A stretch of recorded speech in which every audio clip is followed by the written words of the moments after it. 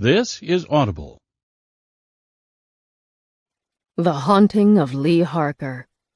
Written by Darcy Coates. Narrated by Emily Wu Zeller. 1. The Something.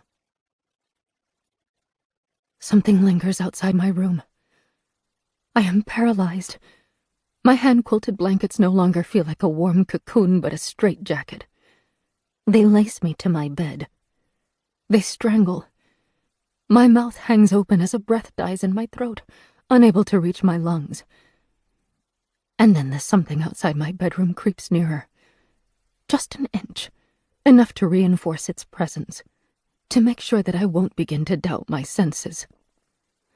I don't dare avert my eyes, nor am I foolish enough to move, not even to breathe. These straitjacket blankets will betray me. They will rustle. It will hear. I do not know what will happen then, and I do not want to learn. My heart is so loud that I wish I could squeeze my fist around it just to make it go silent. Old oak branches, stripped bare by winter, jostle for space outside my window. They cut through the moonlight like knives, turning it into a lattice of sharp angles. A broken, shimmering glass discarded across my carpet and speckled up my walls. And over it. The 4 or 5 slivers of light that touch the dark shape reveal only tiny pieces of it, forcing me to glimpse it as though my eyes were pressed to a keyhole. It fills my doorway. Arms hang at its side.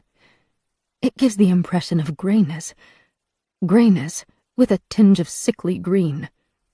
Skin or clothing, impossible to tell. I cannot make out where the face ends and the hair begins, but there is hair, and it is long.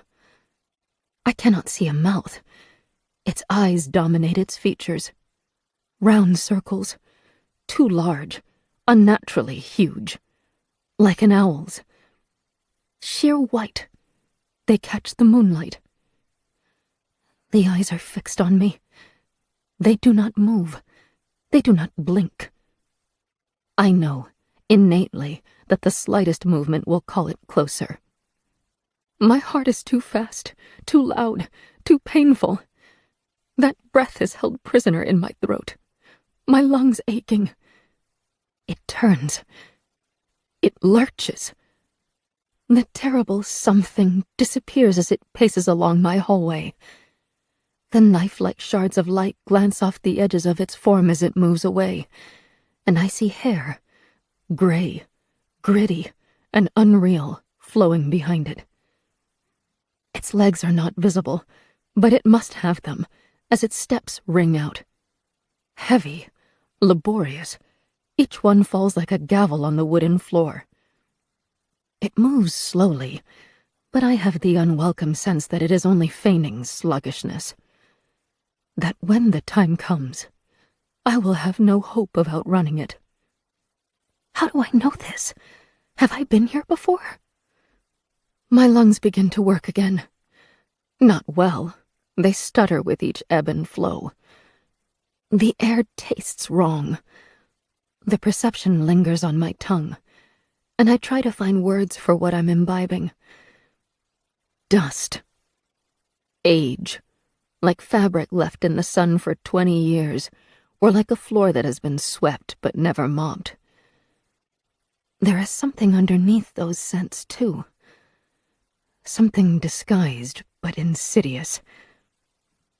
The weighty footsteps pause near my bathroom. It has to be looking inside, and I hate it, knowing its awful eyes will be staring into a room that never sees strangers, examining the half-empty bottles of conditioner, the cracks in the wall that harbor mold no matter how hard I scrub, the mirror that is a fraction too small for the area above my sink, and the discolored grouting between the aqua-green tiles. I feel as though a part of me is exposed, my secrets torn out of me, each one scraping painfully as they are extracted. I do not want the something to know me. My arm snakes out toward the edge of my bed. The traitorous sheets crinkle like alarm bells. I fall still, breath suspended, waiting. But the something stays by the bathroom. I move again, dragging myself closer. The knives of light stab repeatedly over the quilted cover. They pluck out details. Eyes, a screaming mouth, arms held up, clawing at darkness. I created those designs. In the daylight, they recount myths from around the world. The designs are as familiar to me as my own face. But at that early morning hour, they feel evil. My bare feet slide over the edge of the bed. Mattress springs groan, and I clench my teeth. Over my shoulder, the bedroom door remains open. The hallway beyond, empty. I watch the darkness, fearing what it might be hiding. My toes touch the plush rug in the center of the room. My desk is underneath the window and catches the worst of the shattered light. It holds paperwork, stacks of it, meticulously ordered, piled in front of a pen holder so full that it's a struggle to draw any implement out. My journal is starting to gather dust across its leather jacket. A cup, empty, waits to be taken downstairs and washed. Behind that clutter is a lifeline. My phone. The old-fashioned rotary model was bought as an impulse purchase for its aesthetic more than its practicality. I spent a quarter of my paycheck on it at a thrift store, regretted it before I arrived home, and then felt too embarrassed to return it, convinced that the thrift store staff would send each other knowing looks as I sheepishly pulled it out of my bag. In retaliation, I swung too far the other way, not using it as a glorified paperweight, as I'd initially intended, but plugging it into my never-used landline as though that might justify the indulgence. It turns out that may have been the most vital waste of money of my life. I leave my mobile downstairs at night to prevent distractions. That antique rotary is the only phone on the second floor of my house.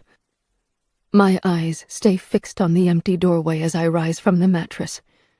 My knees feel flimsy, as though they are built out of cardboard, unused to holding my weight. I reach through the shards of light toward the phone. A thudding footfall echoes from the hall. Has it tired of my bathroom? My fingers touch wood, and I draw my eyes away from the gaping archway at my back. The phone's dial is a circle of faded numbers.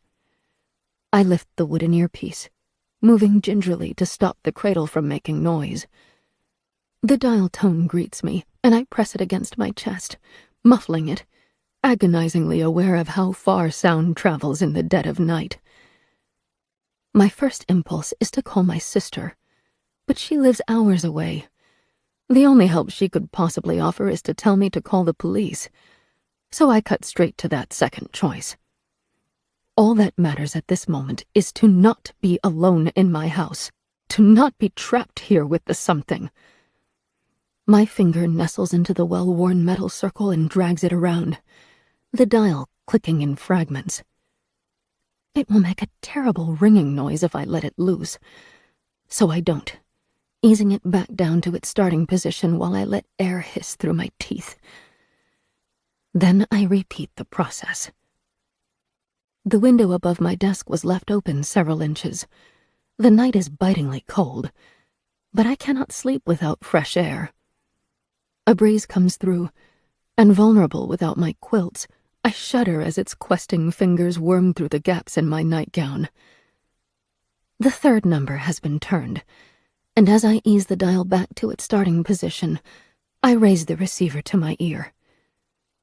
It rings. I wrap one hand around the mouthpiece as I turn to face the doorway once again. The something stands there. Only its flickering eyes are visible.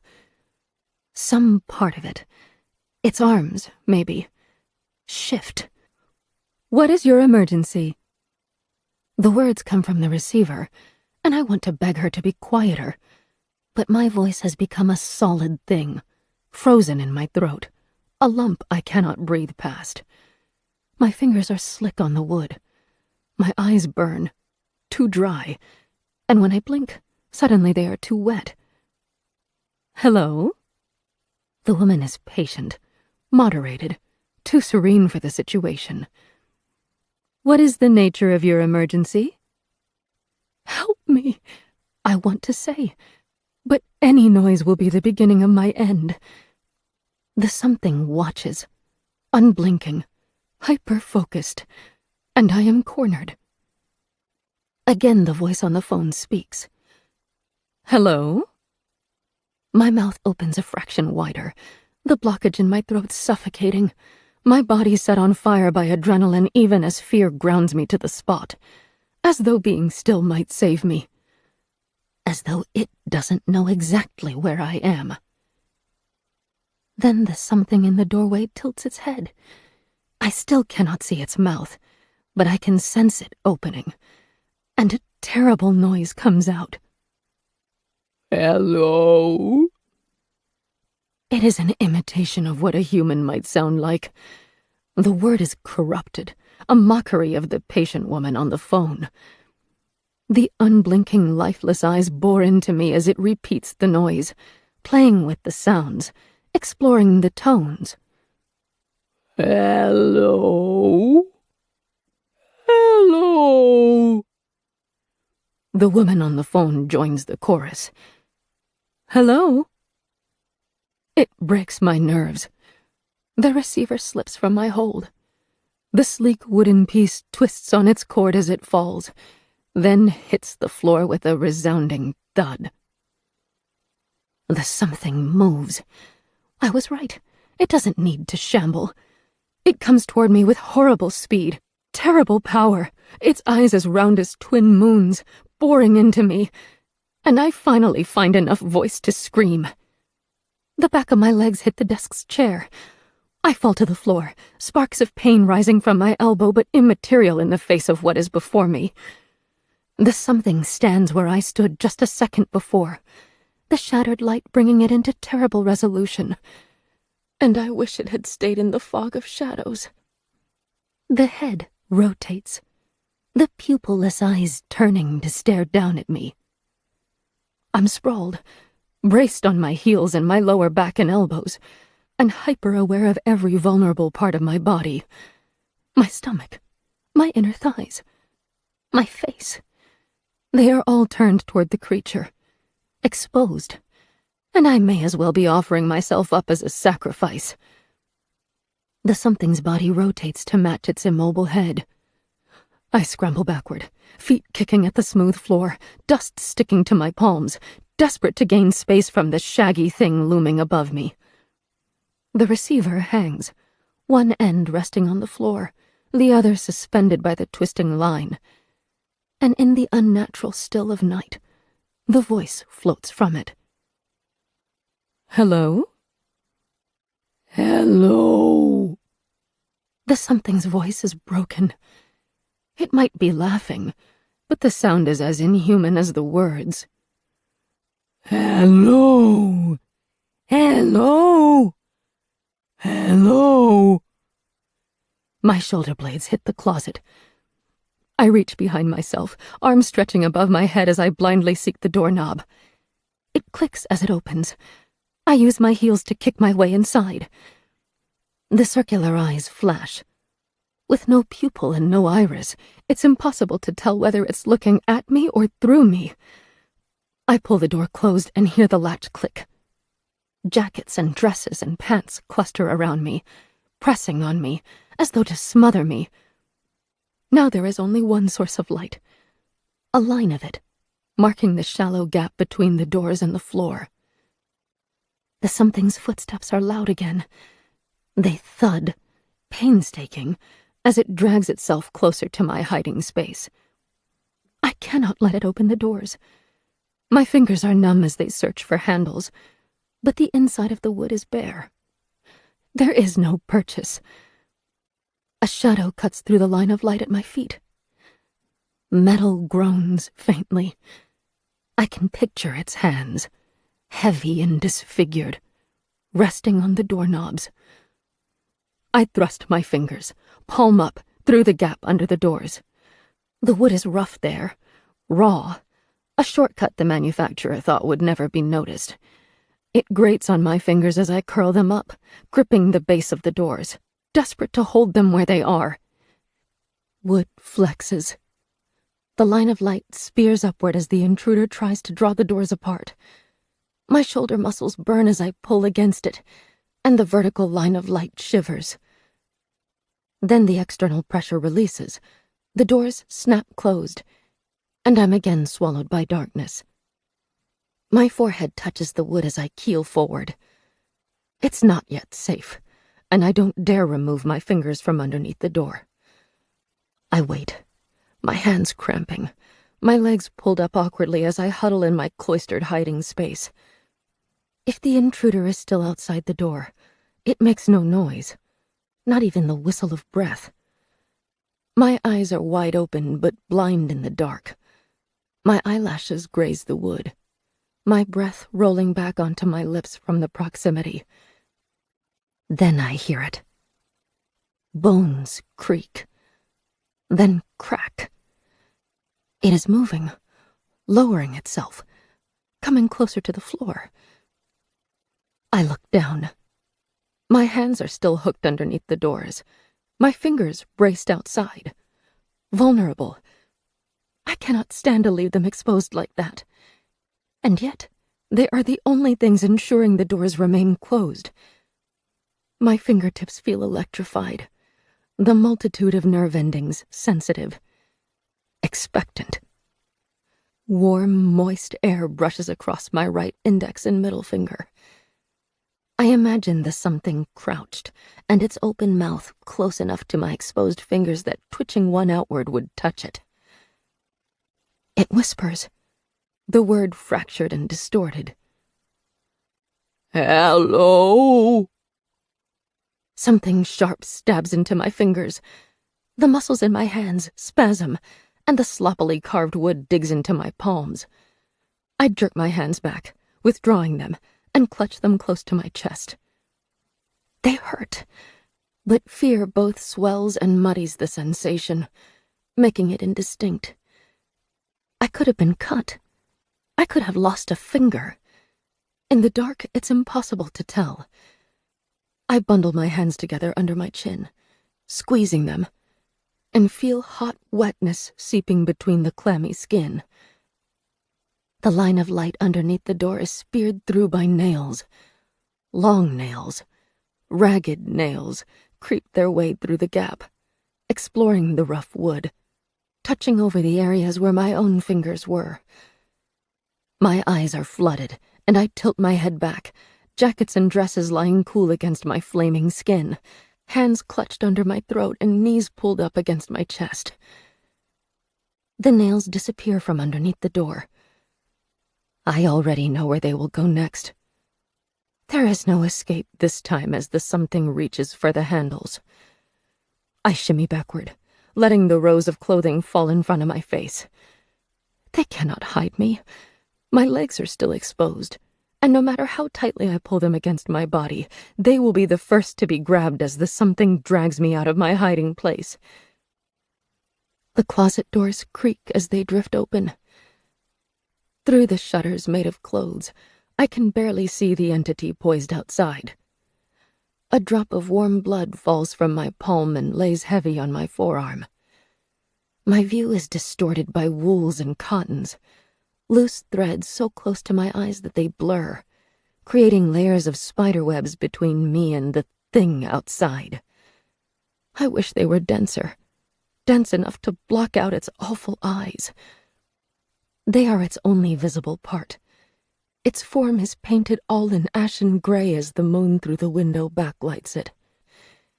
It fills the closet's entrance, its arms spread wide as they hold the doors open, its shaggy hair lying heavy around its form, its shoulders hunched as it stares down at me.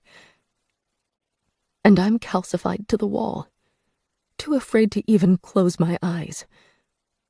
The intruder looms closer, rising even higher above me. The doors groan.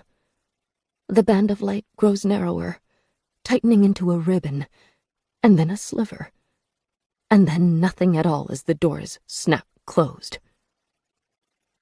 It is inside the closet with me, in that dark, narrow hole, close enough that I should have been able to feel its warmth, close enough that relaxing my position, even just slightly, would force my heel or my elbow to touch it. It makes no noise, but I can feel its presence.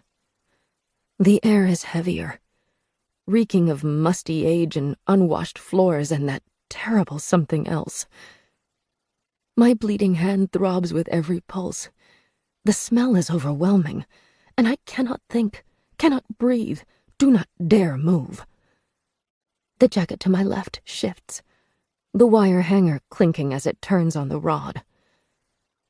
My wide eyes stare into nothing. My back aches from the pose I'm forced to hold, but I cannot relax, not even a fraction. I instinctively know that if I touch the intruder, it will be over. And the intruder is so close. It exhales, its rattling breath directly in my ear. I can all but taste its dead skin. I burst forward in a spasm of energy that surprises even me. My hands hit the closet doors and they bang open as I charge through. There is no time to let my eyes adjust to the stabbing moonlight, no time to look over my shoulder. I run, bare feet slapping the floor. The phone's receiver twists on its cord as I pass it. The screaming faces on my quilt track me with their distorted eyes. But I am at the bedroom door, through the opening, and my shoulder glances off the wall as I twist myself down the hallway. Footsteps boom in my wake. They are longer than mine, steady, gaining. I pass the bathroom. The stairs are ahead, a treacherous pit of black with a lone bulb that I have no time to think about. I close my eyes as I near them, trusting my familiarity with the house to judge my footfalls. The first stair finds its mark, then the second and the third, and I'm flowing downward so rapidly that I barely glance off each step. My feet sting as I come to a sudden halt on the lower floor. I swing to put my back to the wall. The stairwell is impenetrable. Only the closest 2 steps are visible, while everything above is perfect black. The air no longer tastes foul. I am alone. 2. They might be footsteps. The gate's rust is raw and flaky. My left hand rests on its highest bar, a position it's taken many times, but lingering in a way that is unfamiliar. My right hand holds the keys to the sedan parked in the street behind me. Ahead is my house, set against the backdrop of the failing sun, its slate tile roofing saturated by vivid seeping colors. Less than 18 hours ago, something chased me out of this house. Now, during the day, it scarcely feels real. The encounter happened between those strange hours of 2 and 4 in the morning, where reality becomes distorted and dreams are intent on encroaching into the conscious world. I lift my right hand. The keyring is hooked around my middle finger. A small cloth bandage is strapped to the index, running from between the first and second knuckles. That is my proof. A tangible rebuttal against the ethereal nature of those mid-dream hours. Crisp air runs through my lungs. I push on the gate, and it wails as it swings inward. That familiar greeting is my welcome home each night. The signal that I have left the outside world and re-entered my dominion. It's also an alarm against intrusion. Visitors must announce their arrival well before they reach my front door. Though, truthfully, the fence isn't much of a barrier. It barely comes to waist height, a constant that is maintained through regular dips in the rows of bricks to account for the way my street slopes. Anyone could hop over the lichen-fused fortifications with very little effort. They would need to keep to the grassed and gardened portions of my yard to avoid making the paving stones crunch, but within 10 paces, they could be at my door, as silent as a specter. The gate screams as it closes behind me. Spreading bushes and flowering trees dance to either side as the wind picks up, and the clambering mini rosebush that runs along the fence seems intent on snagging my knit jacket. The 4 windows facing the street are all cold and dead, giving the building an air of abandonment. The ochre brick walls catch the setting sun. Spiderwebs live about the eaves and window frames on the 2nd floor, too high for me to reach. My sister once told me a house doesn't deserve to be called a home unless a family lives in it. That snide proclamation came 3 years ago, shortly after the birth of her 2nd daughter. It was one of many finishing blows to our relationship. She was wrong anyway. This is a home. No one could argue against that. It felt like a home before I even moved into it as a first-time renter 15 years ago. That feeling increased when I put down my deposit to buy it from its former owner, and it deepens with every passing year. I suspect it has become a home to everyone who has been a part of its near-century lifespan, and will continue to be a home for others once I eventually move on.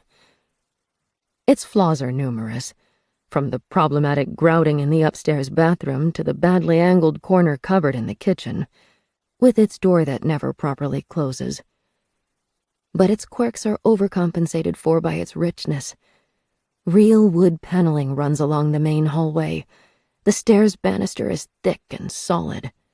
The oak tree in the backyard must have been planted when the house was built, and its magnificent boughs overshadow anything else the street can offer. Whatever happened last night is not something to be avoided, and I don't allow myself to feel fear as the loose paving stones grind under my feet. This is my home. No one can strip that from me. The front door, unlocked, opens at a touch. When I left, I snatched up my keyring on the way out, but hadn't spared the time to lock the door behind myself. The logic of the moment had said that if something was already inside, I would be a fool to seal it in there. Now I pause in the entryway. Bands of light come through large windows. They imbue the wood paneling and creamy paint with warmth. The hallway connects to the kitchen, running parallel to the stairwell that leads to the 2nd floor. To the right is a rarely used living room that overlooks the front street, and to the left is the equally neglected dining room. I prefer to spend my time in the kitchen at the house's rear. I'd rather indulge in the solitude of my backyard than watch the street. Keys go on the narrow table beside the front door. My satchel is thrown onto the brass hooks above. Then I follow the hallway past the stairs, flexing my shoulders as I begin construction of a mental checklist for that evening. A doorknob rattles behind me. I stop, 1 foot in the hall and 1 in the kitchen, all thoughts disintegrating. There are not many doors on the lower level of my home, which favors open archways. I scan between those that are visible, listening. The fridge hums. Birds shriek as they fight over the backyard feeder that must be near empty. A car engine encroaches and then becomes more distant again. Otherwise, the house is quiet. My eyes itch and I realize I've forgotten to blink. I retrace the length of the hall, back to the front door, and put my eye to the peephole. It gives me a fisheye view of the flagstone path, the treacherous clambering rows, and the rusted gate. I touch the doorknob, wondering if perhaps I hadn't closed it properly, but there is no unexpected give to it. As I turn, light catches off a bronze doorknob under the stairs, the only other possible source of the noise. That door is part of my daily scenery, but so little used that I'd long since blacked it out of my memory. Just like a spot on the carpet or a mug at the far back of the cupboard, it exists, but is never truly looked at. I stare at it now, the tip of my tongue held between my teeth as I approach with measured steps. What's behind that door? Storage, I'm pretty sure. But it's been so long since I used it that I can't visualize the space. As a single person in a 5-bedroom home, storage has never been a source of stress. The bronze doorknob is ornate, like most of the original fixtures in my home. A wreath of tiny leaves is embossed on the surface, surrounding the handle in a delicate keyhole, tiny berries clustered between the flora. It's well tarnished. The house's previous owners must have cared more about this door than I do. My ear touches the wood's edge, where it merges with the paneling. The space holds echoes, and they play with my mind, teasing at the very edges of my hearing. My hand moves to the doorknob. It turns, but only for a fraction, before the motion abruptly halts. The door is locked. It brings up a memory so vague that it could be a dream. I tried the door on my first day of renting my new home and found it was locked then, too. I must have intended to find the key or call a locksmith at some point, but never did. Over time, that door fell into the backdrop of my life, present but eternally overlooked. I smile. I've become so familiar with this dear home that it's a surprise to find a part of it I haven't yet seen. I'll uncover its mysteries, but not just yet. My back is sore from work and my mouth is dry. As I step away from the door, a clammy sensation rises in me, like something alive is moving from my lower stomach and into my chest. I look over my shoulder. Nothing has changed. The door remains discreet, catching portions of light that stretch through the tall living room windows, innocuous among the panels. It has been there for the last 15 years of my life. So why do I suddenly hate having it at my back? The kettle, heavy with water, thumps onto its stand. It will take exactly 2 minutes to boil. My favorite mug comes out of the dishwasher, and I drop a lemongrass and ginger tea bag into it. The only part of this routine that ever changes is the sun's angle. Right now it's low, the last traces struggling over my neighbors' roofs and through scattered trees to reach my yard. Winter is grudgingly giving way to spring, and its angle will rise every day for the next few months.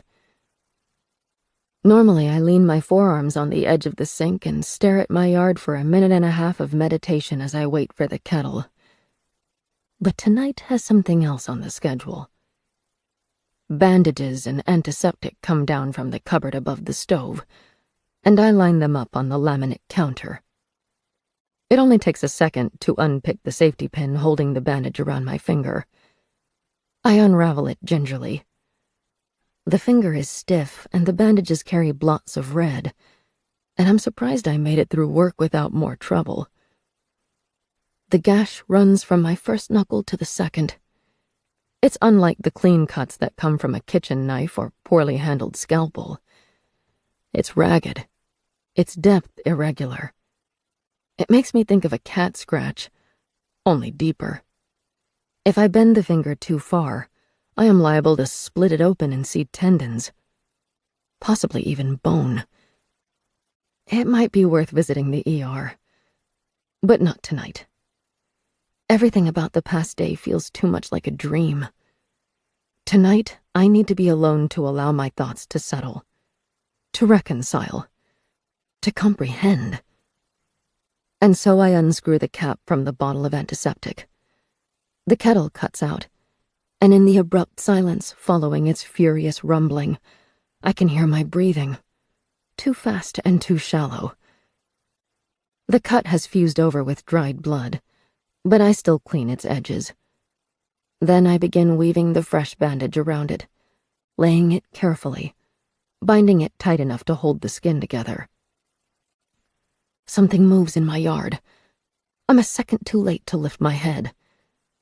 The view through my kitchen window is serene. Grass, due for a cut, sways. The old oak's trunk is unyielding, though its branches dance readily.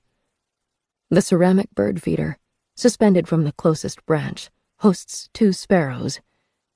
They bicker over the seeds. I'm certain the motion came from something larger. A figure the size of a man. Or close to it. I stay still for another minute, waiting. But I can't be sure that I didn't just see a sliding shadow. So when nothing else moves, I put my head back down to finish the bandages. The safety pin seals the wrap. I stretch my arm out and move my fingers experimentally. As long as I don't try to bend the index, I don't feel much from it. That's good. A compromised hand would make it hard to do my job as an archivist at the Natural History Museum. And it's been years since I took a day off. I'm not so egocentric that I would refuse to ever call in sick, but it would still irk me to break my streak. My fingers need to stay nimble for the labeling, transferring, and copious documenting that consumes the largest portion of my workday. The artifacts I work with are delicate. I can't risk fumbling them. Steam still rises from the kettle's spout, but I don't like pouring it unless it's just finished boiling. I switch it on a second time. The rumbles start quickly as the still hot water jumps into action. My eyes close. The sound undulates, filled with pops and deeper grumbles and the faint hiss of escaping steam. And something else. Something that sounds like footsteps. I let my eyes open, instinctively looking to the window, then behind myself and along the hallway. Flecks of dust twist through the bands of light, as though the air there was recently disturbed. The footsteps seem to be growing louder, but they're masked by the kettle, its own array of sounds growing to a fever pitch as it trembles on its base. Then the kettle's switch flicks off, and the rumbles start to fade. The sound that might be footsteps lasts for perhaps a half-second longer. Then it too is gone. I am left staring along an empty hallway as my pulse throbs in my bandaged finger. I pour the water. The tea bag spins, pale color flooding out of it, and I pull it out before it can leach too much. I roll my head, eyes half closed as I stretch out my neck muscles, then pick up the mug and carry it from the kitchen. The tea will need time to cool, but I want to have it with me. The stairwell has 2 light switches, one at the top and one at the base, but the lower switch stopped working 2 years ago and I have yet to call an electrician to repair it. Habit is an unyielding pressure, and once established, it is hard to deny. I'm in the habit of climbing the stairwell in the dark. It's a treacherous walk that I should fear more. I take the stairs lightly, holding the banister for the first 4 before it turns at an angle and disappears into the walls. The steps are solid but old, and their wood strains under my footfalls. Deep sighs that I'm compelled to echo. Then I emerge from the cavern into the 2nd-floor hallway. The doors are all sealed. I run my tongue across the back of my teeth as I take the sight in. I like to leave the bathroom door open to circulate air and ward off the always-present mold, and my bedroom door was left open against my will the previous night. I adjust the angle of my mug. Heat seeps into the handle, warming my fingers, and I know the drink is hot enough to scald if thrown at an unwanted presence. The bathroom door opens at my touch. Everything is where I left it. A towel on its rack, the bath mat, even the angle of my toothbrush in its mug. No amount of cleaning can improve the bathroom's impression of dingy neglect. It will remain this way until it is eventually remodeled, and the heaviness of age is physically chiseled out of it. The carpet cushions my feet as I pass the linen closet and stop at my bedroom door. Its handle creaks when I turn it. The sheets on my bed are lightly rumpled. The corner is pulled back from where I crept out of it. In daylight, the quilt has returned to its more soothing form. It displays Aesop's fables. Rabbits and storks, foxes and grasshoppers, twisting and dancing as they tell their stories. The phone on my desk appears normal, except the receiver sits in the cradle. I approach the closet. Its doors are also closed. I tug on them, and they swing outward easily, exposing rows of clothing arranged by season. I place my mug on the desk's coaster. Slightly embarrassed, I hesitate, then crouch to look under my bed. There are no surprises, only the pair of soft shoes I store there, which I pull out and swap for the low heels I've been wearing all day. My outfit, business casual and all black, came from my car, a uniform stored there in case I need fresh clothes at short notice. I switch out of it, transitioning from long skirt and knit jacket and into my comfortable evening clothes. As I pull the ibis clip out of my hair and tie it into a messy bun, I begin to feel slightly more human. Something happened last night. It was real, even if the evidence is limited. My house is too quiet. Peace is something I normally relish, but today it's more. Not an island of solitude, but an ocean of it, enough to drown in. I turn to the small black radio on my bedside table. It covers me in white noise on the nights my eyes won't stay closed. I turn it on and push the volume up. Music fills the room and I breathe deeply, the ache in my mind soothed by the thundering drums and furious guitar strains. If I asked my coworkers to guess what music appealed to me, most would probably suggest classical or jazz. I doubt any would consider hard rock, but as the beats envelop me, I am truly calm for the first time today. The volume is high enough that I will hear it downstairs. I take my cup of tea, which is not quite cool enough to drink, but only a few minutes away, and return to the hall. The upper level holds 2 other bedrooms and a rumpus room, and I look inside them all. The doors were left closed, as they should be, and I cannot see any sign that they were disturbed.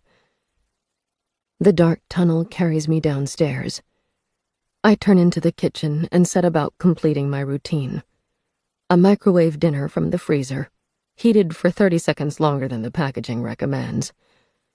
2 foil packets come out of a drawer. One gives up a pain tablet to ward off the headache I feel prickling at the back of my skull, and the second gives a little pink disc, an antidepressant for anxiety. Both go onto the counter. A folder of paperwork, none of it necessary from a professional view, but necessary for my own peace of mind, spreads out over the kitchen counter. The microwave beeps. I retrieve dinner and a fork, then pull up my favored chair, identical to the other 3 that make up the set, sans the scuff marks and heavy wearing around its feet and cushion, and take my position at the kitchen table, ready to sink into the evening. Only, I can't. My mug is missing. I must have forgotten it when I went upstairs. Music drifts through the ceiling, too muffled for me to catch much other than the beat. I consider forgoing the tea entirely, then reluctantly scrape my chair out from the table. The sun has set. Even with all of my delays, that seems too early. As I follow the hallway back toward the stairs, I swing past the living room to check the clock. Large white couches run along one wall and create a divide through the room's center, trapping a coffee table between them. 15 years in the sun has sucked some of the brightness out of their upholstery, but other than that, they could be brand new. The wall only bears 2 decorations, the simple black and white clock and the patchwork quilt suspended above the seating. The clock says it's 6:15. I barely look at it, though, because the quilt has drawn my focus, the way it always does. Bittersweet sensations fill me, heavy on the bitterness. The sweet becomes harder to find every year. Maybe it's time to take the quilt down. I've been thinking along that line for some time, but I never touch it. It took me hundreds of hours to sew, by far the largest project I ever took on, and I refuse to let the work go to waste. I'm ready to turn away when I notice an abnormality. One of the couches has a subtle indent in its cushion, as though someone had been sitting there until just a moment ago. I picture the intruder from the night before hunched there, its shaggy hair sticking to the couch's back, its round eyes watching me walk through my home. The indent seems to be growing shallower as the foam rises back to its normal state. I approach and place my hand on the fabric, half expecting to find warmth. If anything, the seat feels colder. My hand snaps back. My thumb moves in a small circle over the edge of the bandage as I look from the archway leading to the hall to the archway leading to the kitchen. Music continues to flow from upstairs, but my favored drum beats are missing. I tilt my head toward the sound as a waltz plays, slow and creeping. Under the melody is another noise. My bedroom door, creaking as it draws open. 3. Past the barrier. I make it to the hallway. With my back to the wall, I lift the flap on my satchel and retrieve my cell phone. The light comes on when I press the power button, but then immediately fades. The battery drained. The charging cable is tied in a tidy loop on the side table, near my keys, and I plug it in, whispering urgent pleas to it. The waltz swells. Its lilting melody feels offbeat, its notes falling out of tune and starting to jumble, the dissonance growing worse. The wind picks up as though in response. I can picture the bushes and trees writhing outside, scratching at the other side of the front door. My phone's screen is blank, even when I press the power button. I pull the charging cable out and then force it back in. Normally, this causes the screen to light up, but not tonight. There are footsteps above me. Heavy, slow, and dragging. They bleed through the layers of wood and carpet to paint a map of the intruder's path through my bedroom and into the hallway. When I lean forward, I can see the base of the stairs that emerges from the smothering walls. I don't want it to come down those stairs. Instead, it turns, and the laborious footfalls track deeper into my home, progressing into the rear bedroom. I fight with my phone again, urging it to come to life, even if just for a moment. When that fails, I turn to the door at my back. It's dark out, the moon compressed under suffocating clouds. The street's empty. Going out there feels too much like abandoning my house, a tacit acceptance that the presence has more right to the building than I do. But I cannot face it alone. I need to call someone. And there is only one other phone in the building. Hesitantly, I move toward the stairs. The intruder went into the deepest room, farthest from the front door. As long as I'm careful. My feet are silent as I enter the stairwell, and I thank my luck that I changed shoes when I had the opportunity. As I turn the corner and enter the black tunnel, I watch the space at the top of the stairs. The off-white ceiling is barely visible in the low light. Another step, followed by one more. I breathe through my mouth, my left hand hovering an inch from the wall as the upper hallway is revealed in slivers. The doors are closed, and the space drowns in its own shadows. The waltz is growing faster, the mistimed beats loud enough to drown out whatever small noises I might make. I take the final 3 stairs. The door at the end of the hallway is shut, hiding the thing inside. The music is so loud, though, that the intruder could have moved quietly if it wanted to. Would I have heard it leave its room? For a moment, I stay at the top of the stairs, my back exposed to the tunnel that plunges behind me. The light switch is to my left, and if I wanted, I could light the stairwell and clear the desaturation that drips from my home. But that would alert the intruder, the presence, whatever this unnatural force is. The end room, the room I hope it still occupies, is dark. It would notice if light came through beneath the door. The music is cresting. It will only disguise me for a limited amount of time. I lurch forward, feet barely leaving indents in the carpet as I pass by the bathroom and near my own door. The handle clicks as I turn it, and I clench my teeth, my eyes fixed on the distant room to my left. Opening my door causes sound to wash over me. The music is no louder than what I set the radio to myself, but it's unpleasantly thick. Static fills the infrequent gaps between beats. It travels through my chest cavity, using my lungs as an echo chamber. The room looks untouched. My spare work outfit is folded at the foot of the bed, ready to be taken down to the car tomorrow. The closet doors are closed. The room seems empty. I cross to the phone as the waltz struggles through its final bars. The receiver is cold against my ear. I turn the dial, counting each number, aiming for speed over silence. I can barely hear the unspooling of the dial as it returns home through the music. Fingers tap at my bedroom window, and I know they are only dead branches, but they still make me feel besieged. The song crumbles under its own weight. Now only static is left. I assumed the radio's channel had been changed. But there is no host, no following tune, no sound at all except for the crackle and hiss of dead air. Operator, what is your emergency? 25 Larch Tree Lane. Her question hangs ignored, but I don't know how long I have.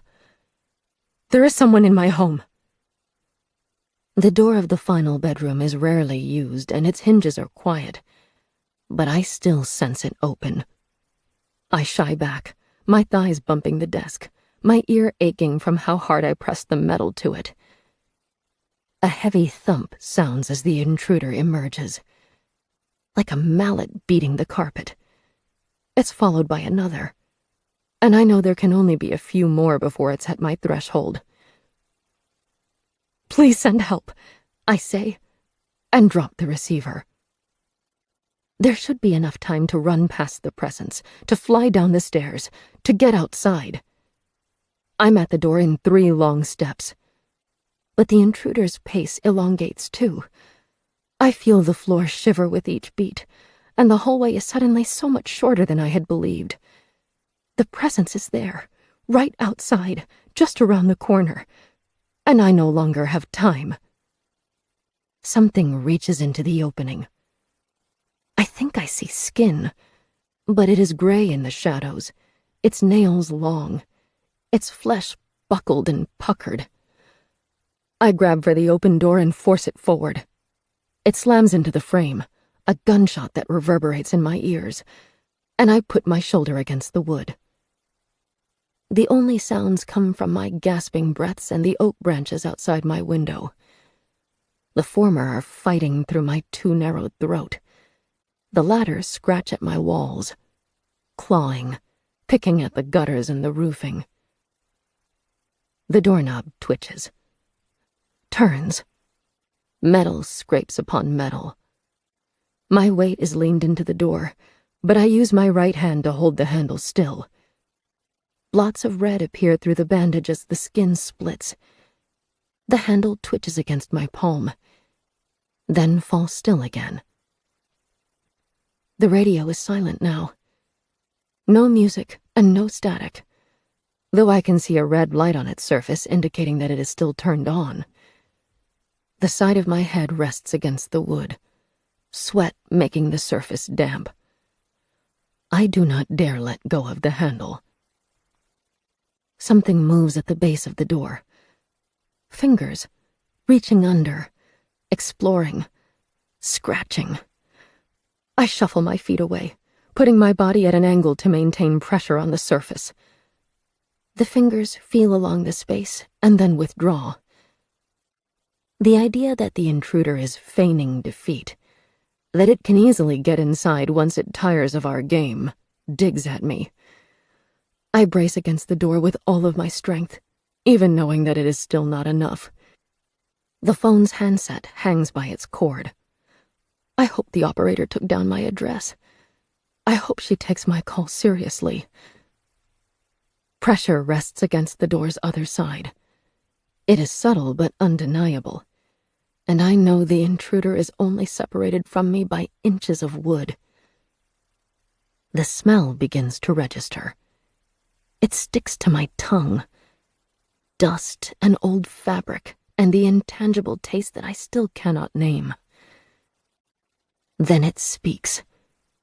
The word is stilted, every syllable corrupted, as it mimics a human voice.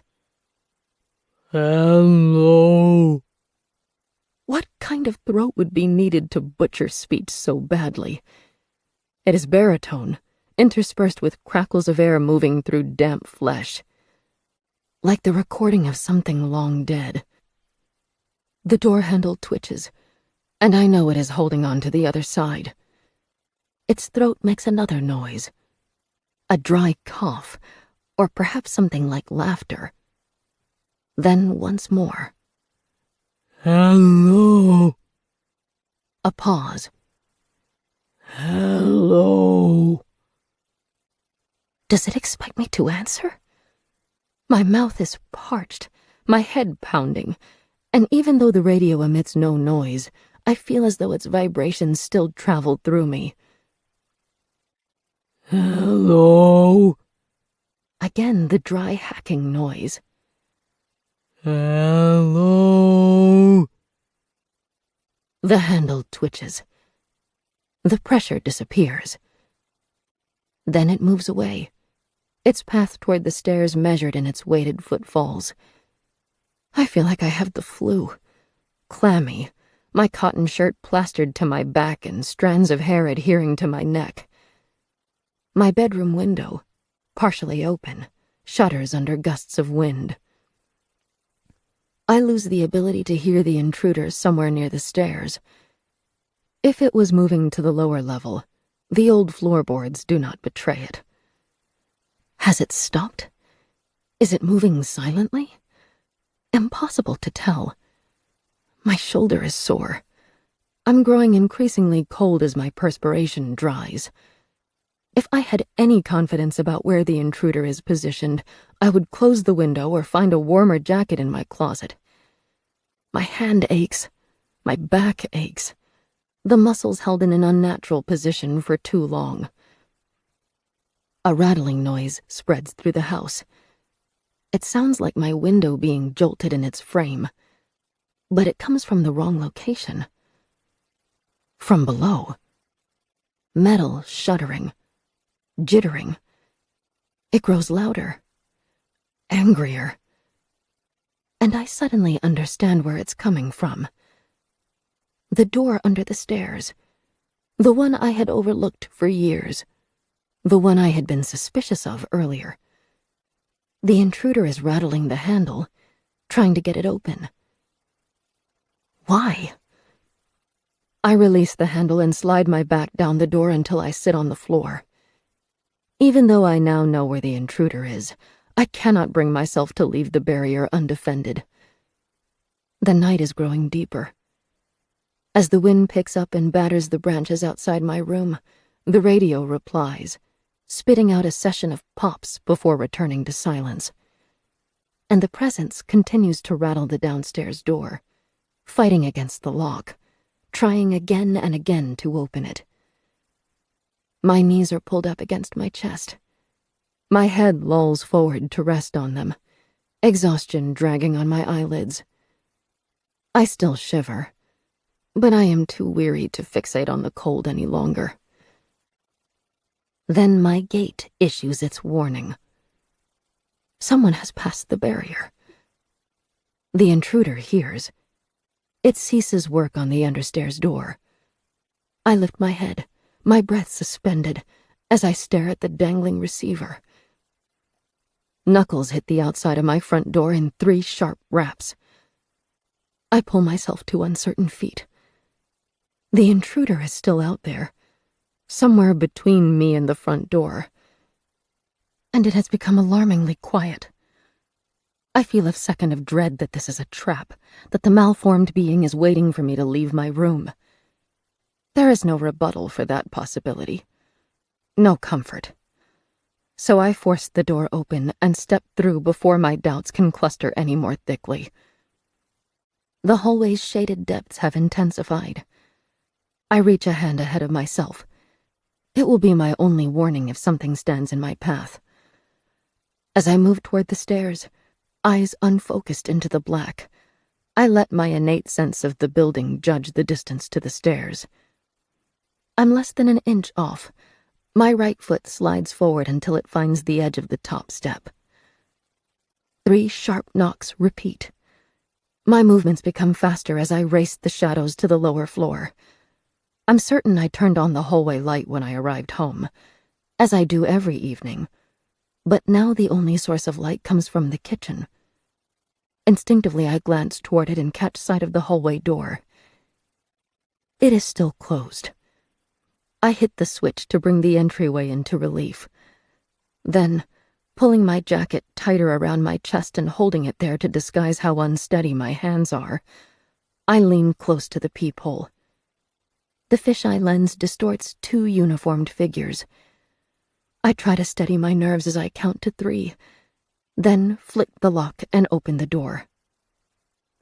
The officers are facing the street, watching cars traverse the path, and take a second to turn to me. They are both tall, one middle-aged, a peppery mustache holding up sagging cheeks. The other is young, his uniform immaculate and the right side of his face smattered with acne scars. Their smiles are disconnected, friendly but cautiously so. Evening, ma'am. How are you tonight? The older one addresses me, but he's not really looking at me. He gazes over my head, along the hallway, trying to read the environment beyond. I step to one side, tacitly inviting them in. Thanks for coming. I heard and saw. We got a call about a possible disturbance.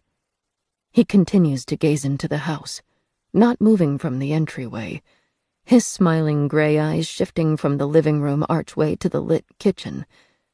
And I sense that his wariness is more than mistrust built from having to enter an unfamiliar environment. I force myself to lower my arms from where I hug my chest, to avoid looking so defensive. There's something in my house. It was here last night, too. I don't know what. I wasn't able to see it clearly. Huh. Mind if we have a look around? Please. I've left the entryway open, but they still hesitate before stepping inside. The younger one pulls his hat off and drags his fingers through his hair. Moved in recently, did you? No. His tone is pleasant, as though we're old friends catching up, but I still feel uncomfortable correcting him. I've lived here for 15 years now. He nods, leaning through the living room archway as his companion does the same for the dining room. It's a good neighborhood. Quiet. Low crime rates. Is he implying that I must be lying about the stranger in my home? A sense of defensiveness emerges, but I contain it, knowing it won't do any good to argue with my allies. I can show you where I saw the intruder. It was trying to get into the closet here, but the door's locked. It also came into my bedroom upstairs. I probably should have called you earlier, but..." They both glance at the understairs door, but continue along the hallway, toward the kitchen.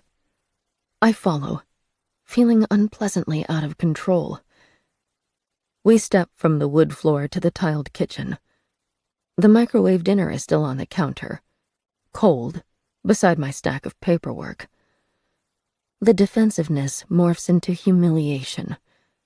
What must I look like? Wearing baggy clothes, a frozen meal for dinner, my hair shaken out of its bun by the night's exertion. The older officer asks, "Do you live here alone, love?" I'm a love now. Heat boils my insides. I pray they won't look at me, or they'll see the flaming color rising over my chest and face. I was able to contain the defensiveness, but this... I have no chance of keeping the stiffness out of my voice. "Yes." "Big house for just one person." There's nothing malicious in the way he speaks. He's just trying to fill the silence. But I am burning up inside. 2 pills sit on the kitchen counter beside my dinner. One white, one pink. They stand out against the mottled gray. There is no way the officers didn't notice them. The shame redoubles, and I find myself paralyzed. They are only a painkiller and anti-anxiety medication, both commonplace and entirely legal, but they send an implication. I want to swipe them off the counter and shove them into my pocket where they cannot be scrutinized. But what would that look like to 2 officers? I'm spiraling. I need to take control of what's happening, drag the situation back onto its tracks. I cross the kitchen and pick up the tablets, then fill a glass at the sink. I swallow them as casually as I can, watching their faces, silently challenging them to ask. They pretend they don't see. The younger officer looks into the laundry room, then rocks back onto his heels, exhaling slowly. "Let me show you where I saw the intruder."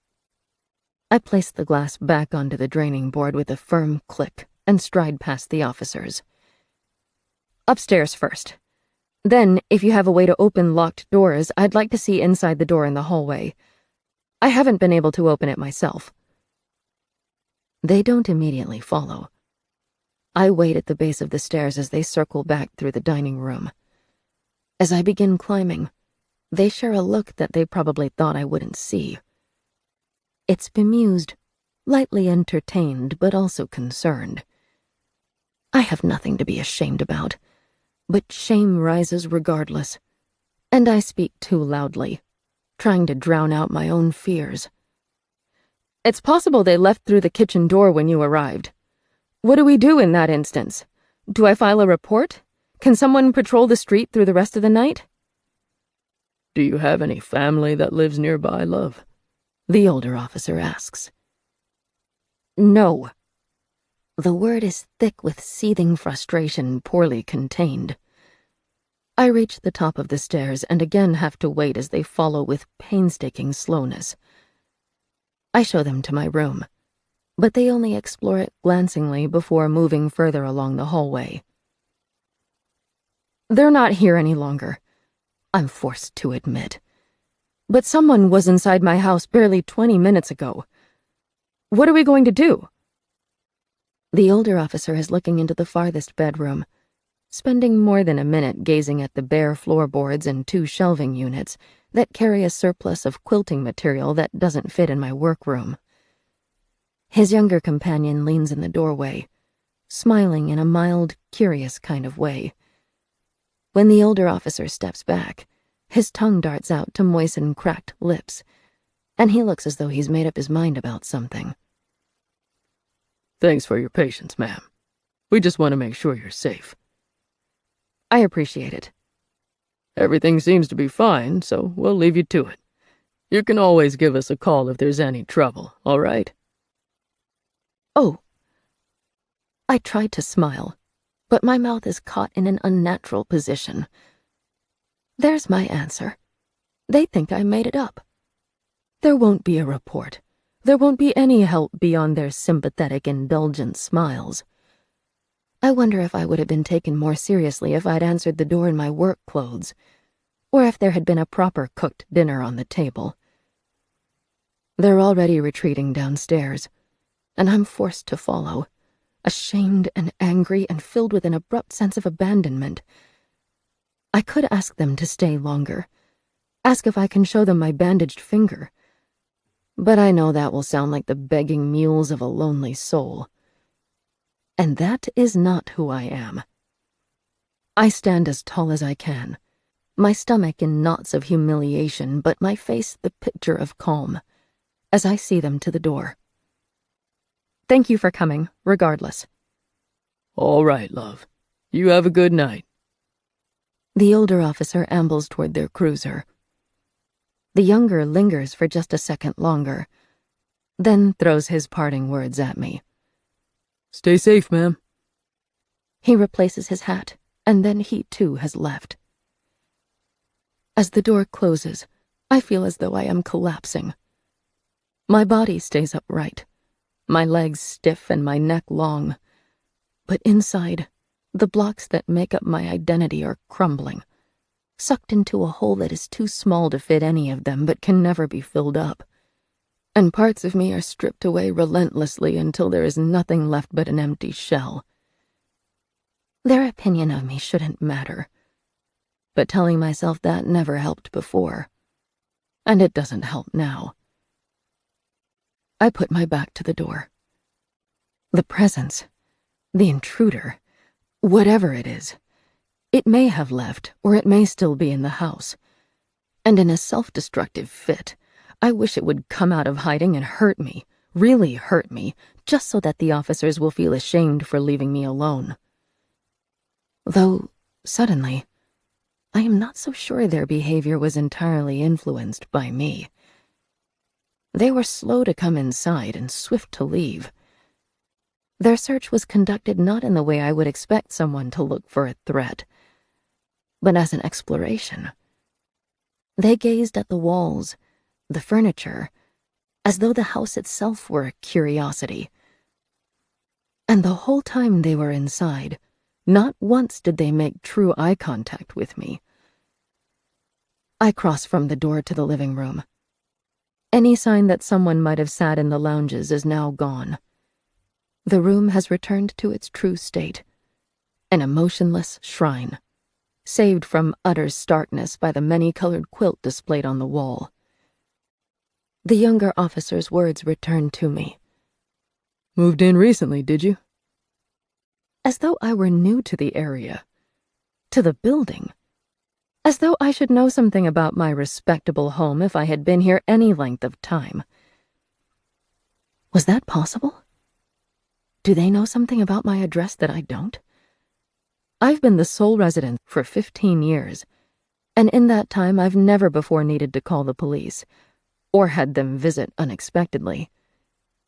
If my home has history, it would need to be older than my occupancy. Maybe their curiosity didn't have to do with my home, but with my street.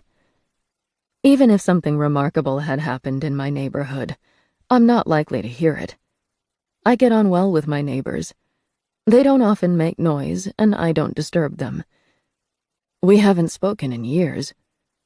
And the officers made that comment about it being a good suburb, as though I needed to be reassured about that. Regardless, I'm alone again. The clock on the living room wall says it's 11:30. The officers left me barricaded in the upstairs bedroom for more than an hour before responding to my call. I fetched the microwave dinner from the kitchen, and too famished to care about its tepid state, eat as I walked through my home. It is a good building, a safe building. No matter what anyone else thinks, it is my home, and I trust it, and I will not leave it. The police already accompanied me through its rooms, but I follow the same path once again. Closets are opened. The spaces under the beds are lit up by my flashlight. Every window is checked and latches are engaged, even on the second floor. I hope that the intruder truly did flee when the police arrived, because I could very well be locking it inside with me. Once every other room has been explored to its fullest, I return to the only door that does not obey my will. Standing in the stretch of the hallway that runs beside the stairs, facing the shadowed door with its bronze decorative handle, a pit of misgiving sticks in my stomach. As though I should not be here. As though I had better leave well enough alone. The handle is cold to my touch. Colder even than the thick metal base of the flashlight I hold in my other hand. I don't need its light, but I appreciate its weight. I turn the handle. It shifts a millimeter, then sticks. I give it more force, then try the opposite direction, then push and pull alternately, until I'm fully certain that the door is locked and the only way to get inside is if I somehow find the key. The floor creaks as I lower myself onto it, first to my knees, and then, with a surreptitious glance around me to be sure that none of my neighbors can see me through the windows, I lie flat on my stomach, my cheek resting on the smooth wooden floor. The gap beneath the door is narrow. I hold the flashlight next to my head, my face close enough to the barrier that my breath blows back at me, and I close one eye as I squint to see underneath. Dust soaks in the light, tiny threads and orbs that glow, obscuring my view. The wooden floor continues past the door. Everything else is a blur. I cannot tell how large the space is or whether anything occupies it. The flashlight stays on the floor as I rise and jog into the kitchen, pulling open drawers and cupboards as I search for something narrow and reflective. I settle on a butter knife and polish it on my jacket as I return to the hallway. Back on my stomach, my eye as close to the door as I can manage, I slide the thin end of the butter knife underneath, holding the handle by 2 fingers as I attempt to manipulate it. It catches the flashlight's beam, and I angle it slightly to the side, so it won't blind my view. Then, twisting the handle, I catch jittering, fractured glimpses of the space beyond. A sliver of the door. A sliver of the wall, I think. A solid, horizontal shape. Something ragged. It's too dark. Bursts of cold air burn my nose as I try to push the flashlight closer to the gap. Something hits me, an emotion so real that it could have been a physical impact. The skin across my arms and back immediately stiffens into bumps. My heartbeat quickens to a pulsing, rushing torrent. It fills my ears, and my head feels tight and cold, restricted. And I have some horrible sense. The idea that I am not lying on my wooden hallway floor, but am somewhere lonely, sitting abandoned in the dark, deaf and blind and mute. With those sensations comes a certainty. I do not want to open this door. I do not want to see inside. Lying on the floor with my face pressed so close to the concealed room, the dread increases, each squeeze of my heart sending it deeper through my veins like poison. I roll away. The knife is thrown aside, and it skitters, reflecting the house lights across the walls and ceiling in bursts. The flashlight is still facing the door, and I rush to turn it off. Then I keep moving, crawling backward until I hit a wall. 10 feet separate me from the door. I wish it were more, but for the moment it will be enough. A moisture returns to my mouth. I taste something awful. Sickness lying thick across my tongue and like glue to my teeth. My skin is cold. Everything underneath is too hot. When the sensations collide, they burn. I have never felt anything like that before. And I sit, skew-legged on the floor, for several minutes before I can put a name to the experience. The fear of imminent death. I don't understand it, and I'm not certain that I want to. My pulse still races out of control. My throat is clogged. My head buzzes. When sensation returns to my legs, I lift myself onto them, then shuffle into the kitchen to put the knife on the draining board and wash my mouth out. That door has been a part of my life for 15 years. That thought should be comforting, but I want to retch. Earlier, I asked the police officers if they had a way to open it. I'm grateful they didn't. If they had, something terrible would have happened. It sounds outlandish, but as the thought settles into my mind, it rings true. I must not open the door. I cannot afford the consequences. My hands are still shaking, and I crinkle the foil wrapper of a second pain tablet as I try to open it. I fill a glass and swallow it. The intruder has made 2 appearances now in the span of 2 days. There is a good chance they will be back. Whatever they are. I have a growing feeling that even if the police had opened the understairs door, they would not have found anything. This, whatever this is, feels personal. No outside help can so much as touch it. My head continues to ache. I press against the temples as the abhorrent idea forms that this might be so personal that it is entirely a product of me. A phantom conjured by my mind. My own personal jail, each brick built by my own hands. My mind is still too clear for me to imagine I am losing it. But what other answers are there? Any label I try to apply to the intruder, monster, specter, phantom, falls away limply. My life has been built around defining and categorizing every minute item that passes my desk. But this is one discovery that so far refuses labels.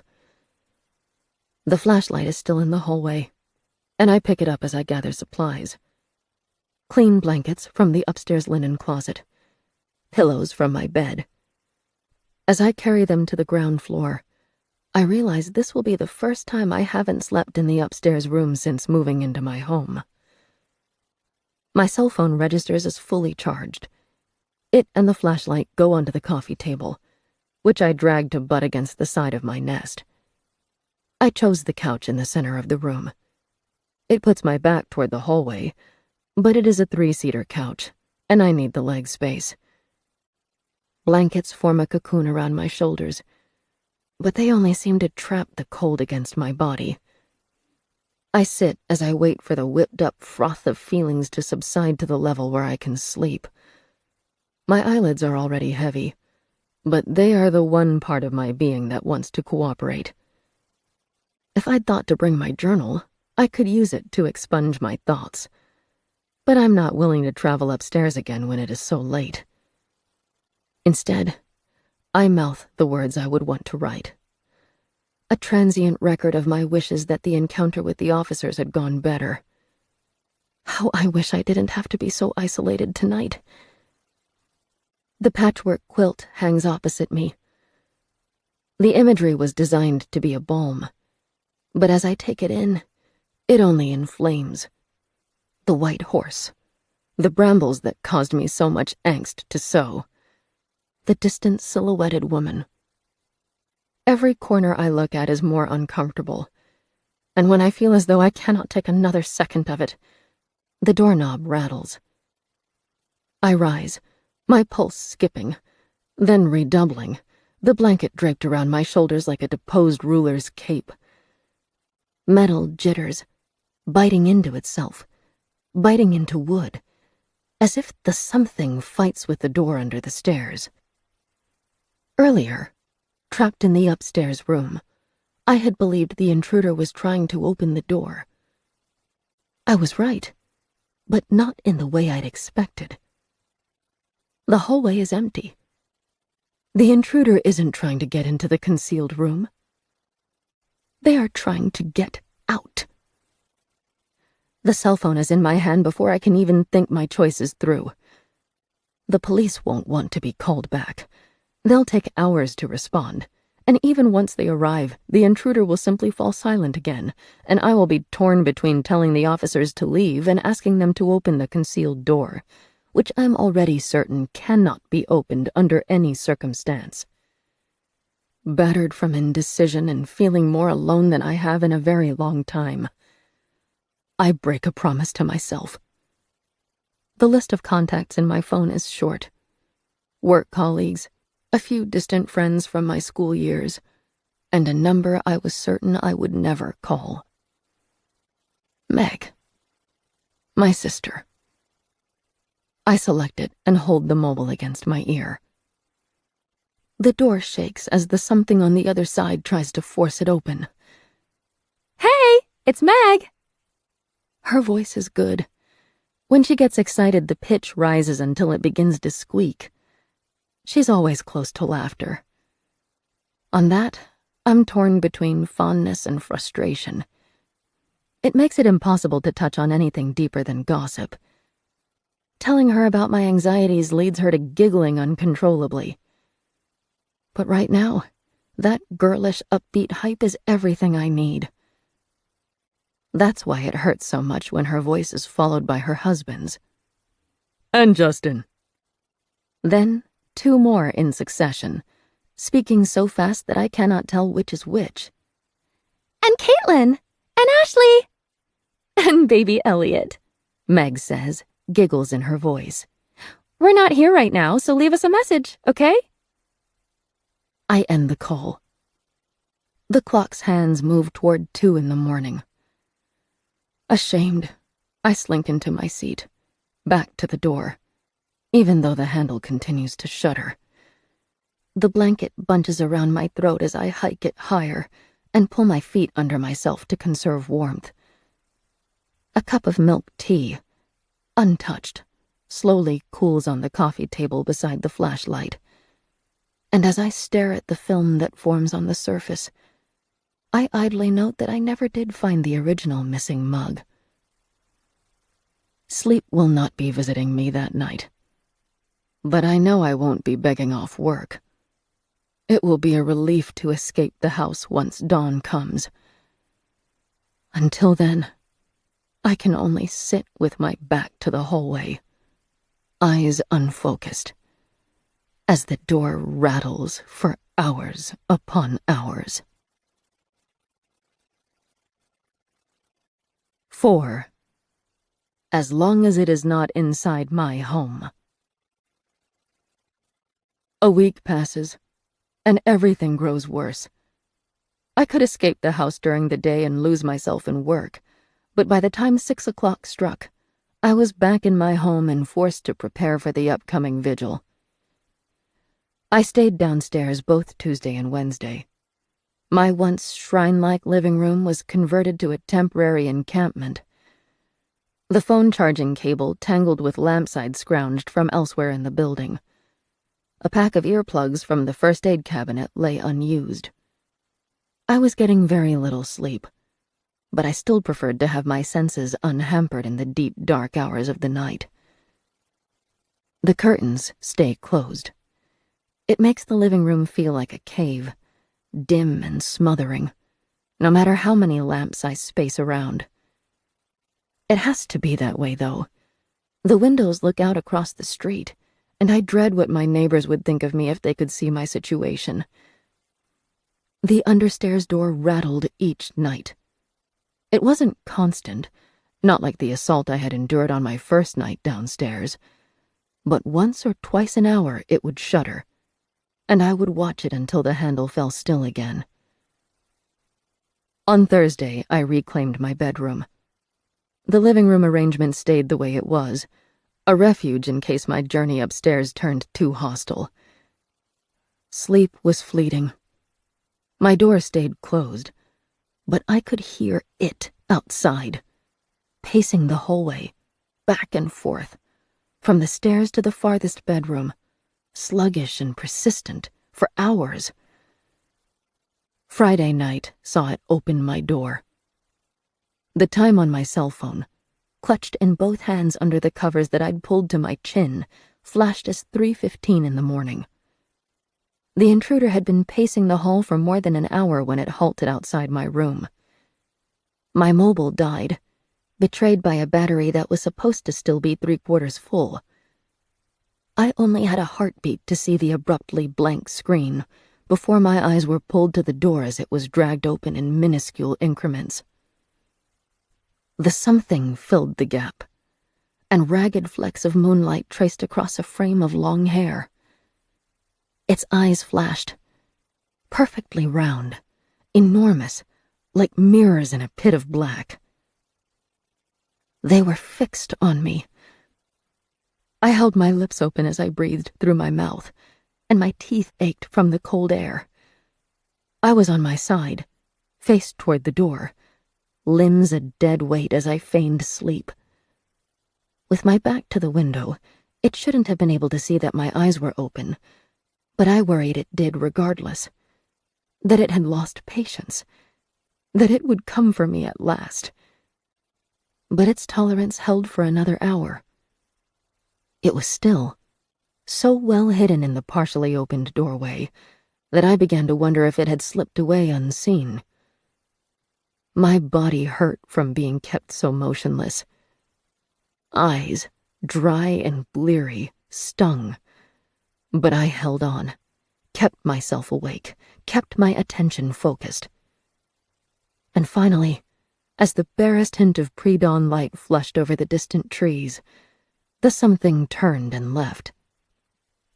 A moment later it was back at the understairs doorway, rattling it once more. Now, it is Saturday, and I am afraid our tenuous impasse must crumble. I will be in my home for the weekend. The intruder and I have struggled to endure each other for a single night. 48 hours must force our hands in one way or another. I lean over the kitchen sink as the kettle boils. Outside, the great oak tree is a steadfast reminder of how little the world has changed. Birds still flit over the feeder.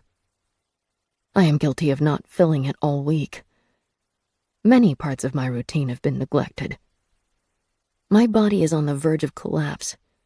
It has not had enough sleep. Prolonged stress has drained its endurance.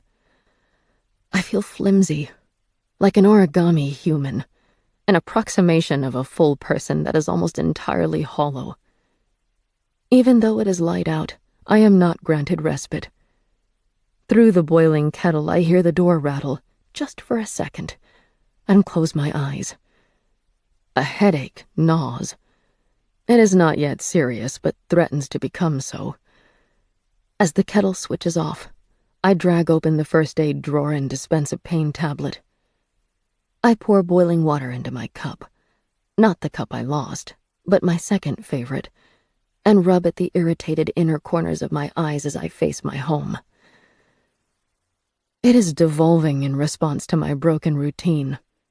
Abandoned items are strewn about, empty boxes of bandages that went toward healing my finger, crumbs gathering on the counter, cloths used to wipe up a spilled drink and then left aside for the laundry. And everywhere, dust. I didn't expect it to build so fast in just a week, but it clings to the wood paneling, to the corners of the countertops, to the floor. This is what my weekend will go toward, I decide. I will not sit, paralyzed, waiting for the something to make the first move. This is still my home, and I will carry on as normally as this situation will allow. I swallow the pain tablet and set to work. Overdue laundry is thrown into the machine, given slightly more powder than it needs, and left to churn. Then I pull on gloves and begin scrubbing. Things are slightly out of place on the kitchen counter.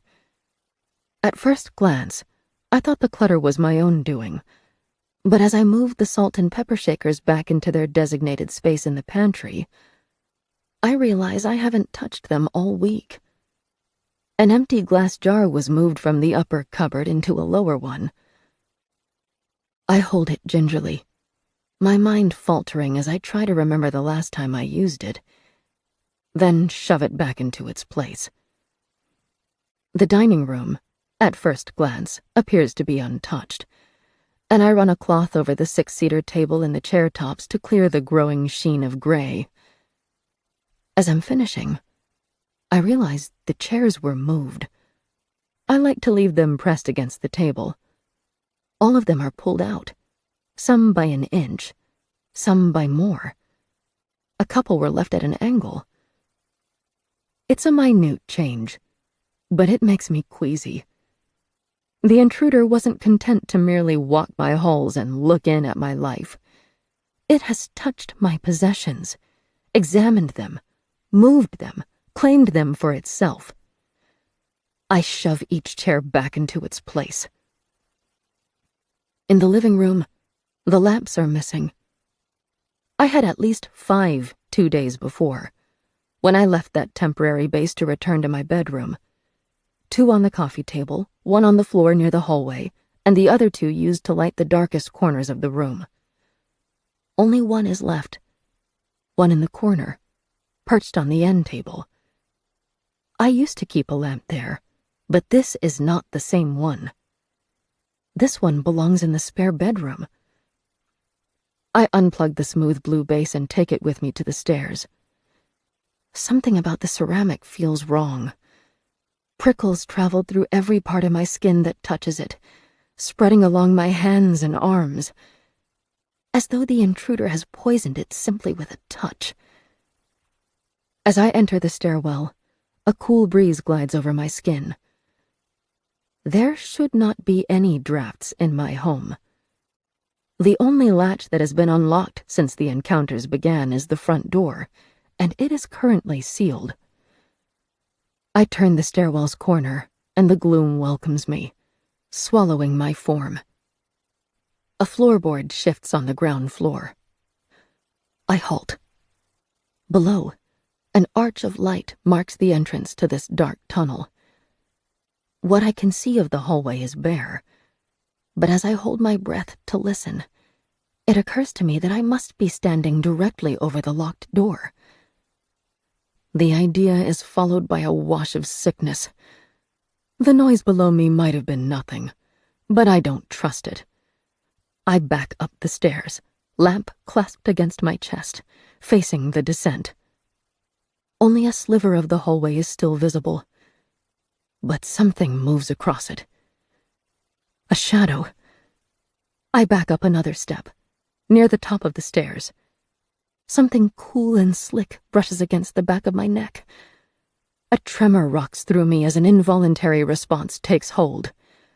I tip forward, and the stairwell no longer looks like a familiar part of my home, but like a cave burrowed into the earth, sucking me into its depths. My shoulder hits the wall. The lamp falls from my hands and bounces, the heavy base striking a rhythm against every third step, spiraling, the cloth lampshade flying off, before it collides with the wall at the turn. I am still upright. My fingers press against the wall, picking up tiny bumps in the white paint. My shoes are half suspended over the edge of a step. The heels are planted, but the toes reach into the air. I shuffle back onto stable ground before I turn. Only 4 more steps remain between me and the upstairs hallway. When I went downstairs that morning, I opened the doors to let natural light brighten the space. The doors are all closed again, and my eyes ache as I try to read the layers of shadow. Something long and thin divides my path at head height. I reach for it. Smooth fibers run between my hands as I identify waxed rope. It hangs in a wide arc, which I follow. One end loops loosely across the faulty light fixture. The other disappears down the hallway. My pulse is a slow, sluggish thing. I should feel shock, maybe fear. Instead, All I can muster is a low, steady frustration. My emotions are too drained for much beyond that. If the intruder intended the rope as a trap, it failed. If it exists as a warning, message received. But right now, all I care about is restoring my home to some kind of normalcy. I follow the steps down to retrieve the lamp. Part of the blue ceramic is scratched, but at least it didn't break. I fit the cloth cover back on as I return to the rope. The closest end is draped, not tied, and it comes down easily. I wrap it in loops around my forearm as I follow it into the hall. Its other end is attached to my bedroom door. Again, not tied, but looped around it multiple times. I don't own rope, and if I did, I would not choose this disconcerting synthetic version. The coil rests over my shoulder as I take the lamp back to the guest bedroom and arrange it so that the scuff faces the wall. I have a small shed in my yard, hidden from my kitchen's view by the oak tree. Its dark green steel walls contain neglected gardening implements and weed killer. The rope can go in there until I decide what to do with it, just as long as it is not inside my home. But first, I scope through the bedrooms. The breeze in the stairwell is worrying me. I find its source in the deepest bedroom, the one at the end of the hall. Its window has been unlatched and pulled open, so air circulates through the screen. The chilled wind is an unexpected caress across my skin, but I don't hate it. My house has grown stuffy and heavy since I sealed it up. The window pane's runners are rarely used, and the glass shivers as it scrapes along its track. I pull it fully shut and engage the latch, then face the room. A rope surrounds the doorway. It was placed there with care, flush with the wooden frame, so that it would be visible to anyone walking under it. Like a trap. Hairs rise on the backs of my arms as I imagine it as a second doorway, and that walking through it has signed some sort of contract. Like stepping into a ring of toadstools. That's only superstitious paranoia. I snatch the rope down, flicking it so it comes free, and coil it around my arm to join its counterpart. It's made from the same material, but is less than half the length. What about this room has drawn the intruder's attention? I try to tell myself that it has been in every room, that every part of my house has been subjected to its bleak touch. But that's not entirely true. It has ventured into my bedroom and this bedroom, but not the other three. There's nothing here that should warrant its curiosity. Only 2 shelves bearing sparse boxes of quilting scraps and old supplies. They're too good to be thrown out, and the guilt of wastefulness haunts me. So they must now sit in a purgatory until they are aged and outdated enough to be disposed of without remorse. The window overlooks the oak tree, like most of the others in my home, through sheer virtue of the tree being too large to escape. The closet is empty, but I check it just to be sure. The carpet, rarely trodden on, is plush and clean. I can see no reason for the intruder to be lured here. A sharp ring snaps my attention to the hallway. I tighten my hold on the ropes as I move toward the sound, following it to my bedroom. It repeats as I nudge my door open. I've never heard my antique phone's ring before. I'd expected it to be high and shrill, like something out of the movies, but it's deep and slow and throaty, like a phone that would belong in a funeral parlor. Its tone is reservedly sad. The second-hand store didn't tell me where my acquisition came from, and I'm struck by the idea that my premonition may not be far from the truth. Few businesses would be interested in maintaining an antique rotary unless the industry indulged in a sense of wistfulness for older eras. And it had been used more than a household would justify, based on how worn down the numbers are. It rings a third time. It must be a telemarketer or a wrong number. Few people have my mobile number, and none have my landline. But I am loath to turn away. This may be the only human contact I have all weekend, and while 2 days to myself would normally be a welcome situation, the prolonged stress has made me yearn to hear someone else's voice. I cross to it and snatch up the handset before the fourth ring. Hello? The line sounds off, hollow, like my every breath is bounced through a vast, empty chamber. I am not alone. When I hold my breath, the echoes continue, emanating from some other presence. Hello? I press the earpiece against my skin, a part of me certain that I will be able to hear the other party if I just listen hard enough. Tiny pops and crackles, formed by bad wiring, infiltrate the void. The echoes grow heavier, more intense, and I have the sense that I am in a tunnel and something enormous is coming toward me out of the deep darkness. I slam the handset down. It was very likely an auto dial from a telemarketing firm, not worth holding on for. My lower lip aches, and I realize I've been picking a loose layer of skin off with my teeth. I lick it to soothe the raw patch as I move back toward the stairs. This time, I press the switch to activate the bulb. I'll have no way to turn it off once I'm back on the ground floor, but on a day like today, I think a slightly inflated power bill will be worth having the light behind me. Back downstairs, through the kitchen door, and into my backyard. The oak's boughs shade not just my home, but parts of my neighbors as well. Sparrows scatter at my presence. At certain times of the year, I'll see migratory birds lingering around the feeder, but only my regular customers stay through winter. The air has a peculiar tang, the charge that accompanies an approaching storm. The sky currently only bears streaky gray clouds, but I will be surprised if it's not raining by nightfall. A brick path leads me past the clothesline and around the oak, and I duck to avoid the lowest branches. The shed is only really large enough for a few shelves and boxes, but it suits me. The door hasn't seen much use since I hired someone to take care of the lawns. Its wheels scrape painfully in dirt-clogged runners. Earthy, musty smells flow through the gap on heated air. I use my foot to kick at the door's base until it shifts enough to let me through and step inside.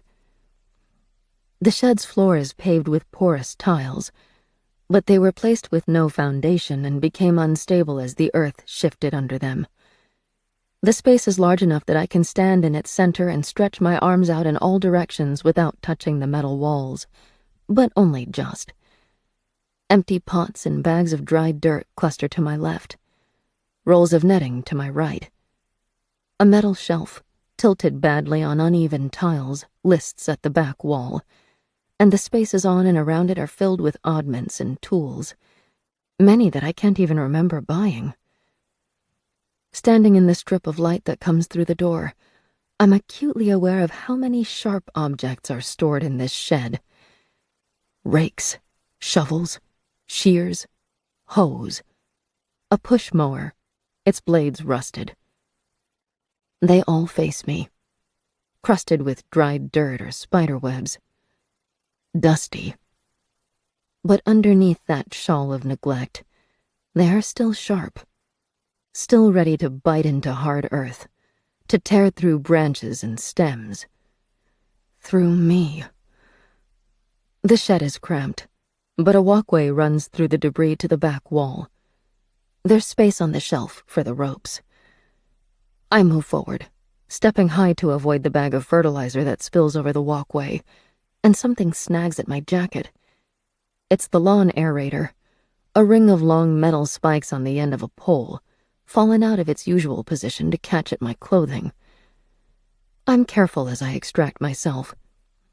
The aerator should be relatively blunt, but as I slide the jacket's threads off, it pricks my finger. Blinking furiously, I backed toward the shelf. The thick air, heated and filled with dirt particles, rubs the inside of my throat until I'm having difficulty breathing.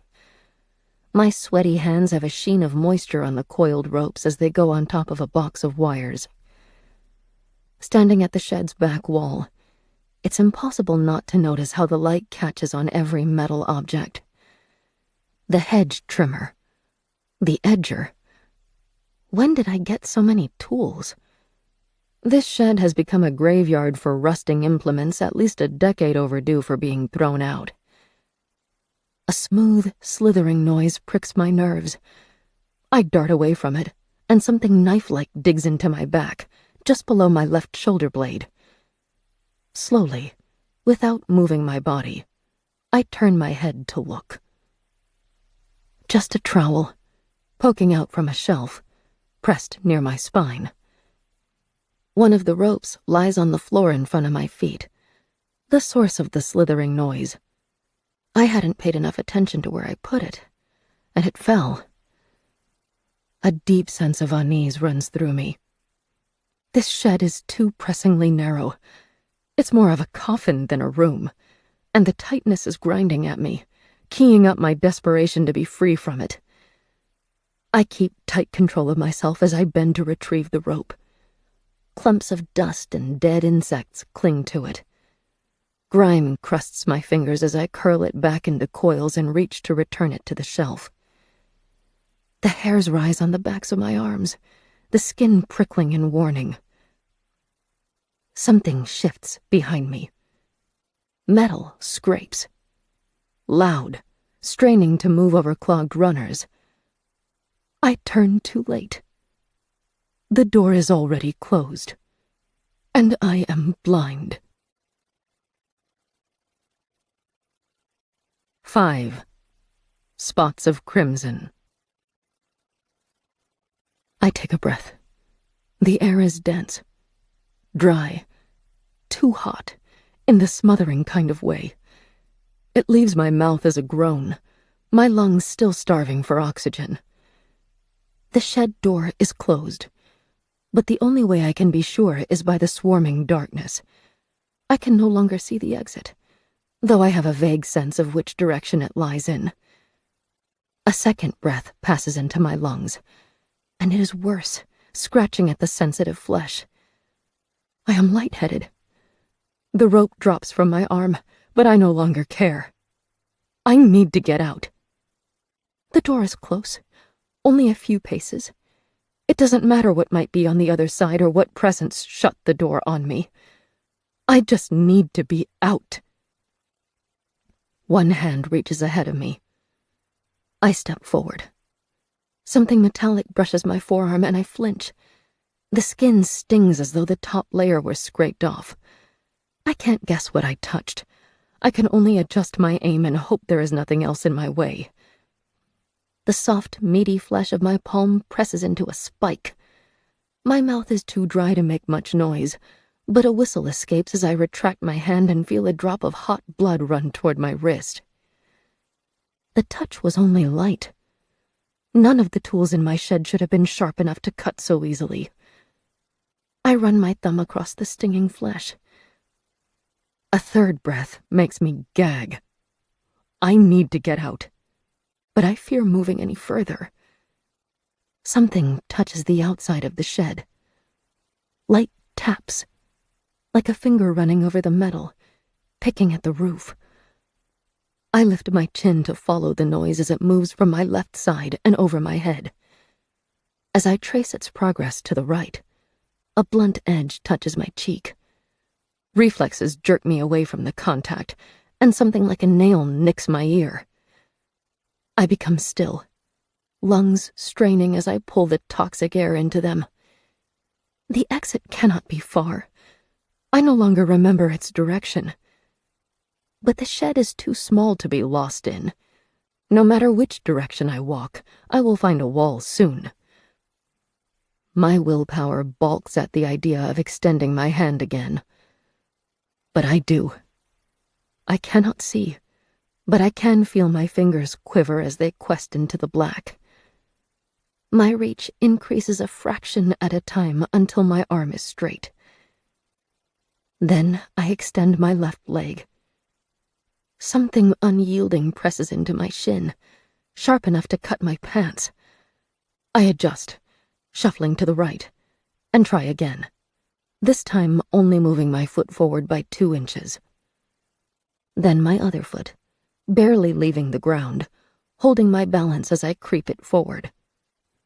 My arm stays stretched ahead of me, waiting for the touch of metal. It hits my throat first. 3 sharp lines, like the tines of a rake or overgrown nails. The scratch extends from my collarbone to my jawline, stinging. I lean my head back until I am past it, then I use my left hand to touch the cuts. Liquid beads across the stinging skin.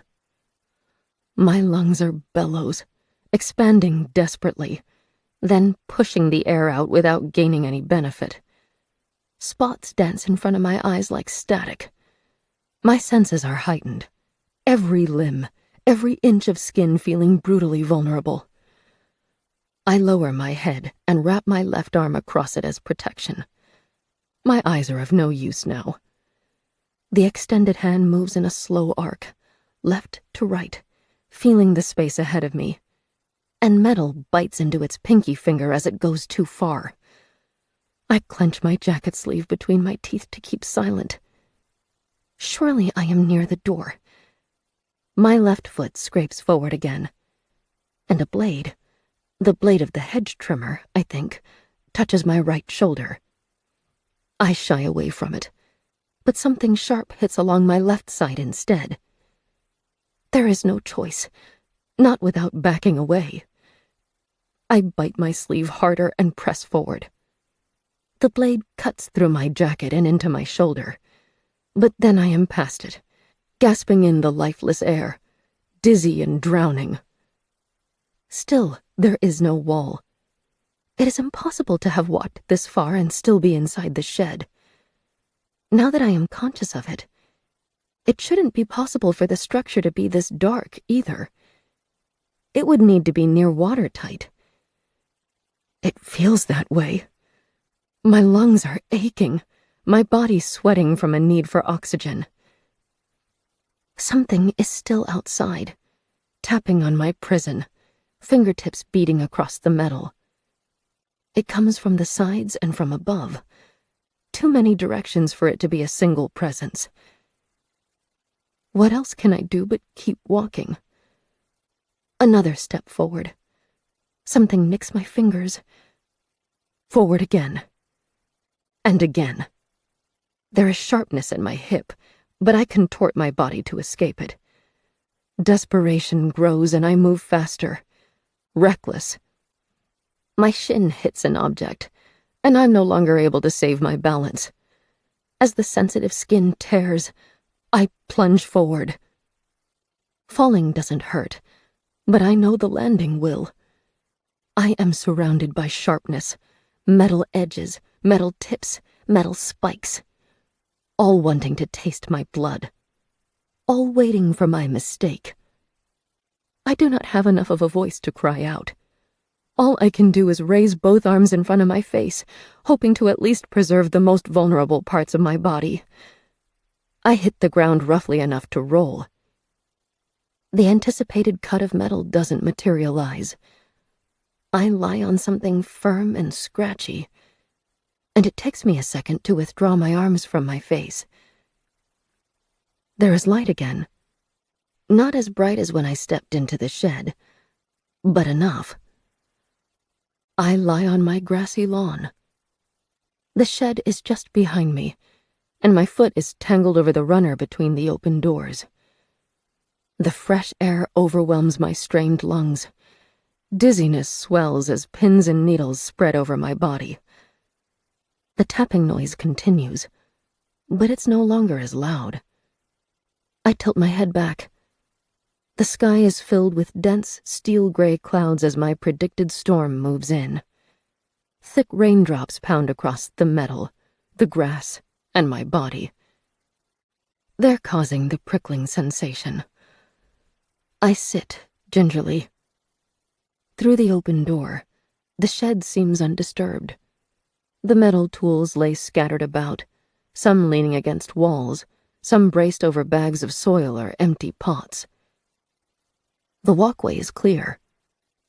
The shelf at the back wall contains one rope. The second is tangled on the floor. I will not be returning to replace it. The sky was clear when I entered the shed.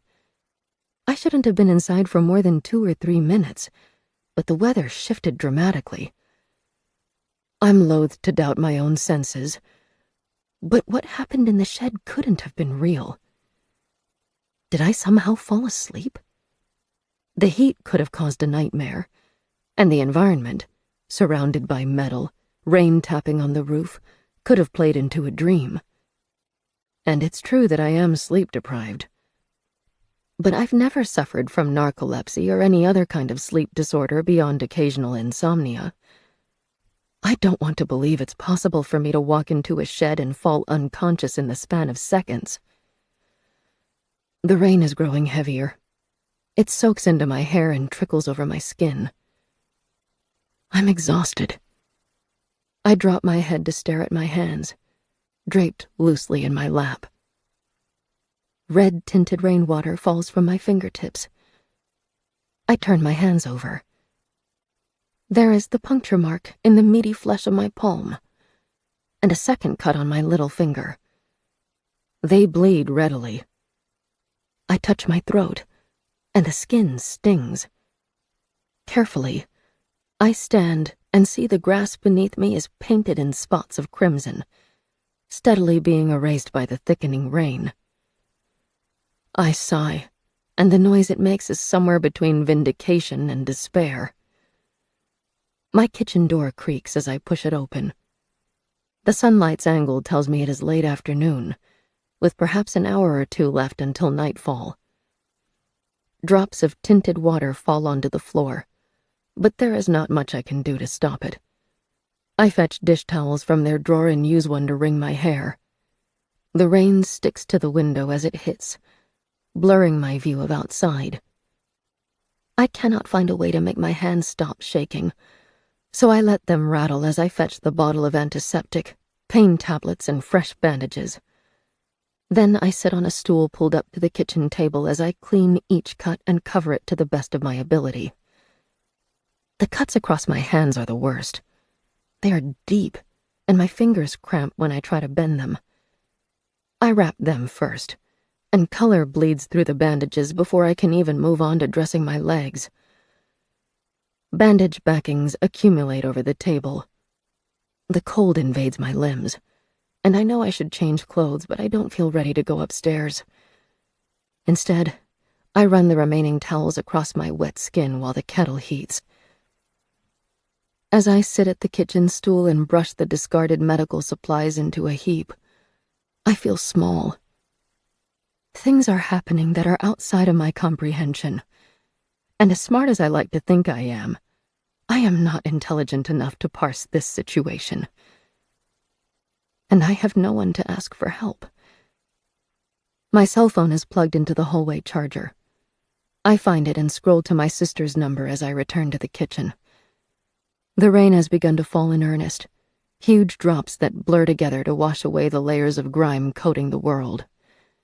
Both the rain's noise and the rumble of my kettle fall into the background as I listen to the mobile ring. Meg's voicemail greets me, and I deflate. It is Saturday, I reason. She is likely out with her family or visiting friends. I wonder if she even heard her phone ring, or whether she took her phone out of her bag, saw my name flash up, and pressed the button to ignore. The idea needles into me as the voicemail concludes with a beep. It's suddenly hard to find my voice. Hey, it's me, Lee. It's been a while. I'm floundering. I want to tell her about what's happening, tell her I need help, but I can't sound clingy. You can give me a call back if you want. It's not urgent. I hope you're well. I end the call and drop the phone onto the table. The kettle has boiled, steam rising in contradictory angles to the rain on the other side of the glass, and I just stare at it for a moment. My body is heavy. I need sleep. I need a friend. Both needs will likely go unanswered. I pour my tea and wrap my hands around the warm mug, shivering as damp hair and damp clothes cling to me. Across the kitchen are the chopping boards and knife block, next to the electric stove. My pulse quickens. One of the knives is missing. The smallest blade from the leftmost slot, the one I use for fiddly tasks. I can't remember the last time I used it. Not this week, certainly. This week has been a blur of microwave meals and hastily chosen snacks. It can't be in the dishwasher. It has been taken, and the implications that follow are not good for my mental state. Very few things are trustworthy, no matter how much they would like me to rely on them. My job feels stable. I have worked there for more than a decade, earning raises and performing my duties to the best of my ability. But even that could be pulled out from under me if the economy were to stumble. My home always used to feel safe. It was my sanctuary, my nest. But as this last week has shown, even that was not immutable. There is only one thing I can rely on. Myself. At least I have that. And now I must ask more from my body than I want to give, simply because no one else is in a position to do what needs to be done. Not my sister, not the police. It must be me. I'm past questioning whether this is really happening. It is. My body is a tapestry of proof. Multiple cuts across my legs and hips ache as I stand. The pain tablets will still need some time to kick in, but afternoon moves toward evening, and the storm is growing worse. I need to make preparations while there is still time. Since the smallest knife from the block is missing, I take the second blade. It's the length of my hand, but still fits into my back pocket.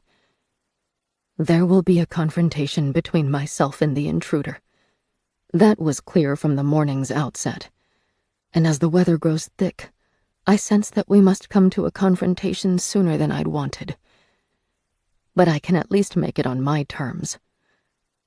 I'd passed the stairs just minutes before to pick up my phone, but now a coil of rope runs across the banister.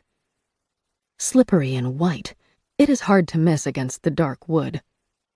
I drag it free, wrap it into a loop, and throw it to the ground. Then, up the stairs, and beneath the light that I know I left on. Darkness clings to the second floor. I switch the lights back on as I pass them. The stairs, the bathroom, the hallway light, and then, at last, my bedroom. The wind has more power on the second floor. It shakes the window's panes. The sound is joined by pops and hisses from the radio. I cross to it, pull out the plastic tab from its battery compartment, and knock the 2 AA's out. The abrupt quiet is merciful. I tuck the batteries into my accessories drawer, where I hope the intruder will not easily find them. Then, fresh clothes come out of the closet. I like to dress up, but today my eye is trained for practicality more than style. Warm, breathable clothes, layers with elastane woven into them so they will stretch should I need to run or crawl. Nothing that can be snagged. Dark colors. I change, throwing the damp outfit into the hamper to be dealt with later.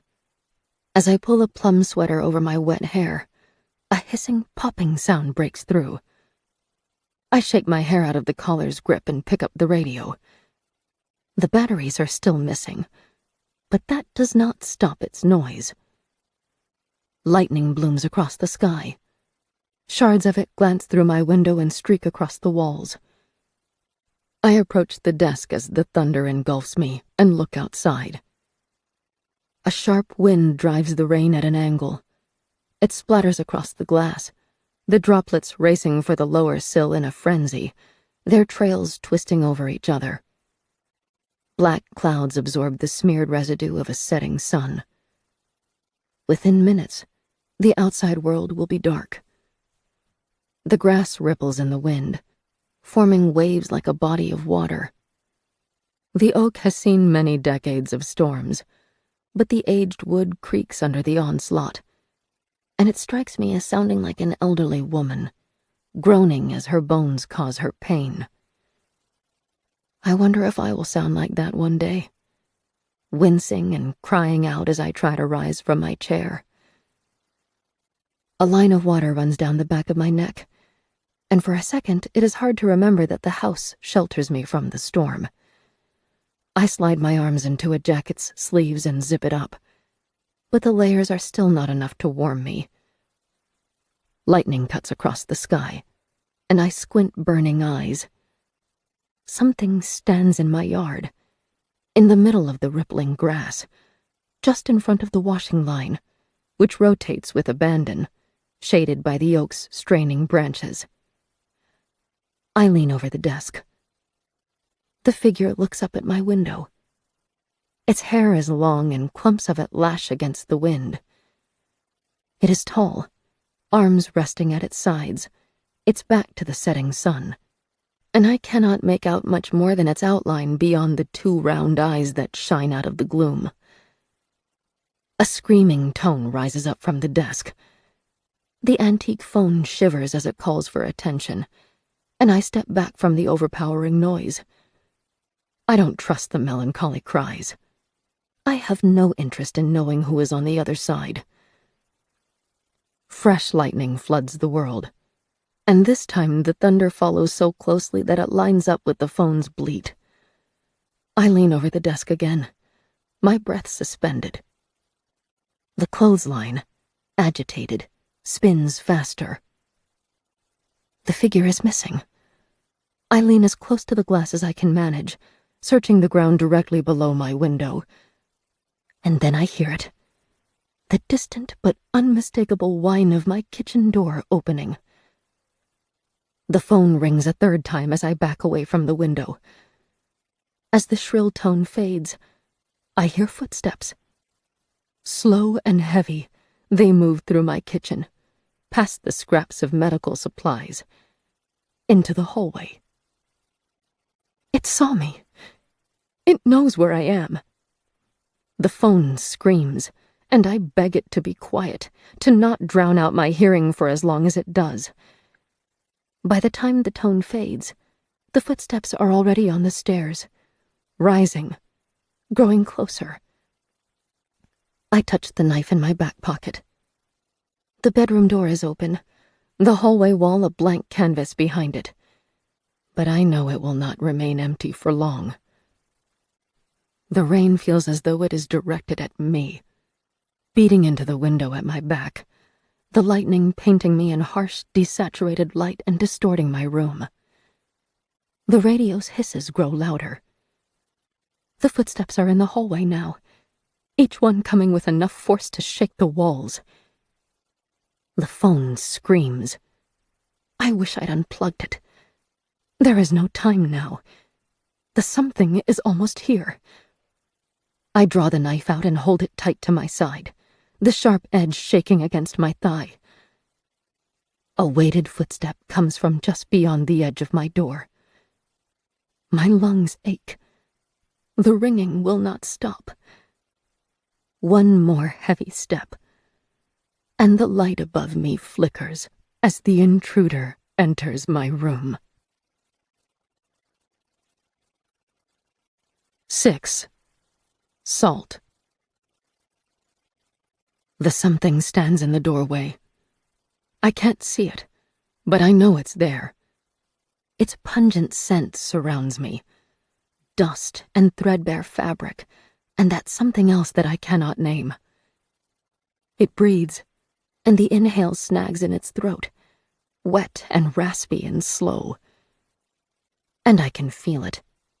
Feel its eyes on me, its focus unwavering.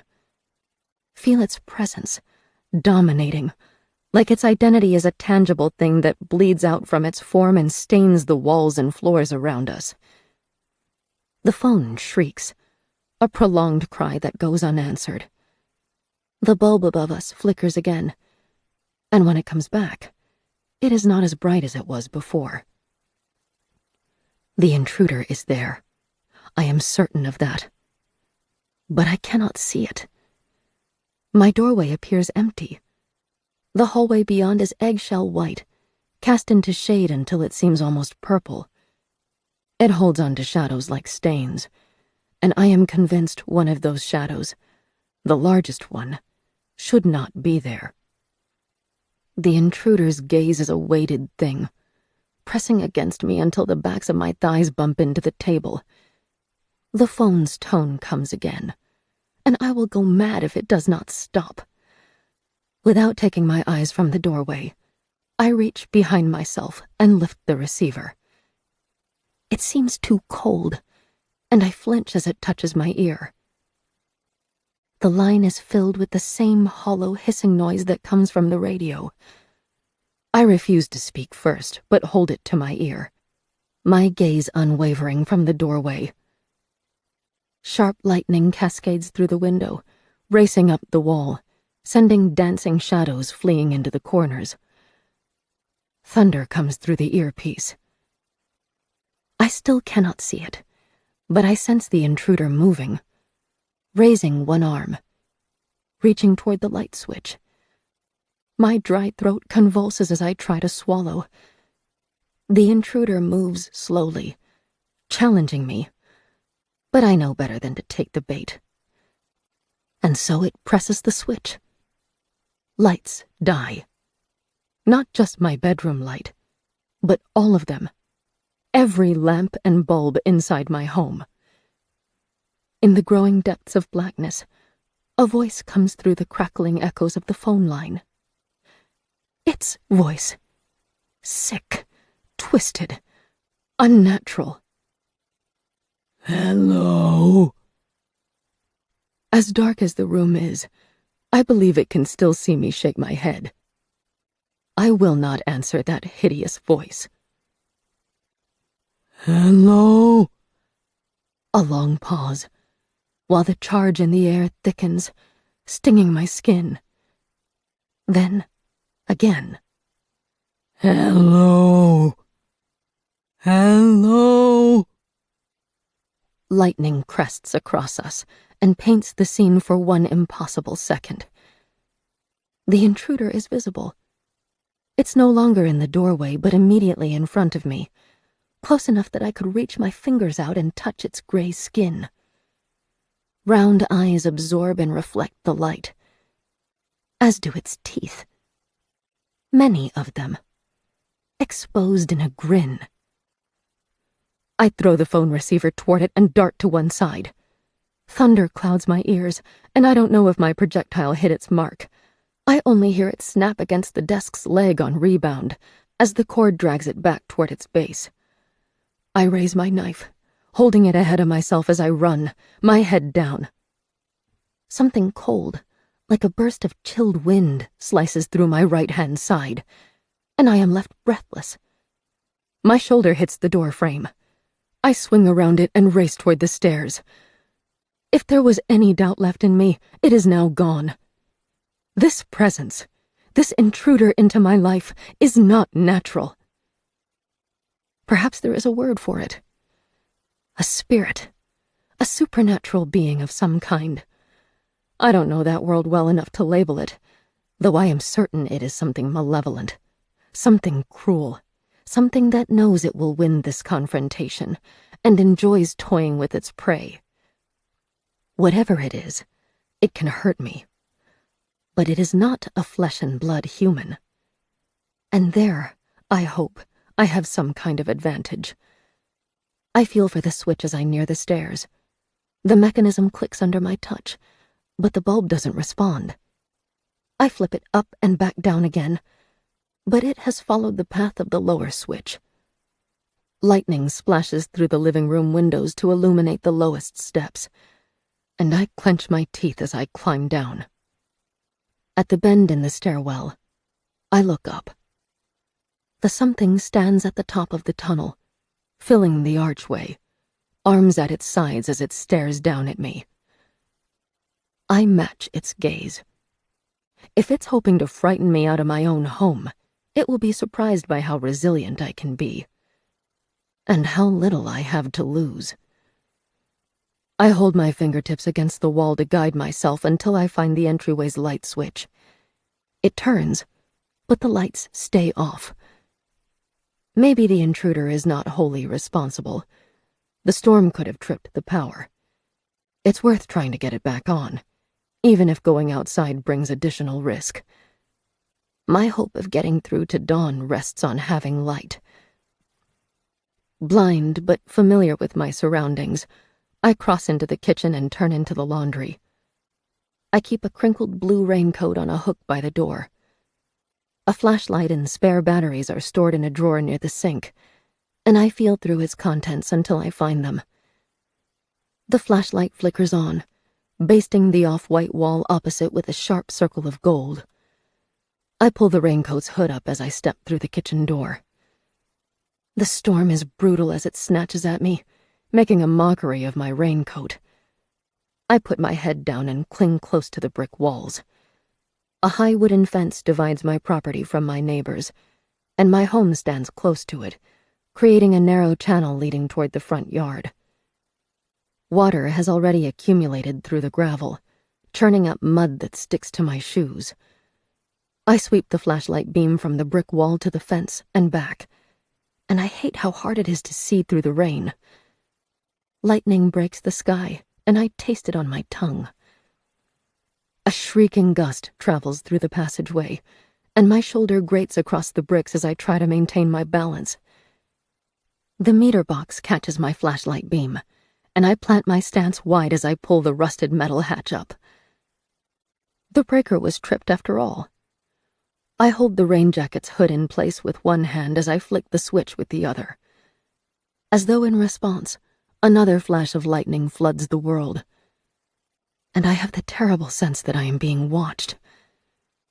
I turn the flashlight along the passageway, first toward the backyard, then toward the front. Thunder comes so dense that I can no longer hear myself, not my breaths and not my heartbeats. I slam the meter box's hatch closed. Despite flipping the breaker off and then on again, I cannot see any sign of light from my home. Not in the yard, and not from the windows on the second floor. I turn the flashlight off and squint against the rain. There are no lights in my neighbors' houses either. The storm took the suburb out. Without the flashlight, I feel cut off from the world. I am adrift, tethered only to my home by the shoulder I press to the brick wall and the shoes that sink into the mud-clogged pebbles. The building and I float in a void. There are no neighbors, no street, and no cars. Just the house, myself, and the intruder. The sensation that I'm being watched is so vivid that I feel I am about to be sick. The flashlight comes back at my request, and as its circle of light catches across the tiles of the house next door, I begin to breathe again. I hunch against the cutting rain and gale-force winds as I stagger back into the rear yard. Spears of lightning arc behind the great oak, and its branches no longer seem majestic, but worn and fragile, as though it too fears this storm. I move through the kitchen door and slam it closed. It may be able to form a barrier between myself and the rain, but I question how impenetrable it actually is. Rainwater pools across the kitchen floor, carrying leaves and insects borne in by the winds. The sounds are softened but not erased. I can still hear the wind, still feel it at my back. The rain jacket goes over the back of the nearest kitchen chair, where its drips will join those already invading my home. I swipe my sleeve across my face, which is saturated. Power won't be restored until the storm abates, perhaps not until tomorrow morning. There will be no lights tonight, save for my flashlight. And I am trapped in this dark box until then. Not alone, though I wish I were. My cell phone is still on the kitchen counter. It responds to my touch, but the power bar reads 8%. It shouldn't be draining this fast. It was at 90 just a few hours before, when I unplugged it from the hallway. It's enough for one call, though. Not a goodbye. The situation has not yet degenerated enough for me to consider leaving parting words. But I don't know exactly what the remainder of this night will bring, and there are some things I need to say in case future chances don't come as readily. I dial my sister's number. The flashlight picks out details from the hallway as I listen to the phone ring. The wood paneling that so neatly disguises the door that I have grown to loathe. The archway to the living room. The edge of the stairs, where a loop of the white rope waits. Meg's voicemail plays. This time, I'm grateful for it. I won't have to explain myself any more than I want.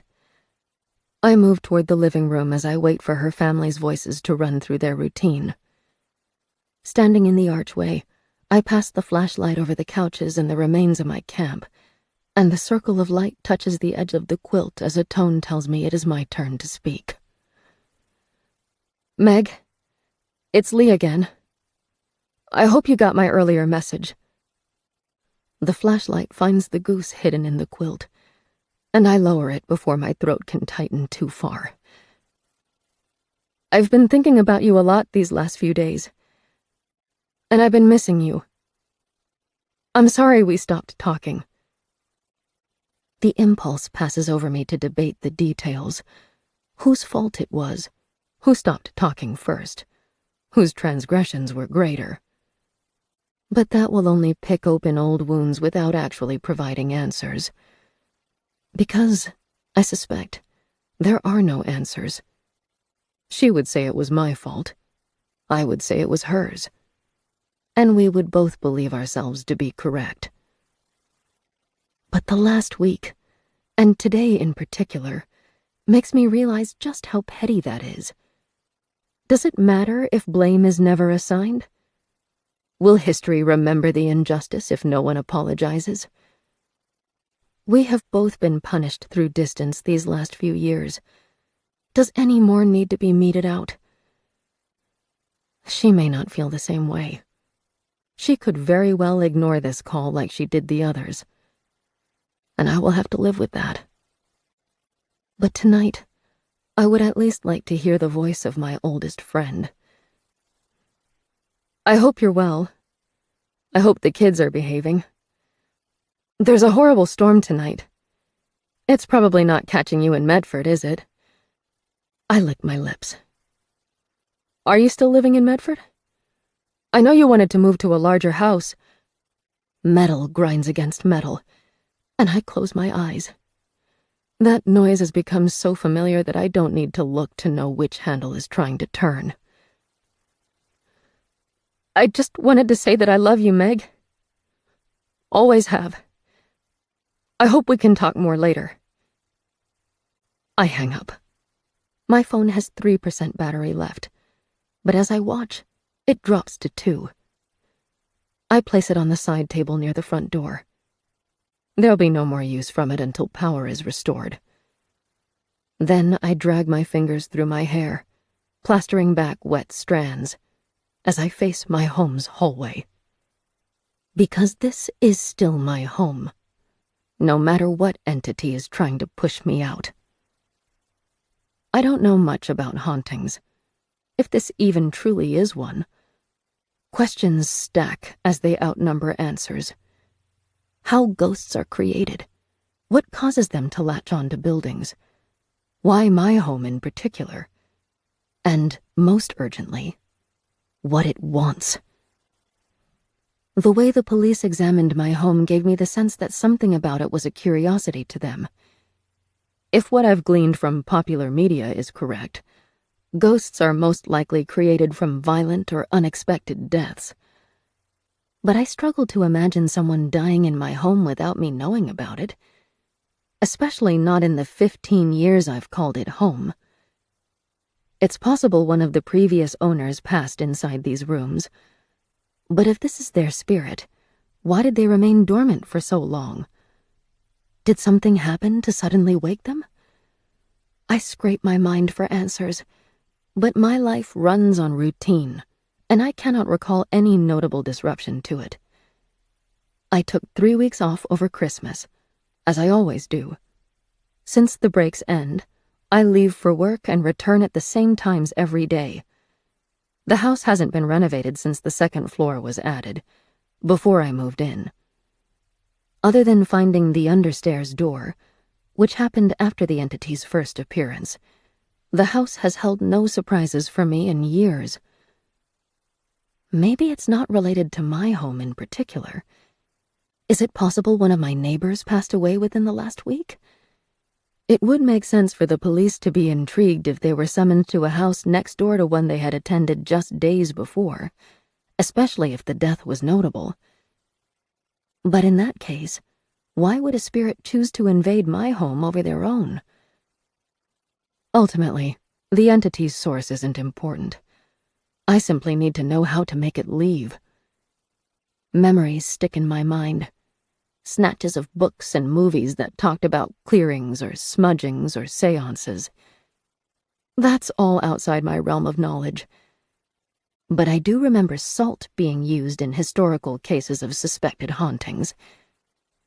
My pantry is kept well organized. The salt shaker seems insufficient, so I crouch to access the lowest shelves, where I store surpluses. As I reach between boxes of oats and flour, something delicate grazes the top of my hand.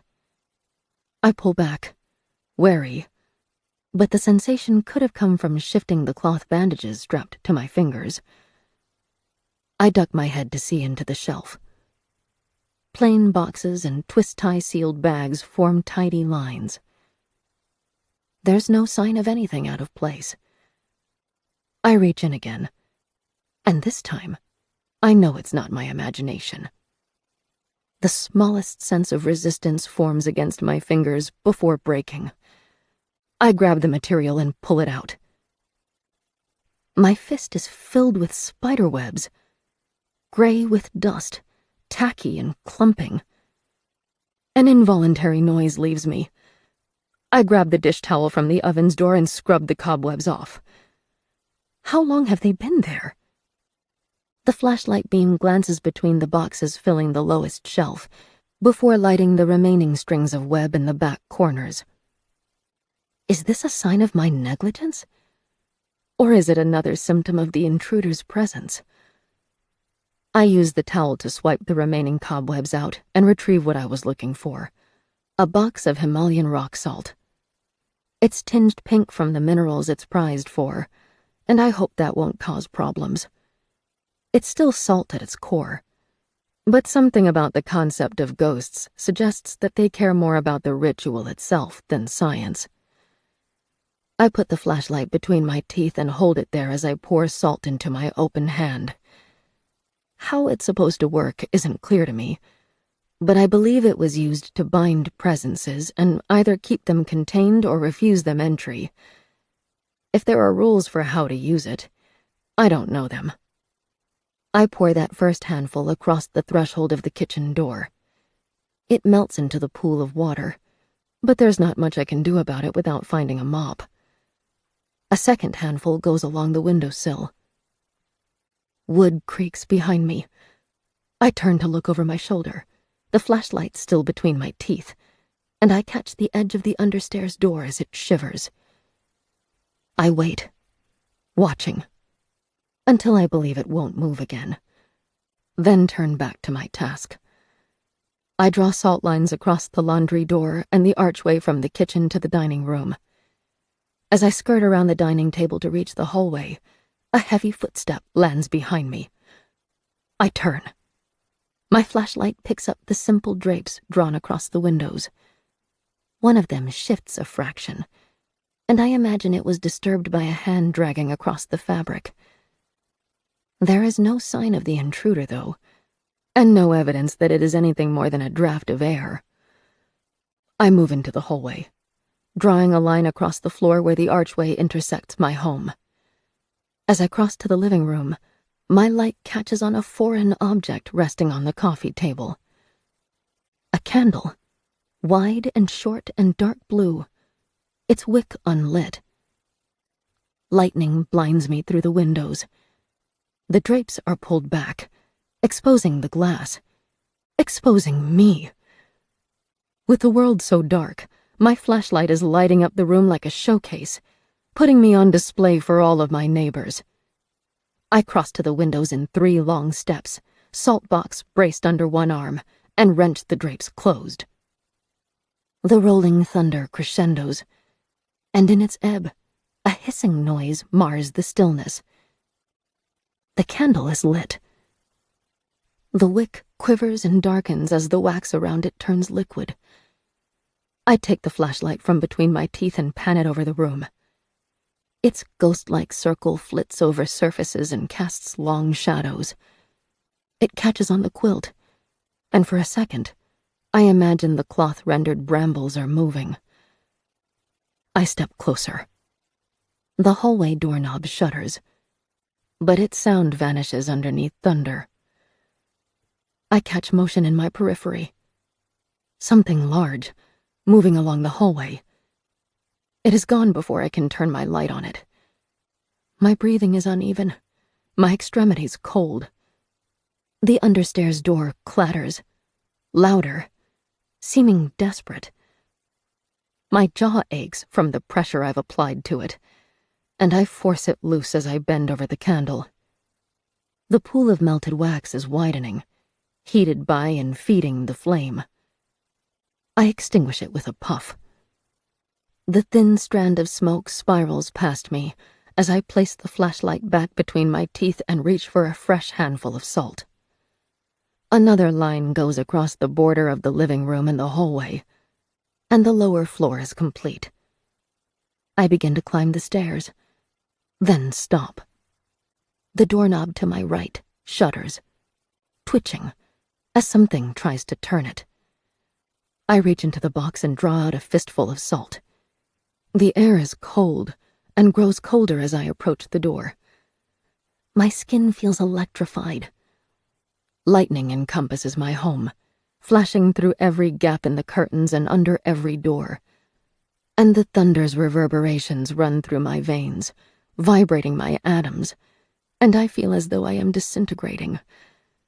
I loosen my fist, and a cascade of pale salt pours free. It starts at the wall, and I draw it out, pulling it into a curve, encircling the door, surrounding it. The handle shudders, louder, and the wood itself bows from pressure from the inside. I complete the circle at the wall, and as the last of the grains flick from my damp hold, a fist beats on the door. Once, twice, shaking the wood, sending tremors through the floor, as loud as the thunder. My mouth is dry as I press my back to the wall opposite. The door is still. I can hear the rain again. Its melancholy tones blend into white noise, blanketing my home. The box of salt is running low, and I hope it wasn't foolish to spread it about my home. Perhaps I will have to face the coming week tormented by a restless spirit and unsalted food. The thought draws a wry smile, but my heart beats too quickly for me to laugh. The understairs door remains quiet. I watch it from the corner of my eye. It seems too easy that the salt barrier truly forced its silence. I expect it to shudder back to life, to dash my hopes. But as the seconds draw on, it begins to appear as it always was. A forgotten compartment. Nothing sinister, nothing malevolent. Simply a door that went unnoticed for too long. I don't believe in half measures. There is enough salt to leave across the upstairs doorways, so I move the flashlight back into my hand and enter the stairwell. The circle of light undulates over each wooden step, highlighting the dust and fragments of dirt that avoided my cleaning efforts. I turn the corner and enter the darkest stretch of the climb. And as I raise my head, my steps falter. In a house with no lights and no power, the upstairs hall is lit in flickering gold. 7. This hallway is not mine. I run my tongue across my lower lip. It is dry, and the skin forms cracked plateaus, as though the salt I have been applying was absorbed into my own body. 15 steps separate me from the second-floor hall. A hall that should be dark. I hold the flashlight at my side, bulb directed at my feet, but the off-white paint above me shimmers. It's cast in a golden hue. Splashes of red rise over certain sections, and although I am too low to see the source of the light, the way it waxes and quivers gives me a clue to its origin. The box of salt is a poor comfort, but I hold it close to my chest as I climb.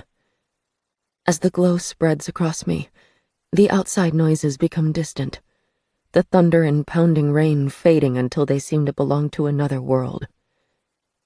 Only a sense of the gale remains. I feel it dragging at my house, as though my own bones are being assaulted.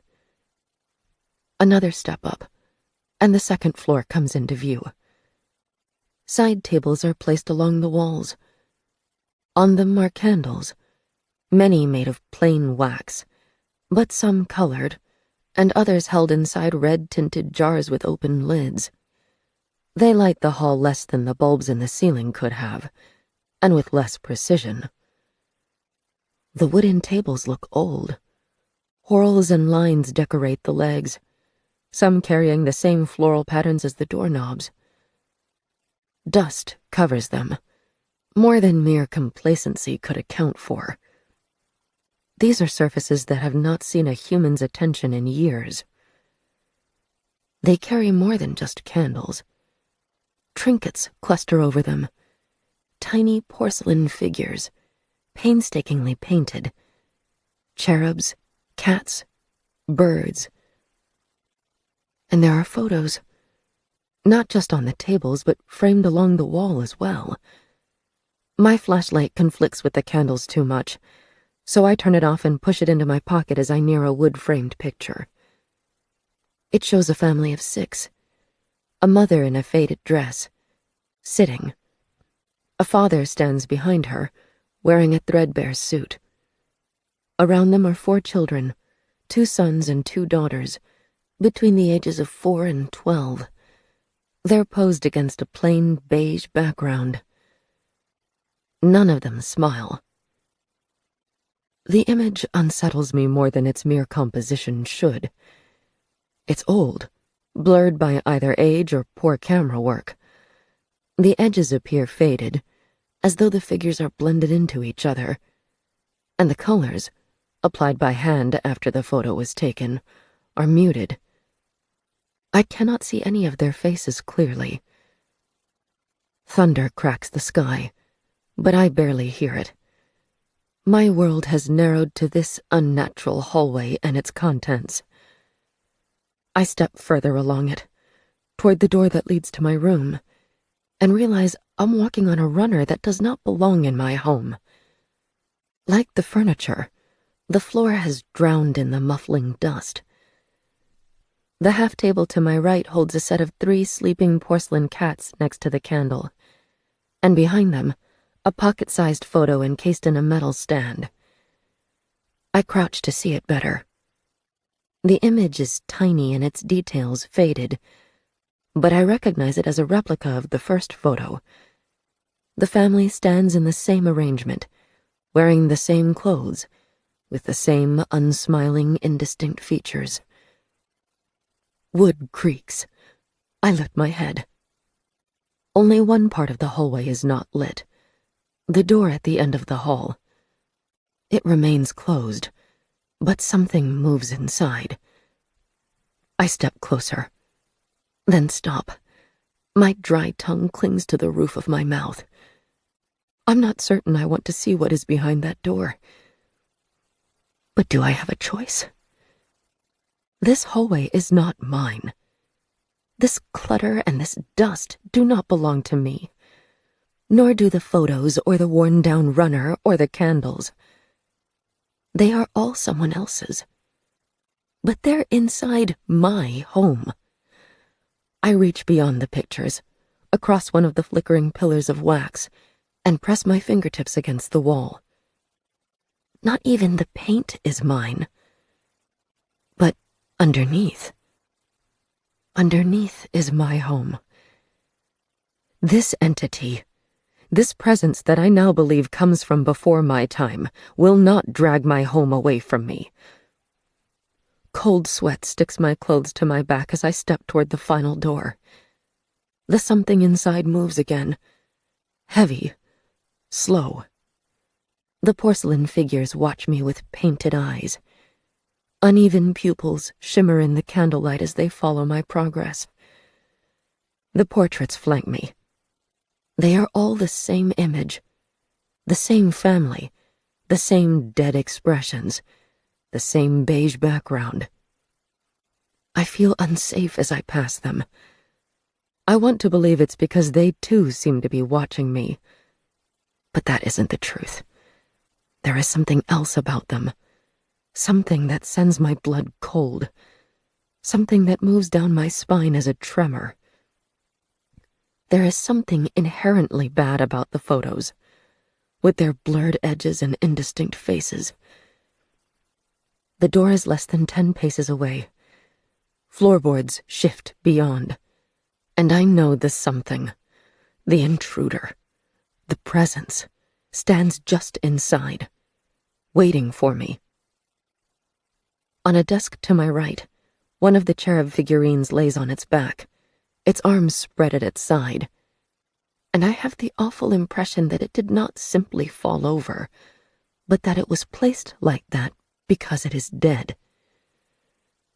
The doorknob shifts, twisting around as though preparing to open, then falls still. My throat hurts. My lungs are empty. I am standing underneath the largest photo. Framed in dark wood, the family looms over me, the grainy picture magnified to be an arm's length wide, and the sense of not right is intensified. The edges are still blurred, but in a different way from the smaller replicas. I reach toward the image but stop short of touching it. My fingers hover a fraction above the surface, but I can feel it. Like static, like the palest snowfall. There is something ethereal and delicate between me and the portrait. Dust. Everything in the hallway is covered in dust. And so are the images. It muffles them, softens them, fades the colors and the edges. I push my fingers in and drag them to the side, and lines of powder scrape away like frost being rubbed from a window. Underneath, the colors are deeper and the lines are sharper. I flatten my hand against the image and shear off layers of dust. My palm comes away tingling and gritty, and I step back to see the family. I was right. They weren't watching me.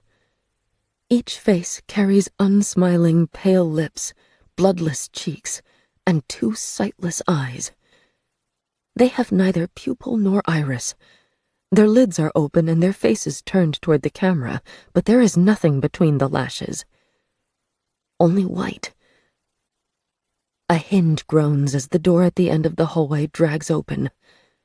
I feel for the flashlight in my pocket, but I no longer need it. A candle lights the darkest reaches of the hall, blood red and clasped between interlaced fingers. The intruder emerges from its darkened room. The candles on either side of me gutter. Then, in waves, they fail. The set closest to me blinks out first, followed by the row behind, and then the ones behind that. I take a step back, and the intruder moves forward. The final set of candles, the ones closest to the stairs, flicker and die, and I am stranded in a hallway that is pitch black save for the intruder's half-circle of light. Thunder shakes my home's foundations. Ribbons of light accompany it, slicing underneath the closed doors, but they scarcely illuminate the rows of emotionless faces that fill the hallway's portraits. The intruder appears to dwarf its surroundings. Its bent form blocks the hall, and the candle does precious little to give its shape relief. The cowl of hair flicks. Caught in a gust of air I cannot feel. I pace backward, desperate to put space between myself and the presence, but it matches each step, its own feet falling heavily on the dust-laden carpet. A weight exists in my hand. I am still carrying the box of salt. I reach inside and close my fist around the granules. The silhouetted hair shivers as the intruder's head moves. I know what is coming, but that does not make the corrupted sound any easier to endure. Hello. A sick, gurgling breath is drawn in. Hello. Hello. I extend my fistful of salt and throw it in an arc, casting it across the width of the hallway. The grains glitter in the candlelight as they fall. They land just short of the intruder, a barrier between it and myself. The intruder raises its candle in increments. The flame gives shape to its form. It is covered in some kind of cloth, grays and sickly greens. The colors are faded as deeply as those in the dust-covered portraits. I step back, and again the intruder closes the distance.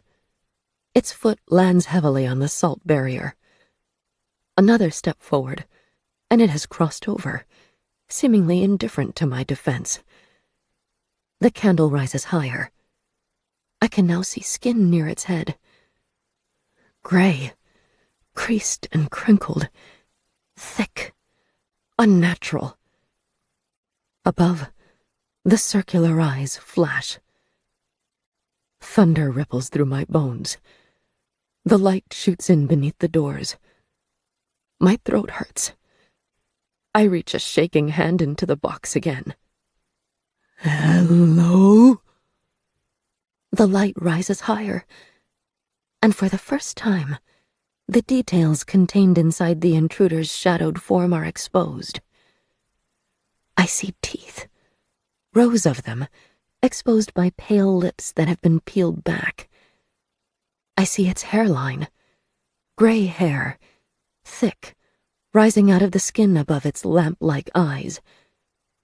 Its skin is wrinkled, bloodless, chiseled with deep lines that gather around the unnatural eyes and bared teeth. You're a woman. My words are whispered, nearly lost under the peeling storm. Her teeth part. A dark, shriveled tongue dances behind them. Hello. The box of salt is nearly empty. I seize as much as I can find, draw it out, and hurl it at the intruder's form. The grains spark off her coverings. They fizzle in the candle's growing pool of wax. They scatter around her, lost to the dark depths of the strange hallway. But she does not stop. Another step pulls her closer, the passage marked by the impact of a foot that shakes the wooden boards and sends puffs of dust billowing about her. She is close enough to touch, and that is too close. I step back again, my voice trapped in my throat. One of her bent hands leaves the candle. The fingers are like claws, all knuckles, curled, twitching. It rises to her face, to the round, lamp-like eyes. It touches one of them, digs behind it, as though to gouge the light out. My mouth is open, but I cannot make noise. The eye quivers, the light inside it flashing, then fading. Then they both come away from the face, peeled away, like a layer of skin dragged off a body. Behind those round lamps are a set of second eyes. Human eyes. Except for one detail. They are fully white. To either side of us, the family stares out of their frames, their eyes as dead and empty as those of the entity before me. The box slides from my grasp. I stagger back. The intruder comes closer, filling the space ahead of me, her white, unblinking eyes fixed on me, the teeth held apart as the dancing tongue regurgitates a broken form of my own words. You are you, woman. You are My foot reaches back. The toes land on wood. The heel drops into a void. Unknowingly, I have backed into the stairwell. I try to catch myself, but the intruder steps nearer, close enough now that I can feel the icy chill spreading from her, taste the rank scents on my tongue. My body recoils from her. I slide from the top step, falling backward, hands reaching out to grasp at nothing as I plunge into the black tunnel. I have one final glimpse of the upper hallway in that mid-fall second when my body is held in suspension, cradled by nothing but air. The intruder stands on the top step, hands wrapped around the blood-red candle. Her round eyes are back in place, lamps that stare out of the formless face, rows of off-color teeth grinning as I plunge away from her. A lot happens in the space of a second. My eyes close. My hands reach out, searching for any kind of grip. The bite of the stairs will come, I know, spearing into my back, cutting the rear of my head, before I crumple down the flight like a discarded doll. I am surprisingly ready for it. These weeks have been building toward our final confrontation, and I suspect this was always the way it was going to end. The fall seems to last too long, as though I were plunging off a cliff, as though the stairs never actually existed. My mouth is open, but I can neither breathe nor cry out. And then I land, not on the sharp, jutting stair edges, as I'd expected, but on something flat and solid. The bang of the impact is louder than I could have imagined, drowning out the thunder, drowning out the howling wind, leaving endless echoes in my ears. My back aches, but it is the dulled pain of first impact, dampened by shock, and I know it will only grow worse as my nerve endings refire. My arms fall against the surface and I feel wood. The downstairs floor? My eyes open.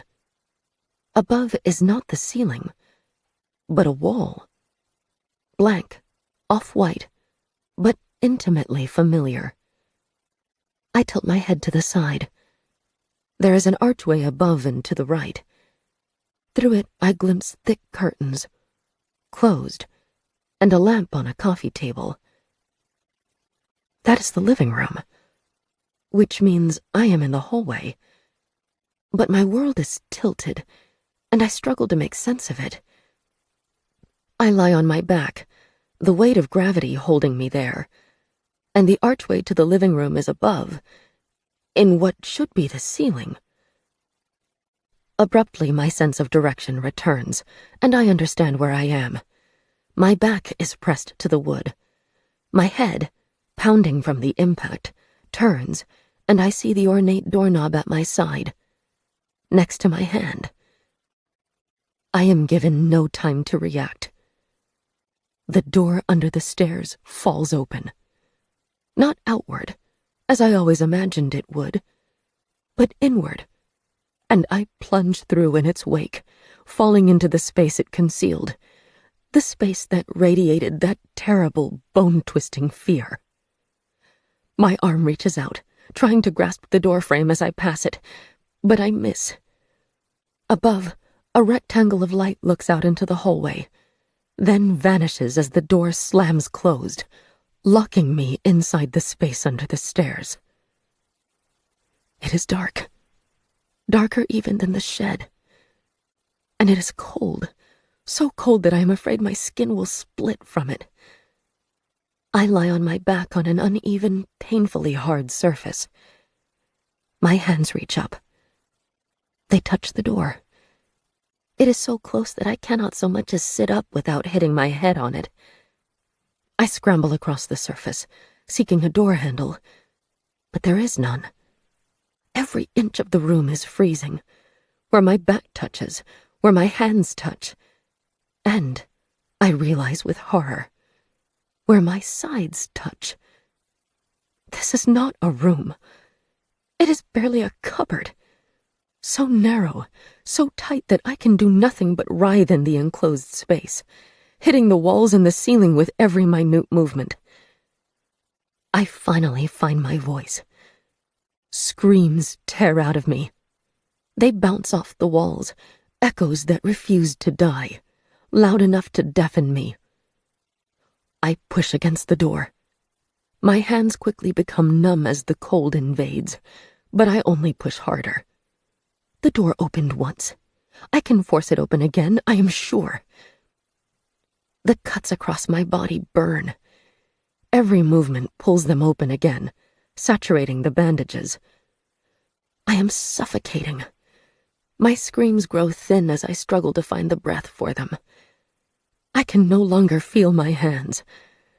Instead, I pull my legs up. I can use my feet to press against the door, creating leverage.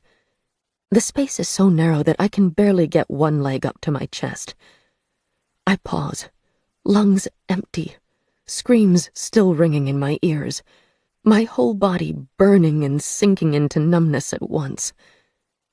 Then, with effort, I pull my second leg up.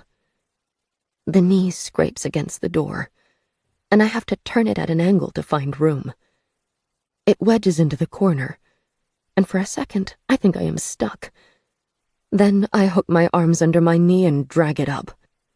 The pants tear and a layer of skin scrapes free, but I have it up, both thighs pressed against my chest. I had planned to put the soles of my feet against the door, and a stab of fear courses into my heart as I realize there is no space for that. The room has grown narrower, or I misjudged. Either way, I am stuck.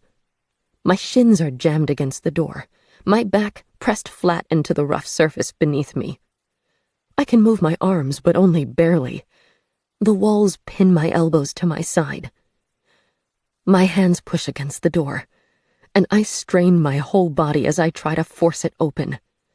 I feel it bow under my touch, but the effort saps my energy. I let my head drop, panting breaths burning my lips as tears freeze into ice on my cheeks. Please. I do not know who I am begging, only that I am willing to plead with anyone who will listen. There is no one, though. Only me. And the walls are growing tighter. I can barely writhe. My hands stick to the door, frozen in place. There is no air. There is only dark. Only cold. Only silence.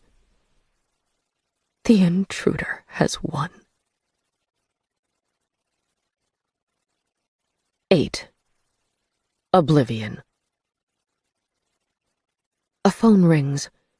The sound is antiquated, deep and contemplative, made from physical bells and metal strikers. I open my eyes. The old bronze phone rattles in place as it rings, wanting to be answered. The sun has already risen. The blocks of light that break through the oak branches seem larger than normal, as though the tree no longer has the strength to slice it so thoroughly. They scatter over the desk, shining on the polished bronze and wood, then across my carpeted floor, and finally, onto me. The quilt, resplendent in Aesop's creations, drapes over my form.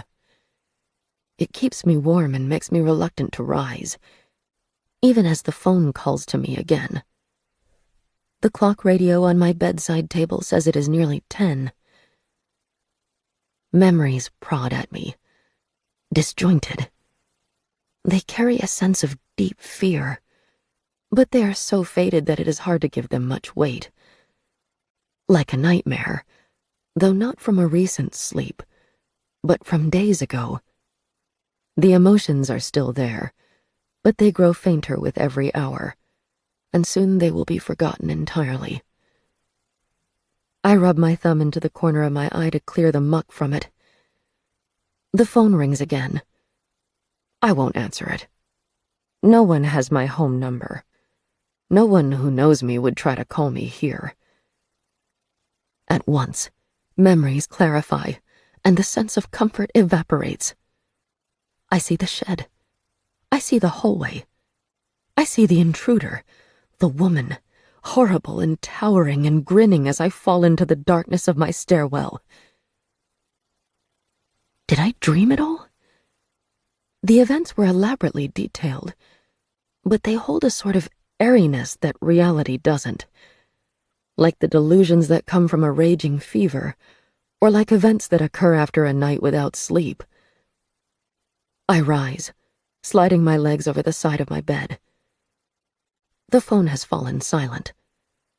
I sit for a moment, soaking in the details of my room, reassuring myself that no matter what, I am awake now. My fingers run along the soft edges of my quilt, grazing the stitches that I planted one at a time. My bare feet sink into the carpet. Tickling threads burrow between my toes. Outside, the oak branches rub across one another, the most adventurous tapping at my external wall and picking at the edges of the window. This morning is real. Of that I am certain. But now I must sift through my memories. How many of them actually happened? Aches spread over my body as I stand. Bandages mark the places where I cut myself in the shed. A bitter taste fills my mouth as I am forced to accept that there is one experience, at least, which truly happened. I approach the window. The bare oak branches move lightly in the wind. I thought there were fewer slices in the light this morning, and I was right. Fallen branches dot the yard below, debris from the storm complementing the shallow pools of water that gather around the washing line and the back fence. The storm has spent itself, and the morning feels fresh and light, but I find it hard to revel in it. My shoes were left beside my bed, where I always place them at night, and I slip them onto my feet. The door gives me pause, but only for a second. I push it open. The hallway is my own again. The off-white walls are clean and empty. There is no dust, no porcelain trinkets, no portraits. That part of my memory is fiction. I hope. Back in my room, I go to my closet to find day clothes. It is only when I have picked out a top that I realize I am already wearing one. It is the outfit I selected last night. Dark clothes, stretchy clothes. They are comfortable enough that I mistook them for my nightgown. I change, regardless. As I peel the bottoms off, my knee stings. I examine it and find a scrape. More memories come into clarity. The space under the stairs. The door that would not open. Trying to pull my legs up, tearing the pants and grazing my knee. One hand presses over my mouth. I feel sick. Out of everything jumbled into my mind, that is the one part I do not want to be real. Perhaps I gained the scrape somewhere else. in the shed or tripping on the stairs. Reliving the memories stirs an ache in my chest, and so I push the question aside. I dress. Bruises mark my back, but I only examine them glancingly.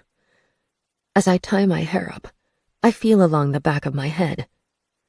There is a bump, small, that hurts when I touch it. The door creaks as I push through it and move into the hallway. To my right, at the end of the hall, the final door is open. I stare at it, daring the indistinct shapes beyond to move. But they don't. I turn to the stairs. Something crunches under my shoes. I lift my foot, examining the sole, and find tiny grains of pink salt. I crouch. There is not a line of salt, not like I remember leaving, but there is still some. Perhaps a tenth of what I imagined I placed. The light at the stairwell still doesn't work. I am not as willing to climb down as I once was, but I coax myself to move. It is no longer night. Daylight flows up the lowest steps, and the well is no longer pitch black. Several things catch my eye at the base of the stairs. The rope coiled on the floor, where I left it the previous day. The lines of salt are gone. I approach the living room and bend at the archway, examining the floor. There are still traces of the grains clinging against the wall.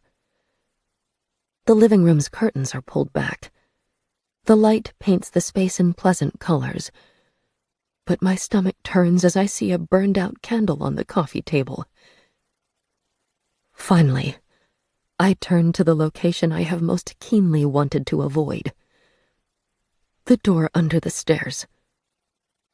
It is closed, unremarkable, almost invisible among the wood paneling. The salt ring I placed around it is also missing. A heavy sensation fills my chest as I approach, something akin to dread, dense, cloying. My pulse spikes. I feel my pupils dilate. This must be how a prey animal reacts when it sees a predator. I don't want to touch the door. Don't want to be anywhere near it. I'm now certain the door opened last night. Opened to let me in, then slammed on top of me. How I got out, how I made it up to my room and still had the presence of mind to remove my shoes is a mystery. But I was on the other side of this door. I don't want to return. But I must be sure. My fingers touch the doorknob. I try to turn it. It shifts a fraction, then jams. Locked again. Thank mercy. I turn for the kitchen, eager for something to soften my dry throat. Despite the sense of unreality that clings to last night, I must accept that the events happened. Or at least, something like them happened. The drawer at the kitchen counter scrapes open, and I pop pills out of their foils. 2 pain tablets for the throbbing headache, and 1 antidepressant that I missed taking last night. I swallow the pills with a glass of water, then fill it a second time. Last night, I saw the intruder's true face. A woman, an old one, with empty white eyes and long gray hair. The salt didn't deter her. She is responsible for my fall. Responsible for me becoming trapped inside the room under the stairs. What does she want? She won our confrontation. So how am I still here? How did I wake in my own room, hurt but whole, only to face another day with her living in my home? Perhaps this is what she wants. Not to kill me, but to keep me. To make me suffer again and again, every day, until I cannot take the torment for even a second longer and give up my own life willingly. My hand shakes so badly that the glass rattles against the sink as I set it down. Today is Sunday. I have another full day in this house before I can escape to work tomorrow. That word, escape, lingers in my mind. I could leave my home, relinquish it to her. No, I'm not enough of a fool to imagine she would let me leave. If getting the house was her only goal, I'm certain she could have ended my life by now. She doesn't want the building. She wants me. If I leave, she will follow. That is a heavy thought. I press my thumb into my temple, where the low pulse of a headache resides. How long has it been since I ate a full meal, slept without being disturbed? Is there anything that will make this stop? I fold my arms around myself as I shuffle along the hallway. The door handle is still, but I give it a wide berth as I pass. My cell phone is connected to its charging cable by the door. It works again, and the battery is full. No messages, no missed calls. I try not to let the disappointment hurt, but I truly thought that there would have been enough warm memories between us that Meg would call back. I would answer if she phoned me. The rope lies at the foot of the stairs. I hate walking over it every time I need to traverse my home. The smooth synthetic fibers have an unpleasant texture as I take it up and carry it through the back door. My yard endured the storm's beating, but it didn't come out fully unscathed. Leaves stripped from trees clump against the fence. The washing line lists. My feet drag through damp grass as I cross to the shed. The door opens with some effort. I'm breathless by the time it's wide enough to see inside. The space is as small as I remember. 4 good paces would put me at the rear wall. Metal implements cluster over the crowded walls. Sharp points, sharp edges, tines and spikes. The scores across my body ache at the memory. I reel my arm back and hurl the rope toward the rear shelf. It crumples on the floor next to its companion, and I drag the door closed again. The intruder can hurt me, but she doesn't appear to want to end me. Yet.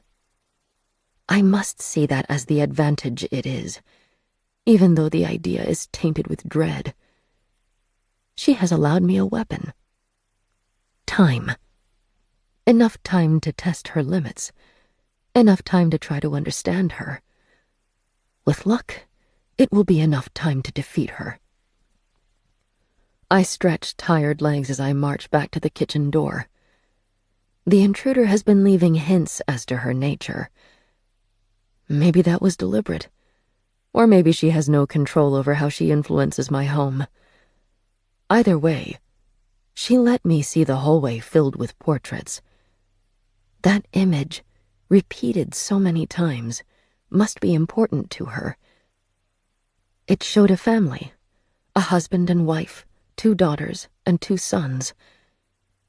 The image was old. The colors weren't quite true, but were hand-applied post-development, telling me its original form was black and white. That makes it at least 70 years old. The intruder is also old. She's distorted, unnatural, her face deeply creased and her hands frozen into claws. It's possible the twisted visage that lingers in my home is the wife from the picture. Perhaps she lived here before I did, died in this house, and has been dormant until now. The timeline feels shaky. The living room still has blankets from when I made my home there, and I take one and wrap it around my shoulders before retrieving my phone.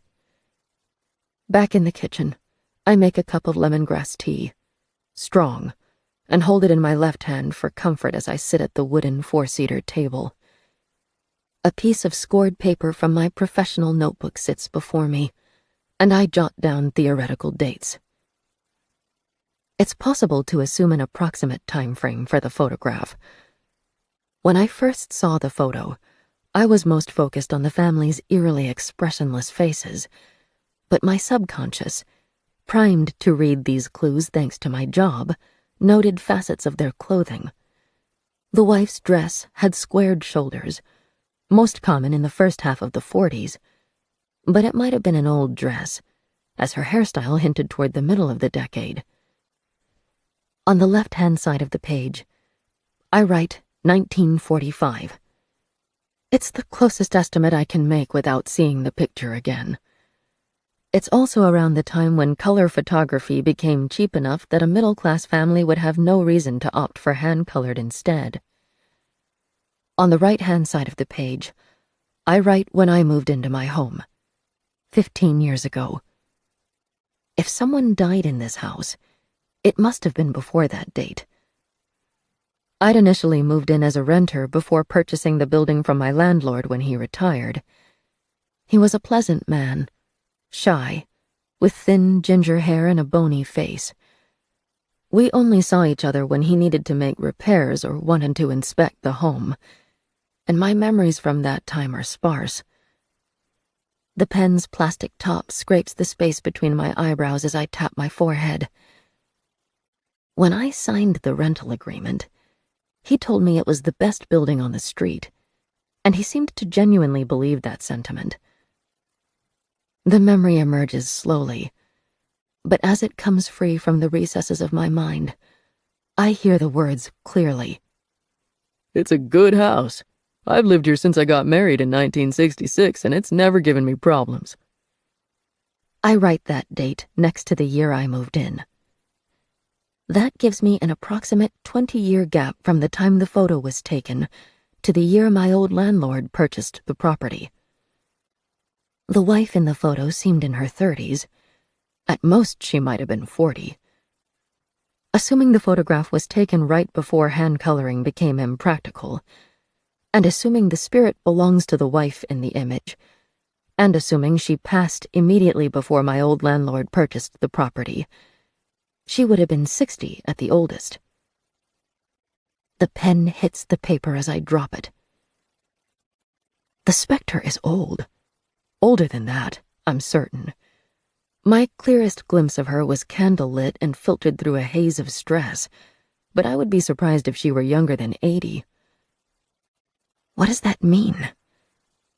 I could have my dates wrong. Or the spirit tormenting me was not present in the photograph. It's possible they have a tangential relationship to it. An aunt, a sister. Someone who cherished the picture enough to manifest it, although it did not include them. I wish I could see it again. To be able to examine its details, possibly eke out some meaning from the background or recognize some trivial element. Anything that would give me a direction to move my research. A way to narrow down the identities of those present. Because I am certain, knowing the name of the specter will be vital to understanding how to remove her. My tea is cooling. I push the sheet of paper away as frustrations rise and lift the mug to my lips. An alarm sounds outside my home. My gate's rusted hinges complain as they turn, warning me that someone is coming. I rarely get visitors. Anxiety materializes. This could be a neighbor, someone who saw me through my lit windows last night, someone who was visiting out of a misguided desire to help, or, perhaps, pure, callous curiosity. My hair is overdue for a wash, so I tie it into a bun, where its ragged edges will be less noticeable. My home is a mess with salt residue and the supplies I have accumulated over the last week. Nothing I can do about that now. 4 quick knocks come from the door. As I pass from the kitchen and into the hallway, I glimpse lines of faded gray in the ceiling corners. Spiderwebs. Anyone who sees inside my home will think it has not been cleaned in months. There are no windows in my front door. Only the peephole. I keep my steps light, hoping they won't betray my presence. As I near the door, the irony makes me want to smile. Just a moment ago, I was praying that I would not have to face this spirit alone. Now, I think I would gladly remain isolated if the alternative meant giving one of my street's gossips a front-row seat to my living nightmares. I slow to a creep for the final few steps. Whoever is on the other side of the door is restless. The mat crunches. A jacket rustles as gusts tug at it. I hold my breath and extend my fingertips to rest against the door as I lean closer, my eye approaching the tiny lens. A woman stands outside. Her back is to the door as she faces the yard, her head lifted as she surveys the vines bobbing across the low brick fence and the houses opposite. Her pea-green jacket flaps about her. It's not the kind of jacket you wear when you visit your neighbor. It's too formal, too expensive. The kind you don when you are traveling a distance. Shoulder-length hair whips around her head. Fine strands tangle like gossamer, dulling what otherwise might be glossy. In the shade of my porch it appears light brown, but it's not. Not really. Under house lights, it's golden. In sunlight, it takes on a strawberry tint. At night, when the moon is large enough, it could be mistaken for silver. I know, because that chameleon hair and the sloped shoulders and even the angle of her head are so deeply familiar. I lean back, my eyes burning, my throat aching. Meg came. I'm wildly unprepared. My home is a mess. Once I might have feared her judgment as much as I feared allowing the gossips and busybodies inside. But not today. Meg can see me at my worst. My hands are unsteady and struggle to open the door. As it swings inward, Meg turns, her hair dragging over her round face and barely disguising the hint of red lining her eyes underneath the mascara. She's a crier. Always was. And today I am as bad as her, on the edge of making a fool of myself, my eyes prickling no matter how fast I blink. We stare at each other. She swallows, and a hesitant smile forms. It's different from the smile I know best. This is the one she reserves for strangers. I suppose that's what we've become. One hand rises, as nervous as her voice. Hi.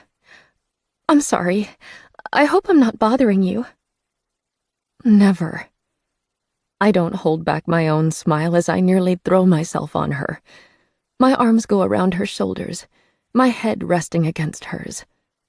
She's shorter than I am, but we always fit together well.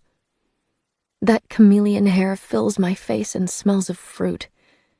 Papaya and strawberry, I think. And it makes me want to laugh. We are so different. I never understood why I should want to put fruit in my hair, so my conditioners are odorless. She seems to pick them according to how hungry they make her. I revel in the smell, though. It is so perfectly Meg. I hadn't realized how much I'd missed it. Her skin is a flushed kind of warm against my cheek.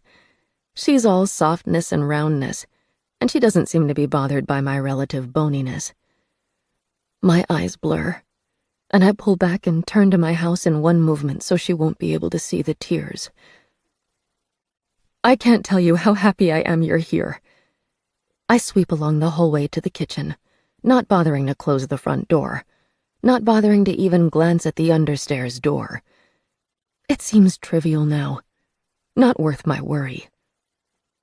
I have an unbelievable story to tell you.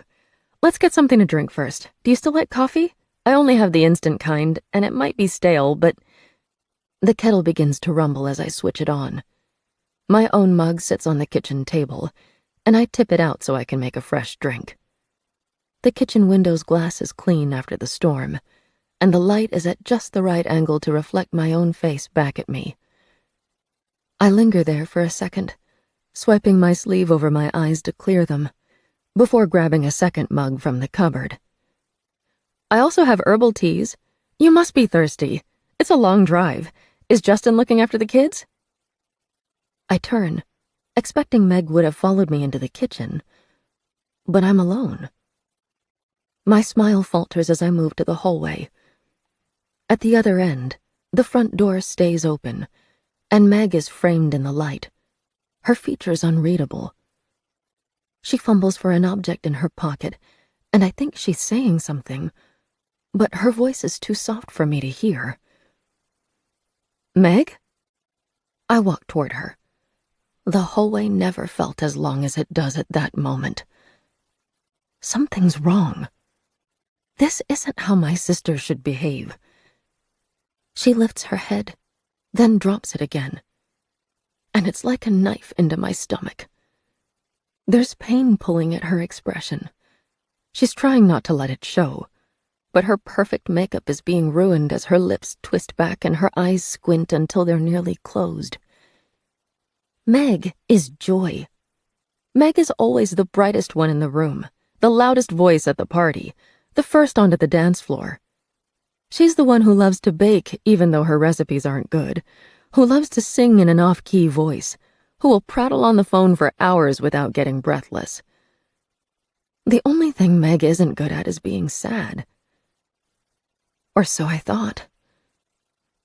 I'm really sorry to bother you, she says. I wouldn't, except it's important. What happened? I am suddenly afraid. I offer a hand to her, but she doesn't take it. Doesn't let me lead her into the house. Doesn't seem to want to touch me. I'm left there, fingers outstretched, feeling that sense of smothering panic clawing at my throat. This is my sister. She holds out the piece of paper, a photograph, quivering between her fingers. Meg. The fear is sharper, so harsh that it hurts. There's something wrong with her. We're a two-sibling family. The sense that something terrible will happen if I let her continue, that her words are beckoning something dark and unendurable into my life, crests over me. What are you saying? She's very important to me. I want her to stop. Need her to stop. But her words are coming too fast, and I have no air in my lungs to cut her off. I try to push the photo back to her, but she doesn't react. She just holds it out, as though waiting for me to take it. And then I realize, she's not looking at me. Toward me, yes, but not at me. There's no eye contact. My legs feel weak. My body, worn down from the week of stress and lost sleep, cannot adjust in time. I stagger back. My shoulder hits the wall near the stairs, and I lean against it for support. Meg's gaze doesn't move. She stares along the hallway, focused on nothing. No, not on nothing. On the intruder. The woman's shrouded form dominates the space. She must have been standing behind me, so close that I should have felt her cowl graze my back.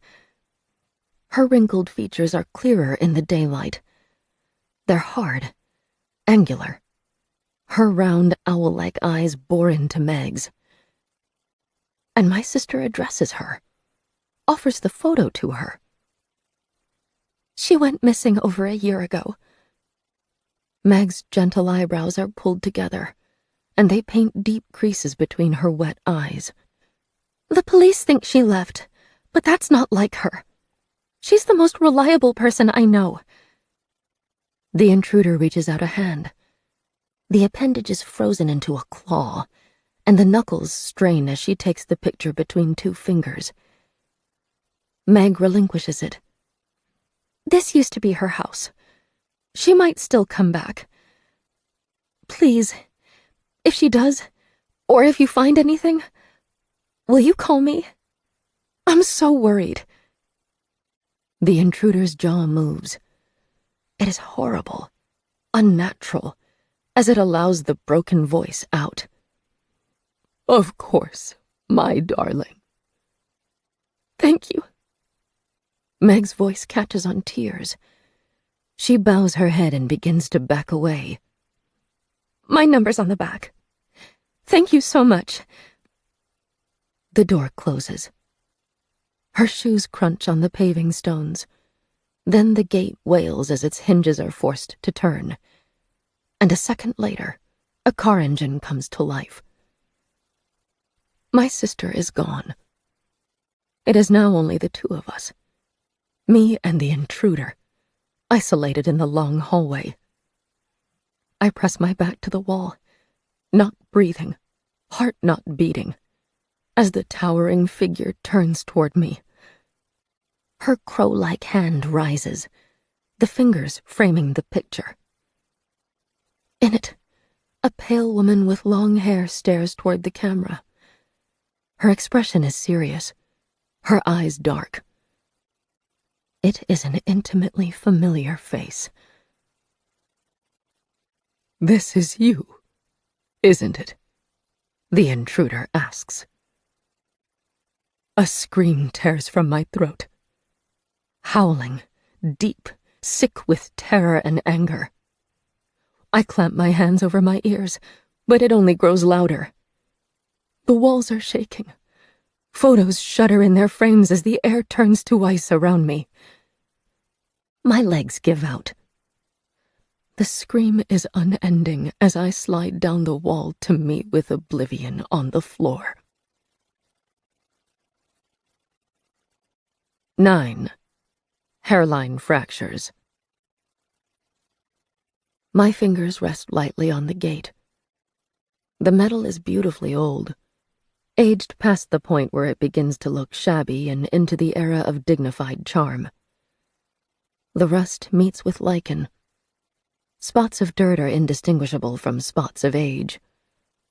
I could easily afford to redo the fence, build it higher maybe, and switch the gate for something more modern. But I wouldn't relinquish the squeaky heirloom for anything. Though I'm reluctant to open it. Work allowed me to escape the house for a few comforting hours. But now I'm not sure I'm ready to be home. I have to go in eventually, though, don't I? Neighbors will notice if I stand on the sidewalk for too long.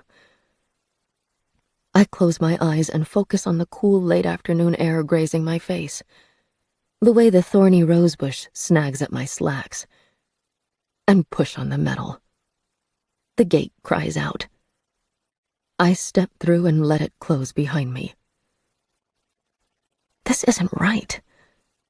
I frown, turning to look behind myself. My car, its engine still warm, waits on the street. Something happened yesterday. Something that changed me, that broke me in an imperceptible way. Once, several months ago, I dropped a mug. It was one of my favorites. Lovely red and gold geometric patterns laced across the surface. I felt a burst of panic as it hit the floor, followed by gratitude when it didn't break. Thanking whatever luck held that mug together, I placed it back on the counter and filled it with tea.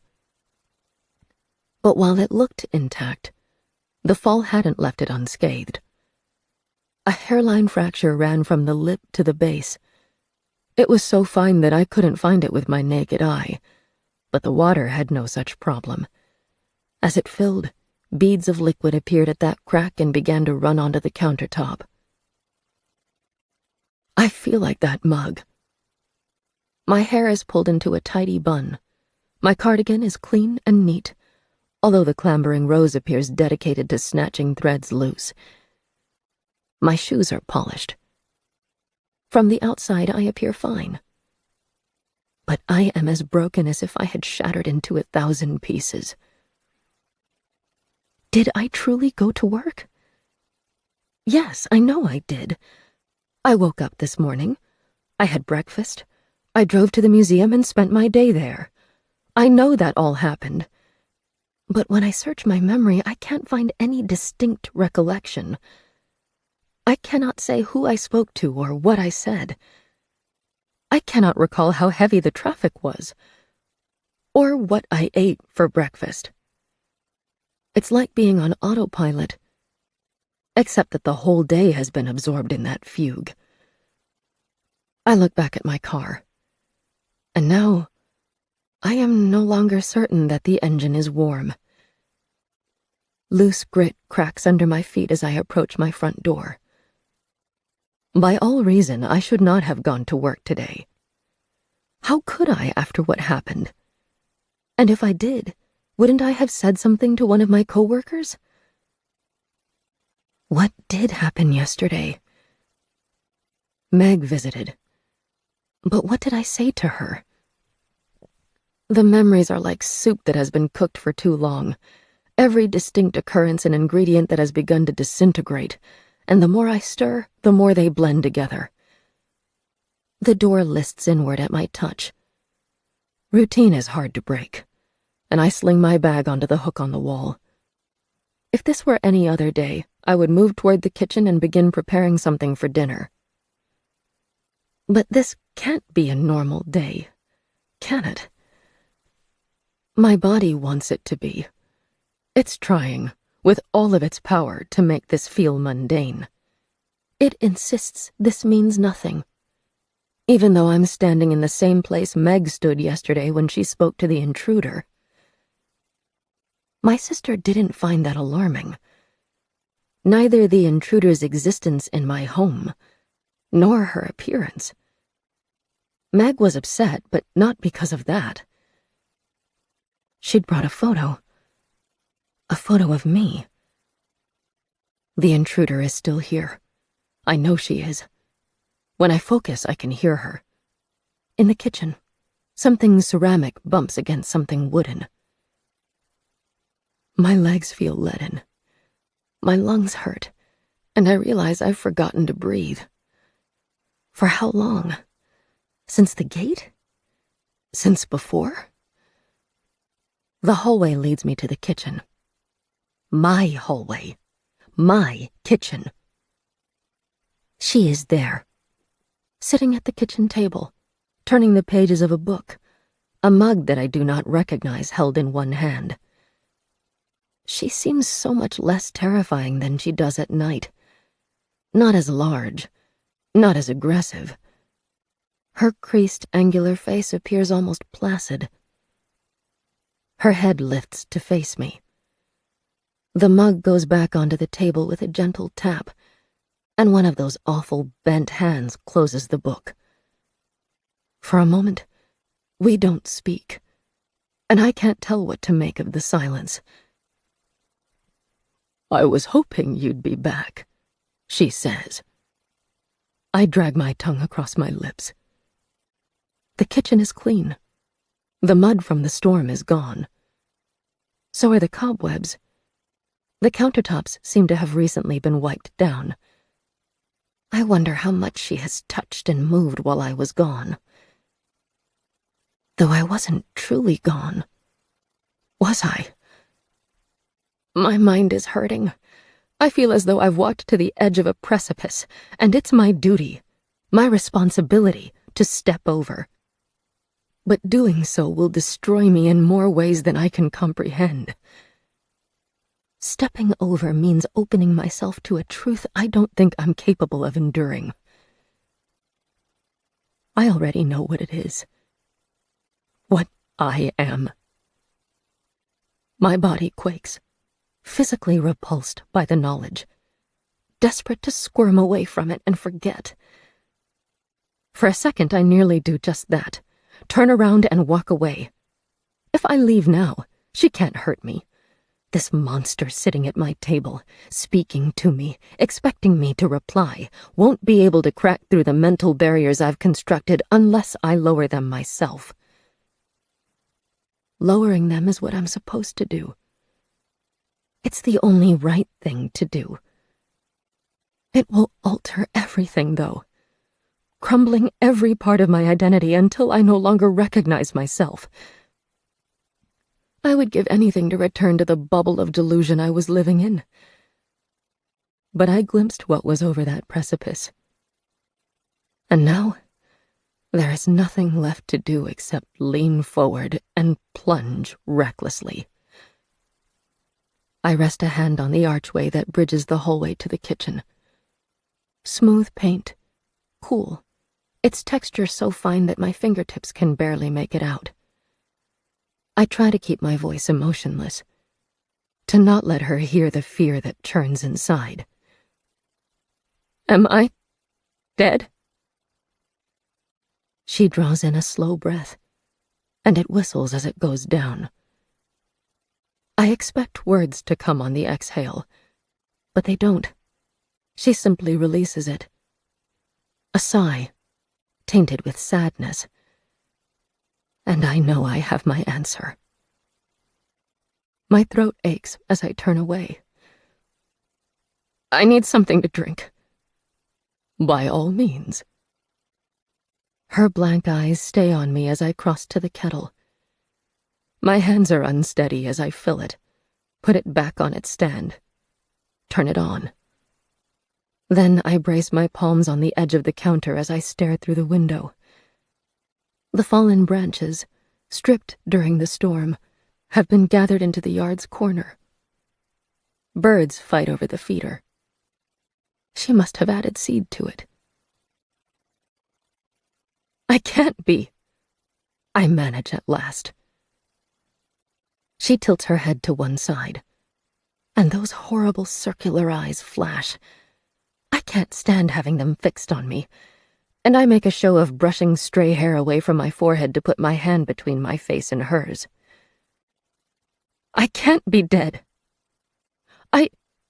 Do you remember how it happened, sweet thing? It didn't. I put my hand down with more force than I intended. My palm stings.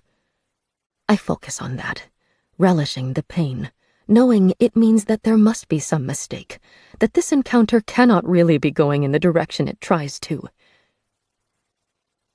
The police. I called them. They came. I led them through the house. I remember. She turns her mug with one clawed hand. They showed up in the middle of the night. One of the neighbors had seen me rushing between rooms through the windows and called them. They came by to check I was okay. It took some convincing to get them to leave. They never seemed to really listen to what I said. The realization saps my strength, and I hunch low over the sink as steam rises from the kettle. I asked them to look at the door under the stairs. They ignored me. I tried to show them through the house. They made their own way. They never actually met my eyes. The kettle reaches its peak and switches off. My hands shake so badly that I am in danger of dropping my second favorite mug as I place a tea bag into it and pour the water. The intruder remains seated and silent, her eyes still trained on me, but seeming content to just watch. What are you? I ask. My name is Sarah. She turns the mug again, rotating it so that the handle faces her. I am 84. A mother. Retired. I hope something in there answers your question. I look her over out of the corner of my eye. Strangely, even in the well-lit kitchen, she is still hard to make out, as though the smudging effect of nighttime clings to her like a permanent cloak. And that is very much not natural. The tea bag is hot enough to burn my fingers, but I don't bother searching for a spoon as I fish it out and drop it into a saucer by the kettle.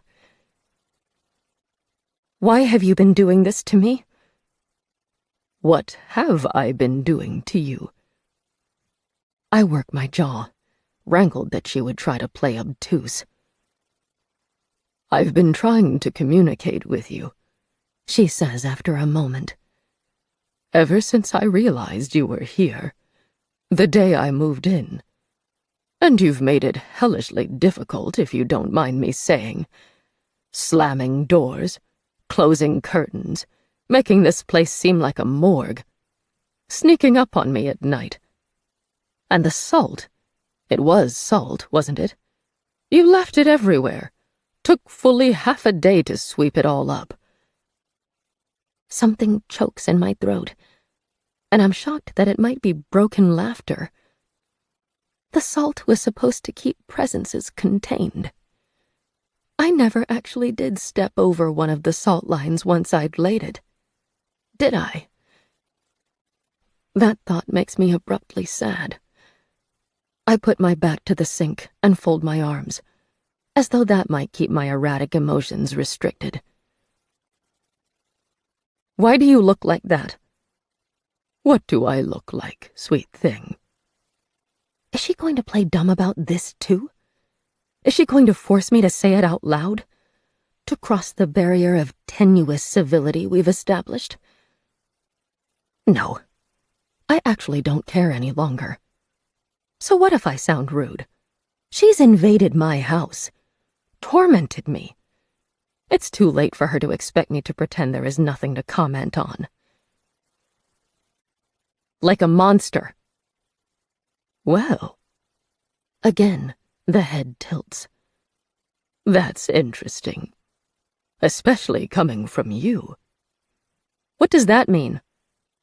One hand twitches, waving my question away. So I look different from the way a person should, do I? If I had to guess, I'd say you've created a fictionalized picture of me. If you were afraid when you first saw me, your mind could have crafted something to be frightened of. A veneer. In the same way that this likely still looks like your home. This is my home, I snap back. My sweet darling, I'm sorry. I bought it nearly 3 months ago. She draws a slow breath, her shoulders rising and falling with it. I kept much of the same furniture, but there are more than enough changes. No. I extend a hand, indicating the kitchen. There's dust and cobwebs, and that rope you put everywhere. But then, like a light being switched on, I see. I'd filled and boiled a kettle, but it's no longer the steel kettle I always used. Now it's bright red. I touch its side. Cold. The mug I filled is missing. I step back, staring about the room, and feel moisture burning my eyes.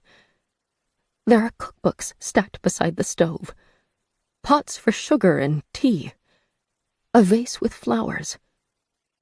None of it mine. She still sits at the table, the paperback novel discarded beside her, the mug held in one hand. She is still tall, still intimidating, but no longer supernaturally so. The fabric across her form is a sage-green dress.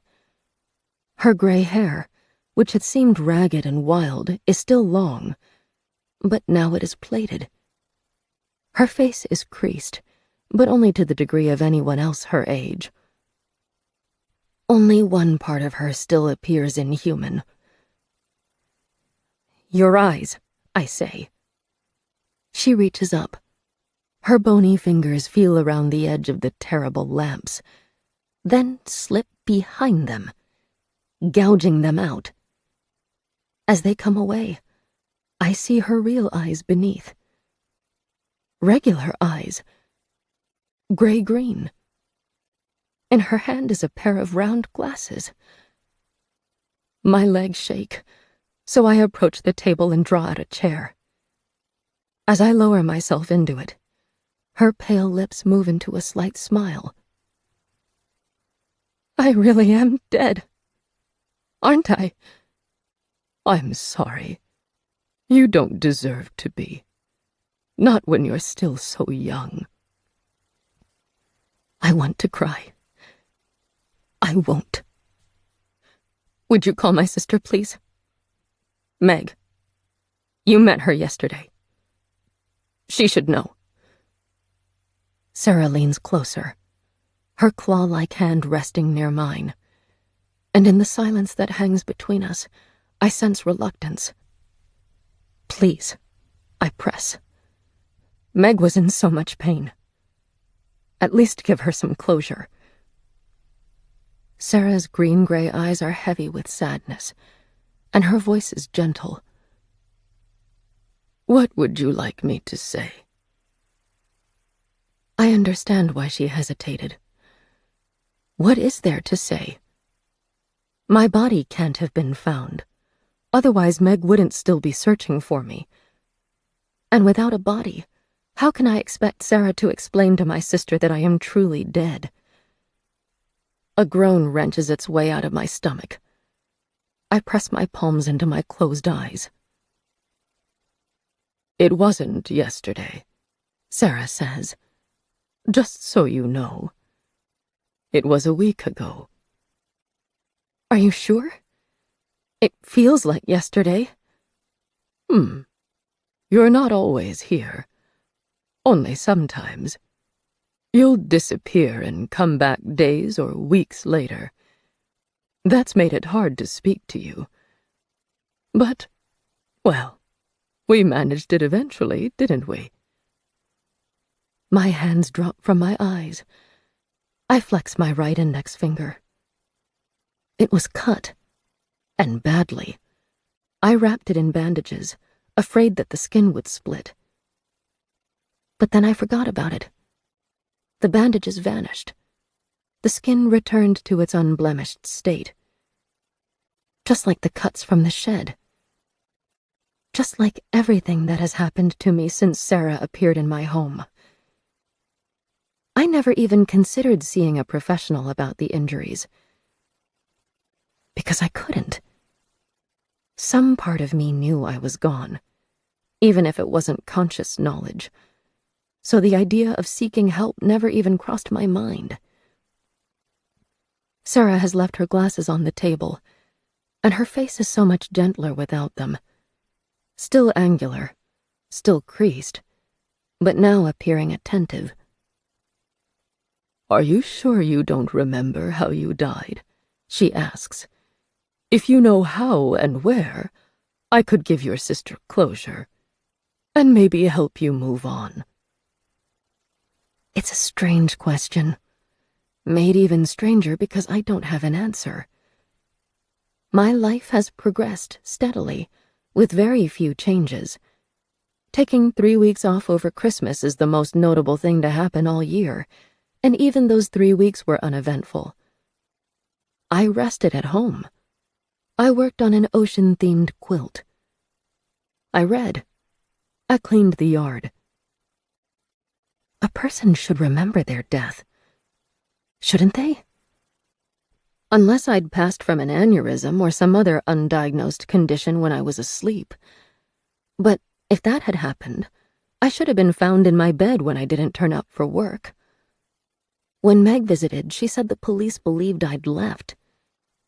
That meant they didn't find my body, or have any clues as to where it might be.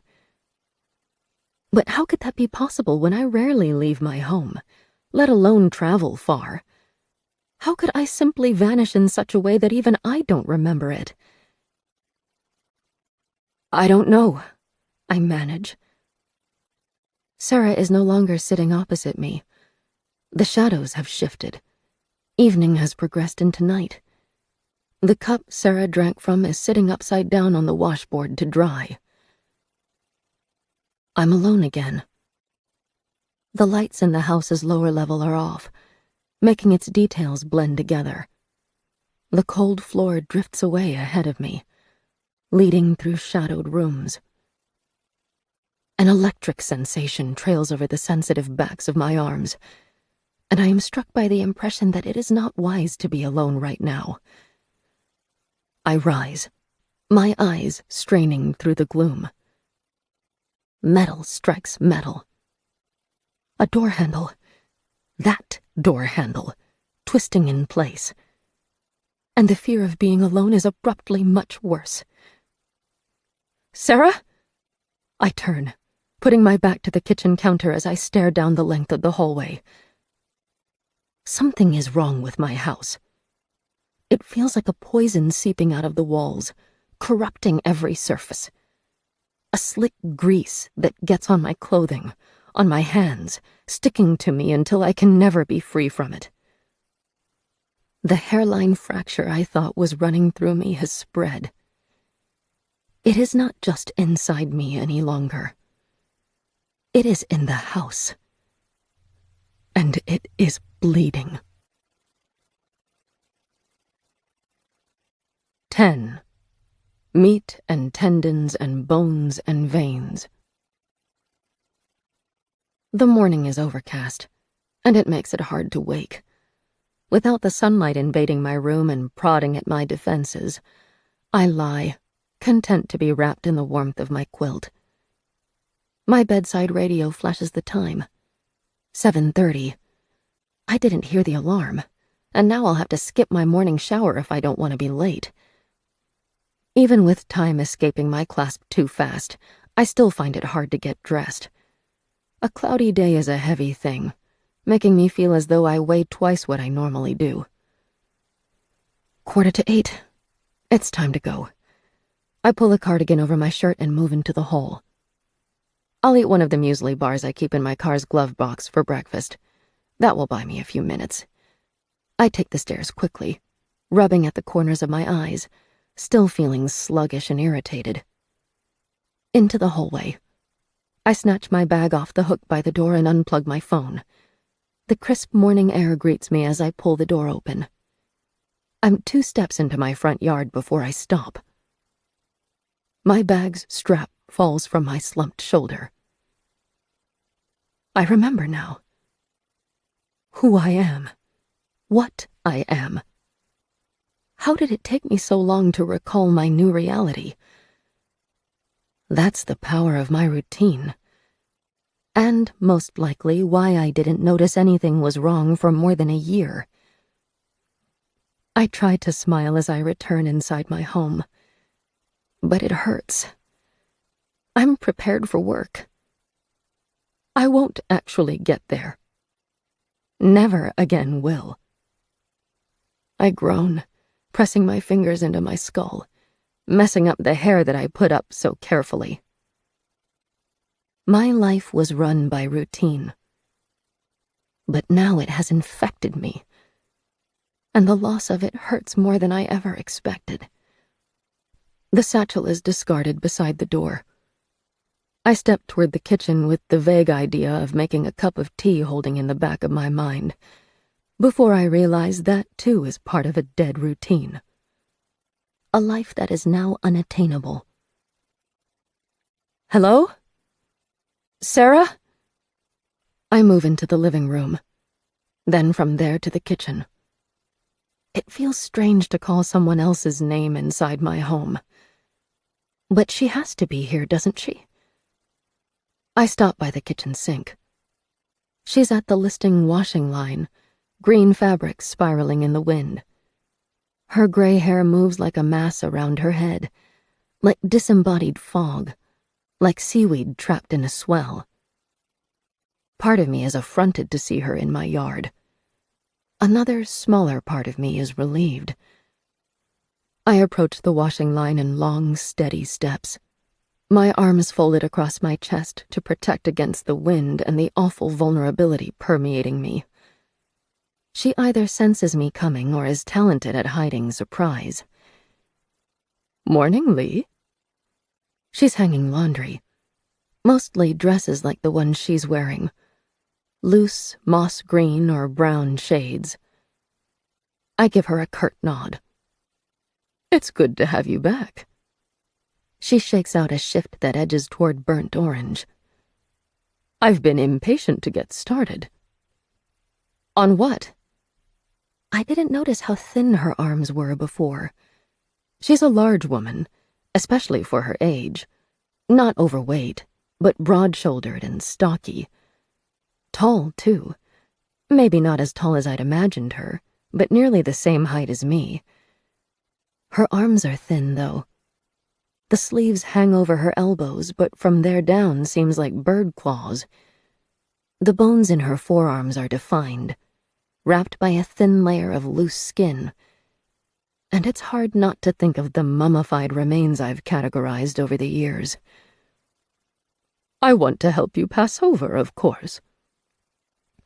I can't see her eyes behind the flashing circles of her glasses, but I'm almost certain she's watching me sidewise as she pegs the dress. A red peg on the left sleeve, a purple one on the right. I always tried to match the pegs when I could. Did I really have so little of value in my life that I prided myself on how color-coordinated my laundry was hung? My grandmother said I had a gift.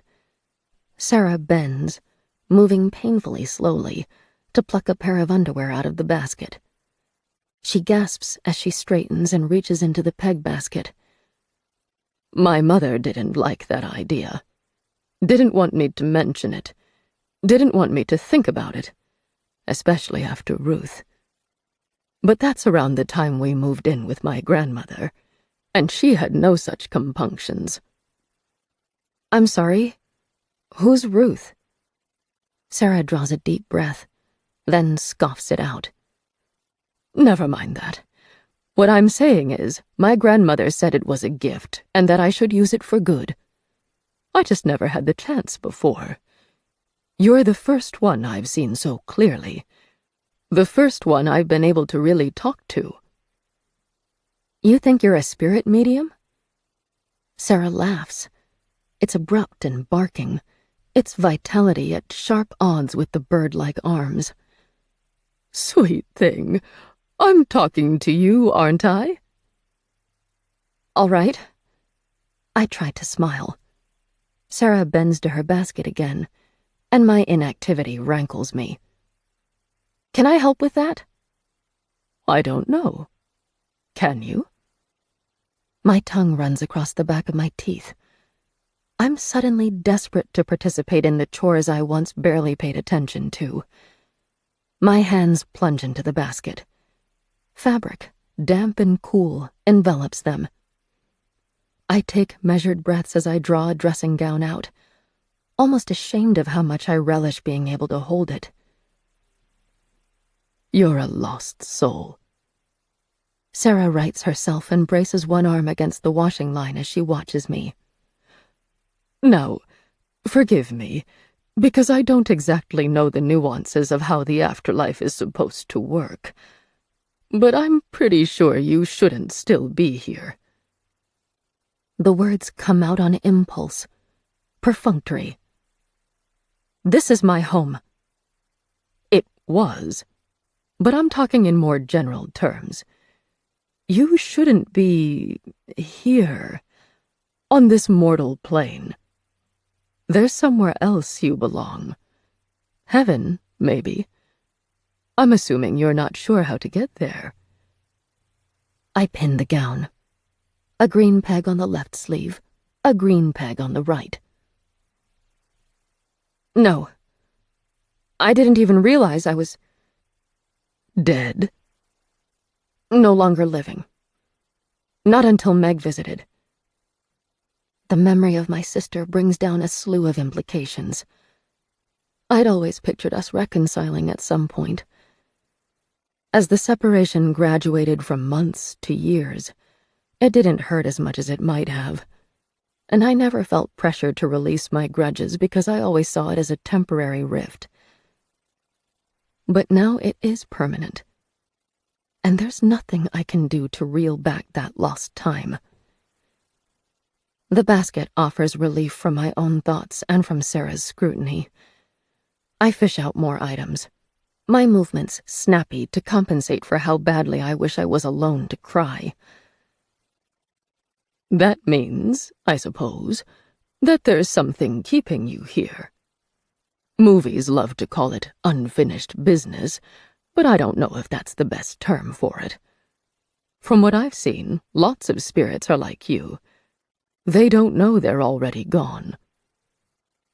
I pretend to hunt for space on the line as an excuse to hide my wet eyes. Have you seen many spirits? You're the fourth. The line creaks as she shifts her weight. The first was in my grandmother's home.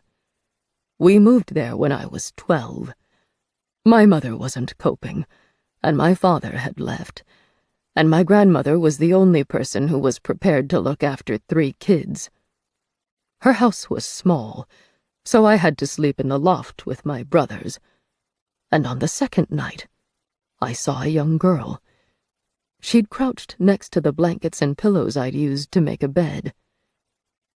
She asked me if I wanted to play hide and seek. The story is helping. My throat is relaxing. My hands more coordinated as I pick out matching pegs. Sarah chuckles. I thought she was real, and that my grandmother had taken in another family. I told her I was too tired to play and she should go to sleep. She told me to count to 100. Then she ran off, laughing, into all of that storage that was kept up there, and I rolled over and dozed off. The next morning, I asked my mother why the girl in gray wasn't having breakfast with us, and my mother started crying. I frowned. Did she see the girl too? Oh, no. Our family had just gone through a bad patch. She cried about everything, but especially about children. My grandmother waited until my mother had gone to lie down before she sat next to me and told me she knew the girl I was talking about. She'd rented out rooms to boarders when her own family was young and needed money. A girl got trapped in a trunk during a game of hide and seek and suffocated. That's horrible. I manage. Sarah's head dips. Loose strands of gray hair gust about her face as she looks toward the bird feeder, where sparrows bicker over breakfast. It's an awful way for a child to go, but worse for the parents, I think. I saw her for the rest of the year that we lived there. She always wanted to play. If I tried to talk to her, she'd run off, as though the game had started. And you know, I never actually learned her name. My grandmother would have known, but I never thought to ask. The basket is empty, but I don't want to return indoors yet. Do you think she's still there? Sarah's bony shoulders rise and then drop. I have no idea. I like to hope she found peace somehow, though neither myself nor my grandmother could help her. But in an odd way, she helped me. I couldn't talk to my mother about what I'd seen, but my grandmother was open to it. She said it was my gift, something precious that God had given me, and that I must not waste it. And here I am, 1 foot in the grave myself, and I finally have the opportunity to do some good. I might be just like that girl, I say. I might be beyond help. Well, we won't know until we try. If you can't see a way to move on, I'm guessing you have something holding you here.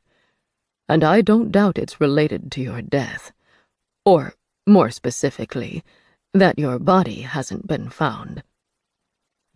I don't appreciate being talked about like a slab of meat lost behind the counter, but I try not to show how badly it bothers me. In some ways, it's possibly not too far from the truth. I'm still here, nearly as much as I was when I was alive. The meat and tendons and bones and veins that made up what I imagined to be myself are just gristle on the butchering floor of life. I don't really care about finding where or how I died. I speak carefully, testing the words to make sure they're honest. But I want Meg to have answers. That feels right. Sarah rolls her shoulders, then leads me away from the clothesline. Your unfinished business, if we're going to call it that, is your sister. Let's get her some closure. As I follow Sarah toward the kitchen door, I glance behind us. The clothesline holds a half-dozen items. The rest are still in the basket, turning cold in the chill breeze, and my heart sinks. To start with, let me tell you what I know. Sarah moves into the kitchen to reach the kettle. I looked you up online. News articles are sparse, I'm sorry to say, and only a few lines long. They quote the police as saying they have concerns for your well-being. They ask anyone who might know your whereabouts to get in touch. When were they published? February last year. Nothing since then. So if there's an investigation, it's not active. I settle at the kitchen table with my back to the window. As much as I try to approach it from a pragmatic perspective, it's hard not to feel disappointed at how little my disappearance matters to the world. That's how it seems to me, too. Sarah selects a mug from the cupboard, then glances back at me. Do you want something to drink? I'd love some tea. All right. So, first of all, we need to narrow down the window of when you disappeared. I already have your sister's number, but I'm hoping you can give me a few more people to call.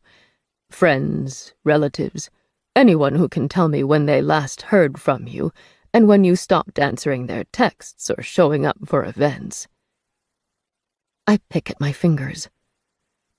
Most of my friends were from work. I'm an archivist at the Natural History Museum. Was an archivist. You can visit the museum for free and ask to meet with Mariah Comstock. We were probably the closest out of the team. That's a good place to start. What about family? Just my sister. And she won't be able to help. We haven't talked in years. Well now, that's a shame. Sarah stops by the table and places a mug of green tea at my side. I take it, grateful, as she settles in opposite. Did something cause a rift? Nothing that mattered. 1,000 paper cuts given over a lifetime might be insignificant, but when none of them are allowed to heal, they fester into something awful. Sarah lets her fingertips rest on the rim of her mug, framing the rising steam, as she watches me. She's waiting, expectant, as though there's more to the story. I continue to pick at my fingers. Could you take your glasses off? They're unnerving. She laughs, a throaty, deep noise that shakes her shoulders, before peeling the circular lights away. That's something coming from you. Now, let's figure out what you remember from around the time you went missing. It's easier to relax when I can see her real eyes, watery and gray-green and still filled with a steady warmth, though their lashes are thinning. I focus on them, forcing my hands still and my voice steady. I never missed work. My coworkers should be able to narrow it down to a day, or at least a weekend. Unless it happened over Christmas break. The archivist team all had time off from the 20th of December until the second week of January. I mostly kept to myself during the holidays. No Christmas parties? No friends over? Like I said, my friends were all from work, and we'd seen enough of each other through the year. She makes a faint noise, something between incredulity and sadness, and it stings. I like being alone. I didn't intend for my voice to be so curt, but I don't regret it. I'd feel smothered otherwise. You think so? What does that mean?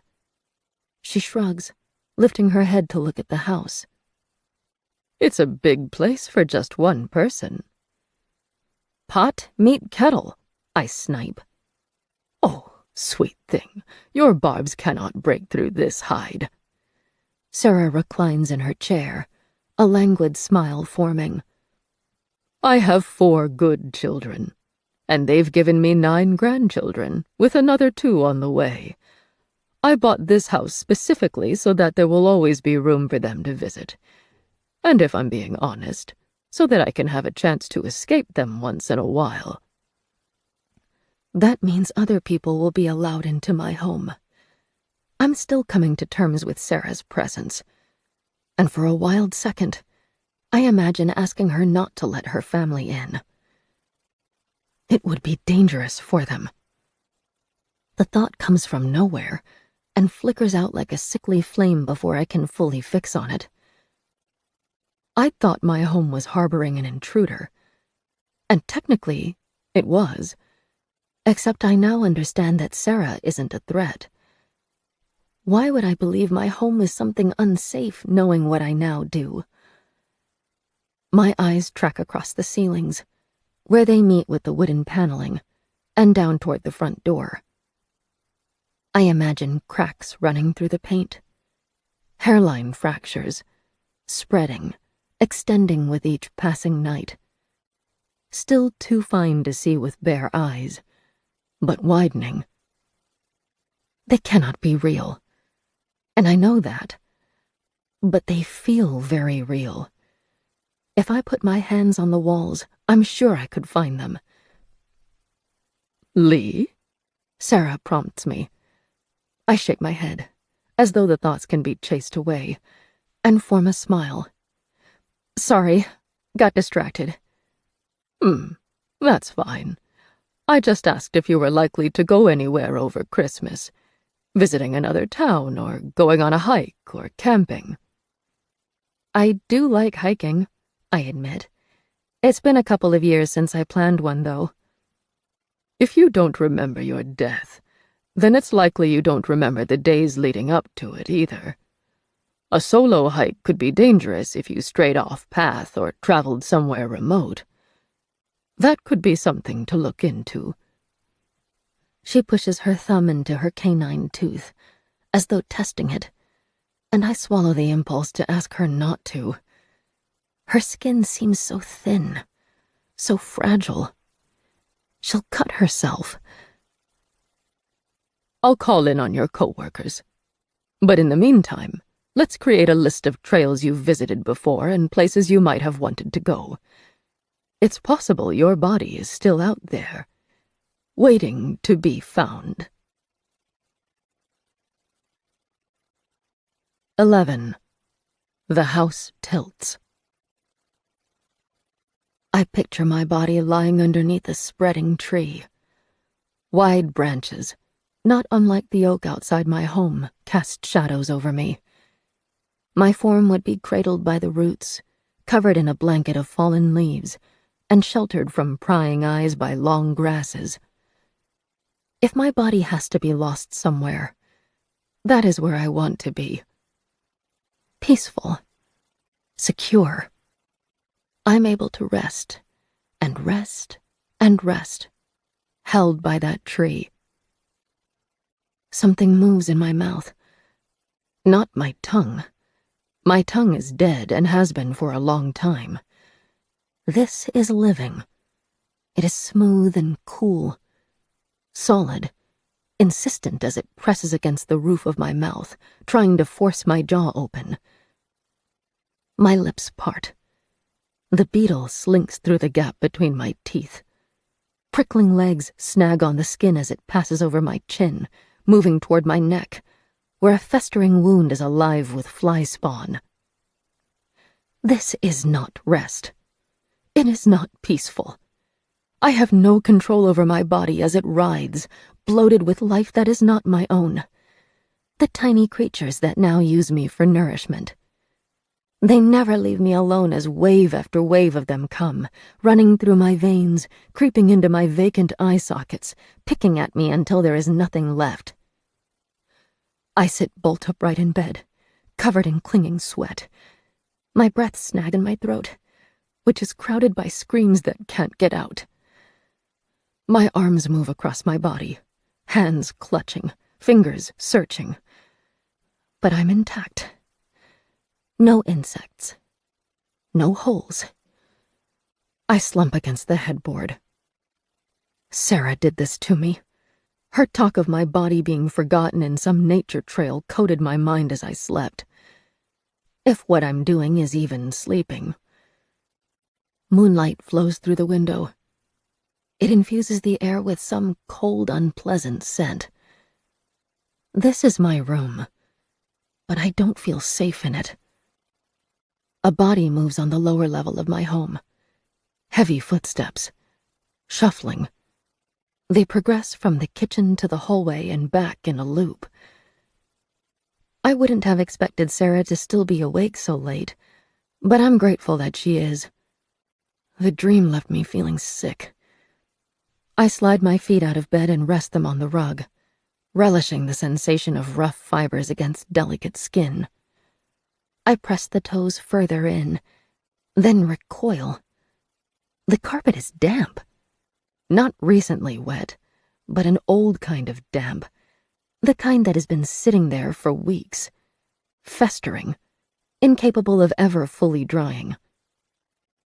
My fingers run over the sole of my foot, but I can't find any moisture on it. The carpet disgusts me, though, and I pull my feet back onto my bed as I reach underneath to find my shoes. Sarah continues to pace downstairs. Insomnia, perhaps. I used to lie awake some nights, but never because of my house. Tonight, though, something feels unstable about it, as though the foundation were placed just slightly wrong and the house now tilts. I put my shoes on before allowing my feet to touch the floor again. My dressing gown goes around my shoulders as I move into the body of my house.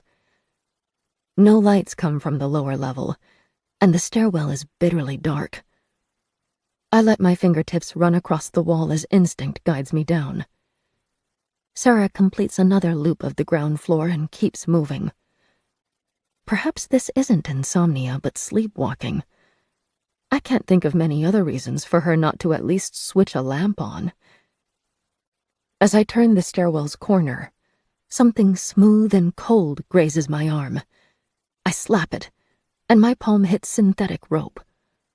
I close my fingers around it and drag it down, my breathing just slightly too fast.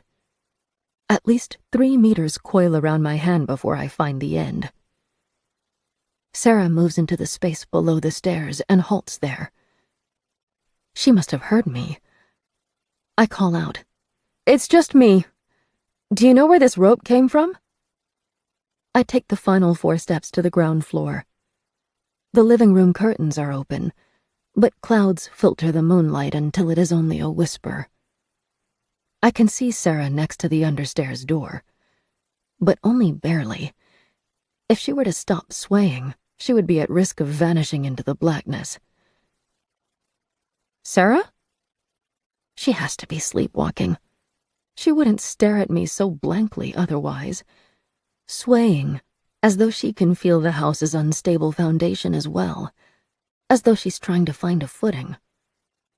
The hairline fractures extend just a little further, and my body goes cold.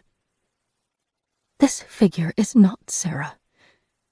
As it sways, hints of his outline are revealed against the mottled grays and blacks of the kitchen. It's too thin. I creep backward. The hallway light switch is just inside the door, near the hooks where I hang my bag. I keep my eyes fixed on the figure as I feel across the cold walls. They're damp, just like the carpet upstairs. The kind of dampness that comes from inside the walls, seeping out. My fingers touch plastic. I find the switch and turn it. Light catches over my surroundings. The figure is gone. I can visualize the exact point it was standing next to the understairs door. Water catches and reflects the light. 2 footprints, bare soles and distinct toes, mark the location. My stomach wants to turn over as I face away. The living room curtains are open.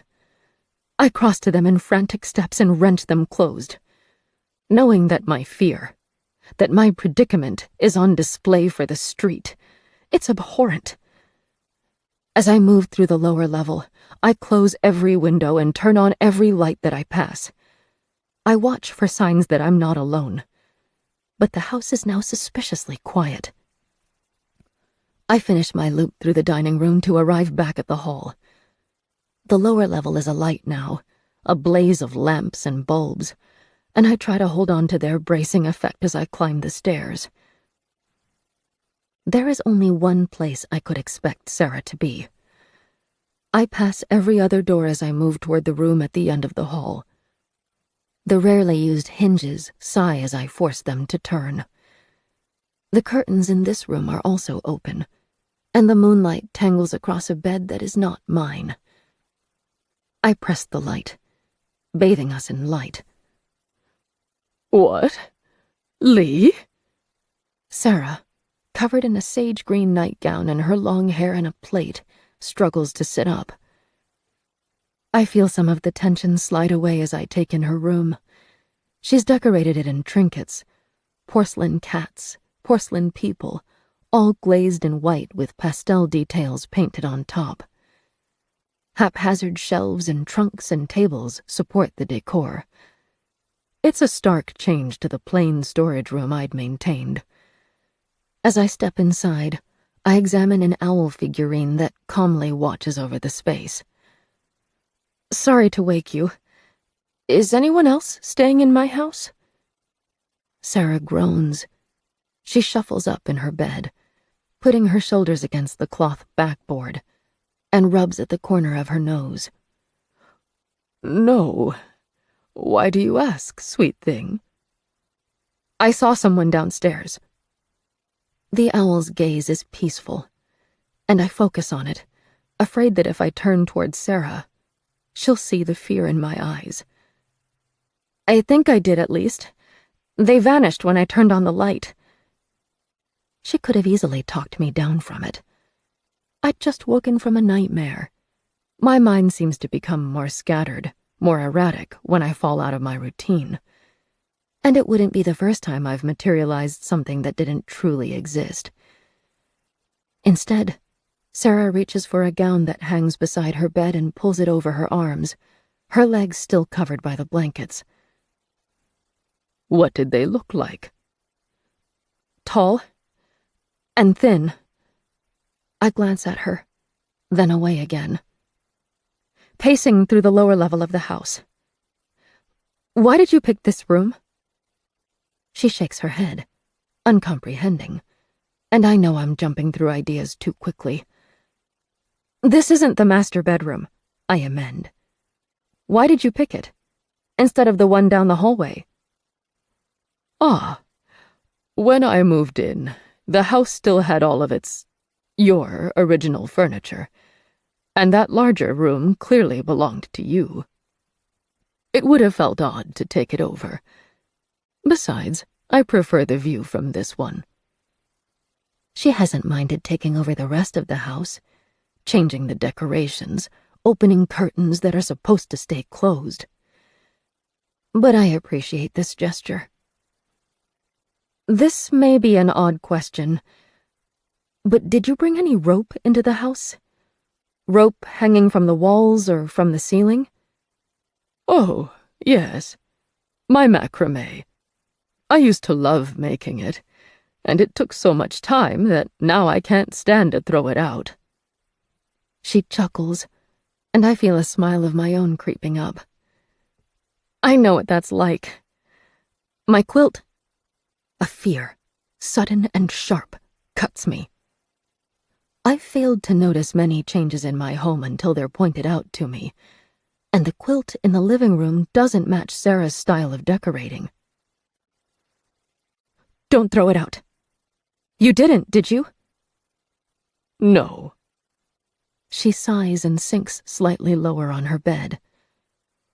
I realized I wasn't alone in this house on the day I moved in, and I thought I had better not anger you by throwing out anything that was so clearly important.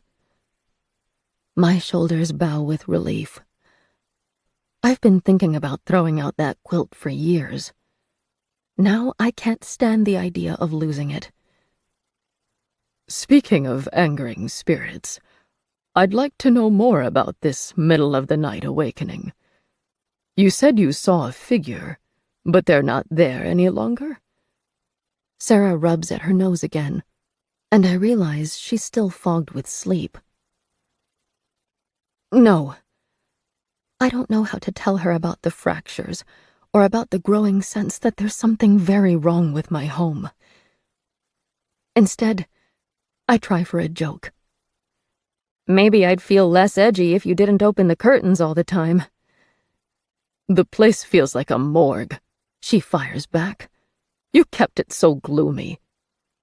I like my privacy, that's all. Sweet thing. This isn't your home any longer. My mouth opens, but I force it closed before I can say anything unkind. It still feels like my home. From my perspective, nothing has changed, except that now I have to contend with an intruder. But she's right, isn't she? I no longer pay the bills, or maintain the building, or have much control over it at all.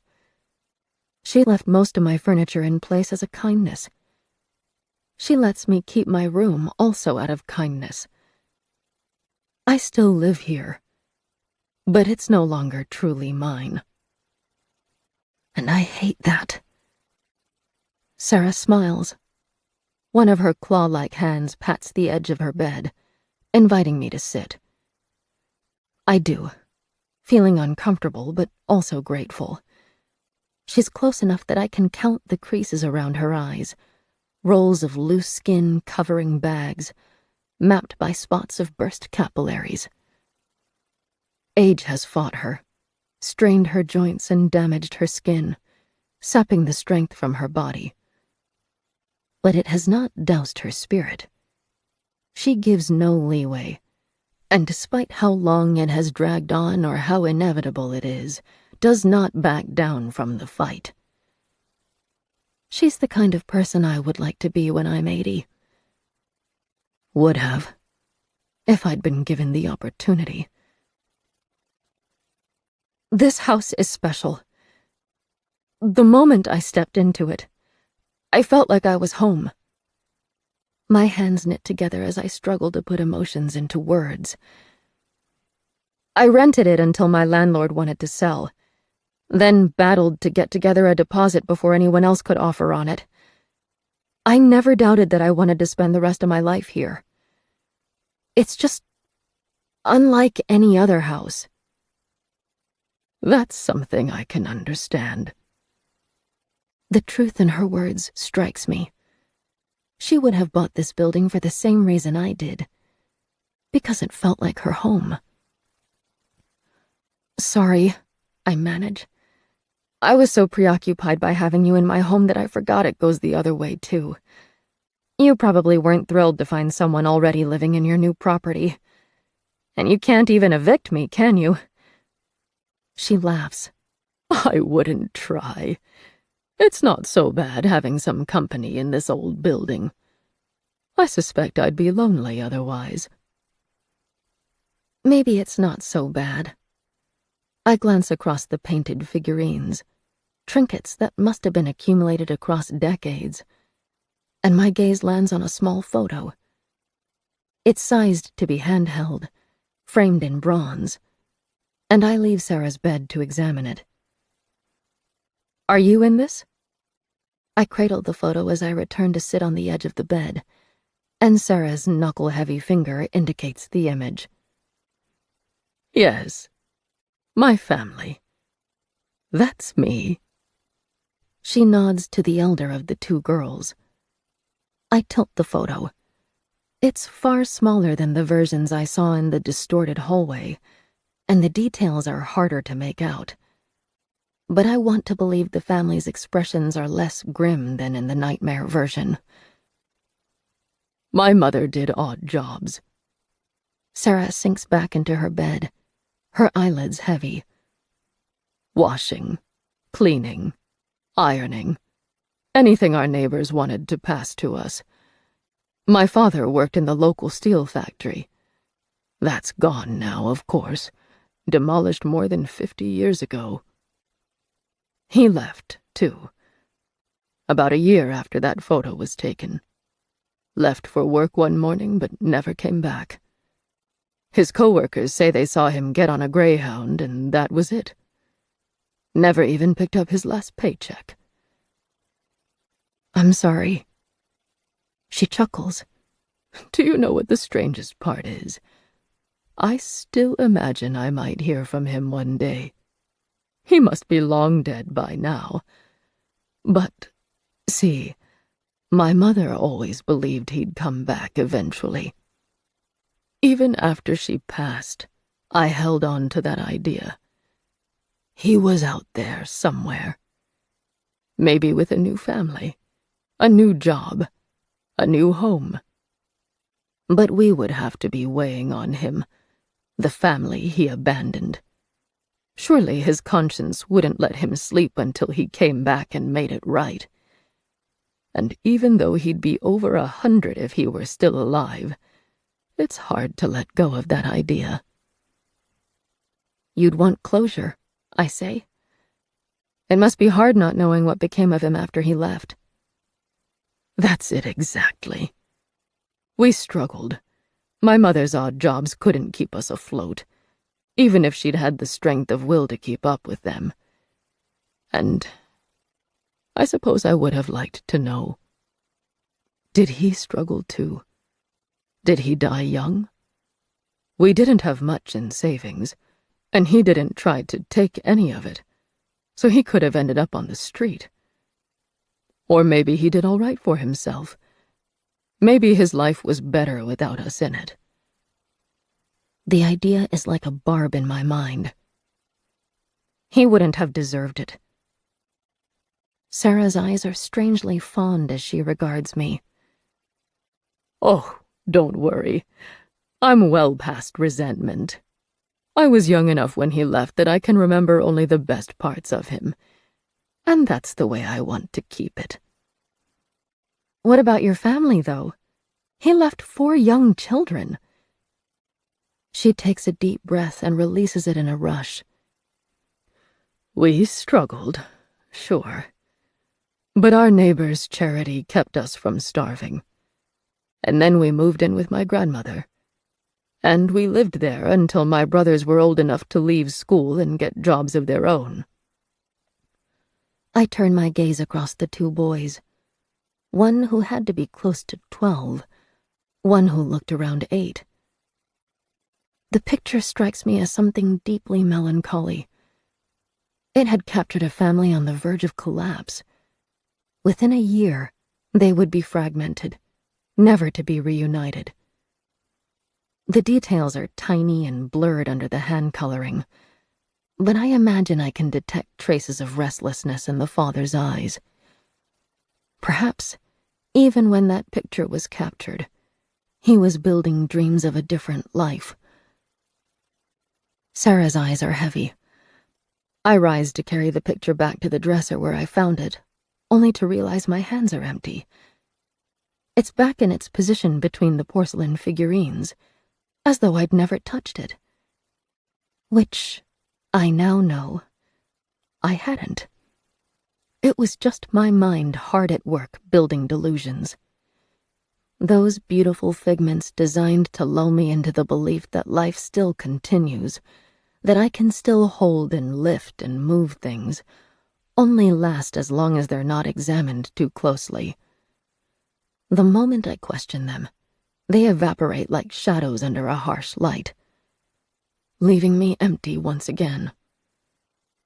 A sigh rises in my throat. I suppress it. Sorry again for waking you. What's the point of having a ghost in my home if she doesn't disturb my sleep on occasion? Sarah's smile fades. Did you have a bad dream? You can stay longer if you like. Thanks, but I'm okay. As I move toward the door, images return. My body, writhing, alive with insects. My mouth turns sour. As I stop by the door, fingers hovering above the light switch, a question swims across my tongue before I can halt it. Do you think my death was peaceful? Her eyes glitter in the light, wetter than they should be. Sarah is quiet for so long that I begin to think she's refusing to answer. Then her shoulders hunch closer to her chin. I'm very sorry, my darling. I don't think it was. I turn and rest my forehead against the cool door frame. My throat is tight, but Sarah is patient as she waits for me to speak. Why do you think that? She no longer meets my gaze, but pulls the blankets higher, signaling the end of our talk. We'll find out what happened to you. Good night, my darling. The switch clicks under my fingers. Another figment, I realize a moment too late. The lights were never on to begin with. I close the door gently, then rest against it, listening to the crinkling duvet as Sarah curls up in bed. There is something wrong with me. My feet are light on the runner as I follow the hall to my bedroom. I put the light on, breathing deeply as I cross to the closet and pull the door open. Its internal side has a full-length mirror, an uninterrupted pane of glass that's tarnished by age and with a reflection that never seems quite in focus. I stand in front of it, arms spread at my sides, as I examine my body. Tall, pale, a figure like a rectangle. Dark brown hair runs like a cascade on either side of my face. Moles dot my body, but I don't spend enough time in the sun to gather freckles. I lean close to the glass to examine my face. There is some darkness gathered underneath my eyes. My lips seem pale. My pupils constrict in the light. I am as I always am. What does Sarah see? Once again, I imagine my body filled with insects, my stomach bloated from them, my fingers twitching as they eat through muscles, my mouth held open as they travel down my throat. The door bangs as I slam it closed. My lungs ache. I put my back to the door, hands held over my face, as I wait for my racing heart to slow. Sarah says we will find out what happened. I hope she is right. And I hope the answer is not more than I can bear. 12. Creeping up the walls. Lee? The voice comes to me from a fog. I'm asleep. No, it's something like sleep. I'm not in bed. I'm not sure where I am, except that I am inside my home, and I don't want to be disturbed. Lee, are you about? It's Sarah's voice. After waking her last night, it's only fair that she's allowed to disturb me too, I decide. I reluctantly push myself to consciousness. Midday approaches. It's easy to tell from the sun's angle as it cascades through the kitchen window. A momentary pang of panic. Did I oversleep? Am I missing work? Must be dismissed. Then I look down at my hands and see they are resting on the kitchen table. I'm in my favorite seat, facing the window, where I can watch the birds fight over the feeder. The day is warm and smells like spring, even though the season will not break properly for another month. I stretch, rolling my shoulders, feeling the knots and stiff muscles. Lee? Ah, there you are.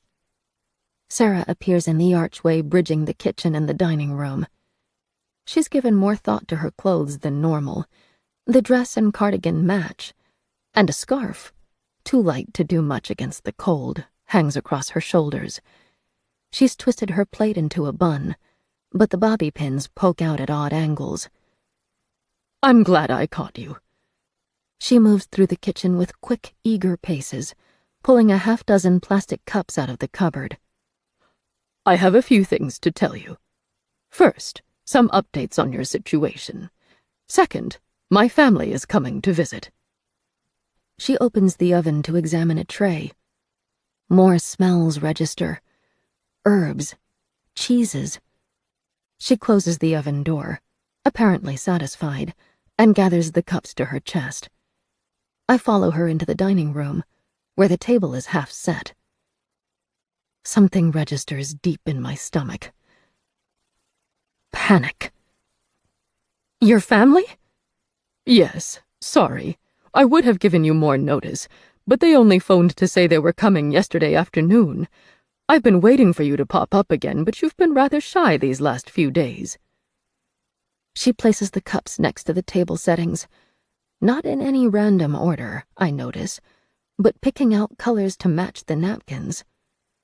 I count 7 settings, 3 using grays and whites, presumably for the adults, and 4 with bright primary colors. My tongue runs across my teeth as a tangle of words catch on it. Maybe they shouldn't come here. Are you sure this is wise? Is it too late to stop them? I wanted to make sure you knew, since this is still partially your house after all, so that they don't surprise you, or vice versa. She regards the table, nods, and shuffles back to the kitchen. I don't expect any of my grandchildren to be able to see you, not like I can, so you're welcome to hang around if you like. Grandchildren? The word comes out weak, anxious. I feel the house's cracks under my feet, sense them above my head. Something dark seeps out of them. Something horrible. Something no one, especially not children, should be allowed near. Yes, 4 of them. Millie, Avery, Ryan, Kaylee. She opens the oven again, flicks out a towel, and wraps it around her hand before removing the tray. It's filled with herby cheese toasties. 3 are regular slices of bread. 4 have been painstakingly cut into shapes. I recognize a flower, a treasure chest, a book with the herbs arranged to form the title, and a blobby shape I can't make out. That's supposed to be a dragon, Sarah says when she catches me looking. It went a bit wonky, I'm afraid. Their favorite things? I guess. I keep notes in my book. She pats her front pocket. I wish my brain was stretchy enough to remember it all, but I have 9 grandchildren, and their interests change so quickly. I just do my best to keep up. They're lucky. Sarah is busy at the fridge, pulling out a pitcher of juice, and doesn't notice my anxiety. Her steps slow to shuffles as she attempts to carry the jug to the dining room, her arms shaking under the weight. As she leaves my line of sight, I move into the hallway and stare at the understairs door. The cracks I know can't really be there shiver and widen. Just a fraction. Still too much. I put my arms around my chest, fingertips digging into my ribs, my teeth clenched. Sorry, Lee. I keep forgetting. Sarah comes from my left, from the archway near the front door. She uses one hand to guide herself along the wall, and that's when I realize she's not wearing her glasses. We've made some progress. I went to the museum like you suggested and spoke to Mariah Comstock. She confirmed what you said. You were never late, and you never skipped work. And thanks to that, she was able to confirm when you went missing. It was over the Christmas break, after all. She said you seemed normal on your last day of work, but didn't show up on your first day back. Okay. It's not the best outcome. This gives us a 3-week window when I went missing, rather than 1 or 2 days, like we were hoping. But at least it's a step forward. That's not all, though. A phone rings. The tone is unfamiliar. Bright, timed like a waltz. And I flinch. Sarah makes a faint noise and passes me, one hand brushing my shoulder, as she returns to the kitchen. The rings cut out, and Sarah answers the call. I follow, stopping in the kitchen archway, watching as Sarah holds a handset to her ear. The warm sunlight paints her in gold, catching on the beading of her dress and the askew bobby pins in her hair. She paces, her voice animated, then stops at the sink, facing the window, as her words lose some of their luster. Of course, of course. No, don't worry about it. That sounds good. I'm looking forward to it. I love you. She puts the handset onto the counter. I step toward her, then stop, feeling like I'm intruding on something very personal. Sarah looks over her shoulder, sees me, and smiles. They can't make it. Oh. Relief floods me, quickly followed by guilt. I'm sorry? My daughter's a cardiologist. Sarah crosses to the stovetop, where she'd left the tray of cheesy bread. A very successful one. I'm so proud of her. But oftentimes she's busy. Sarah takes one slice of the bread, puts it onto a plate, then stares at the remaining 6. She takes up the tray, and I feel like I'm watching her age a decade as she crosses to the trash and carefully scrapes the hand-cut toast into it. She was called into work. A last-minute emergency. They're going to try again next weekend. Sarah. Words feel inadequate. I want to hug her, but when I move toward her, she rolls her shoulders and smiles. This just means we have more time to focus on you. Sarah slides the tray back into the cooling oven. We'll make a cup of tea. Do you want one? I'm sure you do. Sarah, I'm so sorry. She is resolute, already filling the kettle, her eyes watery. I have plenty to tell you, so it's all right. We'll have a busy afternoon. Okay. I don't know what else to say. I'd love some tea, please. As Sarah puts on the kettle, I return to the dining room and look across the place settings carefully built out of her grandchildren's favorite colors. Part of me is grateful. This is not a house for children. But Sarah has been here for months, and from what I can gather, this would have been her first time seeing her family since moving in. The first time seeing anyone, now that I think of it. She made sure to warn me that they were coming, so that I wouldn't be alarmed. But there's been no cause to do that before. No friends, no other relatives, no one to visit. Just her, alone, in this huge house. I stack the settings, and moving quietly, carry them back into the kitchen so that Sarah won't have to. She stands facing the kettle, unresponsive, as I pack the plates and cups away. As I close the cupboards, I glance back to the dining room, and my heart sinks. The settings remain untouched on the table. Sarah's not completely alone, but I will be the first to admit that I am not the best form of company.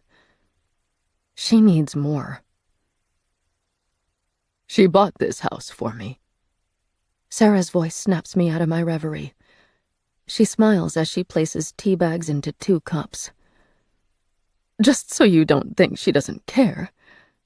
She does. But her work is important. It's not like an office emergency. She can't just put it off until Monday. Her job means saving someone who might not last until tomorrow. So it's not her fault when emergencies come up. Sarah seems to want to talk, so I follow her lead. What's your daughter's name? Sylvia. She's top of her field.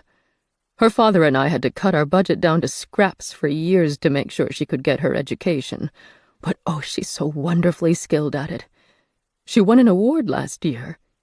I got to go to the ceremony and eat shrimp and talk to a lot of people who I have nothing in common with. I chuckle. Sarah pours the water into our mugs, steam billowing to catch on the window's glass. So she bought you this house? I prod as she moves our mugs onto the table and sinks into her chair. That's right. My last one needed more repairs than it was worth. So Sylvia said she was going to buy a home where I could be closer to her. She sat next to me as we went through some listings online, and I saw this one, and I asked for it without even going to a showing. It must have felt like home as soon as you saw it. It was the same for me. All mental lists of what I wanted in a house vanished as I stepped through the front door. Sarah nods. Always has. Now, let's get back to what's important. I visited Mariah Comstock. You never came back to work after Christmas break. The police started investigating you as a missing person a few weeks later. She must have contacted them. Mariah was a good woman. She got on well with everyone at the museum and was a stickler for details.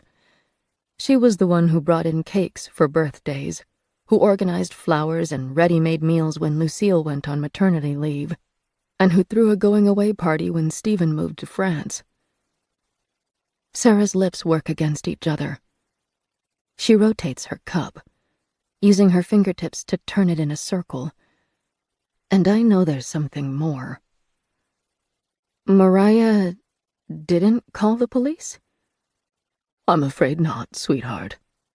I spoke to her, and I spoke to many of your old co-workers. What did they say? They thought you'd quit without giving notice. What? Something cold sinks into my stomach. But I never missed work. I never took sick leave. I was the most reliable person in the office. Why? Sarah's green eyes are deeply sad. Her head is down, but she watches me over her mug, her thin eyebrows knit together. It's okay, I manage. Tell me what they said. Sweetheart, they saw you as antisocial. You never went out to the bar with them, or went to their parties, or sat with them at lunch break. It was easier to get work done when they were at lunch, I manage. And they thought that meant you didn't like them. Sarah gives her mug another rotation, then sighs. A lot of them said they weren't surprised when you didn't show up. They believe you got an offer for a better job in another town and left without telling them. But I did like them. It's a feeble protest, but it's true. I thought of them all fondly, called them my friends, not to their faces, but in my journal, in the privacy of my home. And I thought they did the same in return. Though, I'm forced to admit, intentions don't make an iota of difference at the end. I'm to be remembered as the frosty employee who left as soon as she had a better offer. Just like my sister will evidently remember me as the one who held her grudge forever. And it's too late to change. I am Scrooge, except the story ends before the ghosts arrive. I don't get my redemption arc. So that's why no one noticed that I was gone for over a month. I try to laugh, but it comes out bitter. Someone must have reported me missing, though. Your neighbors. Sarah nods toward the street. That has been the most enlightening part of this. In my experience, Every street has at least one individual who watches the comings and goings and keeps on top of the gossip. So I went searching for them. And we are in luck.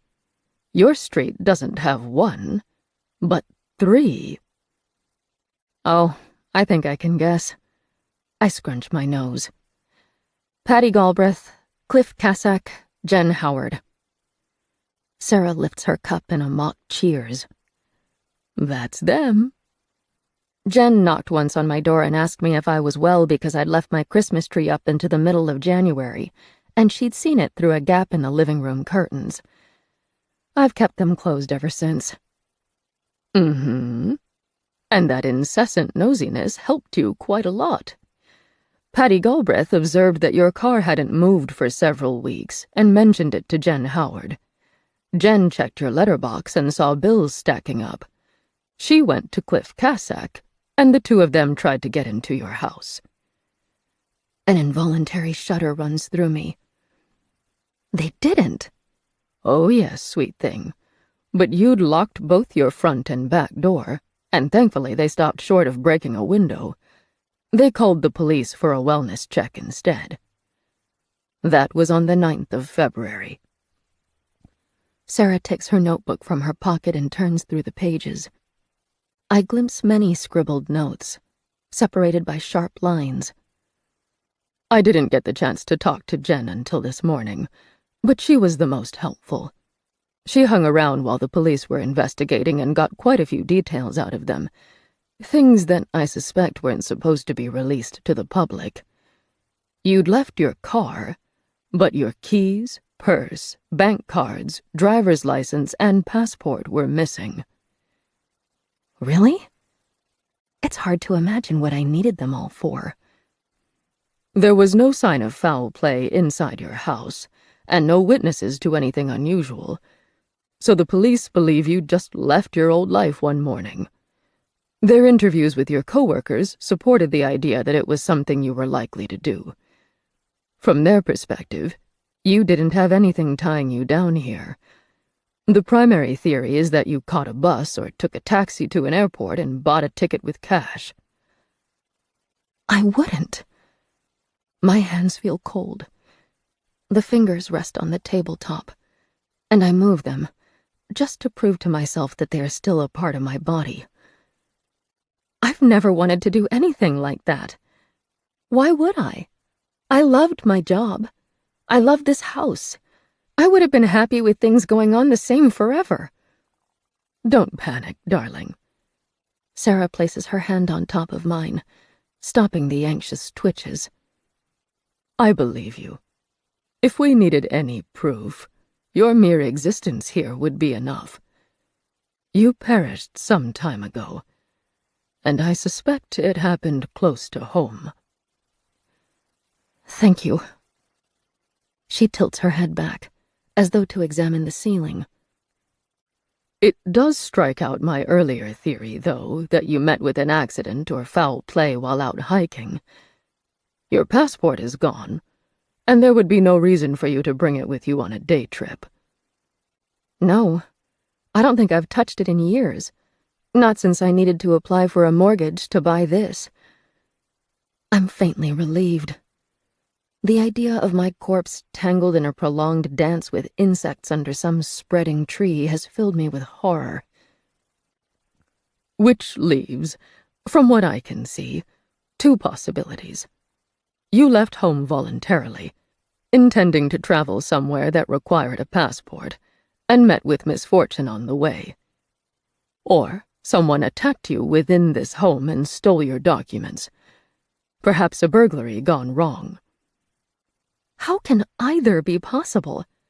I don't like to travel, especially not over Christmas, and if I were attacked in my home, why wasn't my body found?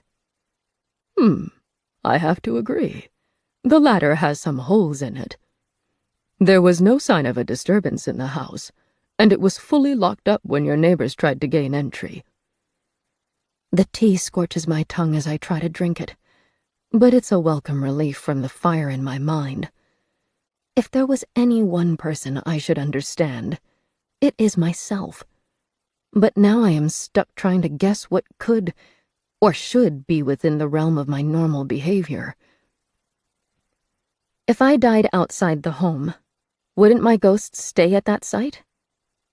I wouldn't know. It's possible. On the other hand, you have such a strong attachment to this building that it feels most likely that you'd wind up here. Routine, I murmur. Sarah leans closer, one of her bird-like arms resting on the tabletop, and I clear my throat. I think I'm so present because of the routine I built before death. Yes, that would make sense. You're not held here by the ties of injustice or a need for revenge, but simply because death could not interrupt the march of the familiar. We stare into our respective cups, both lost in the outlandish scenarios of what might have interrupted my life, my last Christmas.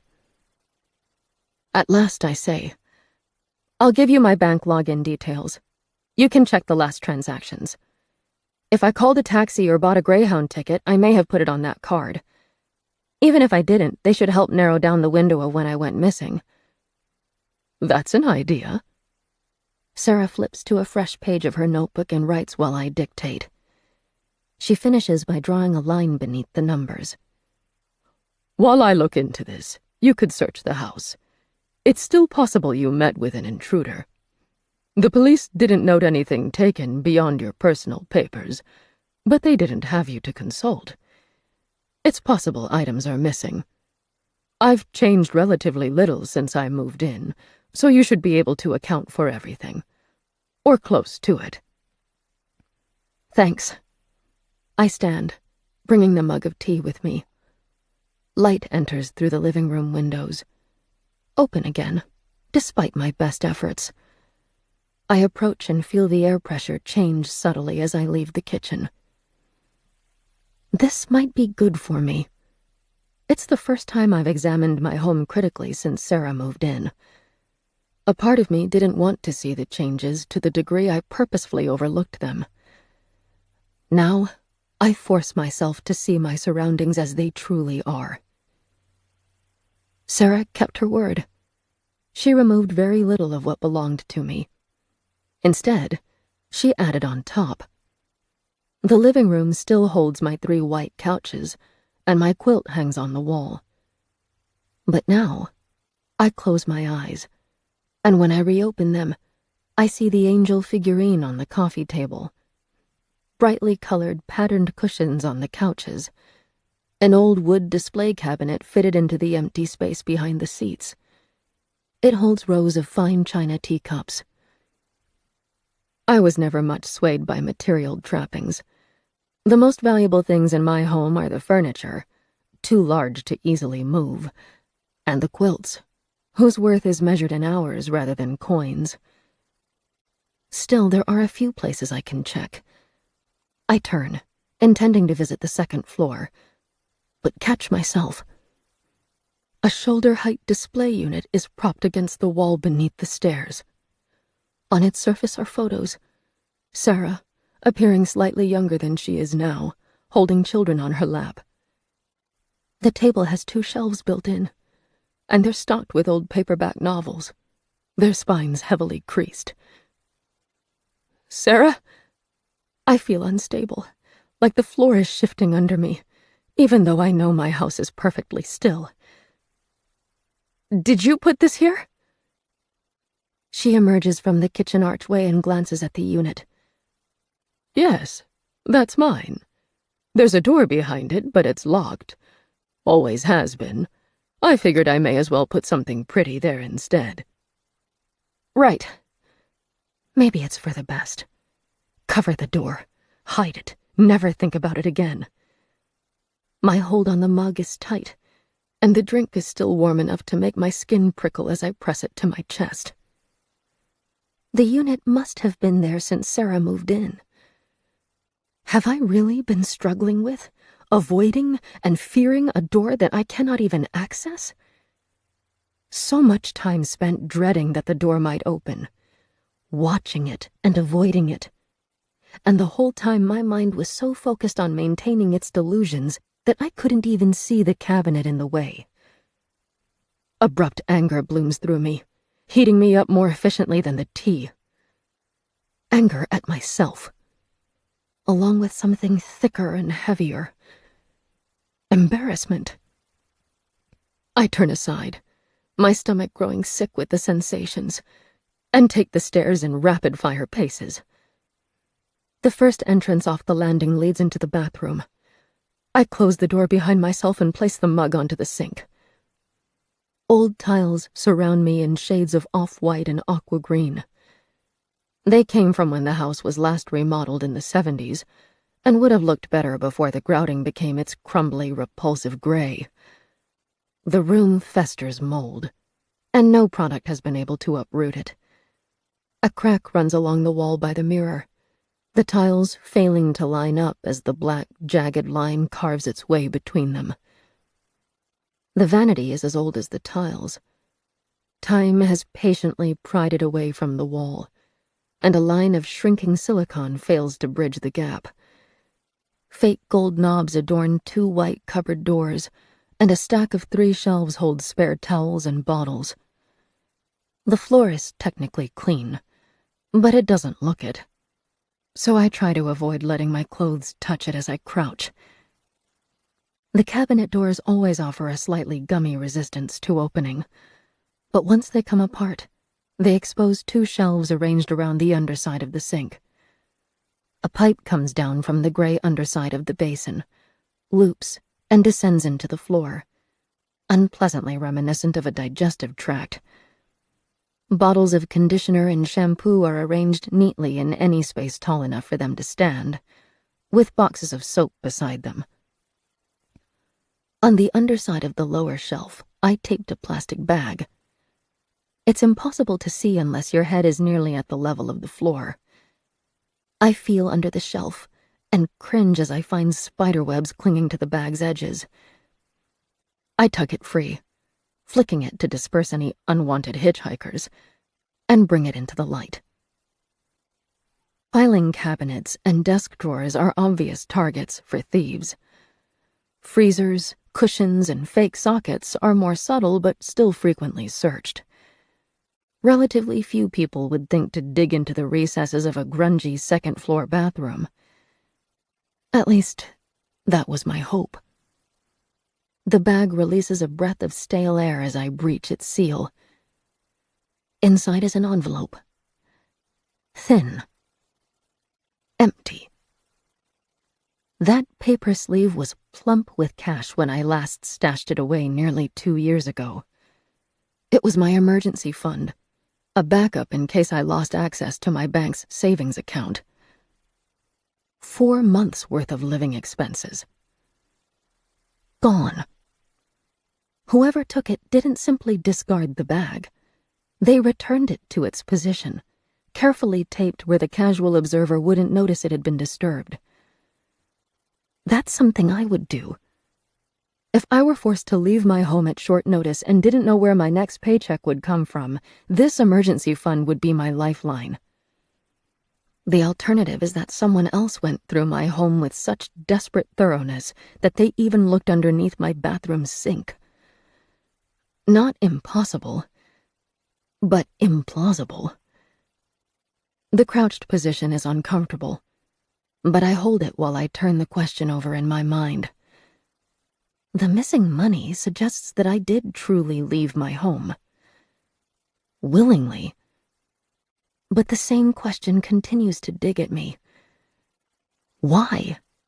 What could make me leave a beloved house and job so suddenly that no one realized I was missing for more than a month? And following that, how did I die?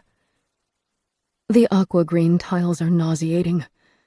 The color is solid across the floor, as though someone spilled the wrong paint and never found the time to wipe it up.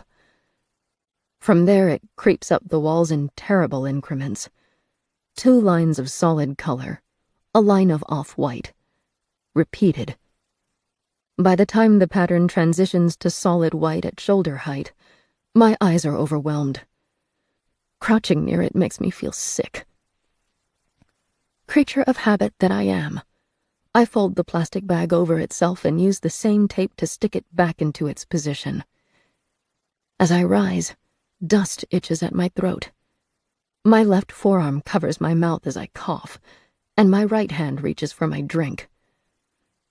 The mug is no longer smooth and warm, but cold, covered in a thick cloud of grime, repulsive and alien to my touch. 13. Her signature. Grease-laden dust covers every surface in the bathroom.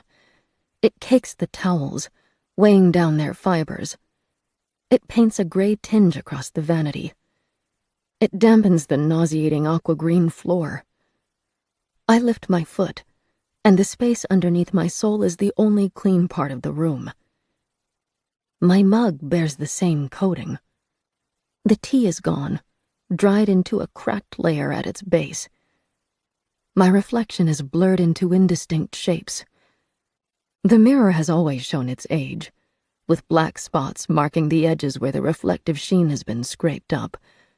But now it's brought into ruin by what seems like decades of neglect. Something moves behind my reflection. I turn, but I'm alone in the room. The door remains closed. The green tiles, smothered in grime, are abruptly too much. The sense of queasiness that has dogged me since entering the bathroom redoubles into nausea. I close my eyes, hands finding the filthy edge of the sink as I fight to regain my composure. It's gone in an instant. I retch over the sink, emptying myself into the basin, and the more I bring up, the more my stomach twists itself into painful contortions. Shakes assault my limbs, and I'm left damp and cold as I slump against the wall. My mouth is foul, but not in the way sickness should leave it. The taste is metallic, thick and slimy. I force myself to look. The sink is painted scarlet with my blood. Something has gone very bad. I want Sarah. Even if she cannot help, even if she is incapable of doing more than sitting beside me, I don't want to be alone. No, more than that. I don't want her to be alone. My hand finds the sink's tap and turns it. The pipe shudders, and I hear those echoes repeated through the house. My own blood no longer frightens me. I am beyond the point of being hurt. Sarah is not. The pipes are loud. A banging, rattling sound spreads deeper into the building. I imagine the pipes are like tree roots, not straight and direct, but twisting, weaving around each other, splitting and spreading as the thicker main roots spear into separate rooms, following the cracks that run through my house, forcing them wider. I turn the tap off. No water made it out, so there is no way to clean my mess. I wipe the back of my hand across my mouth, smearing away a line of red, and cross to the door. Sarah? My call repeats through the empty halls. Deep night has fallen, and I can't see farther than the bathroom's light allows. But the decay of past time has spread. Dust holds to the walls like cotton candy to a stick. It gathers on my fingers as I guide myself toward the staircase. The familiar light switch appears under my touch. I turn it without much hope, and am still disappointed. Something pale and thin blocks my path. A rope. My eyes fight against the gloom, and the pattern of white acrylic is repeated, again and again, like some hallucination floating from the abyss. There isn't a single rope blocking the staircase, but dozens, tangled over and around one another. A spiderweb of man-made fibers. Chaotic. Repulsive. I back away, and one of the loose rope ends caresses my cheek. Sarah! I turn for the room at the end of the hall, and my paces lengthen until I'm approaching a run. She can't be downstairs. It's too dark. But she must still be close. The hallway is shorter than I remembered. My outstretched arm hits the door and I gasp. As I feel blindly for the handle, I hear something behind me. Something akin to slithering. Smooth ropes, sliding against each other. Growing closer. I find the handle and turn it. The door gives way and I stagger inside, slamming the barrier behind myself, and feel for the light. "Sarah, I'm sorry, The bulb comes to life. This is Sarah's room, but Sarah is not in it. Hasn't been for a long time. Her bed is made neatly, 2 pillows enveloped by the cover, crease-free. The figurines are arranged in clusters across the tables and shelves. All are wrapped in the cocooning dust. I put my back against the door. The age has begun to cling to me as well. I feel it in every crease of my skin, every pore, as though it wants to invade my very cells. Something moves outside the room. A slick, light thud against carpet. One of the ropes falling from its tangle. Eyes are on me. Their weight is palpable, but it takes only a moment to locate them. 6 sets, inside the bronze frame on the table near the bed. During daylight, when the world makes sense, those eyes have pupils and irises. Now they are only white. Another soft thudding noise in the hallway, just beyond the door, as a rope falls. I pull my hands into fists, feel the tacky dust in them, feel the weight of lost decades building over me. I can't stand the eyes for another second. 5 long steps carry me to the photo. I slam it down, putting those faces against the wood of the table. But then, against my better judgment, almost against my will, I lift it back up. Something about this picture feels unpleasantly familiar, as though I know it better than I should, as though it tangles with my existence in a way that goes deeper than my association with Sarah. I wipe the dust away from the portrait. 6 faces stare back. The mother, sitting. The father, standing just behind, one hand on her shoulder. The 4 children. A plain beige background. Plain except for a tiny black spot that might be a scuff in the paint or might be an error in the photography. And except for the molding at the base of the wall. My stomach, empty, turns again. I hold onto the table's edge to keep upright. Flecks of light move across my vision as the vertigo clears. The wood under my hand is clean. I straighten. The bed is still there. Still made. The tables hold the same positions and the same arrangements of figurines.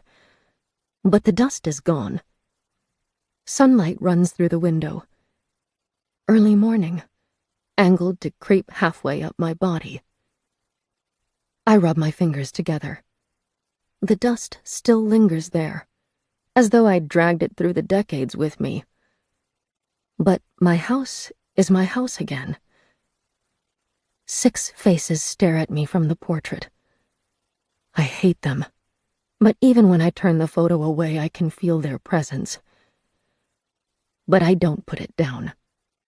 I carry it against my chest, loath to let it touch me, but unwilling to let it go, as I leave Sarah's room. The ropes are gone from the hallway. My footsteps only slow when I near the bathroom. The nauseating green tiles are familiar. The mirror is unchanged. I might have never even entered the room except that the sink is smeared with my blood. The pipes respond as I turn the tap, and I use my palm to scoop water across the bowl. The red washes away readily. I imagine it being carried through the pipes, like blood through veins, and for a second I picture the house as a living thing, with me at its heart. The image vanishes. The sink is clean. Enough. I still carry the picture. I head down the stairs and into the hallway. Sarah is in the kitchen. I can't see her from my angle, but her footsteps have become familiar, and I try not to feel the sense of betrayal bubbling in me. Not yet. Instead, I pass through the living room and through the door to the study.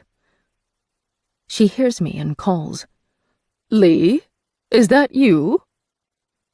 My mouth is too dry to reply, even if I'd wanted to. My back goes to the study's window as I face the wall opposite. Plain beige, save for a rusted hook in the wall that was intended to carry a picture, and the floral molding tracing along the edges of the floor. My shadow interrupts the sunlight spreading up the discolored paint. I hold the bronze-framed photo ahead of myself to compare. My mouth is filled with the tang of bitterness, my throat suffocating me. A second ago, I only wanted to be vindicated. Now, I wish I had been wrong. "Lee, are you there?" Those familiar footsteps shuffled through the house as she searches for me. For a wild second, I imagine myself vanishing. I must be able to do it. She says I go missing for days at a time. Instead, I let her find me. She comes through the living room doorway, a tea towel rubbing water from her bent fingers. Her head tilts, questioning. In response, I turn the photo toward her. It takes a moment for recognition to fill her features. Then her eyes squeeze closed as a soft groan escapes, and I can't stay quiet any longer. "You lied to me." "Not intentionally." "You—" My voice chokes off. I'm holding the portrait so tightly that the glass is at risk of breaking. Sarah extends a hand, mutely requesting it, and my anger deflates as I give it to her. "Come into the living room, my sweet thing. I'll tell you about it." She leads the way, placing the picture onto the coffee table before lowering herself onto one of my white couches. My blood is too hot for me to sit, so I pace instead, taking a path from the study door to the window and back. "My family lived here when I was a child," Sarah says. "Before things went wrong." The window's curtains are open. I feel too vulnerable, too exposed, and drag them closed. Sarah doesn't object, but she works the tea towel between her hands, worrying at a frayed edge. "You said this house felt like your home since you first saw it." Her watery eyes flick across the walls, and I feel as though she's seeing it in a way that I cannot. "I was the same. Always. When my father left us and we could no longer afford the rent, I felt like I was being torn away from a friend. But then I moved on. I married, had my dear children, built a home in other places. If you'd asked me at the time, I would have told you those were my true homes. But it would have been a lie." I stop behind the chair opposite her, the tapestry of a quilt at my back, and brace my hands on the soft fabric. "My daughter wanted me to move in with her. She said I'm getting too old to be on my own. But the way I see it, I'm too young to be smothered like that. Don't mistake me. I love my family, my grandchildren especially. But I need a break from them occasionally. So we agreed to compromise. She would buy me a home near her. A smile flickers over Sarah's features, warming them. We looked at real estate listings, and this house was available. And I knew I had to come home. My energy is depleted. I round the chair and sink into the cushions. Grit rubs through my fingers as I lace them, but I barely care any longer. You should have told me. She laughs. Oh, my dear thing. Maybe I should have. But it felt so personal. Those years had such joy in them, but so much pain and sadness, too. The kind that's hard to talk about. Losing her father. Losing her home. Her mother becoming a broken woman. I stare into the portrait between us and feel a fraction of the sadness Sarah must be experiencing. More than anything, I'm surprised she's been able to be so natural, so pleasant during these weeks. She even left my furniture in place. Sorry for being angry, I manage. Perhaps that's not such a bad thing. Her hand lingers on the photograph. Look, you brought this to me, and it didn't vanish when you let it go. The shock is brief and bittersweet. Carrying a hand-sized picture should not be something to celebrate under normal circumstances. How? And why this, and not anything else I've touched? Perhaps you have some small abilities when your emotions are heightened. Sarah's smile is gentle. You close the curtains when you're upset. You scattered salt across the hallways. You're still impacting the world, even in small, unpredictable ways. I flex my hands. It's something. Not enough, but not nothing either. She inhales deeply, and her fingertips dig into the corners of her eyes. She's not wearing her glasses again. I'm grateful to avoid the flashing, owl-like eyes. Abruptly, a thought surfaces. Is she removing her lenses for my benefit? Or for her own? The question tumbles free before I'm certain it's wise. What do I look like to you? A beat of silence passes between us. Then Sarah says, "Why don't we talk about your bank account instead?" I don't fight the diversion. Sarah moves to sit beside me as she takes the notebook out and flips to the later pages. She's meticulously noted down amounts and dates. Most of my spending is in cash, which I withdraw from ATMs a few hundred at a time. The most recent withdrawal was also the largest, made 5 days before Christmas. I do that most years. I indicate the transaction. I'll take out enough to last me a few weeks, do a large shop to fill my cupboards, and spend the time at home. So we know you were alive at that point. But your death could have come at any time after it. Sarah closes the book, her lips pursed until creases spread in a halo around her mouth. It's too broad. There must be some other way to narrow down the day. The sight of the notebook held in her fingers jogs an idea. My journal. Wait here. I'm at the stairs in a second, taking them 2 at a time. My journal had nearly fallen from my mind. It must be months since I last wrote in it. But I used to keep it religiously, adding an entry every night to help clear my mind for bed, even if it was only a few words. My room is beginning to show signs of neglect. A hint of dust. The bed looks colder than it should. The old rotary phone no longer appears charming, but forlorn, as though it is trying to sink into and become one with the desk. The journal is where I left it, near the phone, a basket of pens positioned close at hand. I take it up and flip through as I follow the familiar route to the ground floor. 18th of December, 19th, 20th, 21st. I count the dates as I descend the stairs. My eye catches on phrases as I turn the crisp paper. Begin work on a new quilt. Knocking at the door last night. At the window again.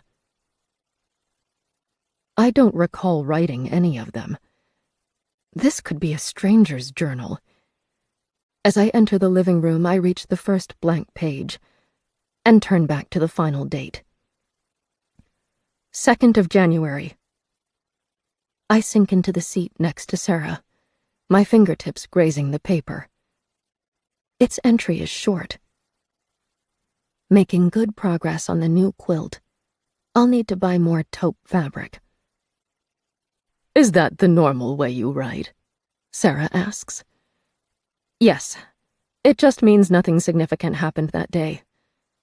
I shrug. I write in the evening, so my death must have happened between the night of the 2nd and the night of the 3rd. I begin flipping back, reading the messages in reverse. Most of them were similar, commenting on a new book or my quilts, or catching up on work during my free time. Nothing stands out until the 27th of December. Had lasagna for lunch. It needed more salt. I heard knocking at my door again last night, at nearly 1 in the morning. The doors and windows are all locked, but it felt like he had a way to get in. I read the entry aloud, knowing Sarah isn't wearing her glasses. She has her notebook out again, her pen flying over the page. Who is he? Not sure. I turn the pages back, scouring them more closely, hunting for anything abnormal. I find it on the 24th of December, Christmas Eve. He was outside again. This time he walked along the street, pretending to exercise his dogs, but every time he passed, he stared into my house. Something is in my stomach, thick and heavy, warning me, crying for me to stop turning back the entries. Dread. But I can't stop. I find the edge of a page and pull it back to the 23rd of December. I caught Cliff outside the living room window. He was standing knee-deep in the bushes, face pressed to the glass, hands on either side of his head to block out the glare. When he saw I'd caught him, he walked away. Not a run, just a walk. Back to the brick fence, stepping over and disappearing along the street. Do I ignore what happened? It's too late to call the police, surely. Cliff. The word is thick and repugnant on my tongue. Cliff Cassack from number 8. I spoke to him last week. Sarah's eyelids flutter as she looks up toward me. He's one of the gossip network, the one who tried to get into your home when you were noticed missing. The realization comes slow, but that does not rob any of its force. Cliff Cassack likely killed me. He was one of the people who reported me missing. I manage. More than a month after I was gone. That gave him plenty of time to clean my home and remove any evidence, if he really did kill me here. He must have, right? I wouldn't have followed him back to his home. Not after seeing him creep around like that. I indicate the pages. It's too soon to conclude anything. But I do wonder, if he truly is responsible and if he truly attacked you in your home, how did he hide your body? Our houses are on opposite sides of the street, 12 buildings apart. More importantly, the second member of the gossip network, Patty, lives opposite me. Her eyes are always prying.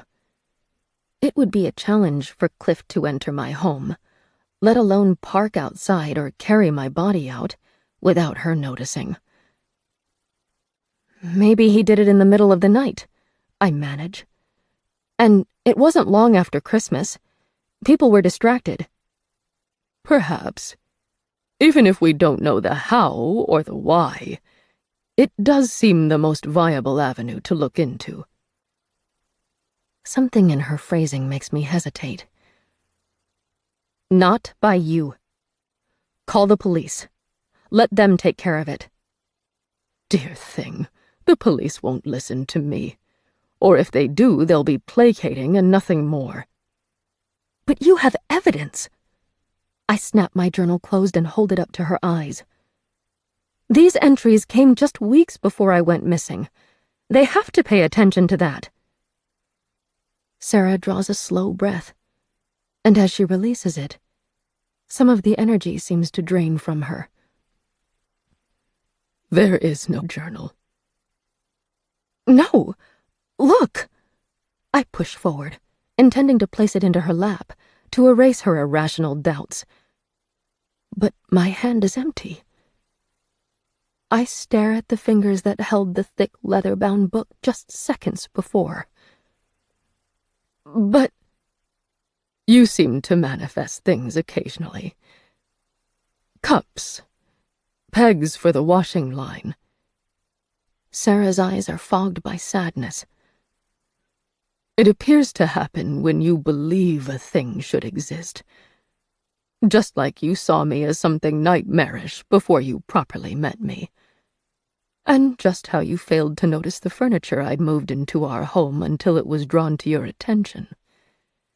You believe things should be a certain way, and so they are. My hands lay in my lap. Vacant. Useless. A part of my mind cries out that the journal is still in the house. Maybe I didn't carry it downstairs. Maybe it's still on my desk, and all I need to do is run upstairs and fetch it. But that is fantasy. Sarah's words are already sinking in. There is no journal. Not any longer. If it's not here, what happened to it? The police would have taken it for evidence, along with any other personal effects, laptops, phones, and so on. But then, were the entries real? Did I actually see Cliff Cassack outside my home? Or did my mind fictionalize those events, just like it fictionalized the journal itself? Sarah seems to guess my thoughts. She reaches across the space between us and pats my limp hand. Don't be disheartened. From what I can see, there are two possibilities. You remembered the journal as it actually was, and in the weeks leading up to your death, Cliff spent a concerning amount of time around your home. If that's the case, the police probably already questioned him and discounted him as a suspect, correctly or not. Or I could have made it all up. The words burn, liquid humiliation spilling over my tongue. Or your subconscious could be trying to send you a message. Another pat of my hand. Then Sarah tucks her own notebook away. Let's say those journal entries weren't real. Your mind still zeroed in on one person. It named him and him alone. You think my subconscious might be trying to relive something? It's possible. Either way, it gives me something new to do. No. The word tumbles out. Sarah is rising, her joints cracking as she stretches them, and I stand with her, my heart thundering. Don't talk to him. If this is real, if he actually did something to me... Sarah ambles toward the kitchen. I already spoke to him last week, and he seemed a nice fellow. He may be able to shed some light one way or another. He could be dangerous. Sarah, promise me you won't go near him again. We'll see, she murmurs as she steps into the shadows of the hall. We'll see. 14. Ill omens. The gate's alarm rises like a dying animal, fading into a sky smattered in violent reds and sickly golds. Clouds hang thick above my house like an ill omen, soaking the sunset into their depths, chilling the air prematurely. As the gate closes behind me, I pull my jacket tighter. Wind has sprung up, snapping, and the lawn is showing frost damage. As I follow the cracked stone path toward the door, I cannot help but look toward the living room window. The curtains are open. A lamp inside infuses warm color into the glass. Of course, Sarah is inside. I'm not coming home from work. I stop, only halfway through the yard, and wait for the mental disconnect to subside. This habit, this mental routine, may be the only thing tethering me to the world. Sarah believes I have unfinished business, but I don't feel as though I do. I want to provide answers for my sister. I want to know what happened to me, even if the truth isn't pleasant. But those thoughts, although present in the back of my mind, are not driving me. Pure dumb habit is. A bitter smile curls my mouth. The wind is growing colder. I shake the jacket up, unfurling the collar around my throat, and move forward. The golden light in the living room windows draws my eye again. I picture a man standing in the yard, knee-deep in the plants, leaning against the glass, hands pressed to either side of his head as he looks inside. Shudders rattle me. Sarah has spoken to him. The thought comes abruptly, ringing with truth before I can even question it. She spoke to him a second time, even after I told her not to, begged her not to. The proof is at the front door. A pair of shoes are lined up on the mat. Men's loafers, an unassuming brown shade. Fear sticks to my tongue, to the back of my throat, thickening in my stomach. I break into a run, hit the door hard. It's unlocked. It bursts open, slamming into the door stopper. Then I'm inside, wild and breathless, clutching the leather straps of my bag. Two figures sit in the living room. One is very familiar. Sarah, underneath my quilt, her long gray hair braided and hanging over her shoulder. She wears a shawl across her shoulders to ward off the chill that has invaded even my home. Her eyes, circles of flashing light, turn on me as I enter. The second figure has his back to me. He is still familiar. Horribly so. Cliff's sandy hair has a peculiar cut, too long to match the decade, not quite long enough to be a relic from the 80s. It's parted down one side and the strands sway over one another whenever he moves his head. He turns, slowly, toward me, and I cannot breathe. He would have looked 30 if his skin hadn't aged so prematurely. It's pocked and creased, thickened from being in the sun, drooping slightly around the jowls and throat. Deeply pronounced sockets halo his eyes. The eyes are white, like those in the portrait, missing both iris and pupil. And I know it is a figment of my mind, but I also know this is another ill omen. A hint of corruption, a warning sign that will earn me punishment if I dare ignore it. Those empty eyes are looking toward me, or through me, and I am desperate to step out of their path but dare not move. The corner of his mouth twitches, something between a smile and a sneer. Sarah, opposite him, picks up a mug from the coffee table. "Something the matter, Cliff?"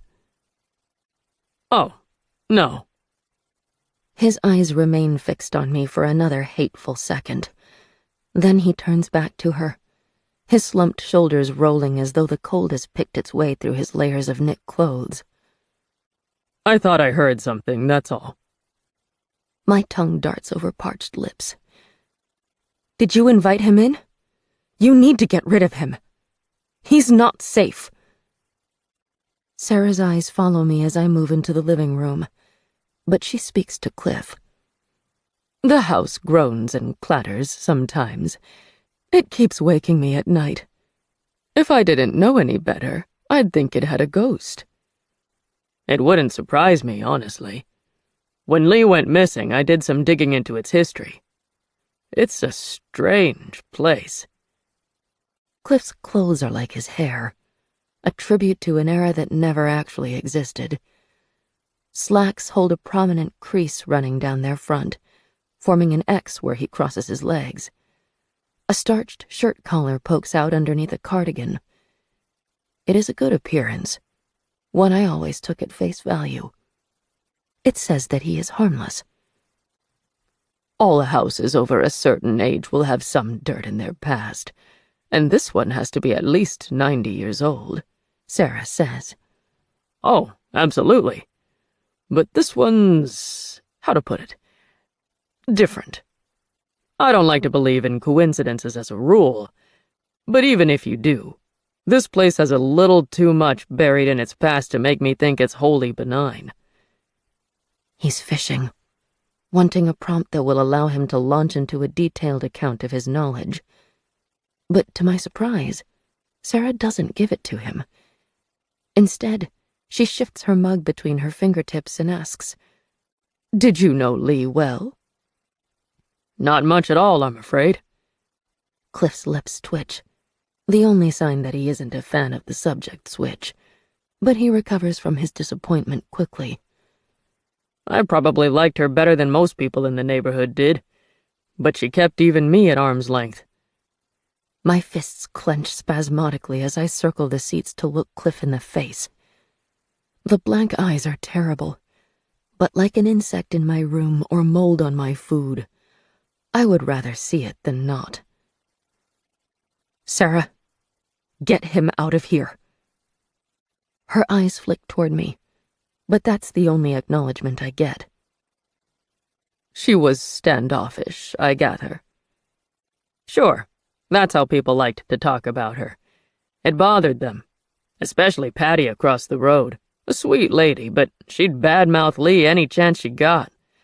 I thought it gave Lee a nice kind of mystique, though, like she had secrets. I'm revolted by the glitter in his eyes, the way he rolls his tongue across the words, testing them, tasting them. Sarah leans forward, her face reflected in the tea she brewed, and drops her voice. What kind of secrets? That's just it. No one knew. He mimics her posture, and it closes the distance between them. My hands itch. My head throbs. I need him gone. Out of my house. Away from Sarah. He reaches for his own cup, and I'm struck by how enormous his hands are. The hairs across his knuckles are sandy, like on his head, just the right color to be invisible against his skin until the lamplight catches on them. Maybe she was just peculiar. An introvert, you know. Or maybe there was something deeper. Something worse. Something not entirely right with her. It's barely sundown, but the clouds are thickening, heavy with rain, and Sarah never turned on more than one lamp. The room has become dark, and what colors exist are distorted, undersaturated and sickly. I'm not able to see Sarah's eyes behind the glare of her glasses as she tilts her head. She went missing only a little more than a year ago. She gave up her home, her car, and her job. Why? Stop, please. Spiders in my stomach are fighting their way up my throat, 1,000 prickling legs, and I cannot escape them. Don't provoke him. But she presses on, and the spiders spill into my mouth, scuttling across my tongue, my teeth, my lips. "What do you think?" she asks. "If you had to guess what became of her, what would you say?" Something like laughter emerges from his creased lips. The empty eyes turn toward the ceiling as he pantomimes contemplation.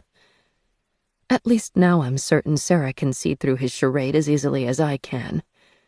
This is not a question he needs to ponder.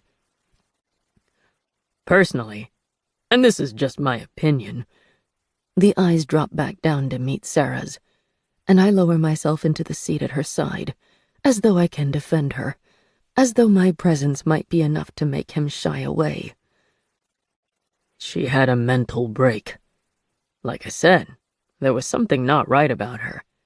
And that Christmas, she fractured, and just got up and left. As though timed to his words, rain began falling on the word fractured. A few drops at first, tapping the roof, colliding with the windows. The lamp is not enough light. It feels as though our world has shrunk into this tiny circle. Sarah, me, and a monster in human skin. Patty warned me first. The words are velvet, rehearsed. She said Lee was up all hours of the night, pacing, behaving strangely. Sarah is still leaned forward, too close to him. Did you see any of that? I did. I walk my dogs along the street twice a day. She kept her curtains closed, but I could still see her silhouette behind them. And she wasn't herself, constantly moving. Not with any purpose either. Just moving, around and around, for hours. Sarah lets a breath go, and it comes out as something like a sigh and something like a hum. You couldn't tell what was disturbing her? No, and I didn't ask. Those limp, two long strands of hair slide over one another as he turns his head. I tried to look through her window once, to see if she was all right. She caught me, and I figured it would be better to stay well away. She left not long after. The rain grows heavier, and it feels as though each drop swells my own emotions. I want to cry out. Fear. Humiliation. Sarah still isn't looking at me, her attention fully absorbed by Cliff. So if I had to guess, she'd be in another state.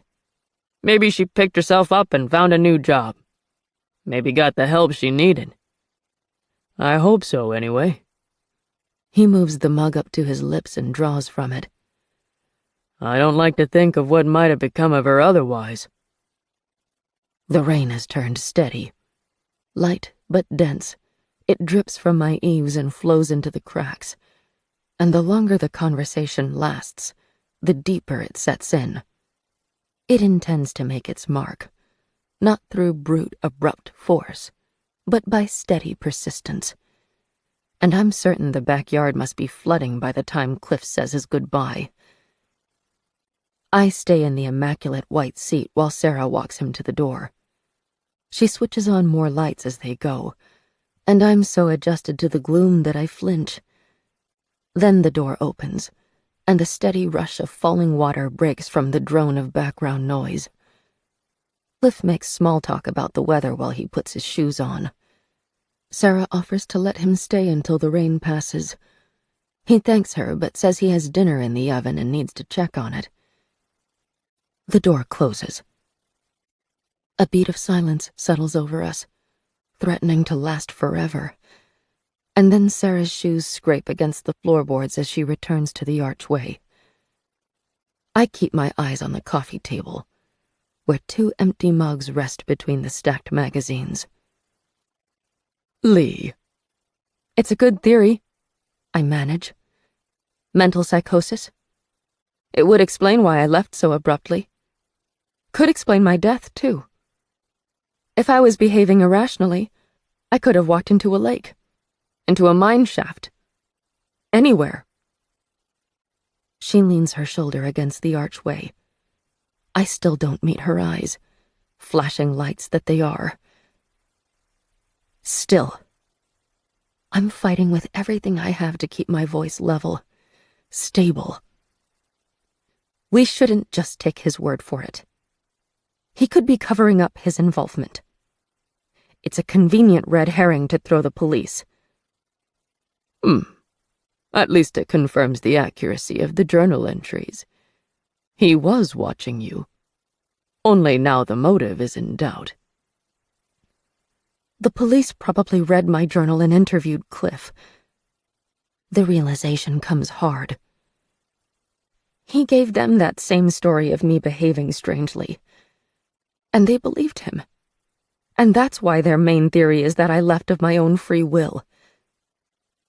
To be frank, my dear, I'm inclined to believe him as well. Fire across my face. Scorching. Setting into my pores, bleeding into my skull, consuming. She must be able to see what it's doing to me. I grab for the mugs on the coffee table and knock one over. A trickle of coffee runs out, but I right the cup, carry them to the kitchen, into the sink, turn the tap on. Detergent, suds. I'm scrubbing furiously, hard enough to break the mugs, when Sarah's hand touches my forearm. Don't be angry, she murmurs. I'm not. A mountain of bubbles has developed around the tap's flow. The cups are clean, but I keep washing, knowing that having a task is the only thing that's really keeping me there. I believe him because I heard the same thing from Patty. Sarah rests against the kitchen counter and seems to lose some stature. She said you were incredibly restless in those last few weeks. In her words, it was like you never slept. My hands are submerged in the cold water, and there are now no longer flames across my cheeks, but ice, turning my features hard, making every movement stiff. She said you seemed frightened, but you didn't want to talk to her when she knocked on your door. No. If something went wrong in my life, Patty is the last person I'd confide in. I rinse one of the mugs and put it onto the draining board. I found that a problem is rarely improved if everyone on the street knows about it. Sarah chuckles. Except for this problem. Well, even if telling Patty couldn't keep you alive, it would have made my job so much easier. I'm not ready to laugh, but I do smile as I drop the second mug onto the draining board. Either way, it leaves us in an interesting situation.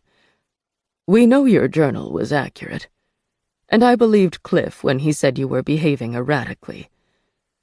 One person can manufacture a story to protect themselves from the police, but it's another matter to convince a neighbor, even if they're friendly, to go along with it. Each nod feels as though it heaps shame onto my head. But at this point I'd be a fool to argue. Though I do not believe him when he says you had a psychotic break. My heart catches. I look at Sarah. Her glasses flash white, and she reaches up to remove them, the claw-like fingers curling around the lights to peel them away. Her true eyes seem too small by comparison, and she blinks moisture out of them as she carefully folds the glasses and places them into her dress's pocket. No, she says, and squints at me. I don't think you died from an accident. Whatever happened to you was done to you, which means, perhaps, your behavior in those last few weeks was not so erratic after all. I make a show of draining the water and brushing the suds away to excuse me from meeting Sarah's contemplative look. Thank you. Well, don't thank me yet. I'm running low on avenues to explore. Perhaps my last one is your next-door neighbors. They've been avoiding me. Which ones? Sarah nods behind herself, toward the house to our left. When I first moved in, That old brick building was occupied by a middle-aged couple and their teenage children. Now it is home to an older man who uses a walker to reach the letterbox, and a tiny woman with stooped shoulders. Their evolution from industrious parents to quiet retirees happened so far out of sight that I sometimes forget they are the same people. Mr. and Mrs. Moreno. They're quiet, I note. I think they like their privacy. They certainly do. Or perhaps I've just had the repeated bad luck to call on them when they're not home, even though the car is in the driveway. Sarah shrugs. I'll keep trying. I noticed the wife likes to work in the yard some mornings, so an ambush may be in order. Perhaps tomorrow morning. There should be enough time if I'm quick. What's happening tomorrow? It's Saturday, sweet thing. Her face brightens, worn skin rising, eyebrows lifting, and in the span of a second, she sheds a decade. My family will be visiting. Sylvia, my oldest, and Adam, my second, and 8 of my grandchildren. I hope you'll join us. I won't be able to introduce you, but I'd still like you to see them all. I'd like that too. I silence the writhing dread in my stomach. 8 grandchildren. Surely the house cannot be so dangerous that Sarah is not allowed to see her relatives. A watchful eye will go a long way. I'll stay present during the visit. I'll ask Sarah to make sure none of them stray too far. Sarah returns to the living room to collect the mugs, and too late, I realize the draining board is empty. My body feels weary, as though simply standing is drawing something vital out of me, and I circle through the dining room to avoid having to face Sarah again. My companion's company has been something I treasure, but tonight, I just need quiet. As the sink turns on, I move from the dining room to the hallway and face the door under the stairs. Sarah has blocked the door, but in the cold moonlight, it appears as I always saw it. A panel set into the wall, indistinct and uncovered. There is nothing remarkable about this door. The wood matches the paneling, the handle matches those elsewhere in the home. But this plain rectangle of a door holds something so ominous that bile rises into my throat and my toes curl. I reach to touch it. The skin around my nails seems to writhe as it nears the barrier, every pore convulsing, every sweat gland flooding. And before my skin even touches the wood, my hand is moist and cold. The house moves. Nothing visible changes, but my balance falls away, and I am left reeling for purchase on planks of wood that are no longer truly flat.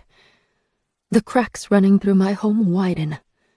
Their tremors travel through my body, carving a path into what feels like my soul, and I gasp, mouth wide, searching for oxygen that will not come. I back away, my heart rate too fast, and put my shaking hands behind my back as I leave the door behind.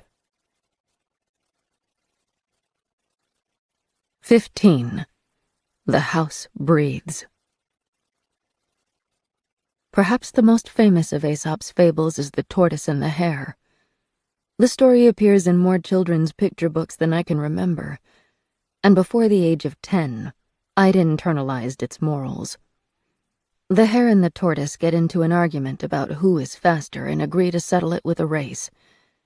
They're seen off by the forest's denizens with cheers and waving banners. The hare quickly leaves his competitor in a cloud of dust, and laughing at how thoroughly assured his victory is, he lies down to take a nap. The warm sun lulls him into sleep, but meanwhile, the steady tortoise continues plodding along, past the dozing hare, past the halfway mark, up to the finish line. The hare is woken by the cheers of the forest animals as they celebrate the tortoise's victory. Slow and steady wins the race. The lessons are pleasantly easy for children to grasp. Arrogance leads to humiliation. Perseverance will ultimately lead to success. But there's a different interpretation to the story. Several hundred years after its inception, the writer Lord Dunsany proposed an alternate ending. One that I have never seen in the hundreds of renditions of the story that include pastel illustrations of deer and frogs and birds throwing confetti across the gently smiling tortoise. After the tortoise wins the race, he's crowned the fastest animal in the forest, to the hare's chagrin. Sometime later, a fire breaks out. It spreads. Quickly, the forest animals rush to alert the tortoise. As the fastest creature among them, it's his job to warn the rest of the animals and save them from the fire. He sets off, slow and steady as always, plodding into the trees. By the end of the day, the forest has burned to the ground. The only survivor is the hare.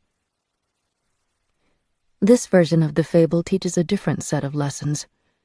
That facts can be misleading, and reliance on data over common sense can have horrendous ramifications. Yes, the tortoise won the race, but was it right of him to accept the title of fastest in the forest when he himself had passed the sleeping hare and knew his victory was unearned? Perched on the edge of my bed, my toes buried in the rug and my hands resting on my own hand-quilted hare and tortoise, I cannot help feeling that my knowledge is just as great a poison. I think I understand my situation, to some degree, but I continue to battle an intractable fear that seeps out of my very house. The cobwebs want to stick to me. The gnawing dread I try again and again to dismiss. I'm already dead. What else is there that can hurt me? And yet, with all this knowledge, my body still squirms at the sight of that door, turns cold as the cracks running through my home widen. The forest animals thought they understood. They had facts, data, proof even, and all that knowledge led them to a scorching death. My bare feet feel too vulnerable where they rest on the floor. It's childish to fear something might lurk under the bed. I have a lifetime of evidence proving that nothing will come from that dark gap, that there is no reason to mistrust it. Still, I draw my feet up. With my back to the headboard and my knees under my chin, I stare down at the woven fables I conjured. The hare in his arrogance, believing so greatly in his own superiority that he doesn't take a competition seriously. The tortoise, often presented as the humble alternative, is perhaps the only animal in the forest with more arrogance than the hare. Those two tragic creatures intertwine with a maze of varied, fallible animals. The fox and the stork, who torment each other with soup served in containers that the other cannot drink from. Owl, praising the grasshopper's singing so generously that he climbs onto the branch next to her and is eaten. The crow, trying to wash his feathers as white as a swan's and growing thinner each day. Their beady eyes stare at me, horribly lively in the muted light of my lamp. Another irrational fear rises, that once I close my eyes, they will come alive, writhing across this bedspread, gnashing teeth and sharp beaks gouging at one another, twining together, dying together. The bedroom door isn't closed properly. A cold wind moves outside my window, pulling on the stagnant air inside my home, and the door drifts open several inches. The light from my bedside lamp is barely enough to see the wall beyond. Smooth paint, dulled from age, due for a fresh coat. It transfixes me, making it hard to look away, even when a sound comes from deeper in the house. A metallic grind, click. Hinges, crying out as they rotate. The door under the stairs has opened. That is impossible. Even if it weren't locked, Sarah has placed a shelf in front of it.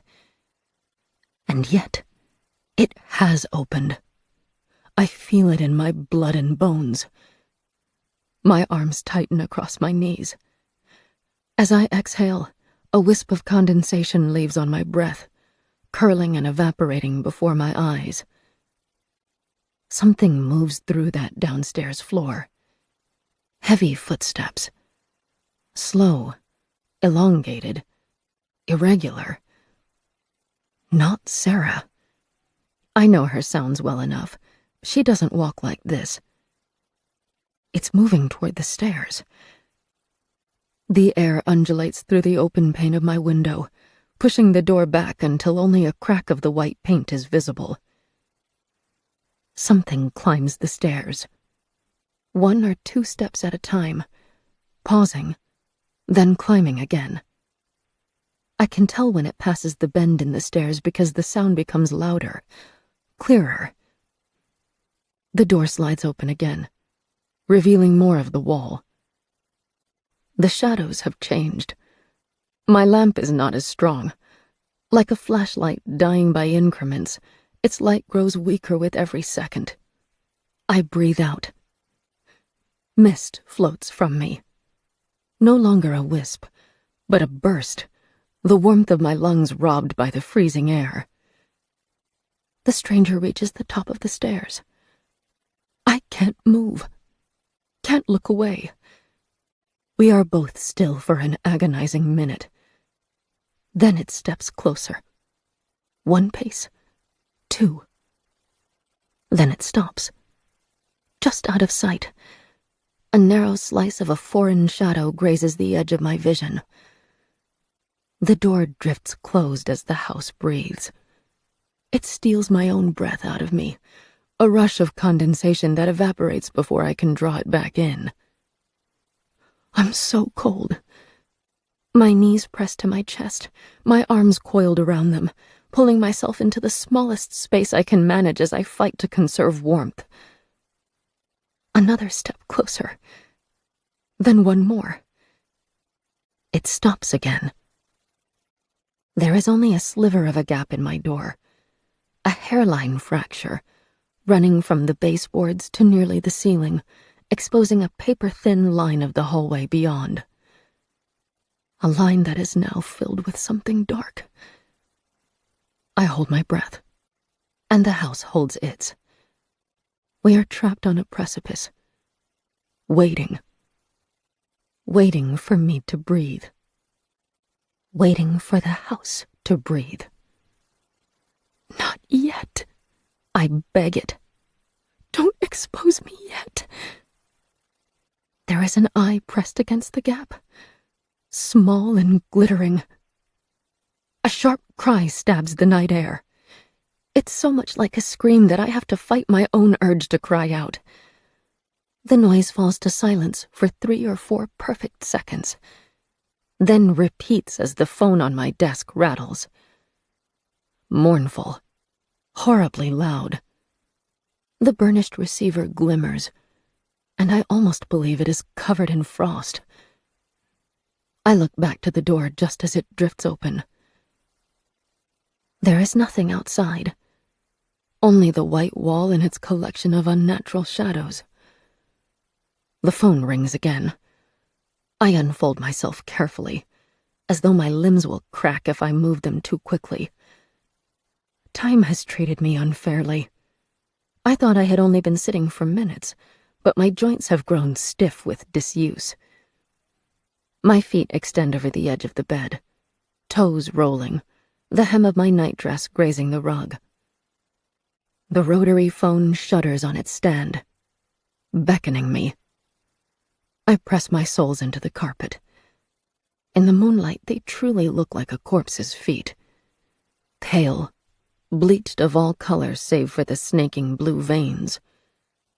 They're translucent, the unnatural effect highlighted by the dark rug, and by the darkness that comes from underneath my bed.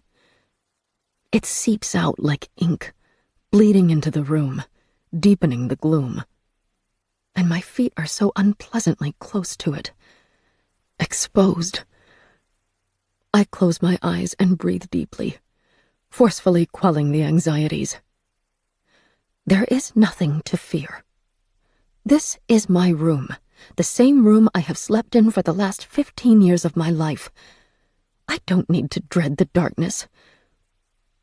The phone rings once more. I begin to rise. Pallid fingers emerge from under my bed. They shoot forward and close around my ankle. My breath catches before it can leave my lungs. I try to lurch forward but can't break free. Long fingers, disturbingly tepid, tighten, hard enough to bruise. They begin to pull, dragging me with them, forcing me to the floor. My cheek hits the carpet. I dig my fingers into the floor, grasping, but all of my muscles cannot compete with the thing under my bed. I writhe to twist my ankle free. The skin is already slick with sweat, but the hand is like a chain, unbreakable, unstoppable. My leg disappears into the dark gap beneath the bed frame. Past the ankle, past the knee. No! I can't breathe, not even enough to scream the word. It's a whisper, and I'm struck with fear that this is how I died. Not with a fight, but with a meek whine. That thought is more repulsive than the thing under my bed, more repulsive than the idea of death itself, and I become a wild beast, fighting, kicking, screaming as my hips are dragged into the dark chasm. The bed frame is low enough that it scrapes my torso as I disappear under. I scrabble for a hold on the mattress, and instead my hands come away full of the quilt. A drowning person's instinct has taken over. The blanket is useless, but I cannot let go. It's all I have, all that is within my reach now, as my shoulders brush the edge of the bed. There is no longer just one hand dragging me under, but dozens of them. Cool, fleshy, bony, they grasp at every inch of my body to draw me into the blackness. I tilt my head back, a final effort to pull in enough air to scream. I can't. My head goes under. All light is extinguished. My heartbeat is magnified, pounding, deafening. I can't tell which way is up, only that the hands are everywhere, pinching, scratching. I coil in on myself, the quilt clutched to my chest. This is another dream, another delusion. My mind, fractured by death, hallucinates nightmares to torment me. I know this. My evidence is that it has happened before. My data says that I will resurface. My heart screams that I am wrong. It pounds faster and faster, starved for air, crushed by the weight of the darkness. The hands are no longer distinct things, but a cocoon of pressure, pushing on me, driving me further down. Through the floor, into the house's very foundations. I can taste it. The rot. The black, sickening thing that corrupts my home. It runs through the fractures. It festers inside the walls. I have been breathing poison in every day as it spreads, and thickens, and decays. I know its nexus. The door. The toxic, hideous door, disguised so mundanely. It devours all. It will devour me. No. I cannot hear my own voice under my booming heart rate. The pressure will not let me move. I am trapped. Under floorboards or under concrete or even under the earth, I cannot tell. But trapped so desperately that there is not even an inch of give. My shoulders ache as I push them against the barrier. My hands are coiled at my chest, and I cannot squirm free. The angle of my neck is a sparking pain. No. There is not enough room to breathe. Panic takes hold. I fight for an inch of give and find none. This will be my final resting place. The thought comes like a knife into my chest. I've discovered the thing I needed to fear. The thing that supersedes even death. An eternity spent trapped. My lips try to form words, but even they are reluctant to shift. Please, no. The words echo through my head, around and around. Trapped. Like I am. Let me go. It can't be like this. Not while I'm conscious. Not while I can feel it. Please, please.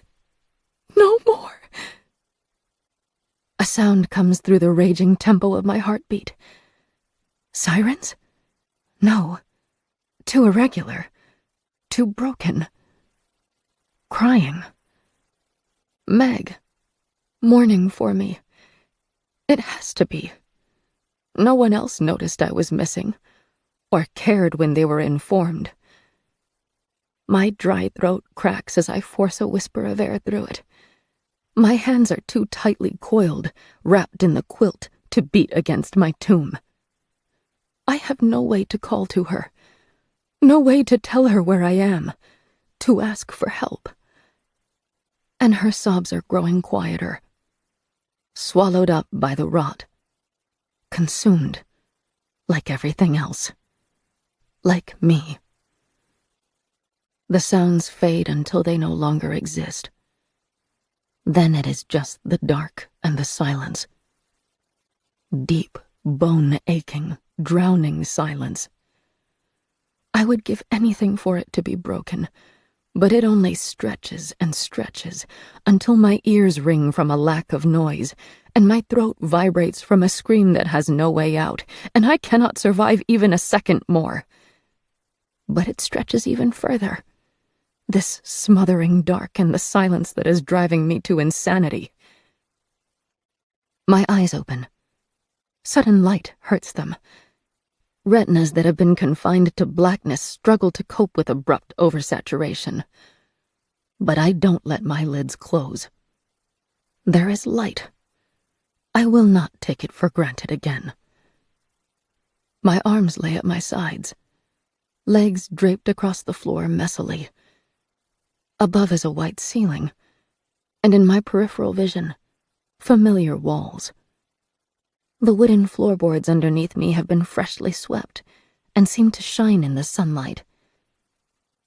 I tilt my head to the right. The door looms over me, and I feel its presence across my body like a shadow. Frost clings to my skin. It aches as I scramble back from the door. My legs lack the strength to carry me, but my forearms drag my body to the white painted wall so I can sit against it. Propped up like that, I feel like a boneless doll that some oversized child has discarded. The door is less than 4 feet away. Too close. Its camouflage of wooden facade is interrupted only by the bronze knob. As I stare at it, the handle jostles. Just a fraction. Seconds pass as my heart's desperate rate begins to ease. I watch the door, waiting, but it seems prepared to bide its time. At least for a while longer. The sound of crying hangs in the air, as though it bled out of my unconscious mind. It's soft, muffled and distant, and I use the wall for support as I gain my feet. Meg? She couldn't have come back to the house, surely. But who else could be crying for me? I blink, my vision spotted with bleeding grays and flashing whites, as vertigo wants to drop me. The sensation clears. I let go of the wall. Having the understairs door to my back is uncomfortable, but I follow the sound of crying into the kitchen. My legs are stiff, my feet extended at odd angles, as my body remembers how to move. I clutch the nearest kitchen counter and hang over it as I try to catch my bearings. Someone has stacked cups on the countertop near the sink. They're topside down, as though waiting to be distributed. Behind them are a matching stack of plates. And party hats? 12 of them, stacked near the toaster. The house is empty, save for me. The walls are too quiet for anything else. I can no longer hear crying.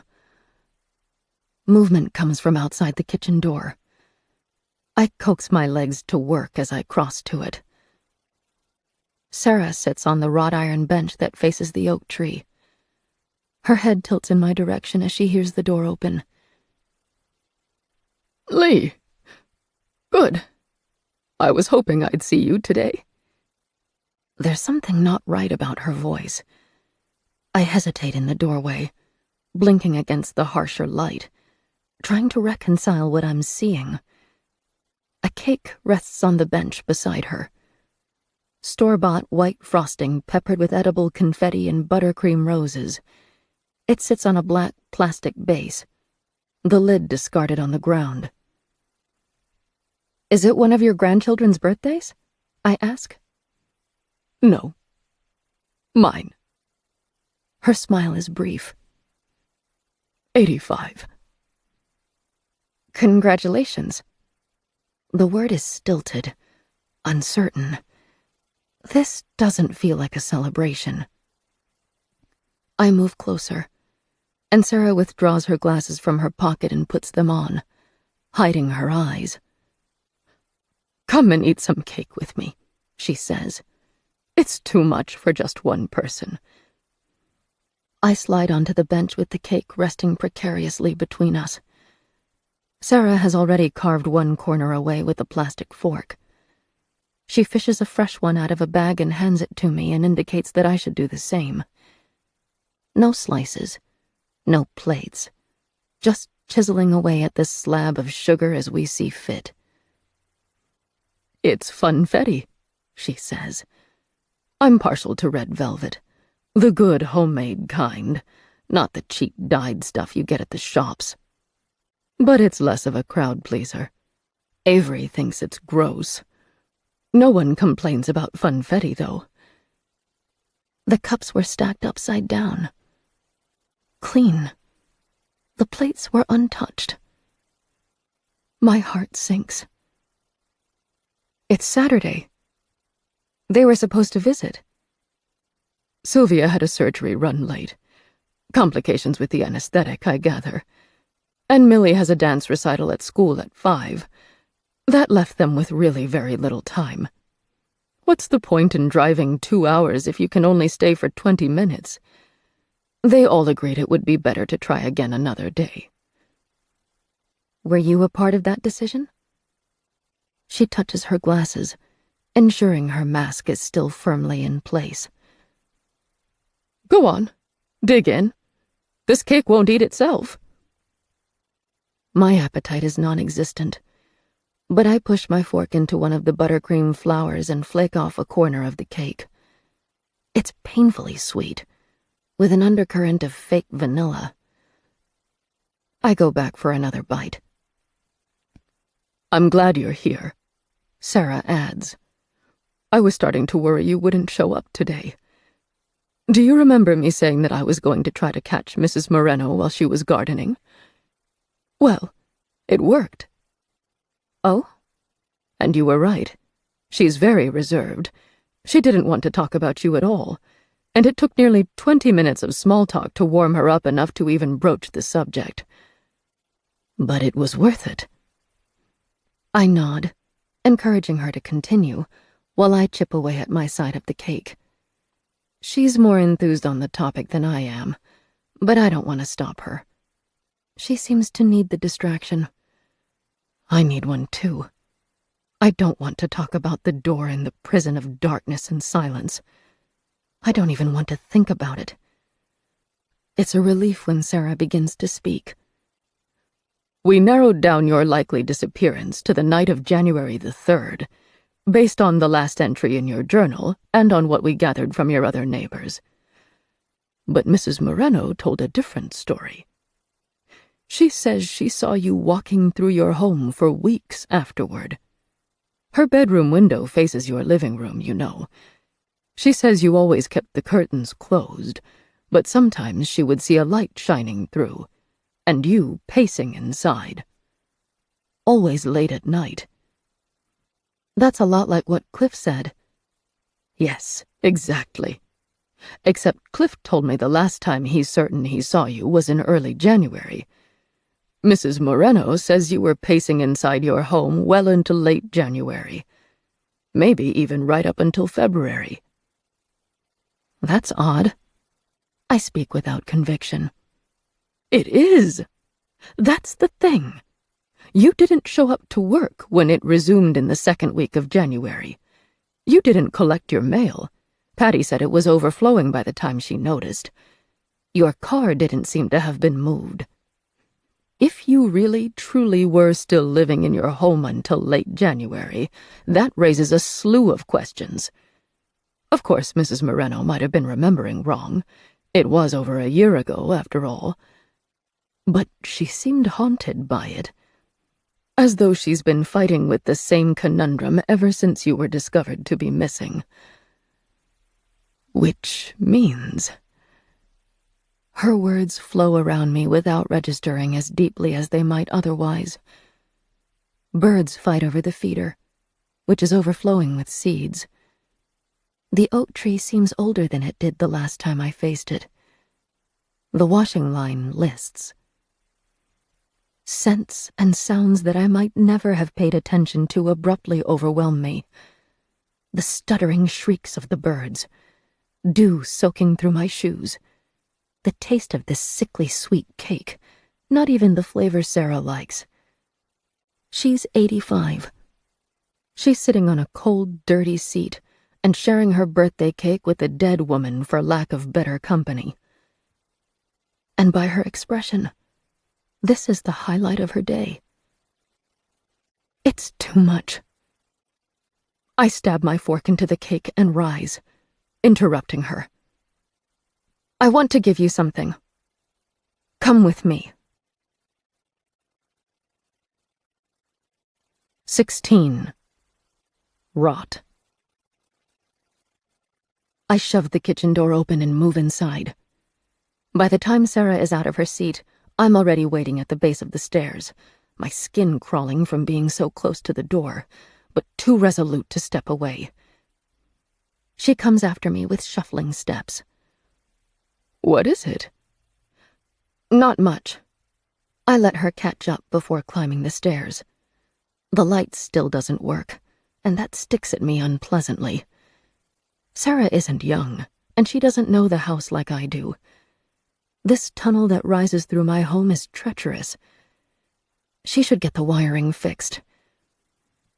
Again, I wait at the top of the stairs for Sarah to catch up, then lead her into the rumpus room. The area was used for storage. Old sewing machines that needed spare parts to be repaired. Boxes of crockery that I didn't need. Boxes of old clothes waiting to be donated. I stop by one particular shelf near the window and point to a large cardboard box. Open this one. Please. Her expression is impossible to read behind the reflective glasses, but she only tilts her head before pulling the box free from its confines. It thuds as it hits the floor. I kept a pair of scissors in a tray on the shelf and point them out to Sarah so she can cut through the tape. It's not much, and I don't have any way of wrapping it. I rub my forearms, alive with goose flesh, as she pulls the flaps back to reveal the blue material underneath. And I'm sorry it's not personalized. I would have made you something more specific if I weren't dead. But this is my favorite one. I was saving it for something special. And I want that to be you. The quilt spills free. layers of intricately sewn inch-sized pieces of fabric creating a mosaic of animals, plants, and stone walls. I themed it off a quaint yard. The first impression is of a pond surrounded by flowering bushes, but I buried dozens of small details into it. A fox sneaking around the distant gate. Waterfowl descending to land in the pond. Sarah runs her fingertips over the border. A design of brambles with hairs darting between them. She opens her mouth, then closes it again, and I have the horrible idea that she's searching for a way to politely decline the gift.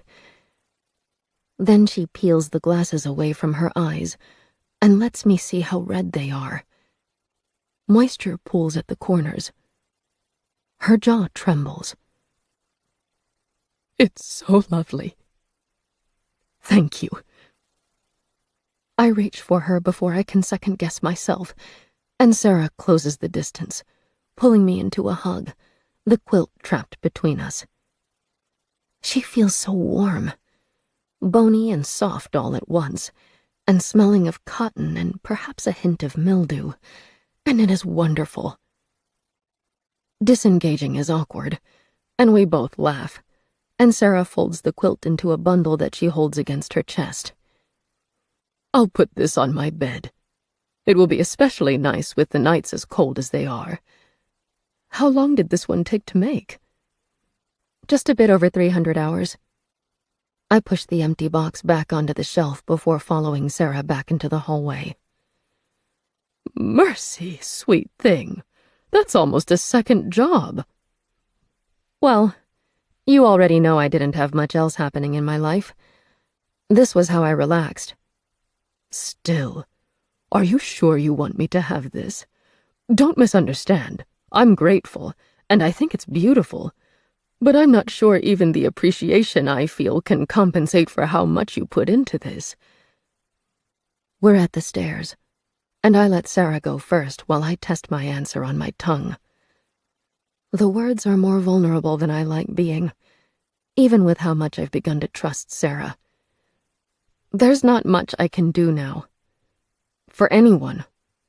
Not my sister, not my coworkers, not even you. And I guess it feels good to put something into another person's life. If that quilt keeps you even a bit warmer at night, that will make me happy. The idea has been growing day by day, and I don't like how uncomfortable it makes me. That I am the definition of dependent. I'm a guest in another person's home, incapable of leaving. I'm reliant on Sarah to speak to neighbors, to piece together timelines, to find out how and where I died. In return, I can't even wash up after she makes our drinks. That quilt, the last quilt I ever made, is the only part of me I have left to give. "It is very lovely." Sarah descends the stairs, holding the quilt in one hand while she steadies herself against the wall with the other. "It's a wonder you hid it away instead of putting it on display, like the other one, or putting it on your own bed." That makes me chuckle. I have the Aesop's quilt. I've been using that one for at least 8 years, and even though it's a little rough around the edges, I couldn't replace it. "I don't think I've seen that one." "The quilt covered in animals? It's in my room." We reach to turn in the stairwell and pause, making use of the narrow space to search each other's expressions. "There's no quilt on your bed, sweet thing." "No, it's definitely there. It's in neutral tones. It has the hare and the rabbit, and the stork and the fox, and—" "I'm sorry, my darling. Your bed only has sheets and a blanket. I think we just found another item that the police didn't realize was missing." The stairwell is a tunnel. Where we stand is dark, but when I look up, I see a rectangle of light signifying the merger with the upstairs hallway. As I stare up at it, I feel as though I'm in a pit, trapped, stuck in this 2-foot by 2-foot hole, with nowhere to go. That quilt was so integral to me, so core to my life, both before and after my death, that it feels impossible for it to be gone. I shake my head. I didn't want to talk about the images and sensations that tormented me, but now they're too relevant to ignore. I had a dream last night where I dragged it off my bed. Sarah's voice floats out from the dining room. You can still dream? I think so. At least, it's something.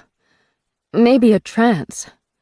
Time shifts, and sometimes I see things and hear things. Tell me about that. I reach the base of the stairs and lean in the dining room's archway. Sarah has opened the curtains and is spreading my quilt out over the dining table to examine it in detail. I'm grateful her attention is divided. Explaining this would be impossible if I had to meet her eyes.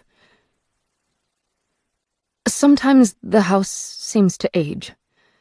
There will be cobwebs and dust all over. Sometimes I see another person in the building. I think it's supposed to be Cliff, but I never get a good look at him. Sometimes there are ropes. From your macrame, I think. I didn't realize my macrame would manifest in your world. Her glasses are back in place as she pores over the details on the quilt's edge, but her head tilts just far enough that I suspect she's watching me. I can take them down if they bother you. No, it's okay. Just sometimes unnerving. I don't like how smooth the ropes are. Oh? Now I'm certain of it. She truly is watching me, as though she's waiting for me to elaborate. When I stay silent, she crosses into the kitchen and returns seconds later. Are these the ropes you see, darling? She holds out a woven design. It's not made of the thin, sleek material that has been tormenting me. These ropes are rustic, soft and brown, with a slight give under my fingers. I should have known. Those synthetic ropes didn't belong in a crafter's crate. They're too oily, too alien to decorate a home with. Just like with the furniture and just like with my own death, my mind was pushing for me to ignore obvious warnings in favor of easy delusions.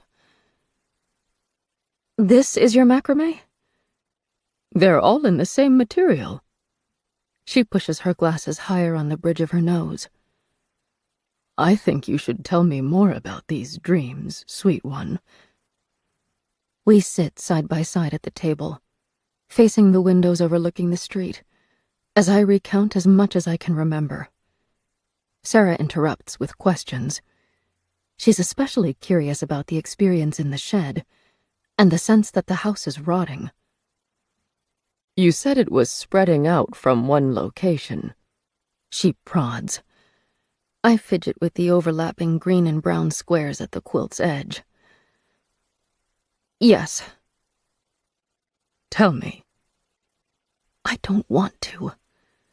Somehow, speaking about the door feels like a bad omen, as though I would be inviting something horrendous into my home, worse than what is already here. The door is something that shouldn't exist, and it draws power from the attention given to it. Don't think about it, don't talk about it, and maybe, if we're lucky, that will slow the spread. Sarah grips my hand, pressing hard enough to snatch me back down to reality. Lee, I need to know. I've run out of neighbors to speak to, and anything else I do from here is like throwing darts into the dark. If your subconscious is offering us any clues, we can't ignore them. Okay, but you can't go near it. There's something bad inside, and we can't risk letting it out. She presses closer. Something bad? What? I have no idea. It feels horrible. Being near it. Touching it. I'm already dead. Things can't get much worse for me. But you have to promise you'll be careful. We can't open that door. It's a door, is it? Her eyes light up. Which one? Not your bedroom. Not mine. Not the pantry.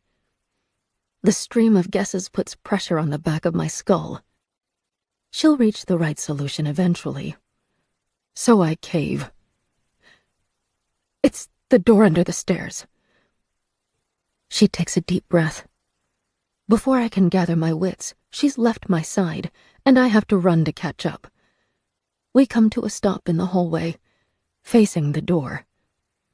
Having Sarah at my side helps me see the display table. Sturdy, stacked with books. It's a welcome barrier between us and the understairs compartment.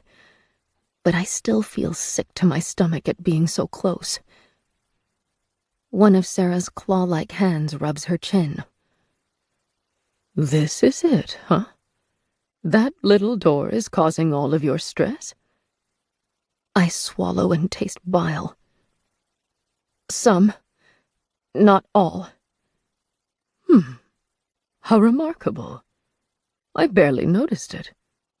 You know, when I lived here as a child, my siblings and I would play hide and seek, but I don't think any of us tried to hide in there. Maybe it was locked even back then. Or maybe we just didn't think of it. It's good at hiding. I walked past that door every day, never registering that it so much as existed, until it started leaching poison. She tilts her head, loose strands of gray hair falling around her ears.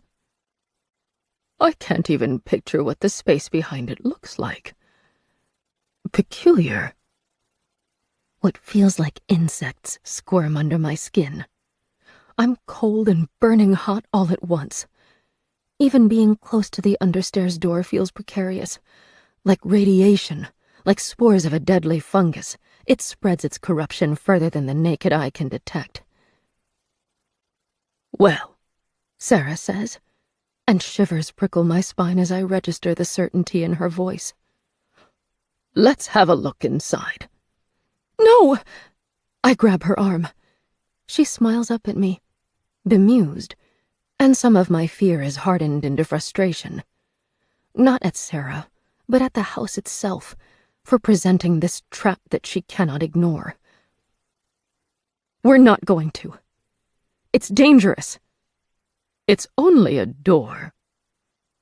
There are no words to explain my certainty, but it bites deep in my soul. This barrier must stay closed. Think for a second, sweet thing. She rests her hand over mine, where I grip her cardigan. This door is deeply significant to you. What could be on the other side? I can't imagine. Don't want to imagine. Her voice is soft, quivering, as she leans closer to me. Do you think that this could be the answer? That perhaps, behind this door, we will find you? Rushing in my ears, my heart is tearing itself apart, my veins on fire. I have no avenues left except to beg. Please, don't. Her hand is a caress. She bows her head, letting her round spectacles slide down on her nose to give me a glimpse of her eyes. The lids crease, the skin bunching up to either side, red capillaries drawing mazes around the pupils. There's so much compassion in those eyes that I almost can't stand to meet them. I need to do this, and I hope you'll stay with me. She eases her arm out of my grip and approaches the side table. I don't immediately react, my mind empty, an animal lulled into compliance by their handler's gentle touch.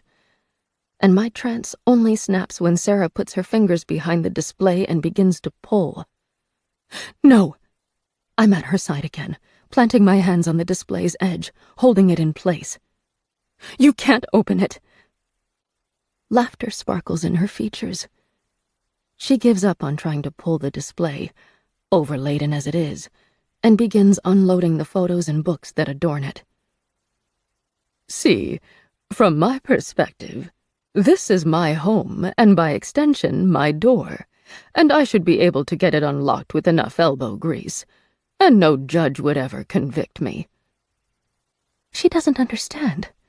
She still thinks this is paranoia, or perhaps my mind trying to block out the reality of my situation. But it's not. It's pure fear. We're standing on tracks, and she can see they're clear from miles ahead. But a train is hurtling toward our backs, and only I can hear it. She stacks 4 of the novels onto the floor nearby. I put myself between her and the display. My body can't be in there. We would have smelled it.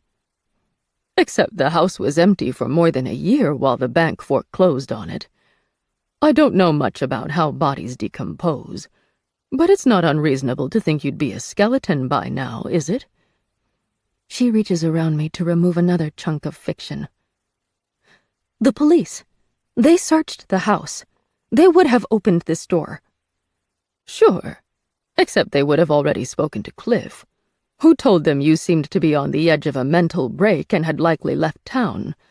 So maybe their search was more of a formality than anything else. She hooks her hands on the edge of the display and pulls her body weight against it. This time, it moves, wooden legs scraping painfully across the floor. I lean on it, putting my own weight in opposition to hers, but it doesn't affect the display's movement in the slightest. I don't believe that. Remember the 2 officers who visited not long after you moved in? They looked at this place as though it was a curiosity. They had months to conduct their investigation, and the first thing they would have done is check inside every door. Anything else would be negligence. Sarah's panting from the effort, shuffling her feet back in increments, beads of moisture forming on her brow and upper lip. And yet, I tried to open this door when I moved in, and it was still locked. A gap has been formed between the display stand and the door, and my panic rises another click. I snatch at Sarah's arm, but she shakes me off. She moves around the stand, putting her back against the door so she can push instead of pull, and I want to beg her not to touch it. Oh, wish I'd asked the movers to put this somewhere else. Sarah huffs, her hands spread against the stand's back, cardigan rolled up to her elbows, as she forces the display toward the opposite wall. The scrape of wood against wood is like a scream. The train is coming, its horn a deafening blast, and she still cannot hear it. Whatever this fear is, whatever my subconscious has been warning me against, I can't allow it in the house with her. The display now fills the hallway awkwardly, but leaves enough room for the door to swing open. Sarah relaxes, stepping back, rolling her shoulders as she examines the edges of the inset wood panel. The rot is spreading, ravenous, eager. The cracks pulse under my feet. I try one final time. Please. This is for both of us, sweet thing. Sarah smiles at me before approaching the door. She touches the handle. The house shudders, and I imagine the train tracks under our feet vibrating with the force of an unstoppable behemoth. Too close to escape. Too close for anything except a final gasp of air. She turns the handle. It rotates smoothly. The latch clicks. Unlocked. She pulls, and the door shudders, sticking against its own frame. Then comes free in a rush. 17. Unnatural shades. The door stands open ahead of us. I felt the instant it unstuck from its frame, like a tooth being pulled from my socket. Insurmountable pressure followed by a blinding pop of relief as it comes free. The air that rushes out is colder than the house's temperature. stale, as though it had gone untasted for decades. That should be impossible. Even with the door locked, the gaps underneath and around its edges would have allowed enough transference. And yet, this air tastes like something out of a tomb. Neglected. Old. No longer fit for humans. That rush of air lasted for a heartbeat. Maybe two. Then dissipated. But not before leaving a lasting imprint on my lungs. My eyes don't want to see inside the door. They're averted toward the ground, unwilling to obey my instructions. Stuck. The train has hit us. But seconds pass. The world continues on. The sounds of birds trilling at the feeder's edge bleed into the hum of a car passing along the street. Sarah, at my side, breathes deeply. Finally, I force myself to look.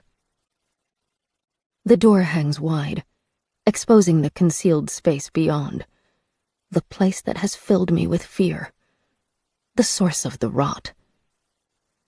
It's a storage area, as I'd always imagined.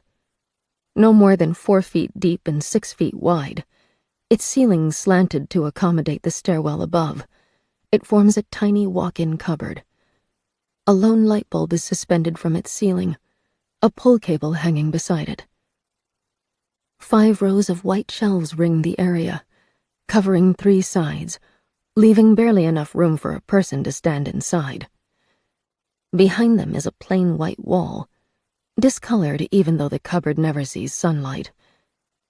Most rooms in this building have seen 3 or 4 layers of paint since the home was built, but I suspect this might be the cupboard's original coat. The shelves hold several items. 2 boxes, a scrap of cloth, a book with rumpled pages. Even with those contents spaced about, the shelving looks bleakly empty. There is no body. It takes a second to register that the digging, sour emotion I feel is disappointment. Oh. Sarah presses one hand to her hip, the other holding onto the door's edge for support. Her head turns, first left, then right, then back again, as though the closet's contents will make more sense if she only looks at them properly. Not what I expected. She steps in. An idea hits me that the door might close on her, locking her inside, and the only way I can assuage the fear is to physically hold the wood panel open. Sarah pulls on the light's cord. It doesn't respond.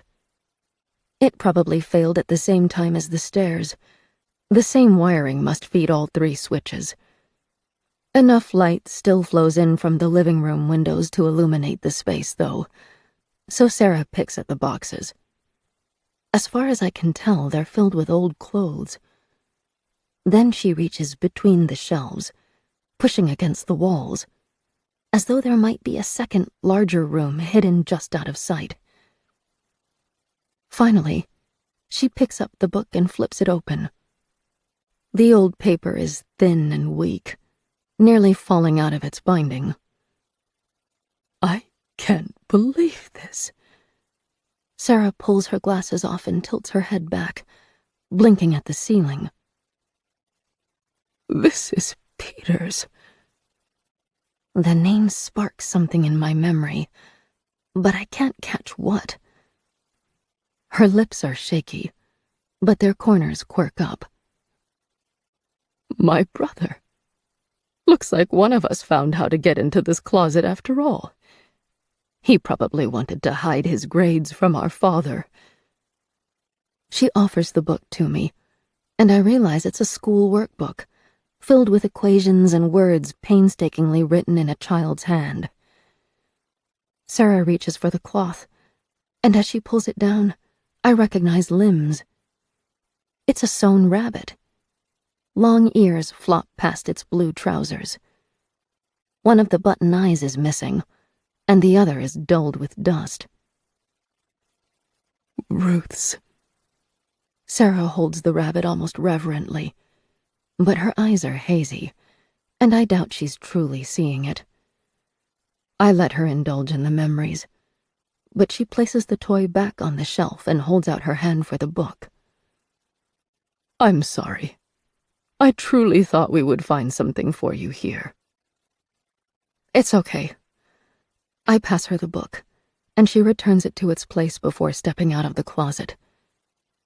She doesn't react as I close the door. Energy has left her, and she seems smaller than I remember. For a minute she stands in the hallway with her back to me, staring toward the kitchen.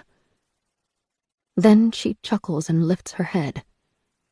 Well, I had better go and rescue my cake from the birds, if there is any left. Thank you for the quilt. It truly is special. As Sarah leaves, I put my back against the display unit, facing the understairs door. I don't know what to make of it. The room inside was so mundane, so plain, that it seems laughable to remember how badly I feared it. Laughable to think that such a nondescript, forgettable door could hide more than a nondescript, forgettable room. And yet, the fear isn't gone. It starts in my legs and rises through me, prickling my skin, turning my mouth tacky. The idea that the room should have stayed closed. Those shelves and their contents didn't need to be feared. But something else did. And we released it. Like a curse inside a tomb, we ignored the warnings, and now it has been let out, and there is no way to put it back. My home is still rotting, and the black poison spreads faster and worms deeper, filling my stomach until I am sick with it. I don't see Sarah through the remainder of the day, and I can't tell if I'm avoiding her or if she's avoiding me. At some point, the cake was returned inside, abandoned on the kitchen sink, two of its corners carved away, a straggling band of ants creeping over the soft, moisture-beaded icing. Later that afternoon, I passed the hallway and noticed the display stand has been moved again. Sarah has propped it neatly against the wall and replaced its books. She left the cupboard door free, perhaps in case we need to visit it again. I will do anything in my power to make sure that doesn't happen. A cold front moves across the region. It brings spits of rain and a gasping winter wind. The sun fails behind rough-edged clouds. A streak of violent red sunset slices the horizon for no more than 5 minutes before it too is absorbed into night. I remain restless, pacing the lower floor, expecting to run into Sarah eventually, but finding myself alone at every turn. The party equipment is packed away. The remains of the cake peek out of the trash. There is something bad about this night, as every time I pass the door underneath the stairs, I'm forced to stare at its bare wooden facade. Such a mundane door, hiding such a predictable secret. I'm ashamed and angry and confused in alternating beats, the emotions taking turns to pilot me, none remaining in charge for more than a minute before being replaced. Only 2 lights were switched on in the lower floor, the kitchen's bright bulb and the living room's more subdued lamp. They create islands of light for me to land in before my restless legs force me back into a sea of black. The door's handle gleams from both, one in each direction, and if I stare at it without focusing, it looks unpleasantly like eyes. The dining room's large window panes rattle as cold air buffets them. It's not going to rain tonight. Not properly, anyway. A few spots of water will linger on the roof and the walls in the yard, enough to make the world feel damp but evaporate into the frigid air before anything can be truly wet. A bad omen. And I cannot stop walking, although I am driving myself insane. When I pass through the living room, I stop by the window and stare into the night. A small LED light flashes through the dim outer world, passing along the exterior of my brick fence. I know that light. It's wielded by Cliff and highlights his sagging face, brought into relief in unnatural shades, alternating with the swishing tails of his 2 dogs, a golden retriever and a terrier. People say he loves those dogs. Why else would he be braving such an unpleasant night to walk them? But in the glittering LED light, I see his face turn, just a little, to watch my house. One eyebrow is pulled up to clear skin from around his eye. Dead eyes, black, like beetles, shining from inside his skull. They rove over my home, fastening on each window, passing over where I stand like a spotlight. Perhaps those dogs are not so beloved, but valued for the convenient excuse they afford him. I wait until his attention returns to the footpath, then drag the curtains closed. If I were still alive, I could find some distraction to occupy the hours. Beginning plans for a new quilt, or cooking dinner, although it always feels like a waste to cook for one. Even cleaning could keep my mind busy for a while. But I am not alive, and the minutes grind by, measured by the sluggish hands of the kitchen clock. Only a little past 7. The house feels too still, too quiet to be that early. There is perhaps only one relief afforded to me in this new state. I can embrace oblivion. Hours, perhaps even days, will pass in the blink of an eye, and I won't know which until I wake again. I have to pass the door to reach the stairs, but I refuse to look at it. My hand finds the banister, which swings me onto the steps. 5 of them pass under my feet, and I turn, facing the upstairs hall. A hint of light grazes the ceiling. It's only when I reach the top of the stairs that I find its source. A thin line of it emerges from beneath Sarah's door. The night is still early, but my body feels tired, and I wonder if Sarah is affected in the same way. It's the door, a dark part of my mind whispers. We let something out. We can't see it yet, but it's here. It's poisoning us. And it's already too late to escape. I pass my own bedroom door and approach Sarah's. She calls a greeting in response to my knock, and I let myself in. The spitting rain adorns her window, little beads shining like baubles in the light of her bedside lamp. They vanish as quickly as they are placed, never enough to wash the dust away, just gathering it and letting it reform in tiny circles. Sarah sits on the edge of her bed, back to me, as she watches the glass. Her long hair is loose across her back. It contrasts with the burnt orange of her nightgown. She must be cold. She's not wearing anything else, not even slippers. Just wanted to say goodnight, I murmur. Thank you, sweet thing. She gives me a look over her shoulder. Her eyes seem small without her glasses, and they crinkle as they watch me. Sorry we couldn't make much progress. We'll try again tomorrow. Okay? I shrug. At some point, without me even noticing, I lost hope that my body will ever be found. Perhaps our first theory was correct after all. I could be in some remote nature trail, my flesh being converted into food for the surrounding trees, my bones a jungle gym for insects, never to be found. Maybe. We'll figure it out. We will. She turns back to the window. Her hands lay in her lap, and I wonder how long she's been sitting there, on the edge of her bed, watching spits of rain form and evaporate. Sarah?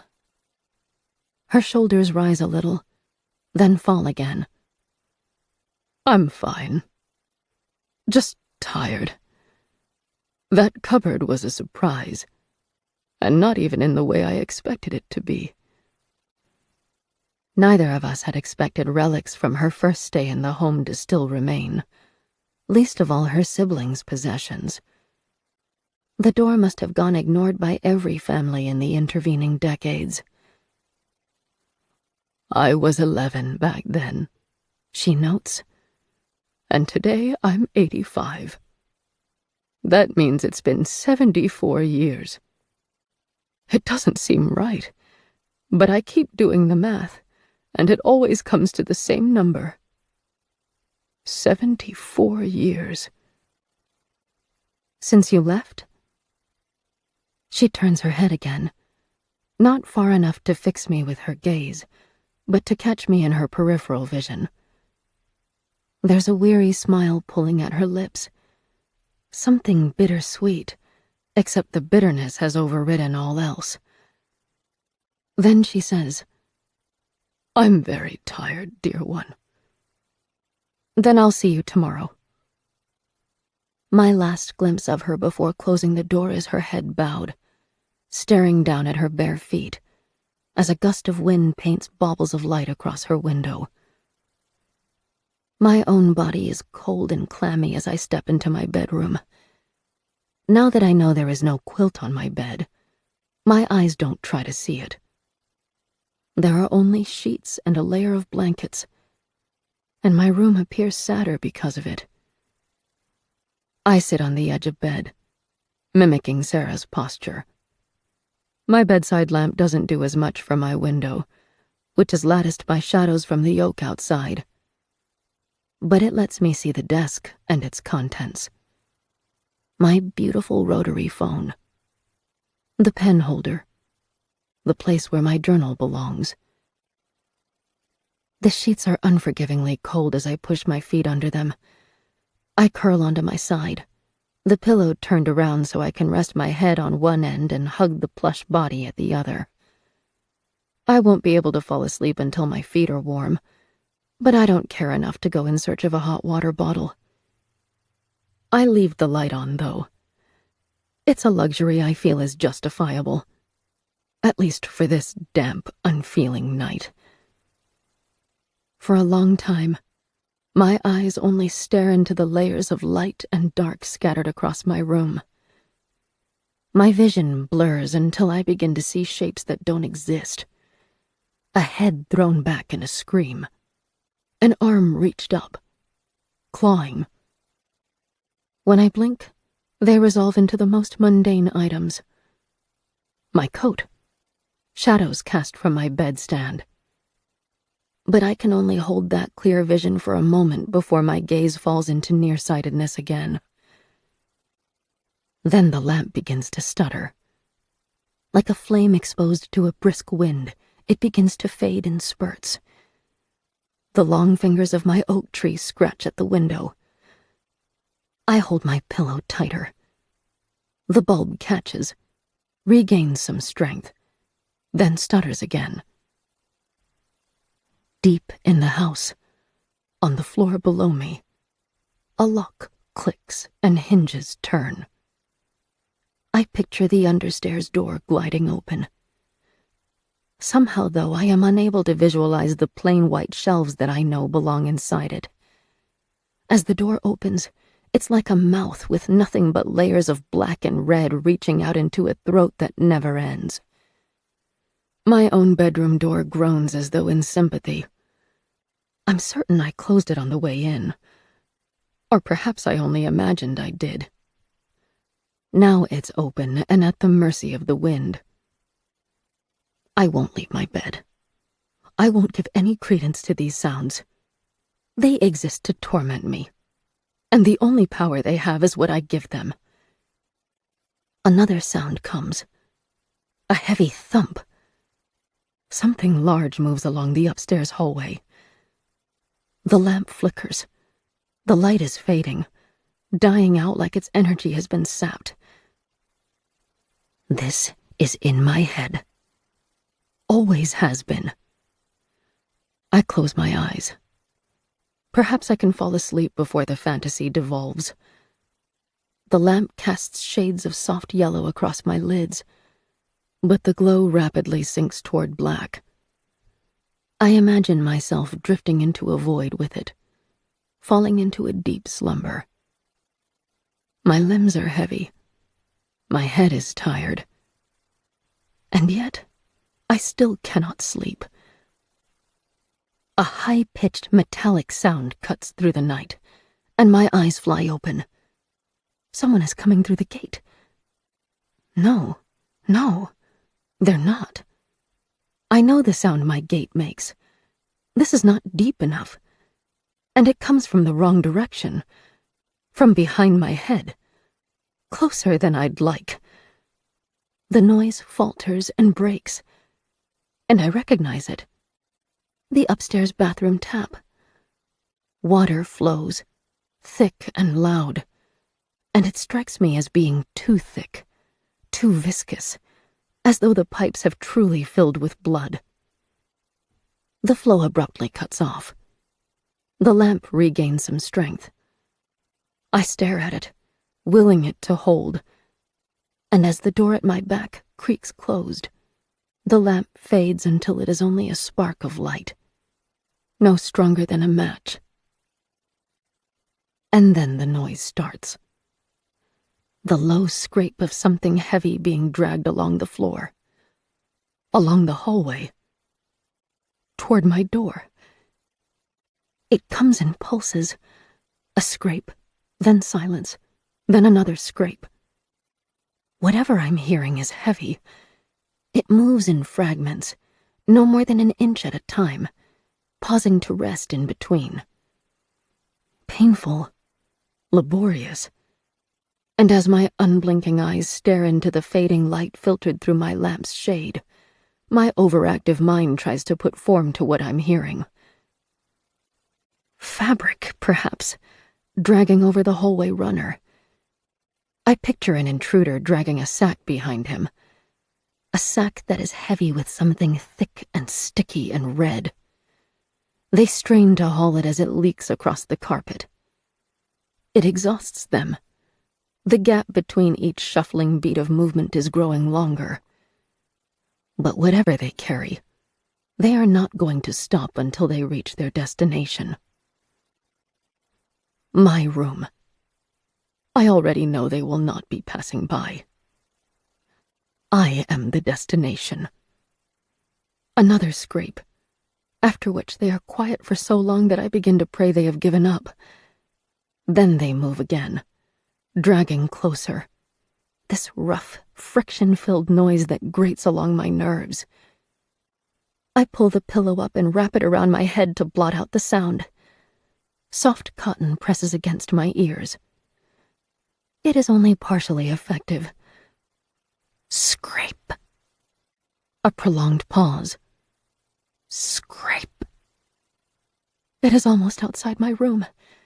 The door is still open a crack, and I think if I can only get up and shut it, perhaps I can keep the noise out. Instead, I squeeze my eyes closed and press the pillow tighter against my ears. It's all in my head. I keep repeating that platitude. But the more I think it, the faster my heart pounds and the sicker my stomach becomes. Another sound mixes into the dragging noises. I'm terrified to hear it, but more afraid to ignore it. I lift the pillow. Almost nothing of my room is visible now. The faint outline of the door, the gleam of the rotary phone, the sharp edge of my bed. The lamp is nearly gone. I hold still, ears straining to hear this foreign sound. Air passes through a throat, thick, phlegmy, and rattling. It sounds as though it is trying to speak. Coils of repulsion run through me. They're like snakes in my stomach, insects in my veins, and I'm desperate to squirm. But I don't allow myself the luxury of movement. Not now.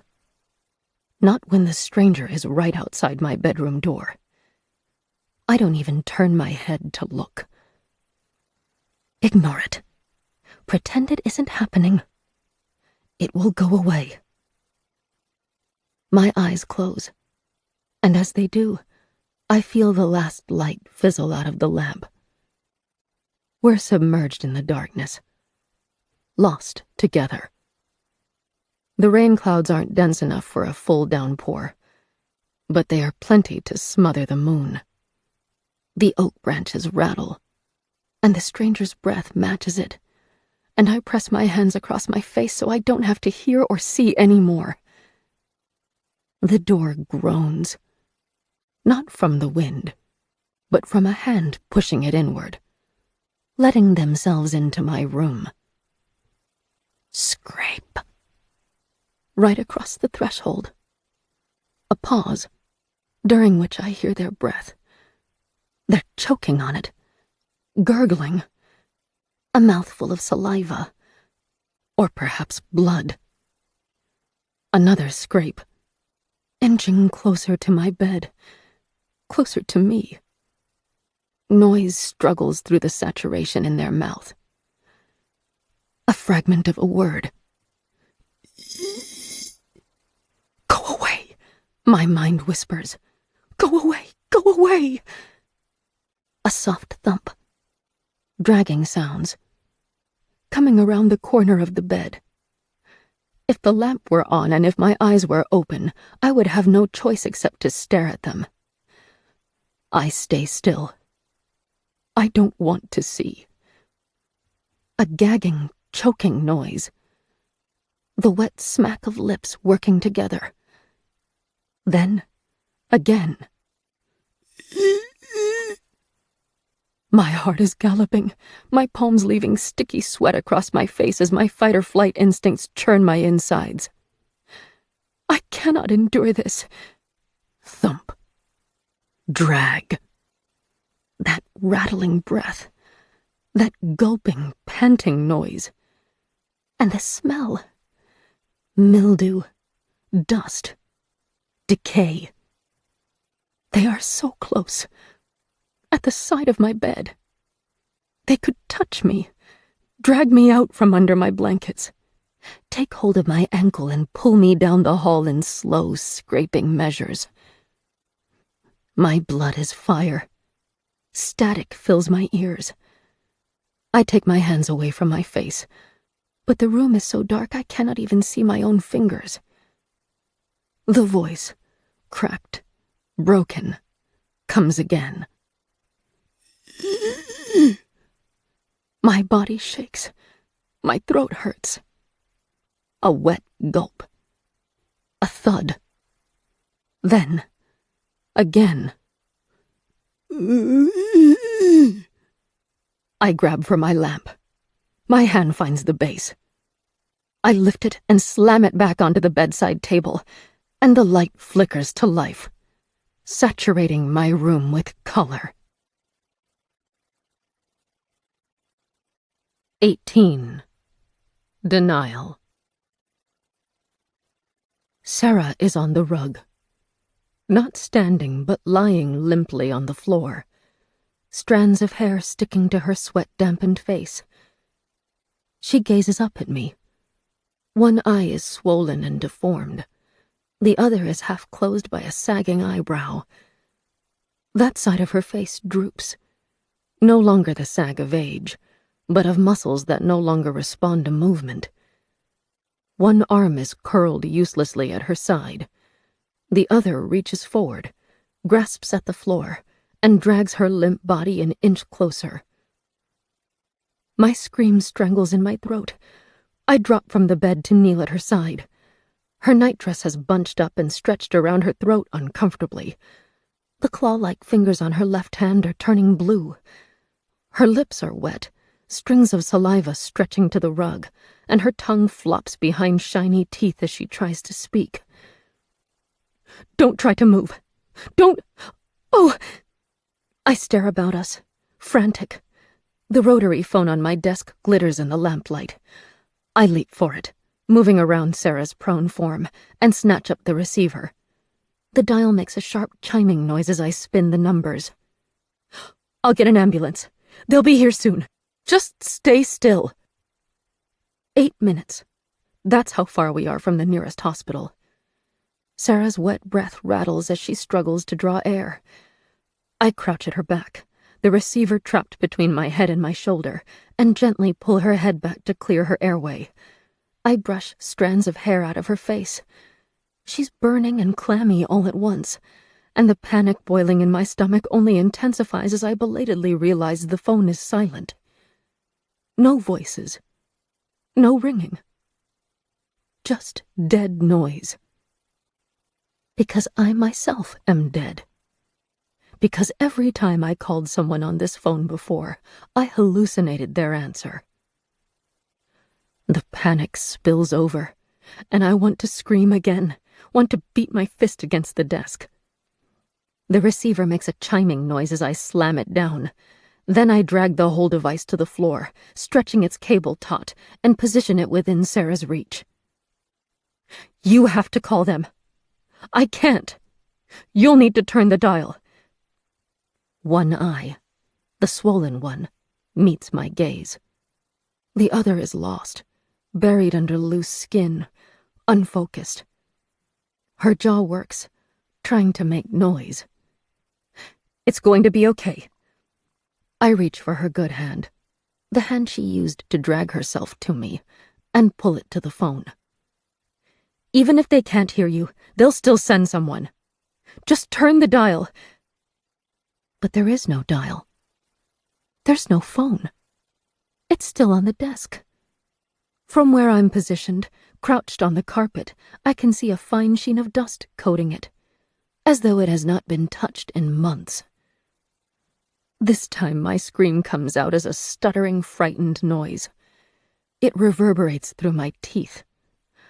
I seize the phone again and drag it back down. It's so perfectly tangible. I can feel the smooth walnut wood, polished to a shine, beneath my fingers.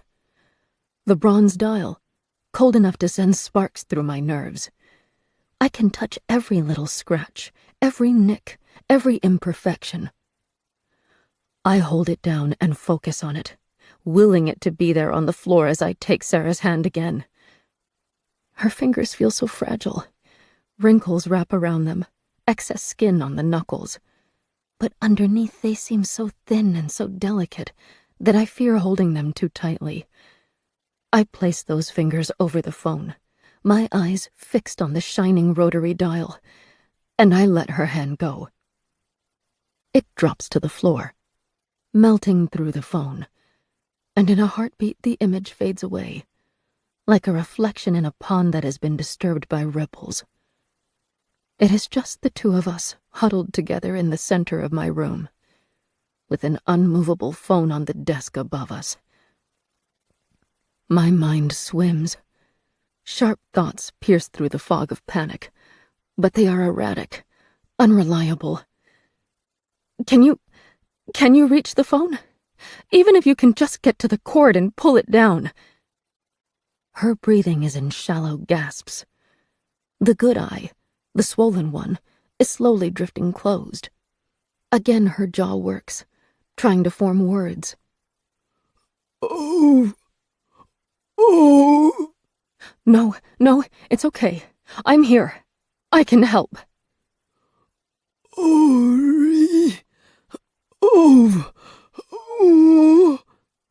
Sorry.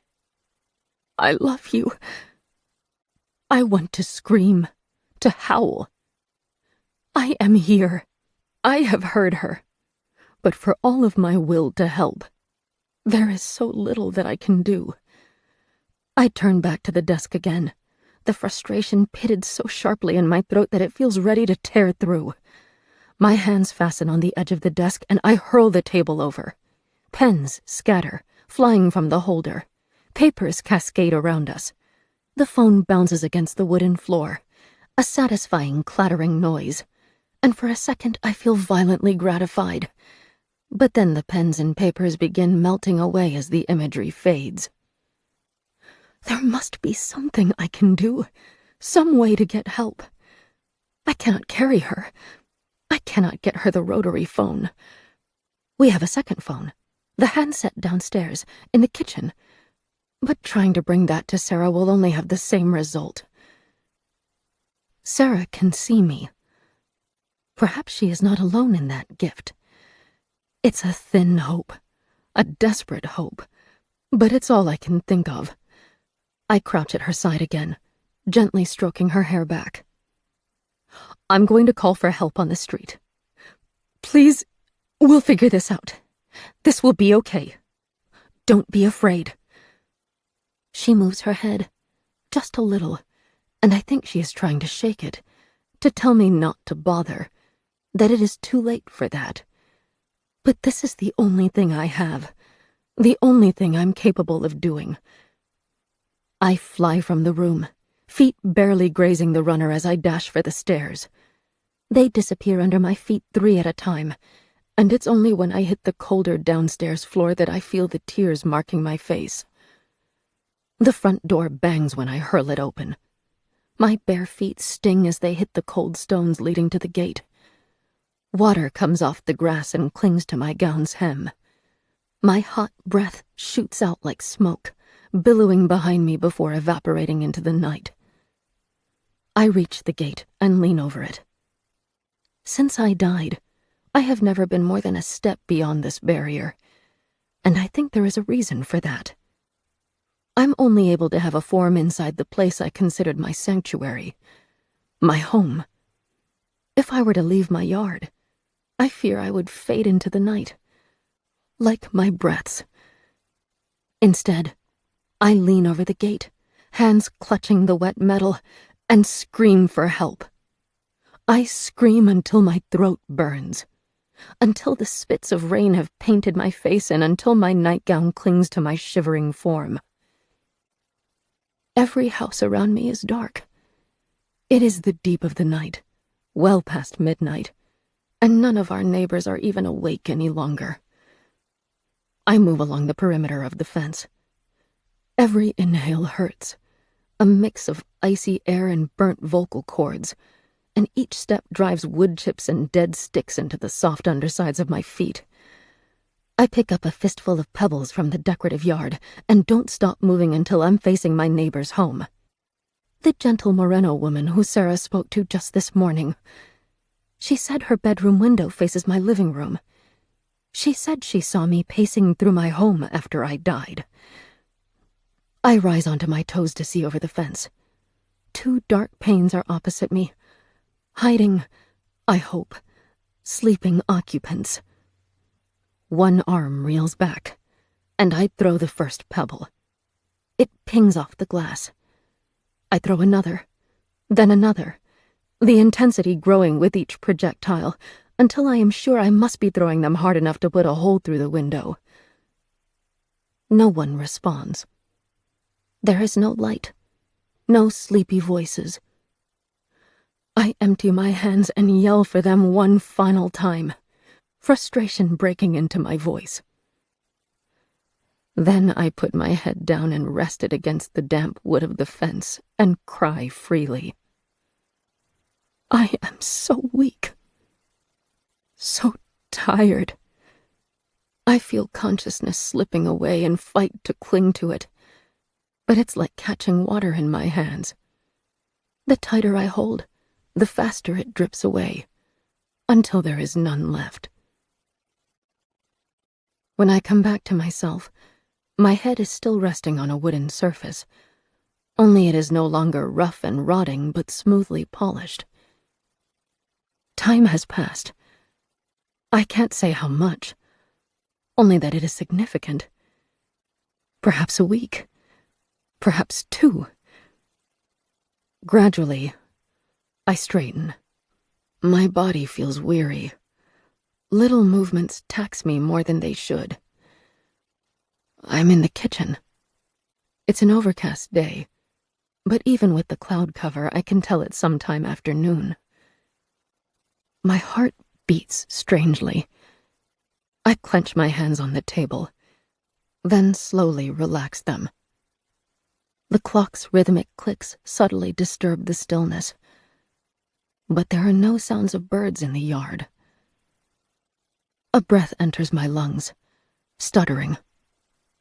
A part of me wants to sit at the table forever. If I never get up, I will never have to know the outcome of that night of spitting rain. My face is dry and clean again, and I refuse to let tears drip over it, even though they threaten. The house's air smells musty, as though the windows have not been opened in some time. Sarah would have closed them before that rainy night. The thought twists something in my stomach, and I fear that I am going to be sick. Slowly, almost against my will, I push my chair back from the table. Adrenaline has filled my legs not with energy, but with unsteadiness. The trash needs to be emptied. The remains of the cake still fill it. Mold has grown in abundance, and something squirms around its edges. I turn away. The hallway creates a straight line to the front of my home. I move along it with halting steps. The understairs door is deceptively still. I watch it as long as I can, until I need to step onto the stairs. The first 5 steps come easily, until they turn and I catch a glimpse of the upstairs hallway. I stagger to a halt. Something small and dark circles the ceiling on the 2nd floor. It's too small to see clearly, but its hum is distinct. A blowfly. My mouth is parched and full of a sick taste. My shoulder hits the wall as I collapse against it, and I try to coach myself to breathe, to not fall into hysterics. I don't expect an answer, but I must try anyway. Sarah? The blowfly hits the ceiling twice in succession before spiraling out of view. When I died, no one reported me missing until more than a month later. I'd isolated myself, preferring my own company to having friends. Sarah was far more social. She had a family. She spoke with her neighbors.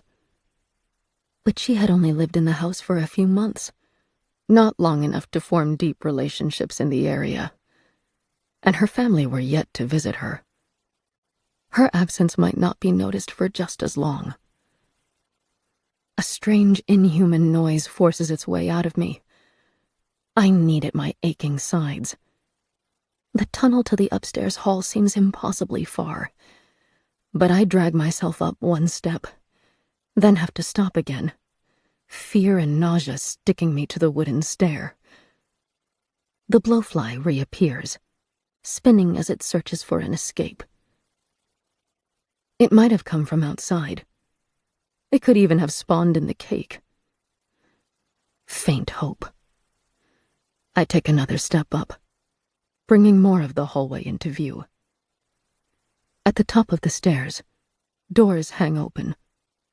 Long stripes of light pass through them to create pillars along the opposite wall. At the end of the hall, Sarah's bedroom door is ajar, but the curtains are closed, and I can't make out more than the edge of a table and the glittering eyes of a figurine. The blowfly hits the wall and spirals through the doorway to my room. I stagger back down the stairs, my heart rate out of control, a strange whistling static in my ears. I hit the wall where the stairs turn and press my face into it. Tears flow hot, dampening the paint. The house accepts my offering. The moisture absorbs into the wall, and by the time the sun sets, I have no energy left to cry. I stay slumped in that corner, knees pulled to my chest, a headache raging and my eyes burning, listening to the broken whir of the blowfly as it beats itself against a window.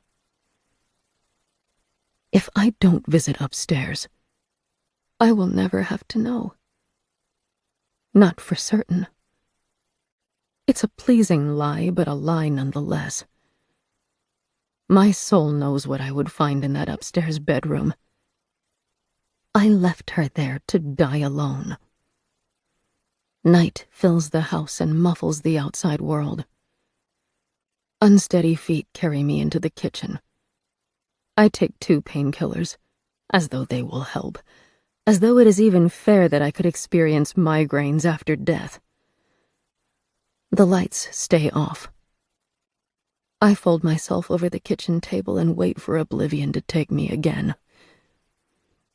As the night progresses, the homes around me switch their lights off, until the only illumination that makes it through the kitchen window is from the moon. Still my eyes burn, and still my head throbs. She died alone because I was afraid. It was easier for me to expend my energy on a fool's errand, to leave the house, to scream into the night, than to sit with her. How long was she alive after I left? I press my hands over my ears in a futile effort to block out the thoughts. Did she lie there for hours? Or for days? No. No! I kick the chair away and stand. The blowfly's buzzing is still audible, even though it shouldn't be. I pace along the hallway, into the living room, and back. But I don't approach the stairs. I don't dare. Back in the kitchen, I turn on the sink's tap and force my face under its icy flow. It's a blissful salve. The migraine abates, but only for half a minute, until my lungs are hungry enough that I have to lift my head. The moon's light is a sickly blue. It transforms everything it touches, turning my home into an environment I don't quite recognize. I rest my forearms on the edge of the sink, water dripping from my nose, as I try with every nerve in my body to not examine the situation I have found myself in. It will not hurt so much if I do not think about it, I tell myself. The tap water continues to rush, spiraling around the drain. My breathing is a ragged, irrational thing, and another noise fills the space between it. A scrape, and then a thud. My reflection is barely visible in the window's glass, just the outline of my head, limp hair dragging over my shoulders, and the whites of my wild eyes. The noise repeats. A scrape, and then a thud. It comes above and behind. From the stairs. Something is coming down them. Sarah, I breathe. I remained in this house after death because I loved the building, because I was not ready to die, because I had unfinished business. Couldn't all of the same be said for Sarah? With a twinge of bitter irony, I realized that I would be her unfinished business. Toward the end, she cared more about finding my body than even I did.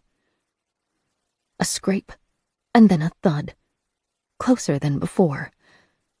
I turned to face the hallway, my hands clenched together until my fingernails threatened to score holes in my skin.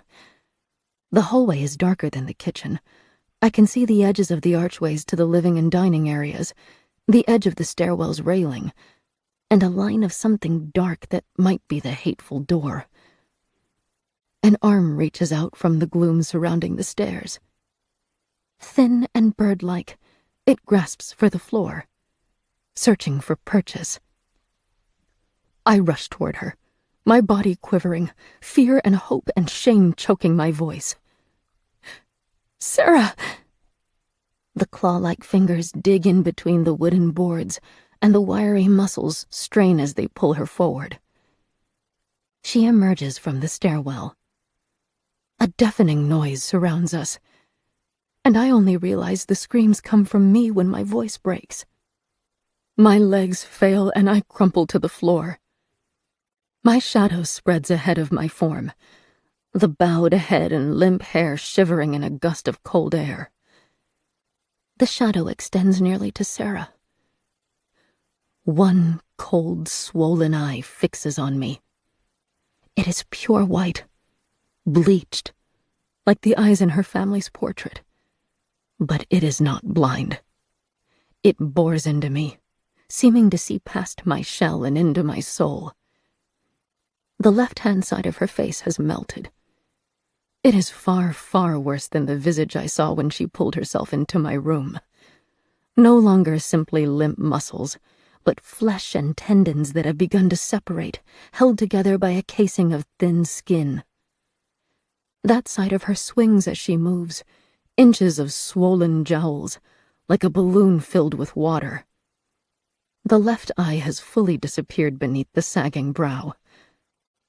Her nightdress is stretched thin, the fabric torn, and strips of discolored flesh are visible beneath. Black flesh, uneven flesh, a body that has bubbled and come alive with bacteria. The dress's color is almost unrecognizable under the staining. She reaches that bird-like hand toward me. The nails dig into the floor. They are chipped and caked with blood. Her other arm is coiled at her side, frozen, and her legs trail behind her as she drags herself nearer. My body won't respond. I'm boneless, limp on the floor, close enough that I can smell her, a sticky, repugnant odor of rot. My jaw hangs open as I fight to form words. An apology? A plea for forgiveness? Even I don't know. Her body slides over the polished wood. That bleached eye shines in the blue light. Her lips form cracks as they widen, showing a row of yellow teeth and something horribly black behind them. Her tongue. Her legs don't work, but her body squirms, writhing to me, closing the gap, and I cannot respond. Not even when the cold, clawed hand fastens around my ankle. She pulls. My breath catches as she drags me nearer, and the smell intensifies, flooding my nose. Decay, and mildew, and greasy skin, and something worse. Please. It's the only sound I can make. She doesn't respond. Scabbed fingers and bloodied nails dig into me, cutting through my clothes as she hauls herself along my body, until we lie side by side on the hallway floor, in the door's shadow. She puts her head next to mine. The bloated jowl hits my ear. Her slimy gray hair hangs over my face. She is cold as ice, her skin spongy and splitting and filled with pockets of movement. A blowfly crawls over her lower lip and onto my cheek as she exhales. And then she whispers, in a voice that should never have existed, "You left me to rot." 19. Flies. Sarah's words linger in my ear long after they're spoken. I convulse, limbs thrashing, and my knee hits the wall. That spark of pain pulls me back to awareness. I'm alone. Sickness bubbles through me as I sit. I'm still underneath the hateful door. My migraine burns, my vision blurs, and I drag in quick breaths while I can. The scent has faded. I'm no longer surrounded by the blue light of nighttime, but a tired, dusty gold of mid-morning. Noise comes from the front door and I swing toward it, but it's only the rattle of a car leaving one of my neighbors' homes. My mouth is full of a tacky, unpleasant saliva, and I force myself to swallow. That wasn't Sarah. Speaking the words gives them more authority. I think I'm right. I think the vision was a manifestation of guilt and fear, not a reality. The alternative is too terrible to comprehend. My fingers rest on the wooden floorboards. I know my house, how it feels, how it behaves, and I search it now, seeking any hint that it is harboring another presence. None. For better or worse, I'm alone. Knowing that doesn't stop the sticking dread, nor the guilt. I'm safe right now, in the tepid morning sunlight. But once night falls again, my mind will revisit this. It will use it to torment me. And the longer I try to hide from it, the worse it will become. There is one cure for fear. I push myself off the floor and move to the stairs. Every step adds weight to the dread living in my chest, but I respond by moving faster and faster until I hit the hallway running and tumble recklessly toward my room. No time for trepidation. I shoved through the door, my mind full of static, my nerves on fire. I stop at the edge of my rug. The black blowfly crawls along the window in twitching motions. My bed is neatly made, the way it must have been when I went missing. And the rug is empty. I drop to my knees, gasping, as layers of misery flake away from me. She was found. How soon, though? The irritatingly hopeful part of me insists that it's possible she was discovered on the same night she came into my room. Maybe someone did hear me. Maybe I achieved something by throwing rocks at my neighbor's window. More realistically, it would have been the day after, or perhaps the day after that. I press my hands into the rug. When I close my eyes, I can delude myself into thinking I feel warmth. But as my fingers push in between the rough threads, I detect something more. Moisture. Tacky. Old. As though the rug were rolled up wet and never given the chance to fully dry. The sensation sticks to my skin as I pull back. I wipe my hands on my clothes as I rise. I can't take any more. Won't take it. I go back along the hallway, my hair flying behind me, my bare feet glancing off each step as I flow downstairs. Back to the door that has cost me everything. Back to the door we never should have opened. I grasp the handle. The house seems to shift subtly, every wall and every floor tilting just 1 or 2 degrees, all turning in different directions. Not a house, but a Rubik's Cube. Each room, each doorway, shuffling around, moving, preparing to contort around me. The handle clicks under my hand. Hard metal scraping metal. The latch gives way, but the door is stiff in its frame. I'm too far gone to listen to prudence. I heave, and the door bursts open with a bang. Dust floats around me. Dust and flies. 6 of them. Fat, heavy creatures, spinning off the shelves and flashing past me before I can fix my eyes on any of them. One grazes my cheek. Its body is moist, but its wings are desiccated. I flinch as it passes, and it disappears into the kitchen, where it will join its brethren in fighting for dominance at the window. I wipe my sleeve across my nose, which has grown wet. The house's chill is invading me in increments, beginning in my bare feet, which have turned numb, and inching into my fingers and face. I could swear the hallway closet is colder than anywhere else in my home. Otherwise, it remains unchanged from when I last saw it. Plain white shelves, 2 nondescript boxes, a child's schoolbook, a child's toy. There must be some logic here. It's not coincidence that I lost Sarah on the night we opened this door. I drag the nearest box out. A line of tape runs across the cardboard flaps, but it's lost its stickiness a long time ago. It comes away with a reluctant cracking noise, and I pull the flaps back. Several moths had wormed their way inside and died on the top layer of fabric. I shake them off.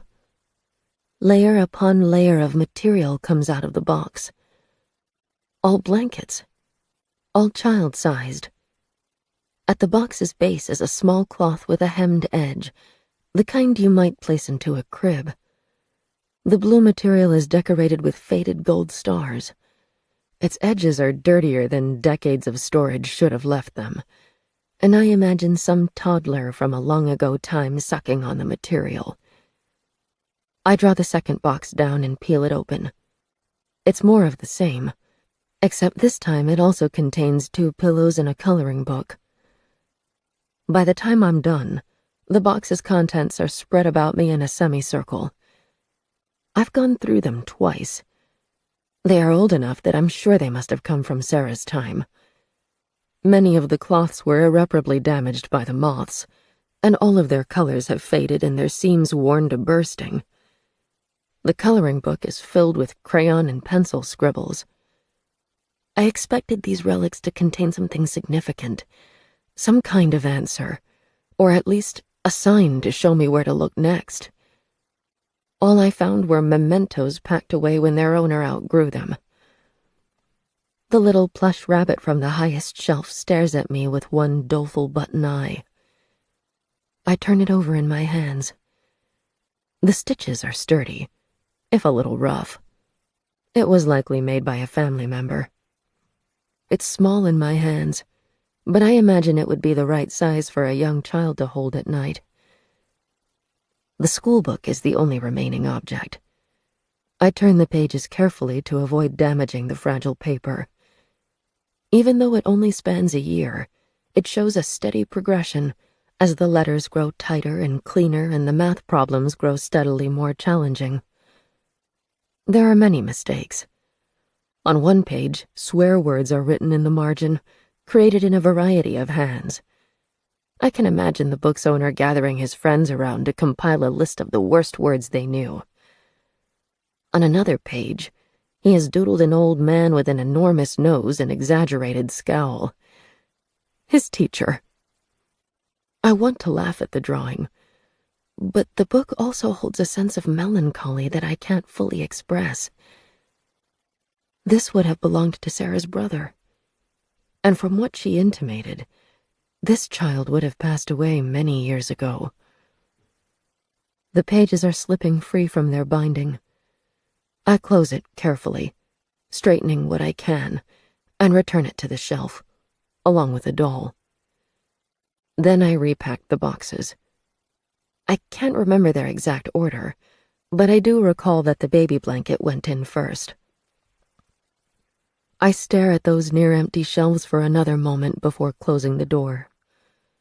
They have been there for upward of 70 years without being touched. They might last just as long, concealed by this forgettable door, unless the house is torn down or consumed in a fire. My head aches, pulsing in time with my heart. The door groans as I close it, and I make a slow, shuffling path to the living room. As I sit in one of its pristine white chairs, I wait. What for is a question that I can't answer.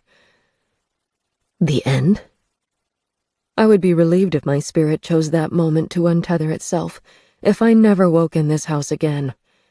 It doesn't matter that my body hasn't been found. Existing in such an empty space is painful. The light fails in increments.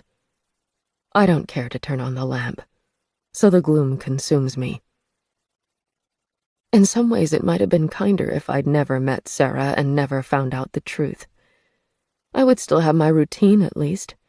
Believing I'd just arrived home, I'd go through the motions of warming up dinner and taking my tablets. Now, I have nothing. No respite. No escape. Not even the delusion of work. A jingling noise comes through the window. I recognize it and coax sore muscles to rise. The night is exceptionally still. I stand on my front step for a beat, the open door to my back, and stare along the footpath that bridges the road and the homes. Cliff is coming. His 2 dogs move eagerly, mouths open, tongues flitting behind their teeth as they lead their owner. The metal chains sound almost cheerful, bouncing between the dog's shoulder blades. I approach the rusted gate, stopping there just a moment before Cliff himself arrives. A strange static fills my ears, making it hard to think, hard to breathe. The air is more than still. It's stagnant, refusing to cycle even as my lungs work to pump it in and out. Cliff slows as he nears me. He tugs on the leashes. The dogs obediently fall into line until all three, human and pets, are at a standstill. Unbrushed hair ruffles around Cliff's gaunt face. He looks so different when he's not smiling. Colder, full of bitterness. His skin droops more than I remember, as though he is aging faster than his years warrant. We stand facing each other, the low metal gate a poor barrier between us. My bare feet curl on the stones. The air is still enough that I can smell him. Old, oily skin, disguised under cologne. A striking parallel for what he is. Rotting, but wearing a pretty mask. His bleached white eyes stare at me. Chills travel through my bones. What did you do to me? My voice seems too loud in the claggy, heavy air. It sticks around us, refusing to travel, and I'm sure, if I wait long enough, the reverberations will gradually fall to the ground. What did you do to my body? His eyes don't blink. His expression doesn't change, not even to twitch. We are close enough to embrace if we just leaned toward each other. But he shows no reaction. I step to one side. My feet sink into the smooth grass surrounding the path. Cliff's line of sight doesn't change. He wasn't looking at me. He was watching my house. The dogs pay attention, though. Two sets of wide, eager eyes follow my movements. Their ears are pricked forward, but their tails don't move. I follow Cliff's line of sight toward my home. Dead windows, lightless, lifeless. He would have heard about what happened to Sarah, and now he's come to sightsee, to gaze across at the home that has claimed 2 lives in 1 year. I don't want to be here any longer. I stare at him, willing him to hear me. The smaller terrier takes a staggered step nearer, its nails scratching on the concrete. Whatever you did to me, let me go. He takes a long, slow breath. Then he clicks his tongue, urging the dogs forward. They seem relieved to pass me by, and though their heads turn back to glance in my direction, Cliff doesn't look back. I put my hands on the cold metal gate and bow my head. The air is suffocating. My words swim in my head. I don't want to be here. Let me go. Let me go. Let me go. After that night, the days begin to blur. My empty home feels more and more like a tomb. I pace the halls in endless loops. Although I'm not conscious of losing time, it slips away from me regardless. The kitchen clock registers 1 in the afternoon as I pass it, but by the time I've circled through the dining room and back along the hallway, it says 5. Phantom images tease at the edge of my eyes. Smooth acrylic ropes hang across doorways like cobwebs, but only for as long as I don't look at them. Sometimes I imagine I hear Sarah on the 2nd floor again. A slap, then a scrape, as she drags herself to the stairs. But whenever I move closer, the sound stops and the stairwell is empty. Other times I hear what I believe are my own footsteps, coming from another room. No matter how intently I follow myself, I can never catch up. It's almost poetic. With no one else to haunt, I am haunting myself. The house ages around me, Dust gathers across surfaces. The windows collect spots. Eventually, the living room clock's batteries die, and with no one to change them, they remain stuck at 12:20. Most nights, Cliff passes by my home. Sometimes he stops to watch it. Sometimes he simply keeps moving. Sometimes I go into the yard to stare into his face. Other nights I stay behind my curtains, knowing he cannot pierce the gloom that spreads through my home. The cake in the trash rots until there is nothing left to sustain life. A generation of flies are born inside and feast upon the remains, but they too die, gathered across the window sills and twitching their last in the hallways I endlessly walk. And I still cannot leave. It is hell. Often, during the depth of night, as I pace my home like a wolf in a cage, I search for any escape there might be. A door I missed, a sign to show me what I'm supposed to do. Anything.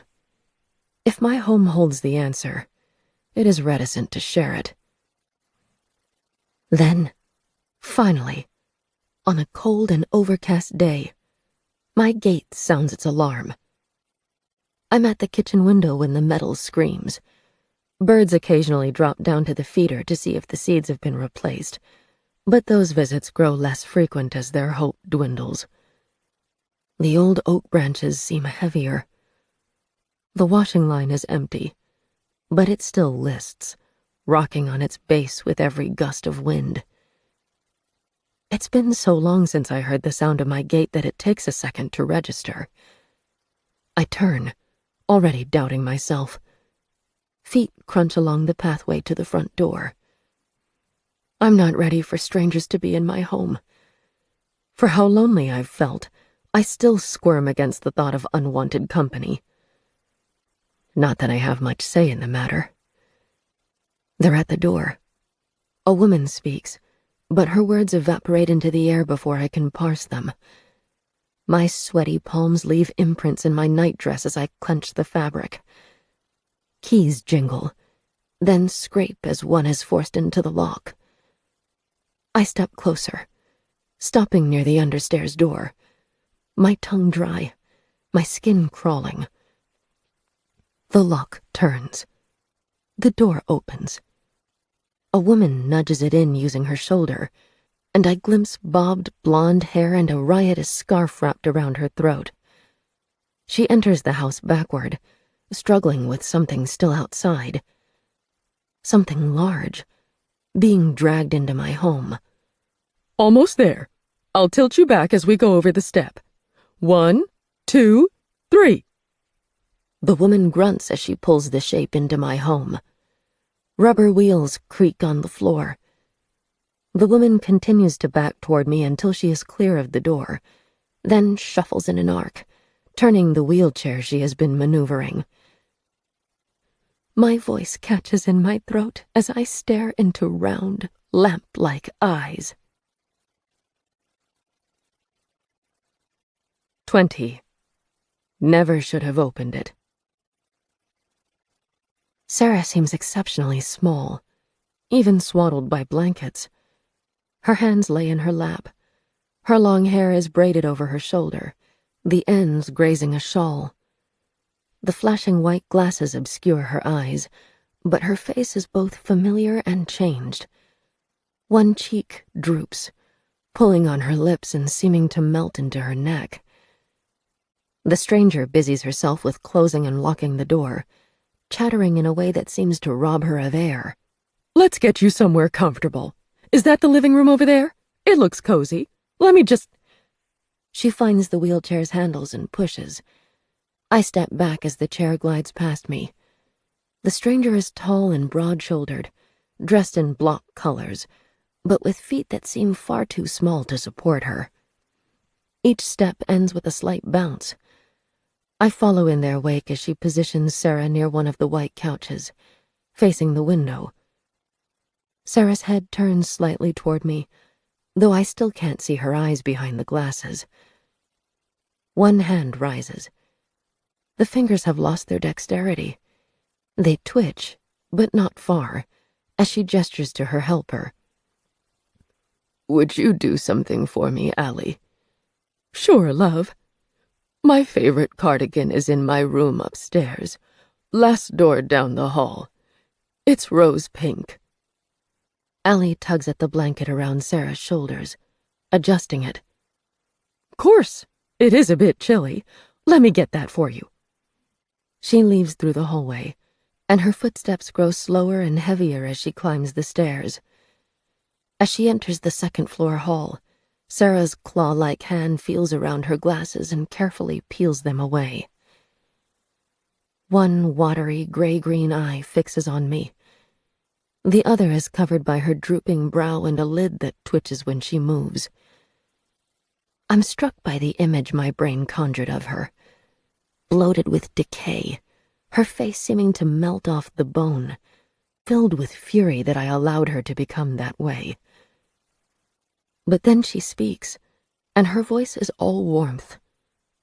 "Hello again, my darling. I wanted to find some way to tell you I was coming back, but it's hard to convince people to deliver messages to empty homes." Tears rise as I move closer. My hands reach out without me realizing, and she offers me hers. I clasp it, holding tight, afraid to let her go again. "I'm sorry. I'm so sorry." One side of her mouth rises in amusement. "Well now, what for?" I lower myself onto the coffee table's edge, where we're close enough that our knees nearly bump. "I couldn't help. I swear I tried." "You did plenty, my darling. Don't you remember? You knocked the table over. The phone landed next to me." My head swims. I remember hurling the desk over, but that should have been a mirage, just like everything else I did. "But I believe that sort of thing is called poltergeist activity. Though I doubt you would be truly classified as a poltergeist. You don't normally affect things. Just, it seems, when you're very upset." "And you were able to call for help?" "Yes. Took me a few tries, but I managed. They said the symptoms might have been reversed better if I'd called in a few hours earlier. But, well, I never expected to have a stroke in my sleep." The new woman's strange, bouncy footsteps move above us, creaking on floorboards, as she searches Sarah's room. I glance toward the ceiling, but Sarah's claw-like hand squeezes mine. "Don't worry about Allie. She'll only be here part-time, and we should still have a few minutes. I sent her searching for a cardigan I don't actually own." When I smile, I feel the moisture on my face and swipe my forearm across my cheeks to clear them. "I'm just happy you're back." "As am I." Her one good eye rises to look over the walls and windows. "I missed this place. And I missed you." I'm bad at tracking time. How long were you gone? "A shade under 3 months. The first few weeks in the hospital. The rest spent in a nursing home. Most people seemed to want me to stay there for whatever years I have left, but I can't imagine anything worse. Allie is a compromise. She's a personal caregiver, and she'll be spending part of each day here to cook and clean and make sure I don't tumble out of my chair and kill myself for good." Laughter chokes in my throat, but Sarah doesn't seem fazed. "I'm 85. That's a good age to die, I decided. But it looks like the universe has given me a bit more. Mercy willing, that will be enough time to see you set free as well." Allie's footsteps are on the stairs again, no longer bouncing, but hard and snappish. Sarah smiles her lopsided smile once more, before replacing her glasses and leaning back in her chair. "I couldn't find anything pink, just lots of greens." Allie comes through the archway bearing one of Sarah's cardigans. It's my first chance to get a good look at her face. It's long, with a sharply pointed jaw, and her cheeks are flushed with agitation until they almost match her ruby lipstick. "The pink one must be in the wash. You'll have to make do with this." "That will be fine. Thank you." Instead of letting Allie put it on her, Sarah takes the cardigan and drapes it over her lap. Allie bites on a sigh as she turns toward the kitchen. "How about I make you a cup of something before I start setting up your bedroom?" "Tea would be lovely, thank you." I don't get another chance to talk to Sarah through that afternoon, but I stay at her side. Together we watch Allie work, like spectators to some strange game without rules. The upstairs is no longer practical for Sarah, so Allie converts the empty office into a new bedroom. She carries in parts of a hospital bed and assembles them against the wall, the same wall Sarah's family portrait was taken in front of all those years ago. Then lets Sarah instruct her on what other furniture she'd like added. She's an efficient worker, and a strong one, maneuvering a bedside table down the stairwell as though it weighs nothing. "We'll get a plumber in to install a shower in the laundry," she notes, "but that will take a few days, so it will be sponge baths until then." "My favorite," Sarah responds, though Allie doesn't seem to be listening. "Now you're going to be a good girl and wear your bracelet, aren't you?" Sarah raises one arm, shaking her sleeve back, to reveal a band fixed around her wrist. A red button stands out of the silver design. "Of course," she confirms without joy. "Excellent." Allie finishes tucking sheets into the bed and straightens, flexing her shoulder muscles. Finally, come 7:30, Allie leaves. Plates have been cleared away from dinner, the garbage finally taken out, and even the dead flies removed from the sill. Sarah waits until the front door closes and the gate heralds Allie's departure, then releases a deep, weary sigh. "She's a force to be reckoned with," I note. "That she is." Sarah places stiff hands on her chair's wheels and turns herself toward the new bedroom. "She's supposed to help me save energy, though I wonder if I'd feel this tired if I'd been by myself. Will you come with me?" I follow her along the hallway.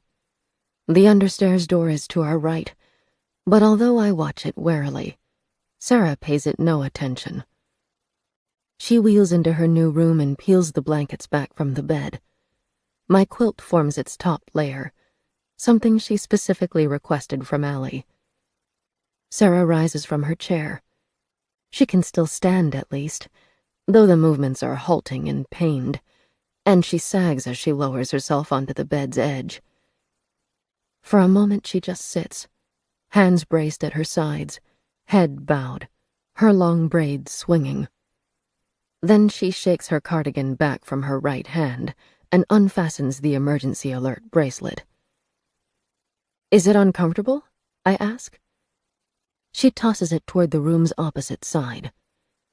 Allie placed a small round table under the window at Sarah's request, along with 2 seats. The bracelet misses the table and skitters over the wood floor, disappearing into the room's dark corner. "It was one of their conditions before they'd let me return." "I think it's smart." "It's patronizing. I'm already old. How many more years do my children expect to string me along for?" "As many as you can give them, I imagine." She gives me a sharp look, but a hint of amusement lights her eyes. "Well, at least I made it as far as here. Sylvia wanted me to move into her home. Again, after buying me this place just months ago." The bedroom door is closed, but I can still picture what's on the other side, just a few steps away. I pull one of the table's chairs out, turn it to face Sarah, and sit, my steepled fingers between my knees. "Maybe that wouldn't be a bad idea." "My dear, if my children's wheedling and my grandchildren's emotional manipulation couldn't sway me, you certainly won't. You'll have to put up with me for a while longer." I'm not putting up with anything. I'm just worried. Sarah kicks her slippers off and sighs as she rotates her ankles. Like everything else, they appear stiff. I already know she won't listen, but I have to try. There's something wrong with this house. It's been warning me this whole time, through the dreams and the visions, but we ignored them, and now... And now what? Her one good eyebrow rises. Are you talking about the closet under the stairs? We never should have opened it. I think we let something out. I had a stroke. Something that is not unheard of in a person my age. The same night after we unlocked the door, though? Medical things do seem to love dramatic timing. We could just as easily blame the funfetti cake. I try to laugh. It makes my chest hurt.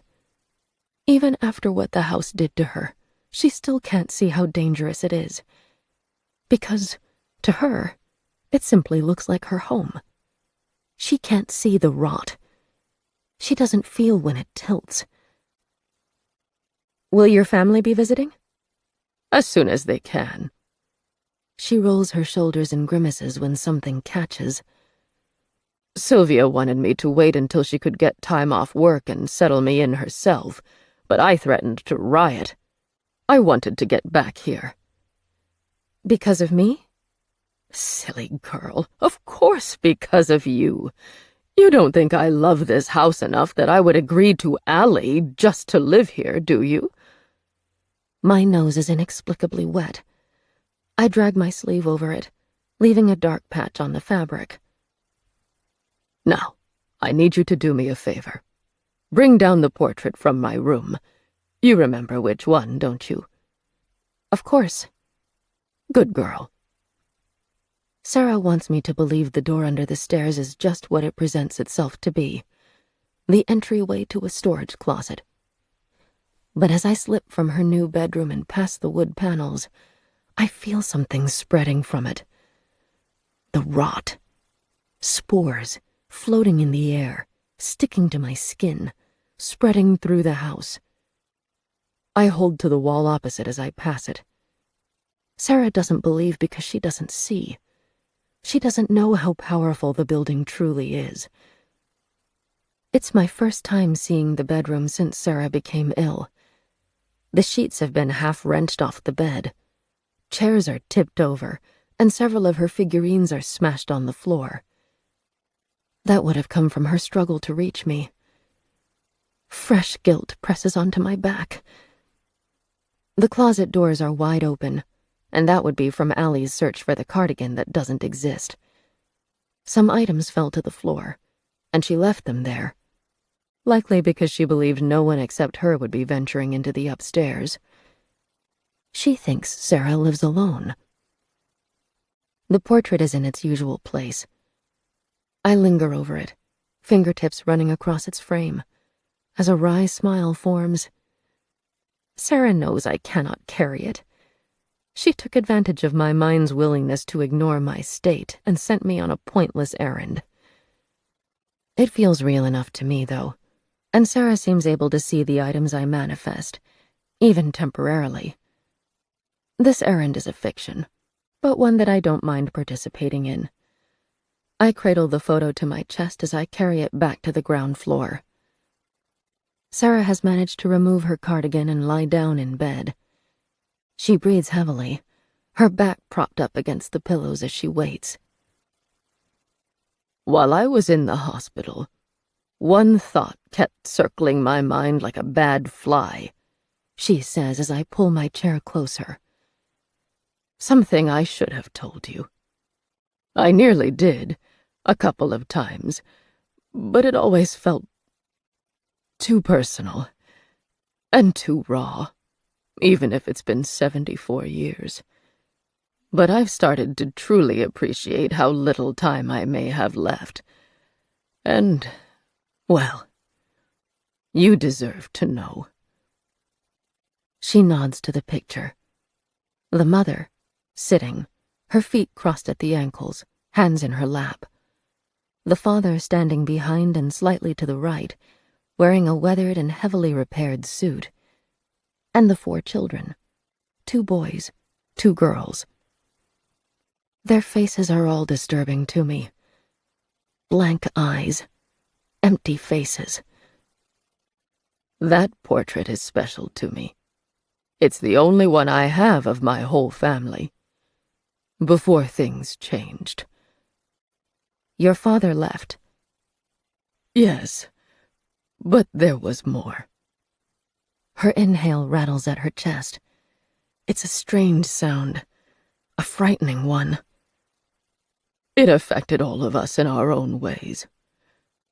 My father left. My mother couldn't handle what remained of her family on her own and moved in with her own mother. She passed away when I was 25. I'm sorry. Sarah makes a slight noise. She was growing weaker every year. Sometimes I'm surprised she made it as long as she did. As soon as they were old enough, my brothers found jobs. We all had to grow up quickly. She indicates the older boy. He looks about 12. His dark hair is combed to the side and his face appears slightly pinched. Peter fared the worst out of any of us. He got into drink early. Then drugs. I suppose he was grasping at anything he could to make life feel sufficient. But the more he used, the more he faded away. He stopped talking to the rest of us around the time my mother died. I don't know what became of him. She indicates the younger boy. His hands are held awkwardly at his side, as though he doesn't know what to do with them. Hugo kept in touch with Peter longer than I did. Every year or so he would go looking for him and find him in a house crowded with strangers, or sometimes under a bridge or sleeping in an alley. They lost touch for good around the time Peter turned 40. For most of my life, I thought Hugo fared the best out of all of us.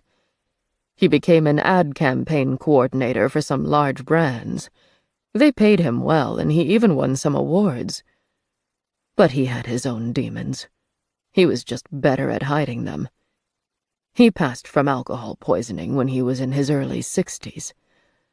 Left behind a widow and 2 children. Sarah's eyes are wet. The left one, the open one, jumps over the photo, as though trying to hold on to every detail, to seal it into her mind. That's me. She points to the older daughter, a head full of ringlets, around 11.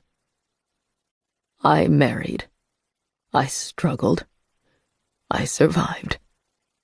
Here I am at 85, and as far as I know, the last of my family.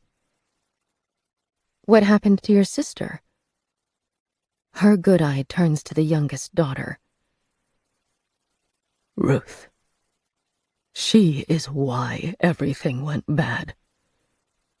Why my father left. Why my mother fell apart, and Peter got into drink, and Hugo escaped to the city as soon as he could. She went missing. In this home. Shortly before her 5th birthday. 21. Morsel. Sarah tilts her head back to rest it on the pillow. I look down at the portrait in my hands only to realize it's no longer there. My fingers are held stiffly in the air, shaped around a frame that must still be upstairs. I try not to let my frustration show as Sarah's soft, sad voice resumes. On the 11th of March, 1946, Ruth vanished sometime between 4 and 6 in the afternoon. I was 11 at the time, and after school I went across the street to play with my friend. Hugo stayed late at school. Peter went fishing for tadpoles at a pond a few blocks away. They drained it years later to make room for more developments. My mother was delivering laundry, as she usually did in the afternoons, and came home at 6 to find the house empty. Hugo, Peter, and I returned, but Ruth never did. We couldn't figure out what had happened to her. She was at home when I dropped off my school bag, but sometime after I left, she vanished. When the police arrived, they said it was already too dark to look for her, but they'd start a search in the morning if she hadn't turned up. I don't think any of us slept that night. At dawn, my mother started walking up and down the street, knocking on doors. By midday, half the neighborhood was involved in the search.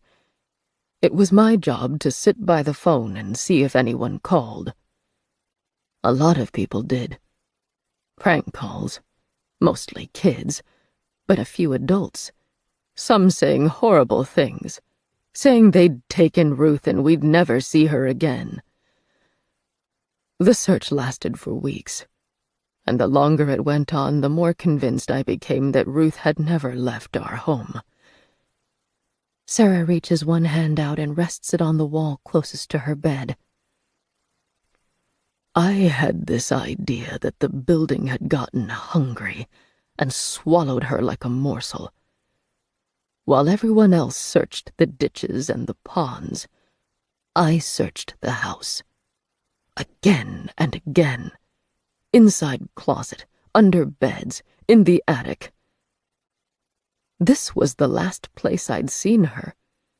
It just made sense that she would still be here. My heart beats too fast. Every word seems to be hurting Sarah more.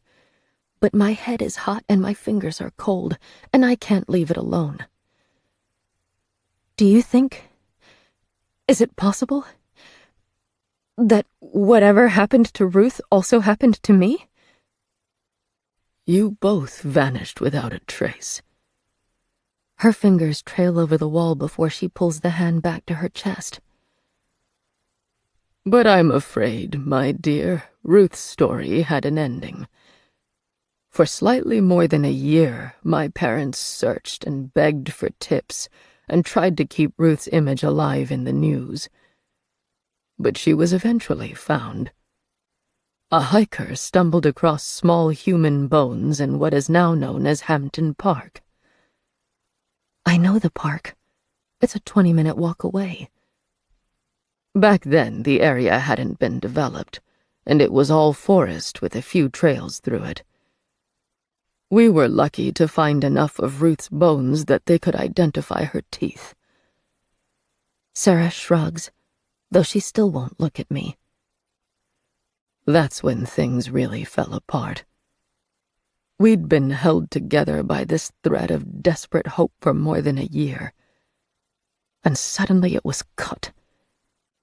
My father went to work one morning, got on a Greyhound bus, and never came back.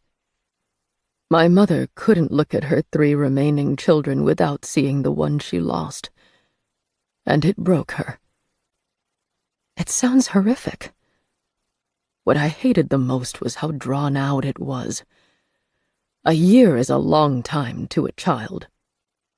I forgot what a normal life should feel like. Moving in with my grandmother was good for us, I think. It got us out of this house, changed our routines, got us away from the things that kept reminding us of Ruth. Did you ever find out what happened to her? No. A lot of people thought she'd wandered into the forest and froze to death overnight, but I don't believe it. Ruth was shy, and she was not yet 5. She wasn't like Peter, who was always looking for an adventure. Mostly she just wanted to be at home and play with her toys. I think of the rabbit in the understairs cupboard, and remember the look of devastation on Sarah's face when she found it. 70 years should have been enough to remove every trace of her baby sister from the house.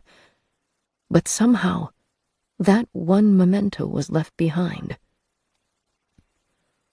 Most likely someone knocked on the door, and Ruth answered, and they took her away. Sarah's voice is dispassionate. No one saw anything. Even though I jotted down notes about every bogus phone call that came in, none could be matched to Ruth. And that was that. After more than 70 years, most witnesses are gone or their memories no longer work. She's joined all of the other children whose deaths will never be solved.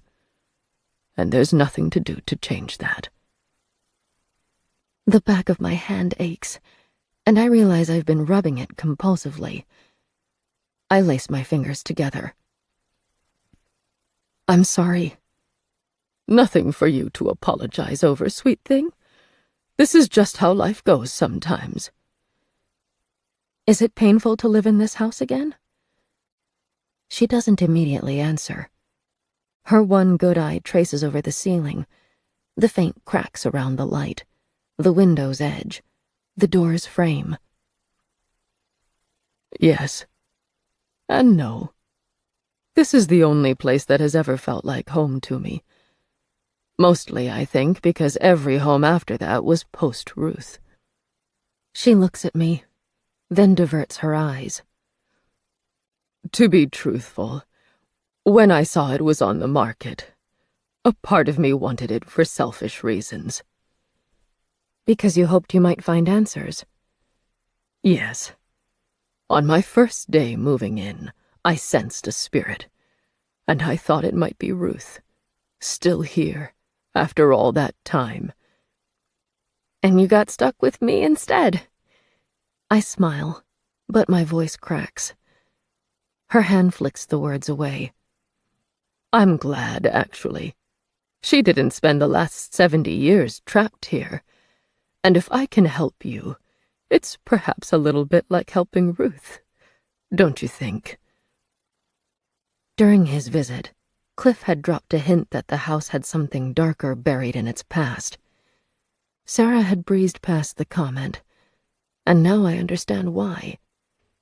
No matter how much Cliff knew about the house's past, Sarah knew more. It would likely also explain why the officers who searched the home displayed more curiosity than the situation warranted. The house was associated with not just one, but 2 cold cases. Sarah seems to be shrinking into her pillows, growing smaller with every minute. I don't know how much use I can be to you now. With some work, I should be able to get out of the chair and start using a walker instead, but I'll still be tied close to home. Allie will do the shopping and run errands for me from now on, but I don't know if I'll be able to convince her to look into your past. Or know where to start, I add. We were already running low on options. There must be something, an avenue I'm overlooking or a clue that's just under our noses. It's impossible for a person to vanish into thin air. There must be something. Her voice trails off into nothing as her eyelids dip lower, pulled down by invisible weights. Sarah is asleep within minutes. Her blankets are crooked, so I adjust them where I can, then pick up the emergency bracelet from where she threw it and leave it on the bedside table, next to the lamp. They'll vanish once I look away, I know, but I can't stop myself from trying. Early evening is only sliding toward true night, but the world has taken on a still quiet cadence I associate with the hours after midnight. As I move through the lower floor of my home, I trail my hands across the white painted walls. What did you do? My words are soft, but I know my home can hear me. I move into the dining room and then toward the kitchen. What did you do to Ruth? Soft bumps run under the whorls marking my fingertips. These walls seem so smooth and uniform from a distance, but as I touch them, I taste their flaws. I imagine rot inside them, bubbling at the other side of the paint, splitting it away from the drywall and bricks underneath. My beautiful, proud home is crumbling from the inside, and no one else can tell. Synthetic ropes crisscross the barrier between the dining area and the kitchen. My eyes fall closed as I walk through them. The cool coils trace over my exposed skin, my throat, my face, my arms, tangling me, tightening, threatening to squeeze further, to cut into my skin. But I keep walking, and then I am on the other side of them and facing the window overlooking my backyard. The oak tree is dying under its own weight. It must have still been small when Ruth died, perhaps not even broad enough to shade the lawn. My hands run over my shoulders to brush away loose coils of rope. They create slithering noises as they fall to the floor, like snakes too weak to do more than writhe. The cold bores into me, and my breath plumes as I turn back toward Sarah's room. I take up sentry in the seat under the window and watch as the rectangle of moonlight crawls across the wall. I count each of Sarah's breaths, making it as far as 400 before I lose track and have to start again. The creeping exhaustion cries out from every fiber of my body. I'm ready to close my eyes and fade back into nothingness. But not just yet. Not until I see Sarah through to the dawn. The room seems smaller than it did before. I was sure there was more of a gap between the door and the bed. The ceiling appears a few inches lower. When I turn to face the window, it takes up more space than it should. It gives the strange sense that the house is breathing, but instead of drawing breath, it only lets it out. Further and further, exhaling, shriveling in on itself, the walls bubbling as they lose the tautness necessary to hide the decay.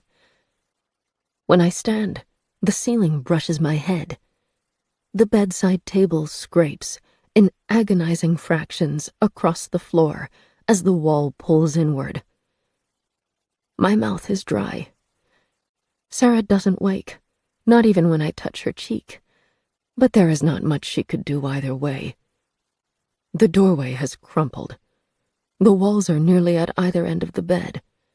The small round table at my back crowds me, and I crawl onto the chair so my legs don't become trapped. I have to bend my head at an angle to avoid the ceiling. Knees pressed to my chest, arms wrapped around them. I watch with growing nausea as the ends of the bed fracture under the pressure. I close my eyes. There's a sound of splintering wood, then only the rapid staccato of my own heart, racing out of control. The ceiling will be on me in a second, flattening me, and I squirm down further to avoid it. Something metal buckles. My teeth ache from how hard I clench them.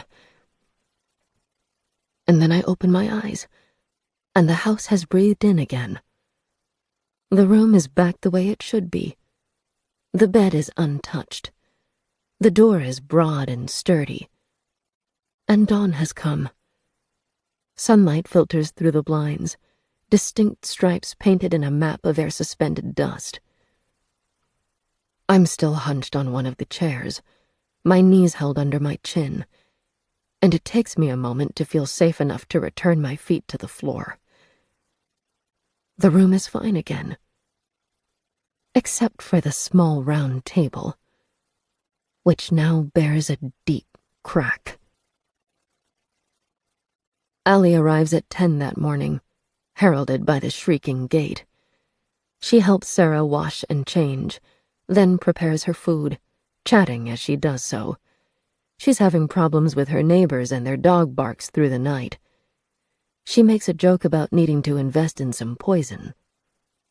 She laughs. Sarah doesn't. She's easy to keep track of, at least. Her odd, bouncing footsteps paint a trail of her progress through the home, and she rarely stands still for long.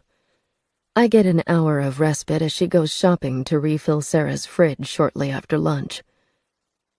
Sarah and I don't talk much, even when we have the chance. She tires easily. Sometimes she stares into the distance, not seeming to see or hear much. Allie parks her at the kitchen table for most of the day with a cup of rapidly cooling tea and a book of crossword puzzles that she doesn't touch. "We need to get you a TV," Allie notes, sifting through a basket of washing that has spent the last 3 months in the laundry. "I never cared much for TV." Sarah's hands lay in her lap as she stares toward the kitchen window. Through it, I watch a lone sparrow flit down to test the bird feeder, then disappear in a whir of wings. "I guess Lee and I are the same like that." I dip my head in agreement. I'd listen to the radio often, but TV either tired or depressed me. "Yeah?" Allie asks. "Who's Lee?" Sarah turns her head just enough to give her caregiver a secretive smile. "A friend." Allie doesn't appear interested in pressing further. Sarah lets the silence hold for a minute, then draws a breath into herself, as though bracing for something. "Can you get me a walker? I'd like to start practicing with it." "Is that right?" There's something in Allie's smile that I don't quite trust. "Well, how about we give it a bit more time and then see how you feel, okay?" "I've been in this chair for 3 months. That's plenty." Allie laughs as she folds a dishcloth. "Don't think I'm arguing, love, but I've been doing this for years, and I've seen how these things usually go. I'm just trying to save your money." Sarah's good eye doesn't waver from the window. "Neither of my feet are in the grave quite yet, and I'd like a walker." "All right then, I'll see what I can do." Sarah sinks back in her chair. She's bundled up, blankets over her knees and over her shoulders, and they dwarf her. I'm struck by the idea that she has grown smaller in the time I've known her.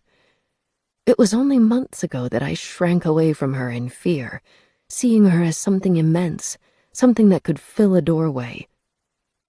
As Allie flicks a new cloth out of the basket, I lean close to Sarah's ear. "You don't need to put up with her if you don't like her, you know." Sarah tilts her head toward me, angling it so that our companion won't be able to hear.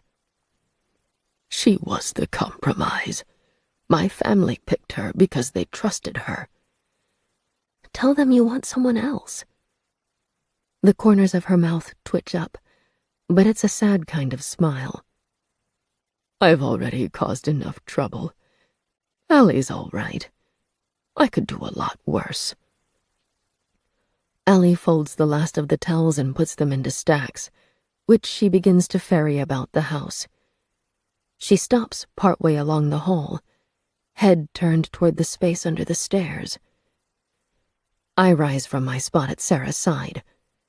Allie faces the door, her eyes narrowed, her vividly red lips slightly parted. For a moment she doesn't move. Then she calls, "What do you keep in this cupboard here?" Sarah's expression doesn't so much as flicker. "It's just storage. Don't bother with it." "Huh." Allie makes to move away, then hesitates. I stop at her side, and together we stare at the indistinct bronze doorknob hidden in the wall of paneling. "It's just—" Allie rolls one shoulder. Her frown deepens. "I thought I heard it rattle just now." "It's the wind." Sarah is only in the kitchen, less than 10 steps away, but her voice is distant. Allie holds a stack of towels against her chest. One hand leaves them as she reaches toward the door. "Don't," I whisper, just behind her shoulder. She stops. A shudder runs through her. She turns, and her huge eyes fix on the space just a few inches to my right. Then she returns to the door. Her hand finds the handle, She twists it, but it catches, budging less than a millimeter. My relief escapes as a sigh. Allie rattles the handle, then steps back, turns on her heel, and climbs the stairs, her bouncing steps faster than normal. A strange routine is established over the following week. It's something that all three of us seem to want to resist, but snares us despite our protests. Sarah naps in the afternoon.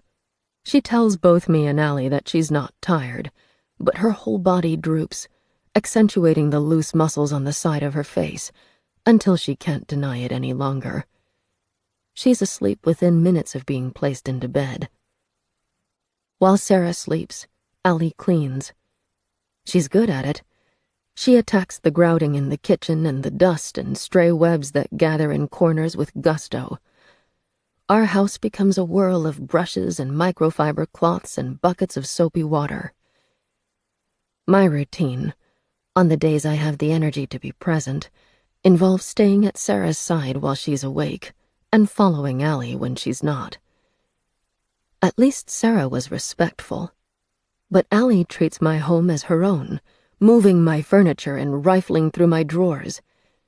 She sighs a lot, especially when she finds something she doesn't like, the wrong order for the cutlery, or the mess in Sarah's old bedroom, or the crowded pens in the cup on my bedroom desk.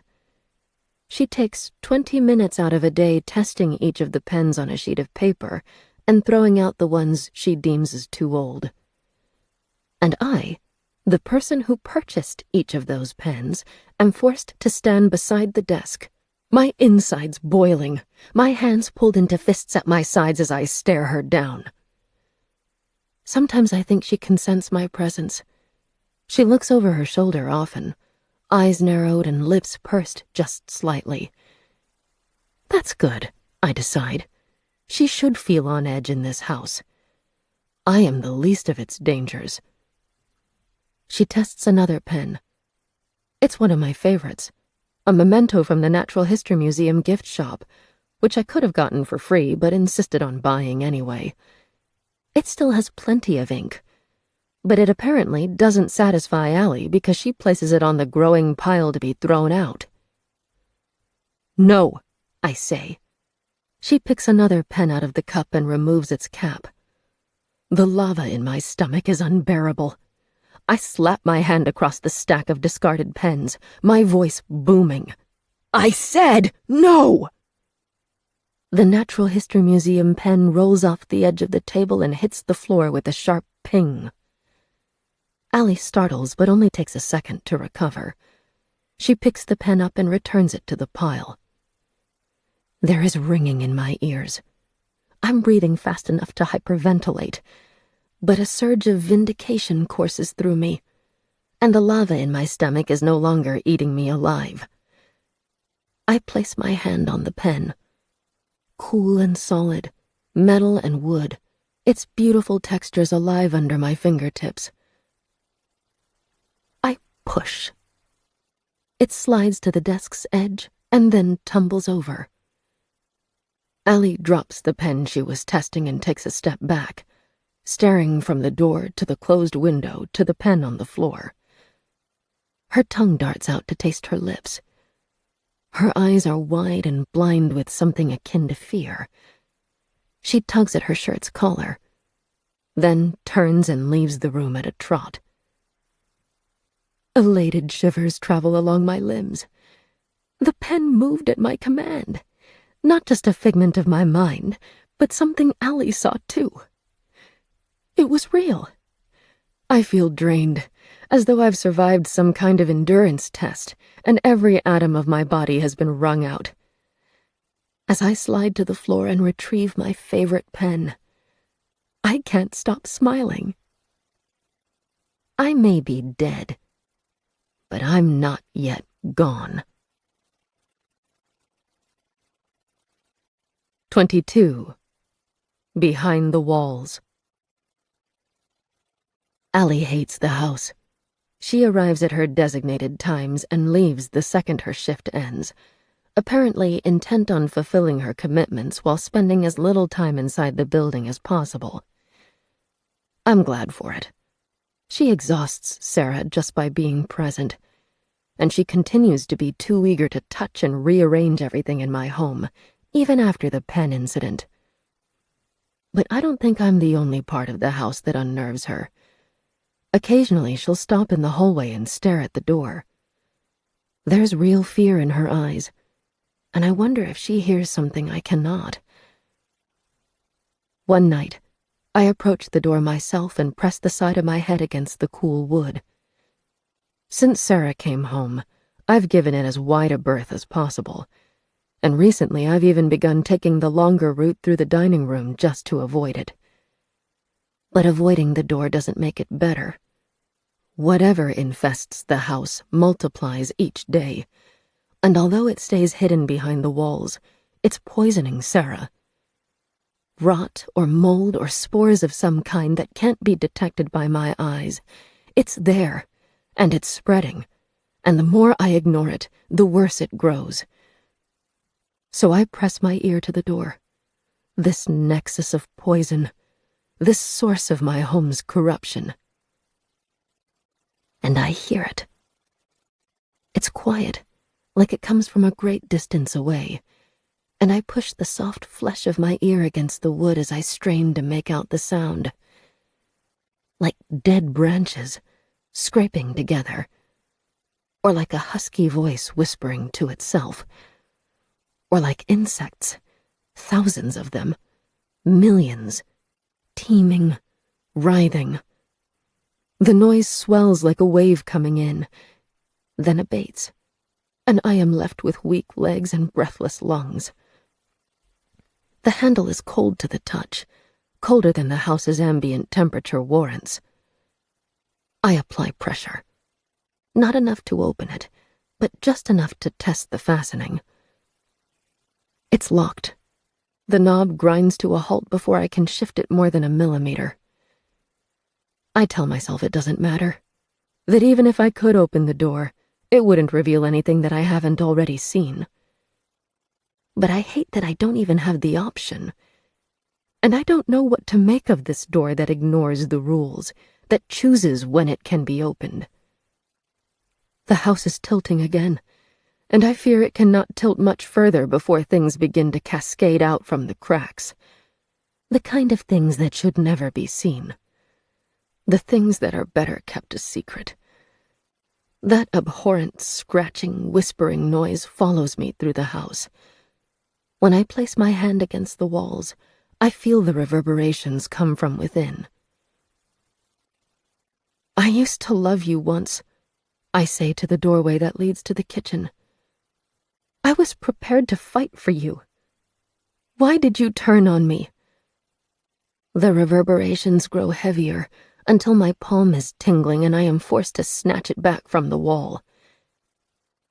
When Allie arrives the following morning, she hesitates on the front step, and I wonder if she senses the changes too. Her eyes dart across the walls and toward the ceiling, exposing more of their whites than seems natural. I'm going to open up some of these windows, she tells Sarah, setting her bag down on the living room couch. It's getting stuffy in here. Sarah sits in her bedroom's doorway, hands limp in her lap, her eyes dull as she gazes at the view from the window. If you like. Allie pushes the curtains back and forces the window panes as far open as they will go, and I want to tell her it's futile.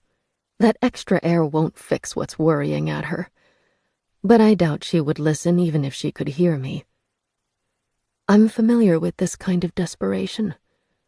I've felt it growing like a steady, gnawing thing inside my chest over months. Once it sets in, you will try anything to relieve it, no matter how feeble the efforts. Allie wipes her hands on her skirt as she steps back from the window. Strands of blonde hair stick to her forehead, and not from exertion. How long have you been sitting there, love? We really need to get you that TV. Give you something to watch. Sarah's mouth twitches. I'd prefer the walker. I spoke to my manager already. You need to be patient. It's been 3 weeks. Honestly, don't start on me this early in the morning. Allie tugs her jacket off in sharp motions and discards it on the chair. She's breathing too quickly, trying to divert a quiet fear into frustration, as though that will make it go away. As her rapid clicking footsteps move into the kitchen, I kneel at Sarah's side. Call your family. Tell them you want someone else. She stares at me, but with her flashing glasses in place, I can't fully read her expression. There's a bittersweet angle to her lips that hurts me deep inside, and when she places a hand on my head, I'm shocked by how cool the skin is. I can handle Allie. You don't need to worry about me so much. I want to ask if she truly believes that, but she already has one person disagreeing with her choices, so I bite my tongue. Allie bangs cups onto the kitchen counter with enough force that I'm worried they'll crack. It feels like any small thing could set the house off. We have to tiptoe. We have to whisper. It doesn't take much to spark an avalanche. Sarah sleeps after lunch, and as has become my habit, I follow Allie. She spends some time in the kitchen, wiping down the counters and scrubbing at a stain on the cupboard doors that I never managed to eradicate during my time in the home. Then she takes up her bag and moves to the stairs, only pausing momentarily by the door before turning her head sharply enough to flick her hair. She takes the stairs quickly. I follow at a slower pace, always keeping her in eyesight. Allie has already cleaned every upstairs room. My least favorite days were the ones she spent in my own bedroom, pawing through my belongings, rearranging my furniture. But today, she aims for the room at the end of the hall. Sarah's collection of porcelain figurines have been clustered onto one surface. Allie prefers the tables and vanity to be left empty, so she can dust them more easily, and that's what she does today. A cloth comes out of her bag and runs over every surface, digging into the corners and edges, even though they were aggressively polished just a week before. Once she's satisfied, she sits down at the vanity and begins pulling out drawers. You can't treat this house like you own it, I say, moving to stand behind her. The vanity is old and its glass has grown fogged, and our dual reflections shimmer in the mirror. She lifts her head long enough to glance at the open bedroom door, then opens another drawer. I know why you're doing this. Sarah can't come upstairs anymore. So you think it won't matter if you rearrange her belongings because how would she even know? The second drawer holds several small boxes. They're wood, well made, with tiny bronze latches. Allie's fingertips trace over the lids. Then she hooks her fingers down to open one. It still matters. I lean over her shoulder to whisper into her ear. Whether you do it in public or in private, it matters. The delicate blonde hairs on the back of her neck rise. Inside the box is a pair of pearl drop earrings. She lifts them out, draping them over one hand to admire them in the light. Don't. My voice has grown raw. Her expression is angled toward me through the mirror. There's a light in her eyes. Her lips twitch into a small, cautious smile. She holds one of the earrings up, dangling it beside her lobe, watching how it shimmers against her wax-colored hair. The smile grows larger. Again, she glances toward the open door. We both know she doesn't need to fear being disturbed. Sarah won't be coming. Sarah likely won't ever know what she does in this room. But perhaps she can feel me. Some part buried deep in her knows that she's being watched, and it puts her on edge. Her lips rub together, smearing the ruby lipstick. Then her hand wraps around the earrings. She pushes them into the handbag at her feet, burying them deep, and straightens, breathing slowly through her mouth, before turning back to the vanity.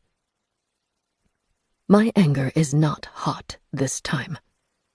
It's blisteringly cold. A gnawing ache that comes from the deepest parts of me, spreading, my blood freezing in my veins. Get out of my house! I spit through clenched teeth. We are captured together in the mirror, her broad shoulders and long face with its coy smile. Me slightly too tall, my hair limp, my face bloodless in my anger. She tilts her head at her own reflection, as though asking it a question. Her eyes trail down toward the open drawer, which still holds another 2 boxes. My anger breaks through. Like ice cracking to allow a fissure of dark water to flood out, it bursts from me, too powerful to stop if I even wanted to try. My voice is something unnatural, something broken, as I scream, "Get out!" The mirror cracks. A long, jagged line runs through it, small spiderwebs branching out, cutting the glass in half, dividing our reflections. She draws a sharp breath as she looks up. Our eyes connect through that screen of fractures, and I know she's truly seen me for the first time. Allie's cry chokes off as she jolts away. The chair hits the floor hard.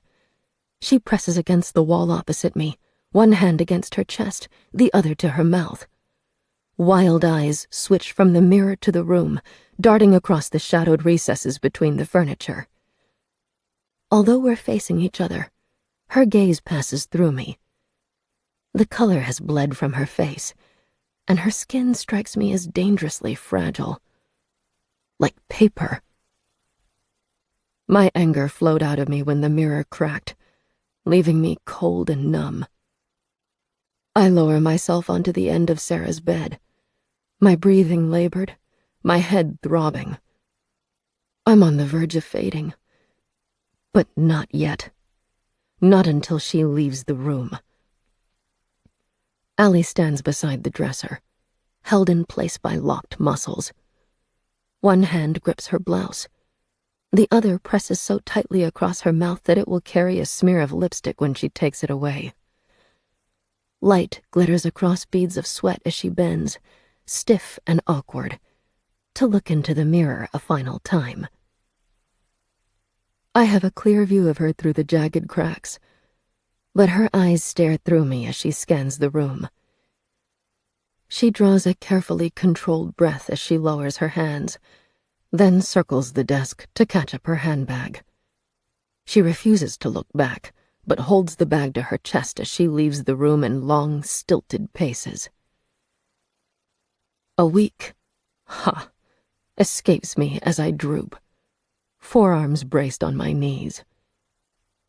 Every other time I've viewed myself in a mirror, I've been shown a familiar image. A long, pale face, its expression a little too intense. Dark eyes, straight, plain hair. But I've been nurturing a suspicion that Sarah sees a different version of me. Sarah, who removes her glasses when I'm around for my benefit, but perhaps also for her own. Sarah, who will not give me a direct answer about what I look like to her. Sarah, who believes without a doubt that I was murdered. In the brief second when the mirror cracked and Allie saw me, I also saw myself. My face was still long. My skin was still pale. My hair was still straight. But those details were all that remained of my past self. My corneas had bleached in death, leaving a foggy off-white layer across my iris and pupils. My skin was ashen, blue veins mapped across it, but not as many as there should have been. I'd lost a lot of blood. Much of it stained my chest, running from the angular gash that cleaved my throat. More marked my face, clotting in my hair and trailing over my cheek. Sarah was right. I did not die peacefully. I lift shaking hands and drag them across my face. The skin feels smooth. There is no blood nor any gap in the clear line of my throat. That small movement drains the last of my strength, and I fade. The darkness holds me for a long time. I'm heavy, my limbs bloated, and they refuse to move at my command.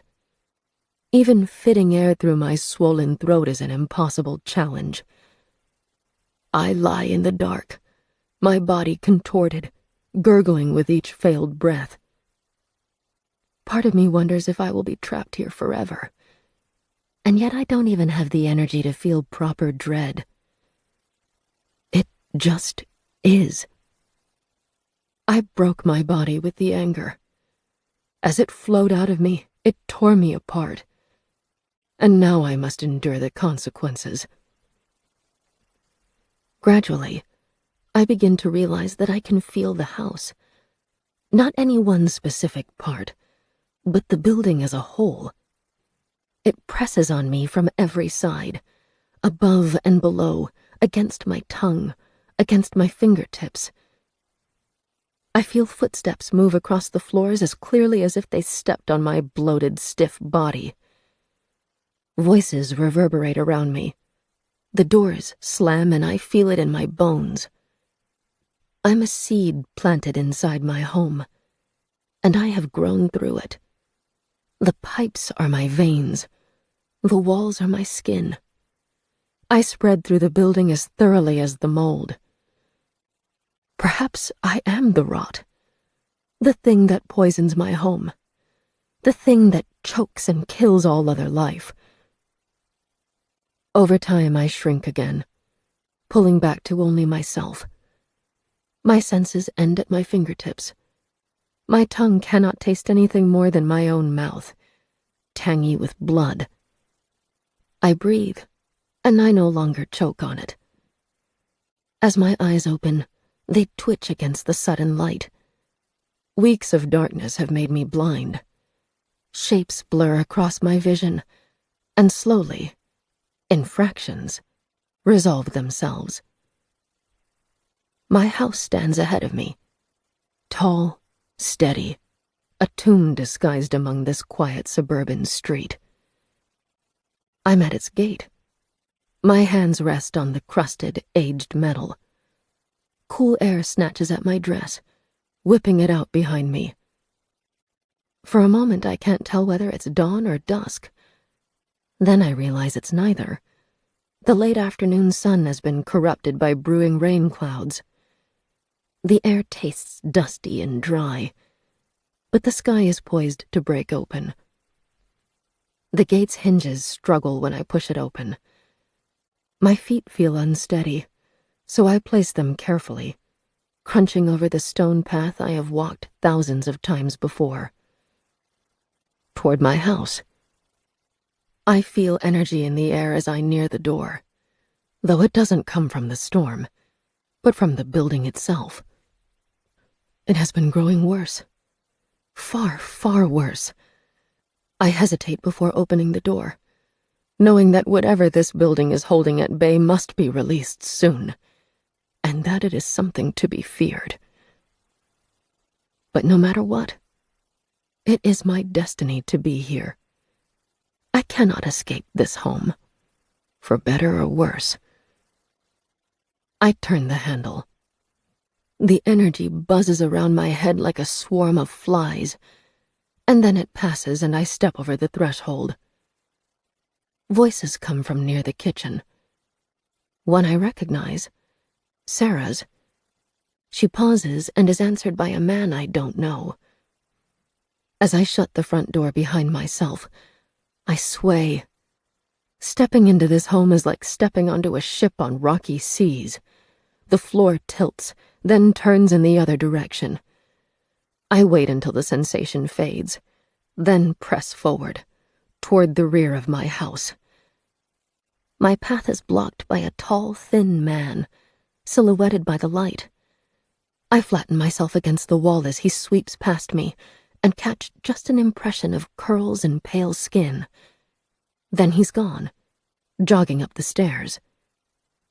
Sarah isn't in the kitchen, as I'd thought, but sitting in the backyard. A scarf wraps around her neck, like the ruffles on a fancy pigeon, glasses hung on one of the loops. She turns her head a little as I approach, and her left eye, her good eye, lights up. "Lee, I was wondering when you might be coming back." "Was I gone for long?" 15 days, I believe. You tend to pop in and out, but you usually don't take that long." I settle onto the metal bench at her side. Maybe it's the lighting, or maybe my memory is unreliable, but she looks better than she did before. Her right eye still sags until it's virtually closed, and she still rests in her wheelchair. But there's more color in her face, and instead of lying limp in her lap, her hands are clasped onto a mug of what looks like hot chocolate. "Who was that man I passed?" "That's Troy, my new aide." My heart rises. "You called your family?" "Oh no, my darling. This one's on you. Allie left halfway through a shift and point-blank refused to come back. She said the house was possessed. The agency had to scramble to find a replacement. You should have heard them apologizing. They sounded truly embarrassed, kept swearing that this had never happened before." "What did you do to her?" I lost my temper. "She stole your earrings. I'm only sorry I couldn't stop her sooner."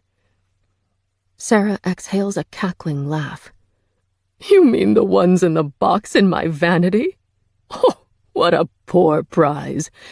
Those are fake pearls. I got them years ago so I'd have something to wear to weddings and funerals." A cautious smile forms. "Really? I was worried you might have inherited them, or your husband might have given them to you." "Mercy, no. And I'd have told him to return them if he had." She lifts her hands in an open-armed shrug, and I watch the hot chocolate teeter dangerously close to spilling from the mug. "Do I look like the kind of person who likes jewels? Allie can keep them for all I care. It's a small price to pay to have her gone." "I won't argue with that. What about the new one?" I lean over the chair to glance through the open kitchen door, but I can't tell where he's gone. "Is he okay?" "Oh, yes. I like Troy quite a lot. Apparently he only just completed his training. Poor thing's eager to please and isn't afraid to show it. Look at that." She waves one hand toward the kitchen, and I notice a walker placed beside the table. "He got that for me within 2 days. I'm still shaky on it, but making progress." "Good." My family wasn't especially happy. They liked Allie because she's been working there for so long. But apparently, Troy swore up and down that he didn't believe in ghosts and wouldn't be scared even if he encountered one, so the agency put him forward. Sarah's smile is lopsided but vivacious. "I told him he'd have nothing to fear as long as he behaved himself." I can't help myself. I laugh. To think my life has turned into this. A point of gossip for an office and a new measure to vet candidates against. I almost pity Allie. She knows what she saw, but has no way to prove it. "The house isn't as clean as when Allie was in charge," Sarah continues. "But he plays cards with me and reads, and isn't trying to park me in front of a TV like some overtaxing toddler. He'll do very well." Footsteps clatter through the house. I'm used to how every pair of shoes sounds against my floor, and I'm surprised to realize I recognize this set. I heard them, again and again, during the weeks when I wasn't strong enough to be fully present. A man appears in the open doorway, his arms full of blankets and pillows. Sorry. I thought I remembered you had a fleece one, but I couldn't find it, so I brought these instead. Is that okay? It's lovely. Thank you. I get my first good look at Allie's replacement as Troy places the blankets onto the porch's wooden boards and shakes the top one out. He's tall and gangly, and although I suspect he's in his 20s, he still looks like a teenager. His nose is very large, but then so is his curly mop of hair and his broad, awkward smile, so it balances out in a way. He turns that smile on Sarah as he folds the blankets around her legs. I thought I heard you say something before. Were you talking to the birds? The feeder is busy, I realize. Sparrows bicker over the overflowing seeds. Sarah's answer is cryptic. Maybe. Or maybe I was talking to the ghost. Troy laughs, and it's a jangling, genuine noise. Tell her we don't want any trouble. Oh, I think she'll like you well enough. I move out of the seat beside Sarah as Troy approaches and let him take it. He has a book, one of the paperbacks from the display unit that used to cover the understairs door, and he reads from it with all of the stiltedness and bad inflection of a poorly rehearsed high school presentation. Sarah closes her eyes and reclines in her seat, content. And I think she might be right. He will do very well. The sky darkens as the clouds merge with dusk. I watch the bird feeder as Troy fights through a scene. 3 sparrows dance, bickering and fluttering as they revel in their feast. Then, abruptly, they fall still, their heads quirked up to watch something I cannot see. A heartbeat passes. The sparrows explode away from the feeder in a burst of whirring wings.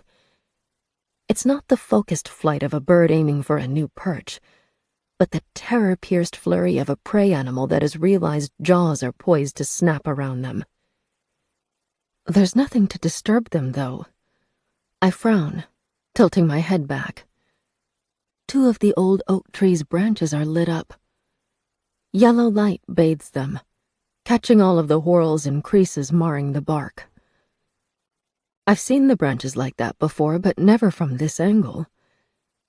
It's how they look when my bedroom's light is switched on. Troy is wholly focused on the novel. Sarah has her eyes closed, her face serene as she drifts towards sleep. Neither of them notices as I slip away and move through the open kitchen door. The house is colder than it otherwise might have been. Spots of dirt and dead leaves spread across the kitchen floor, blown inside by the same gusts of wind that snatch at my back. Something moves on the second floor, betrayed by a creaking board. My skin prickles as I near the understairs door. Something dark bleeds from around its edges.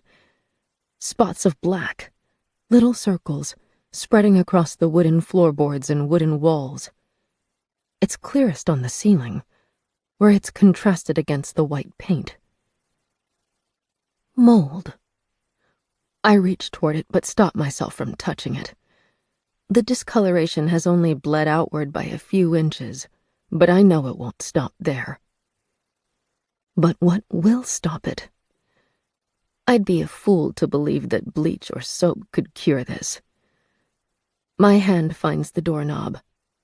I don't intend to open it, only to test that it's still locked. But when I turn my wrist, the handle obeys. The latch clicks. The door is unsealed. Troy's voice reaches me as a low burbling sound, like something calling from underwater. The words blur together. I glance toward the kitchen, but as the fading sunlight grows paler, it's increasingly hard to see my companions.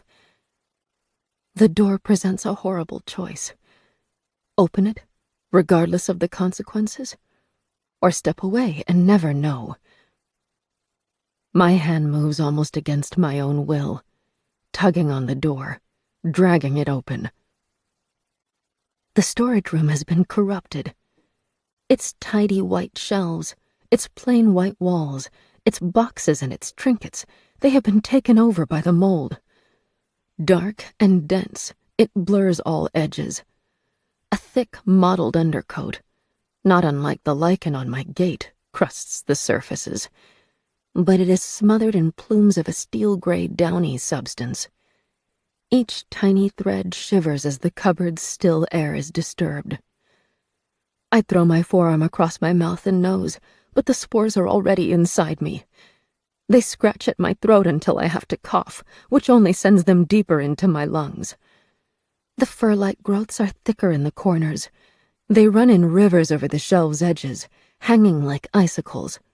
They clump across the boxes, the book, and especially the little cloth rabbit. I only touched the doorknob, but my hands feel sticky. The gray mold clings to my fingers and palms. A surge of panic shorts my ability to think, and I rub my hands on my dress's sides, urgently trying to get the substance off my hands. The door's outside is rich wood. Its inside is muffled gray. My foot hooks around the door's edge as I attempt to reseal the room without touching any more of the mold. It slams shut, and I recoil as a plume of spores billows out from the narrow gap. Above, the floorboards creak as someone walks through my home. 23. Like shards of ice. My hands are still tacky. They clench and relax at my sides as I move onto the stairs. Outside light evaporates as thick clouds drown out the sunset, and even from the stairs' turning point, I can see that the upper floor is dark enough to be night. Some kind of noise hums at the edges of my hearing. Exactly the same sound as I heard through the understairs door, like whispering voices, like dead leaves blown by a rough gust of air. It comes from a million miles away, until it's reduced to just the idea of noise. The hairs across the back of my neck rise. I ascend, taking each step carefully. The kitchen door bangs, thrown closed by the wind, and Troy laughs. He and Sarah have returned to the kitchen. Their noises are faint, though, and I feel as though I have been swaddled in a cocoon, trapped where sounds cannot fully reach me. The upstairs hallway comes into view. Its shadows seem foreign. My tongue skips across the backs of my teeth and finds a strange taste. Fear? My bedroom door hangs ajar. Not by much, just a crack. No light comes from within. Someone is here, though. I can smell them. It's an aged scent, musk and oil and old clothes. The smell I associated with Sarah when she first came into my home. It hangs in the air, dense enough that the walls absorb it. I step toward my bedroom, then freeze. Just inside my room, just out of sight, a foot scrapes across the floor. Voices from the ground floor cut through the cold air. Troy speaks too cheerfully for my comfort.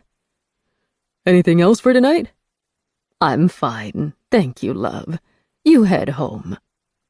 No, I want to say, don't let him leave. But the footstep was less than 15 paces away, emerging from the darkness that floods my room, and my companions sound like they're on another world as Troy lets himself out of the front door. In the space of 5 short, sharp heartbeats, the gate sounds. Now the house only contains Sarah, me, and whatever exists in these upstairs rooms. Window frames rattle as the storm settles in around us. I hold myself against one of the walls and move closer to my room. The door drifts inward, then rocks back toward me, the latch nudging against its lock but not fully closing. I hold my breath. The foreign noise, the scratching, fuzzy sound, is joined by heavy tapping across my roof as the clouds release their burdens. The door shifts again, drawing inward several inches, and I think I see something beyond it. Some sort of shape standing in my room's center, its head grazing the ceiling, its arms hanging limp by its sides. But then the door closes again, knocking against its frame. Every heartbeat aches as it struggles to push blood through stressed muscles. My outstretched hand touches the door. A light tap, as light as the raindrops above me, and the door drifts open again. There is no figure in the center of my room. Even in the heavy gloom, that much is clear. I swallow. It catches in my throat. My eyes burn, but I'm afraid to blink as I ease myself across the threshold and feel for the light switch. The foreign sound is louder. It's not dead branches, and it's not rain. It's voices, coming from near my bed.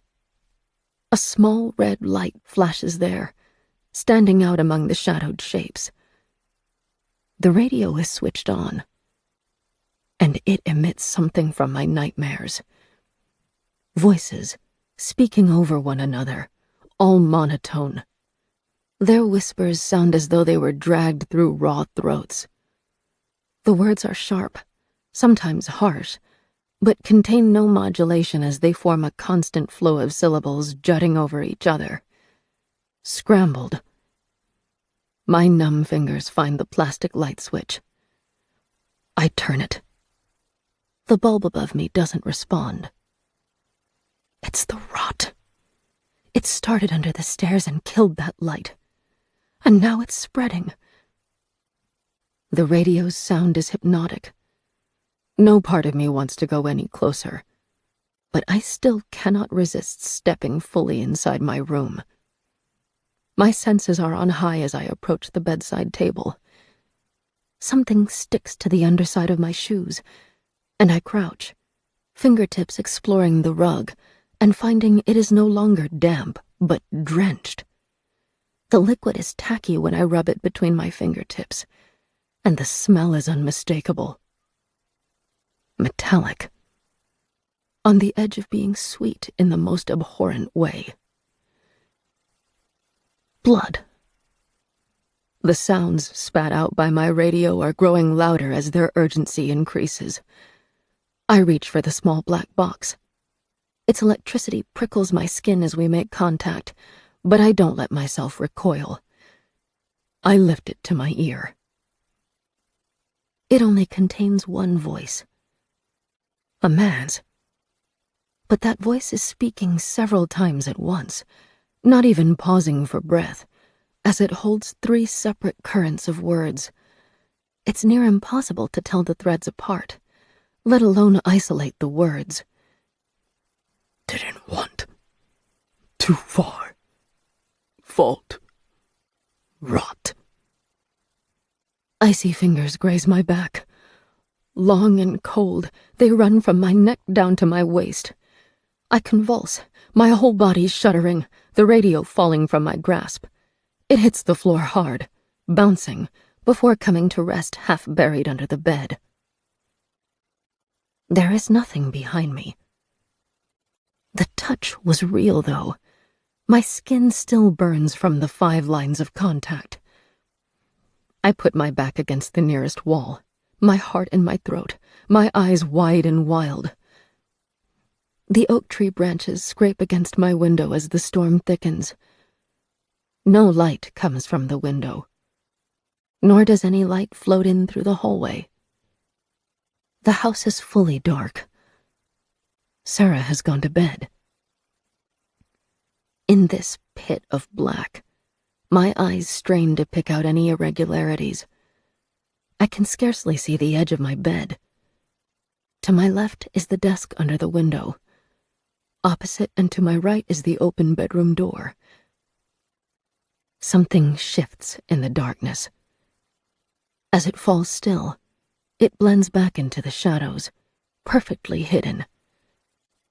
Except for its eyes. 2 pinpricks of light, hovering near my ceiling, focused on me. My mouth opens, but I have no air left in my lungs to call out, even if I had someone to call to. Movement in the darkness.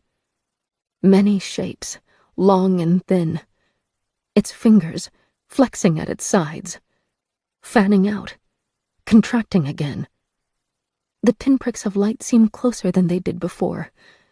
The smell is so much stronger. Oil and musk and age and death. The radio is louder. That harsh, unmodulated voice whispering with greater intensity as the rain lashes the windows and pours off the roof. The darkness quivers as its form moves, and the pinpricks of light vanish as they turn toward the door. I sense, more than see, its great form shifting into the hallway. My legs crumple as I fall to the floor. Breathing is a struggle. Air whistles as it passes through my narrowed throat. I press my hands to the sides of my head.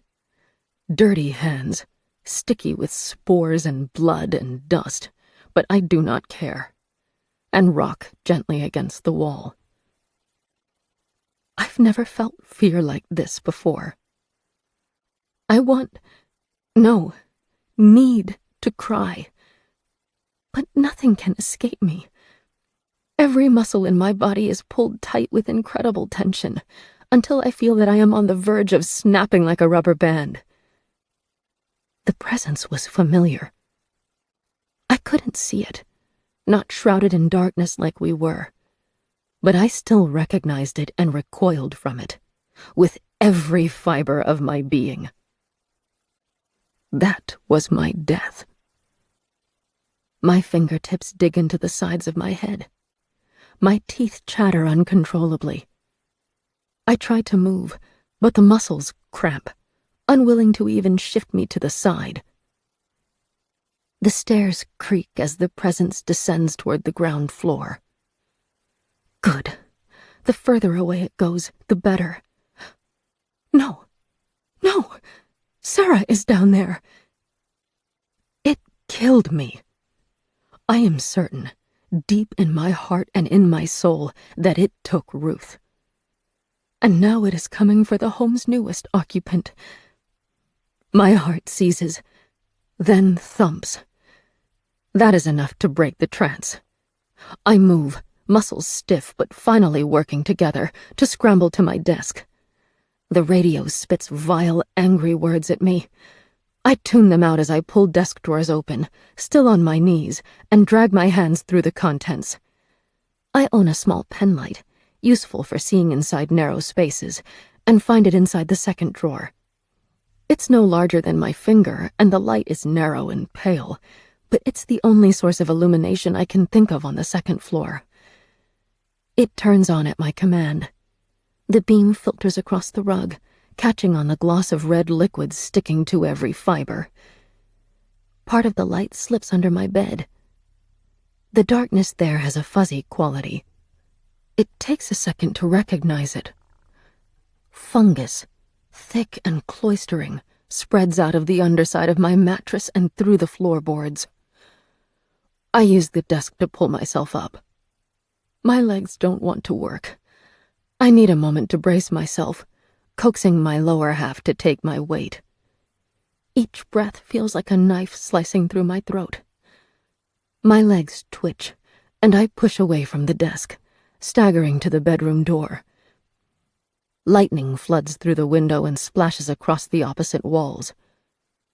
My momentum stills. As the flush of light fades, I try to convince myself that it was an illusion, that this cannot in any way be real. I raise my penlight and direct it toward the open door. Just like the lightning, it fails to show the white-painted hallway walls. Instead, it reveals a mass of something thick and black. The rot has reached my room. I hold my left sleeve across my gasping mouth as I stare at the crusts of mixed blacks and grays that glimmer around the door frame's edges. They are crusty and damp, and I am horribly reminded of split boils oozing pus. Beyond that is worse. Gossamer thin threads spread out from the wall. They are delicate, but they are long, rising from the ground and hanging from the ceiling, shivering as air rolls through my window. They grow from the boiling rot that spills out of a multitude of crevices in the walls. I knew my house was full of hairline fractures. I did not expect this many. They are like cracks across an eggshell, like a shattered pane of glass, running from the floor to the ceiling, crossing each other in jagged dashes. The paint peels back, coiling, and tar-black rot oozes out of the gaps. Even in the seconds I spent frozen, it has spread another inch into my room. I cannot stand here, watching as it envelops me. This house is as familiar as the back of my hand. I close my eyes and put my head down and step into the folds of the gossamer fungus. The delicate threads brush across my exposed skin, snagging, itching, clinging to me as they break away from the walls. My shoes crunch over uneven ground, bursting more of the pustules. An urge to heave rises, but I fight it. Retching will only drag more of the spores into my throat, and like a body trapped under water, the urge to gulp in air may very well kill me. Instead, I hold my breath as I press forward, through threads that stick to me like spider webs. My shoulder grazes the flaking walls. I'm nearly at the stairs. The floor is growing denser, like mud, and I realize I can hear burbling water.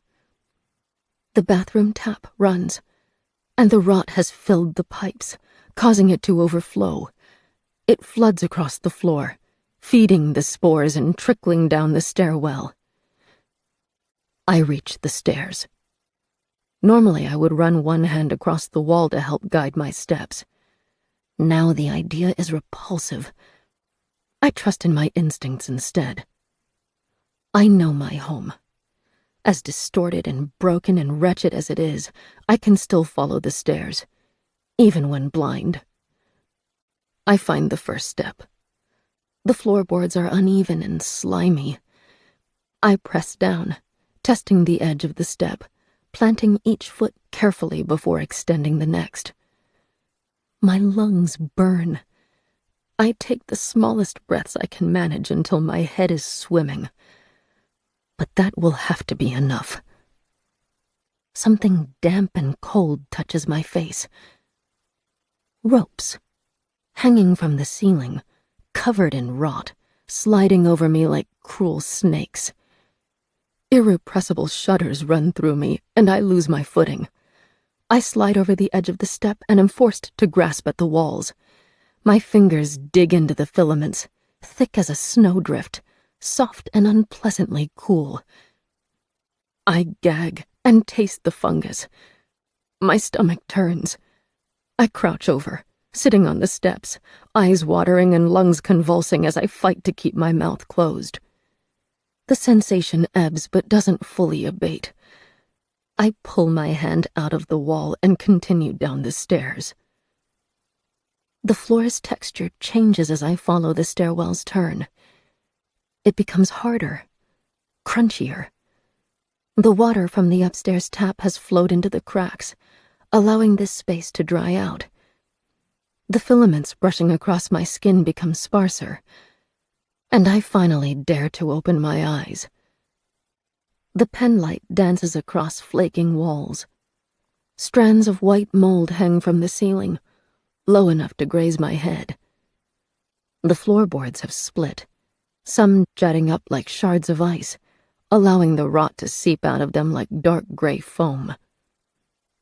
I descend into the hallway. Every step is loud. The boards whine as they strain under my weight. Lightning comes through the living room windows. It lights up the irregular rivers of mold that pour through the walls, and catches on an open door. The storage room under the stairs is no longer sealed. The door hangs open, crusted with more of the white fungus, shifting slightly with every gust of air that buffets the hallway. And that is not the only open door. The entrance to the study now hangs ajar.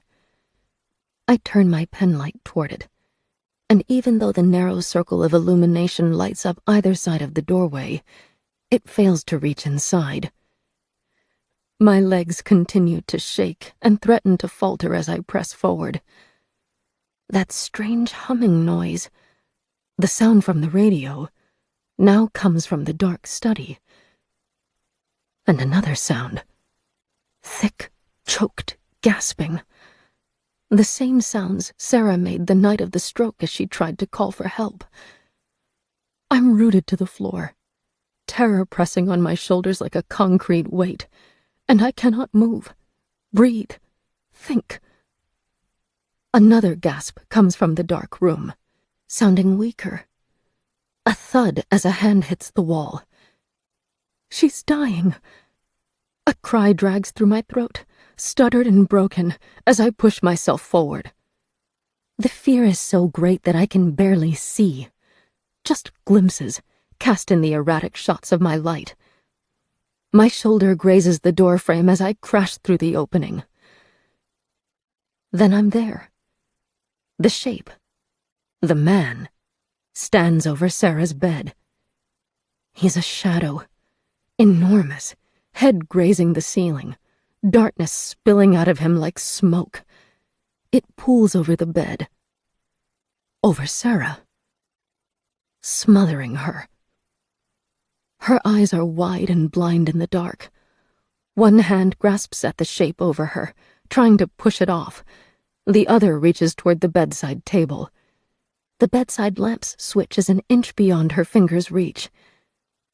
She makes another sound, gasping, whining. The hand spasms. The shadow man turns. His pinpoint eyes shine in my direction. Too bright, too keen. I throw myself at him, hands snatching, feet kicking, anything to force him to move. The dark smoke envelops me. It enters my nose, my throat, my lungs, and suddenly my oxygen is gone and I'm drowning in this inky tide. The penlight leaves my hand, but I don't hear it hit the floor. Everything is dark. I can't feel anything except for a terrible, invasive cold. My feet kick helplessly at the air. Then I slam into the floor. My body convulses as pain sparks along my back, but I force my eyes open, and as a wash of lightning glances through the windows, see the white paint of the hallway ceiling above me. I roll onto my side and retch. Directly ahead is the open hallway door. The smoke boils out of it, rolling and bubbling, and the door begins to drift closed in its wake. "No!" I gasp, throwing my hand out. It catches the door's edge. I wrench it back open in time to see the white wall at the back of the closet shiver. My heart races through a furious staccato beat, leaving my mouth dry. I crawl forward, into the closet. The door drifts closed behind me. It clicks shut, and I'm swallowed by the shadows, blind but undeterred. My hands reach for the part of the wall that moved. I find it at the back of the closet. Smooth, cool paint that shifts slightly under pressure.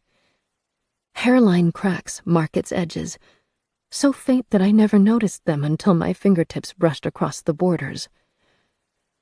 I brace myself. Then push. The wall swings backward, like a hatch. Thin, insipid light flows through.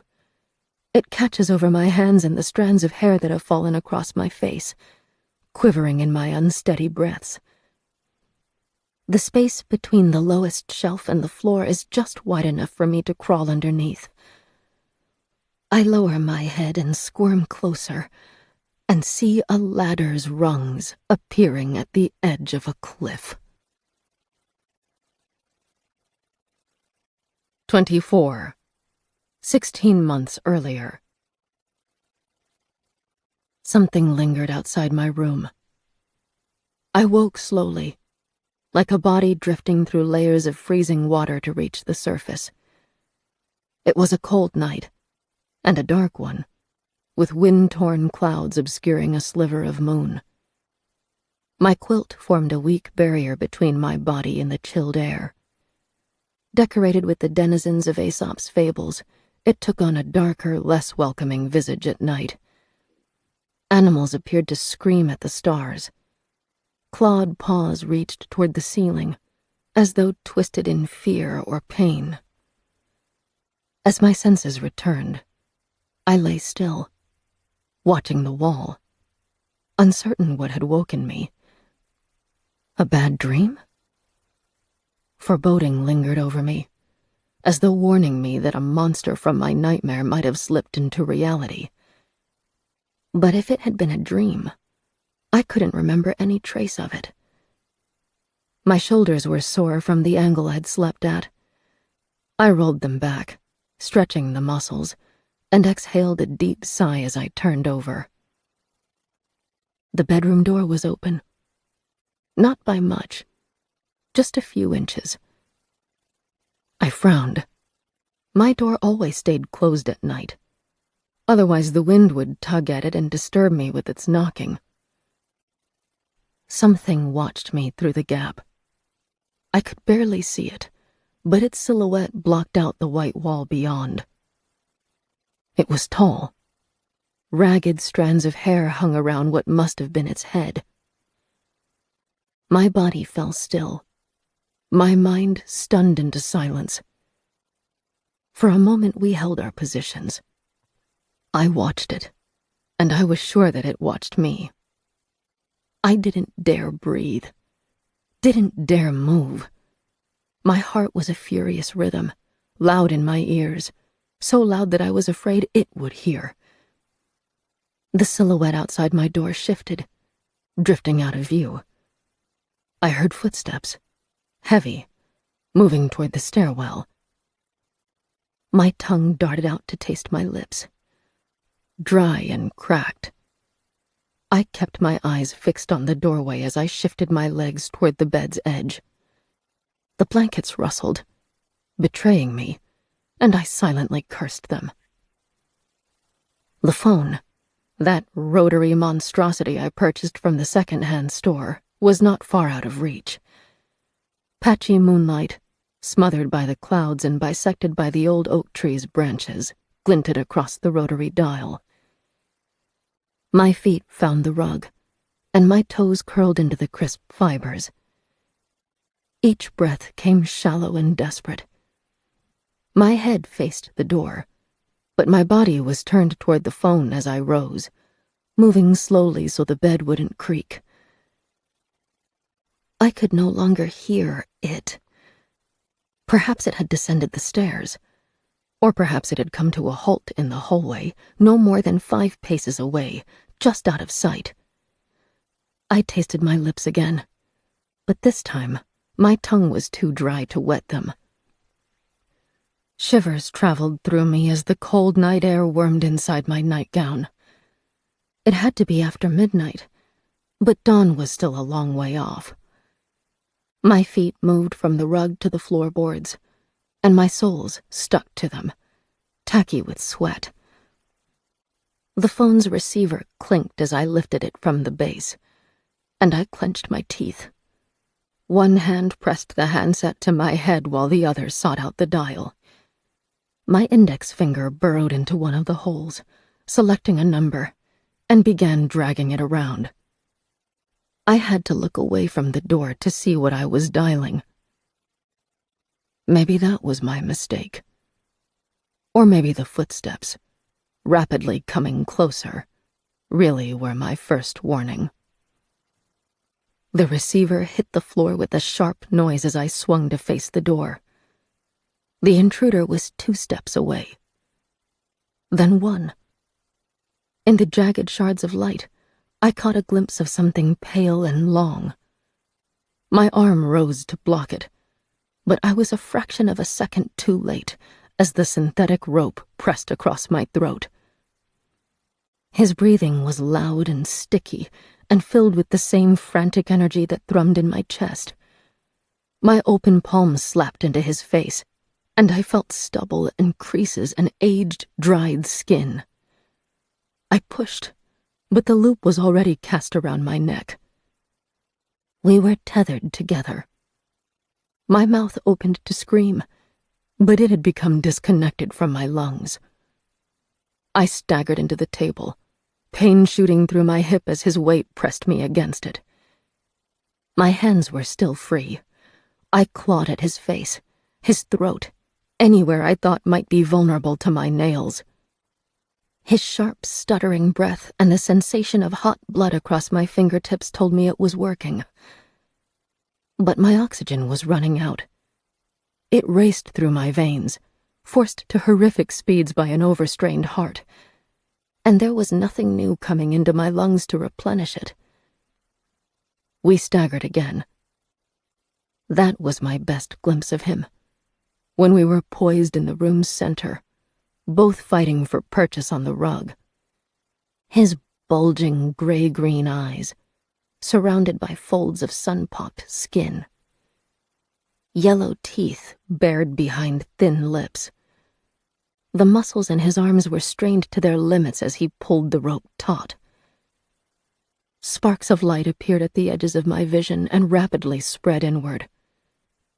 My mouth opened, my chest heaving as I replicated futile motions of breathing. But the cinch around my throat was final. We collapsed to the floor. The impact jarred his hold on the rope. I dug my fingers around my throat, trying to pull it out of where it indented the skin. A thin breath made it into me. It was both painful and not enough. The sparks of light were being joined by splotches of darkness. If I was given time to breathe, time to rest, I could have survived. But that option was never offered to me. Through the sparkling black and white static, I saw him pull a knife from his belt. My knife. The one that had vanished from my knife block 2 days prior. I'd thought I'd misplaced it, that it would turn up in the dishwasher or in some odd drawer eventually. I barely had the strength to breathe. There was nothing left to fight with. But somehow, I still fought. Arms came up to protect my face. Sparks of sharp pain flashed across them, but on the edge of consciousness, they barely registered. I kicked. I threw my hands at his face, aiming for his eyes. The knife came down again and again. Across my torso, my face. Then, finally, drawn over my throat, across the line of bruises already forming in the rope's wake. My struggles had faded long before the man slumped back. His own breathing was just as strained as mine had been. He wiped one sinewy forearm across his face, smearing the sweat and blood, then sat, waiting for sirens, or for lights to come on in the houses around us, or for someone to knock on the door. An hour passed. It was just him and me, huddled in the dark together, as the last of my blood absorbed into the rug and dripped onto the wooden floor. First he wiped the knife on his jeans, then tucked it back into the belt with shaking hands. Then he reached for the quilt on my bed. It went around my body like a colorful shroud. Then he picked up the edges of the rug, near my head, and began to pull. I left a bright red streak across the floor as he dragged me into the hallway, like a stroke from a paintbrush, marking my descent down the stairs. He would need to clean it later, and clean it he would, using the bleach from under my sink and scrubbing for hours, days even, until his keen eyes could not detect any trace of discoloration. He had plenty of time. My absence was not noticed for weeks. During those days, he moved through the house freely. The curtains remained closed. Occasionally neighbors saw his silhouette behind them, but it didn't strike them as abnormal. Buckets of red-tinted water were tipped down the second-floor bathroom sink. His paranoia led him to crouch down, examining the pipes to ensure none of his evidence had leaked free. That was how he found the envelope of money. My passport and bank cards were taken along with it. He couldn't use them, not without drawing attention to himself, but their disappearance would make my own appear less suspicious. By the time the police knocked on my door, he had retreated to his own home, the one underneath mine. His work had been thorough. No traces of blood remained. Nothing appeared out of place. The police questioned my neighbors, but there was nothing to indicate that my absence was anything other than self-imposed. And so he lived as he had for months before that time, leaving in the middle of the night to purchase food from a 24/7 store, and emerging from his nest to enjoy the comforts of my home during the workday. That routine would not change for more than a year, until the foreclosure had been completed and a new occupant moved in. I stand at the base of the ladder. This room, if I can call it a room, is badly lit by a lamp propped on the rough concrete floor. We're in the foundations of my home. The ceiling is low. I need to crouch to move through the space. Concrete walls surround us. The exposed wires hanging from holes in the ceiling tell me that he has provided electricity for himself by rerouting the cables from the stairwell's light. The room doesn't contain much. A foam mattress, topped with an old sleeping bag, presses against one wall. A stand-up freezer rests against another, humming quietly. A folding table and chair are nearby, and the table contains a stack of magazines and books. Buckets in the corner serve as a bathroom. There is no shower. He likely used mine when he needed it. I recognize trinkets around the space. The lamp is one I threw out, along with the salt and pepper shakers on the table. Several of the paperbacks came from my upstairs bookcase. One of the blankets I kept in long-term storage is draped over his sleeping bag, and one of my cushions has become a yellowed pillow. The rug from my bedroom is coiled upright in the far corner. The blood has long since dried, but its faint metallic scent still lingers. A key hangs from a hook beside the stairs. It's my first time seeing it, but I can guess what door the tarnished bronze opens. The man paces. Now that I know what he looks like, I can see him clearly. No more smoke, and no more monstrous size. He is a man. An old one.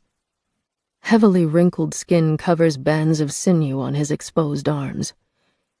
He wears the same pair of jeans as the night he attacked me.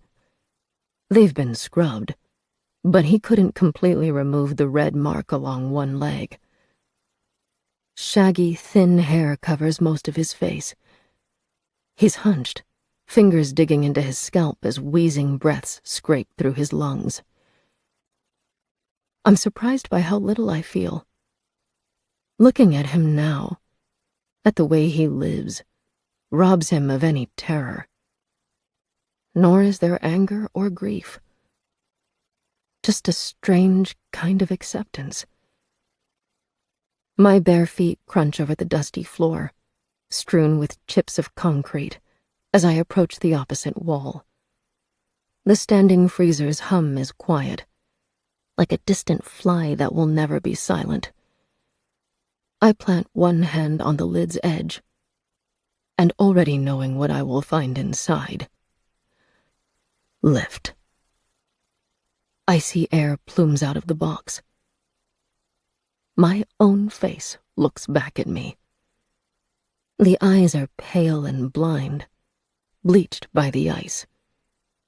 My knees are drawn up against my chest, the arms wrapped around them, my head tilted to one side to make me fit. My mouth is slightly open. Behind the teeth, I glimpse something mottled and dark. Mold. It crusts around the freezer's sides, too, now brittle and dead behind the layers of frost. The power would have been cut to my home after too many months of non-payment, and the man would have had no choice except to let my desiccated body thaw. Cuts cover my body, across my forearms, my legs, my cheek. They mark all of the same places that I dreamed I was cut in the shed. Those came from the night of the attack. But there are other, newer holes, too. Their incisions are bloodless and carved down to the bones, leaving broad gaps in my flesh. He would have become trapped when Sarah moved her bookcase in front of the understairs door. He came up often to rattle the handle, but the heavy blockade stayed in place for weeks. He was desperate. Not desperate enough to call out for help, but desperate enough to turn to my body when his hunger grew too great. The lid creaks as I close it over my body. I put my back against the standing freezer, my heart working too fast, my skin prickling. The man fills my view.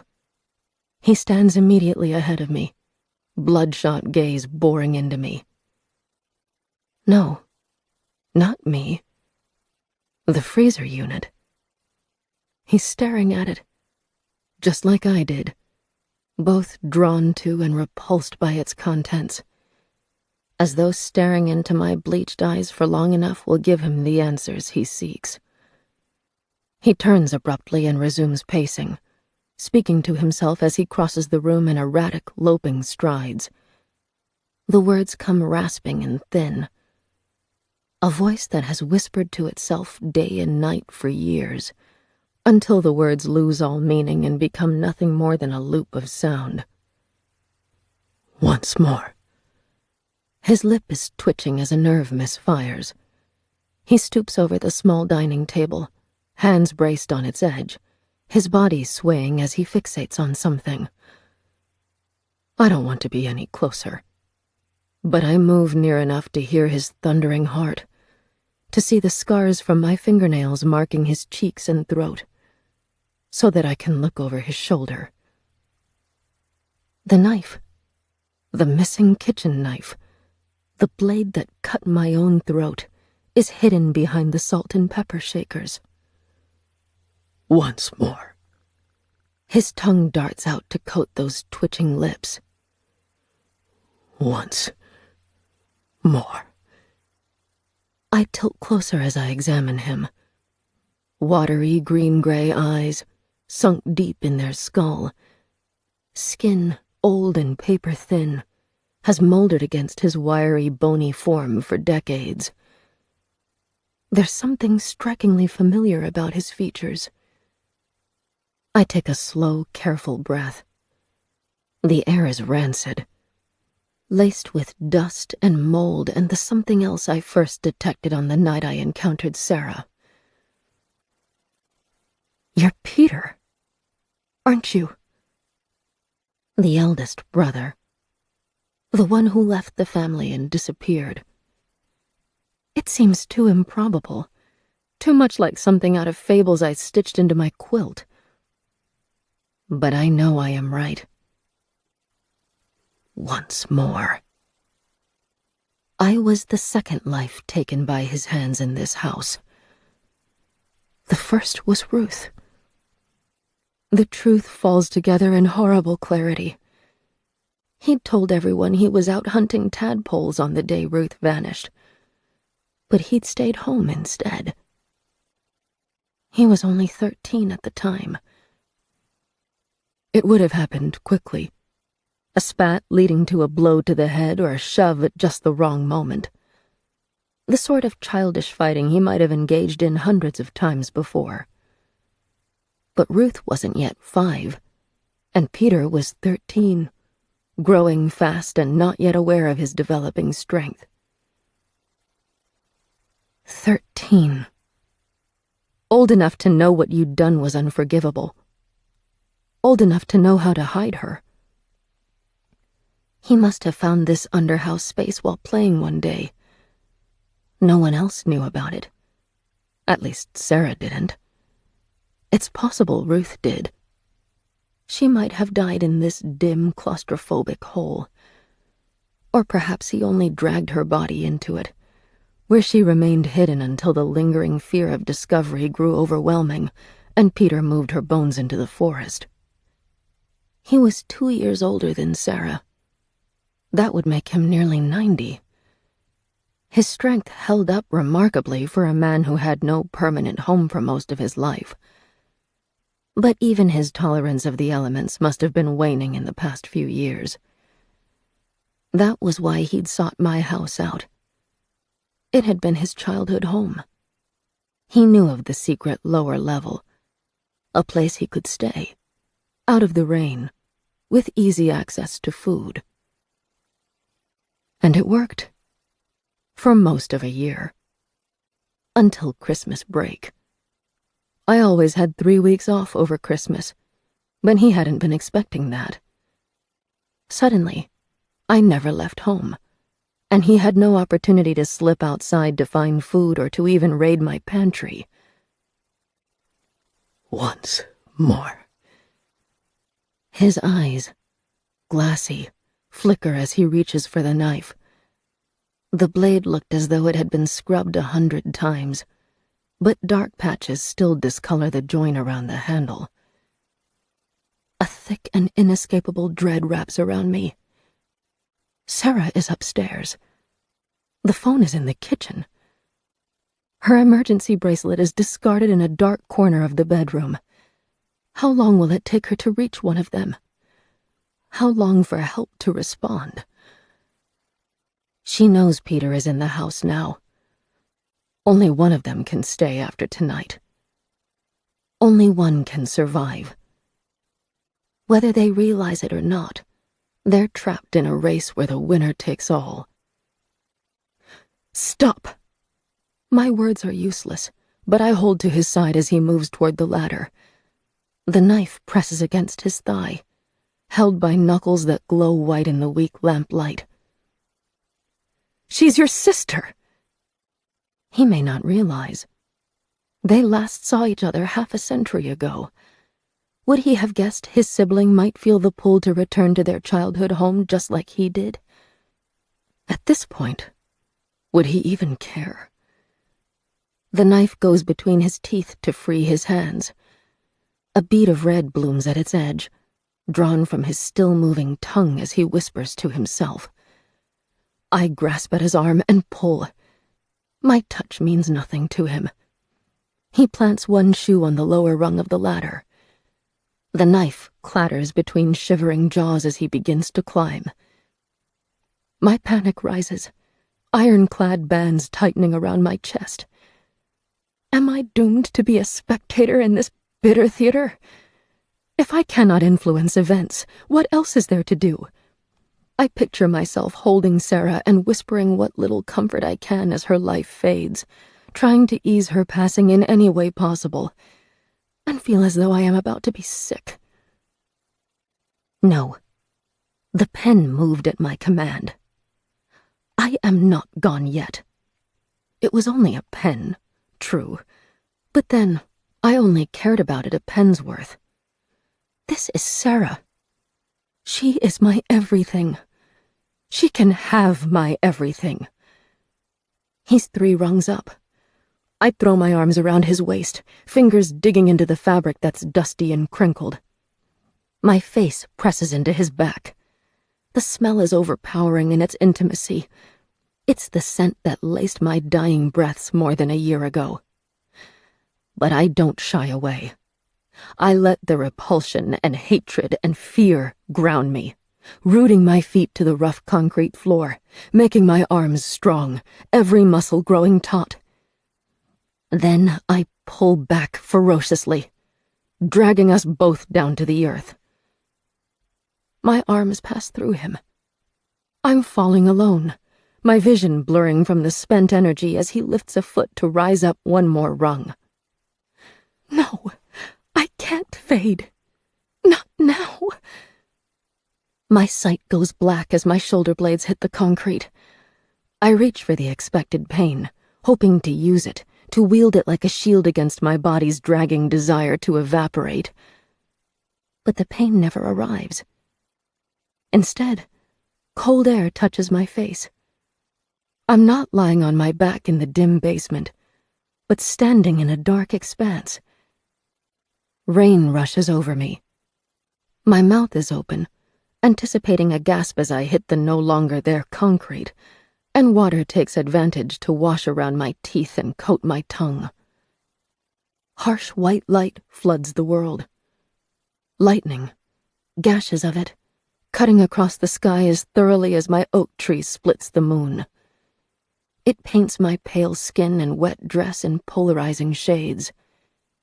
It flows across the earth, sharpening blades of grass into knives and pools of water into mirrors. And it silhouettes a dark, ferocious building. I'm at my gate. One hand rests on the lichen-garbed metal. This is the same storm that raged when I entered the basement. I did not fade. I simply shifted to the place I most closely know as a writhing home. My teeth ache as I suck in water and air. There may still be time. The gate screams as I throw it open, but the sound is drowned out by the rising boom of thunder. The final spears of lightning fade, and the world sinks back into oblivion. The clouds are too thick to let in even a scrap of stars, and the night is too deep for any of my neighbors to have their lights on. I am blind. But it does not matter. I know my home. I can trace every inch of it in my mind. Long strides carry me toward the front step. My hand rises to meet the door handle.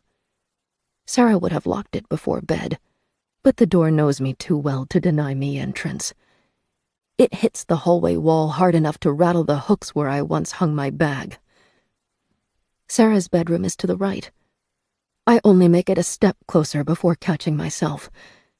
The rolling thunder is deafening, but underneath is something sharper, more metallic, more dangerous. The rattle of metal as the understairs door opens. I run for it. Wet hair sticks to my face. My dress whips behind me. The house is as dark as my grave, but I can sense the door creeping outward, long fingers wrapping around its edge. The door. That's what I focus on. Not the man, but the house. I cannot touch him. My words pass deaf ears. But this house is mine. It always was. There's no chance to slow my momentum. It carries me into Peter. I feel the impact even if he doesn't, and I slip past him, into the narrow room. My hand grasps the door's edge. Our fingers are overlapped, calloused skin beneath my own. I pull. The house knows me. The house listens. The door rushes closed on my demand, reverberating like a gunshot as it hits home. Peter felt the movement and pulled his hand back a second before it became jammed. Metal clatters as his teeth tighten over the knife. We're side by side. He's kneeling, just emerged from the hole in the back of the closet, and I crouch at his side, my lips close to his ear. No, I whisper. He reaches for the door again. I'm faster. My hand slides underneath, pressing between the door's rough underside and the gritty floor. My fingers wrap up to secure my hold as he turns the handle above us. When he pushes, I pull. The door stays closed. Peter's breathing becomes erratic, panicked, as he tries again and again to escape. He slams his shoulder against the wood. It bows an inch before I snap it back. My body is shuddering. This effort empties me until I am nothing more than a shadow, until I cannot even feel my own limbs, but still I hold on. My swimming mind fixes on the only thing I can remember with any clarity. Sarah is across the hall. This door must remain shut. Then Peter falls back and hits the shelves with a heavy thud. I lose my grip on the door and slump, my world swaying as I fight to stay present. Clothing rustles as Peter feels for something in his pockets. A rasping sound, followed by another, and I see a spark. A third click and a flame dances atop a lighter. He holds the light in the empty space between us. The closet is narrow to the point of claustrophobia, barely fitting one person, let alone two. We're close enough that our breaths compete to influence the flickering fire. Wet hair falls like sheets on either side of my head. My hands are braced on the wooden floor. Water, runoff from the rain, spreads around me. Drops of blood mingle with it. The blood is mine. Falling from the stab wounds, falling from the slashed throat. My white sheen eyes rise, tracing over my killer before meeting his gaze. He still carries the knife between his teeth. His jaw is clenched so tightly that he can't get it out. Thick cords of muscle and sinew run down his throat, disappearing under his shirt. Bulging eyes fasten on me. See me. The house tilts around us, threatening to drop me out of its embrace entirely. I dig my fingertips into the floor as though that will be enough to hold me there. My words sound impossibly distant. No more, Peter. A trail of saliva traces down his jaw. His arm shakes, jittering the lighter so badly that the flame barely hangs on. But he can't lower it any more than he can release the tension in his jaw or look away from my bloodless face. His head jerks back, bumping against the shelf. No more, Peter. A slow smile draws over my mouth. Those last words weren't to him, but to myself. He can do no more. One of his legs twitches, kicking out.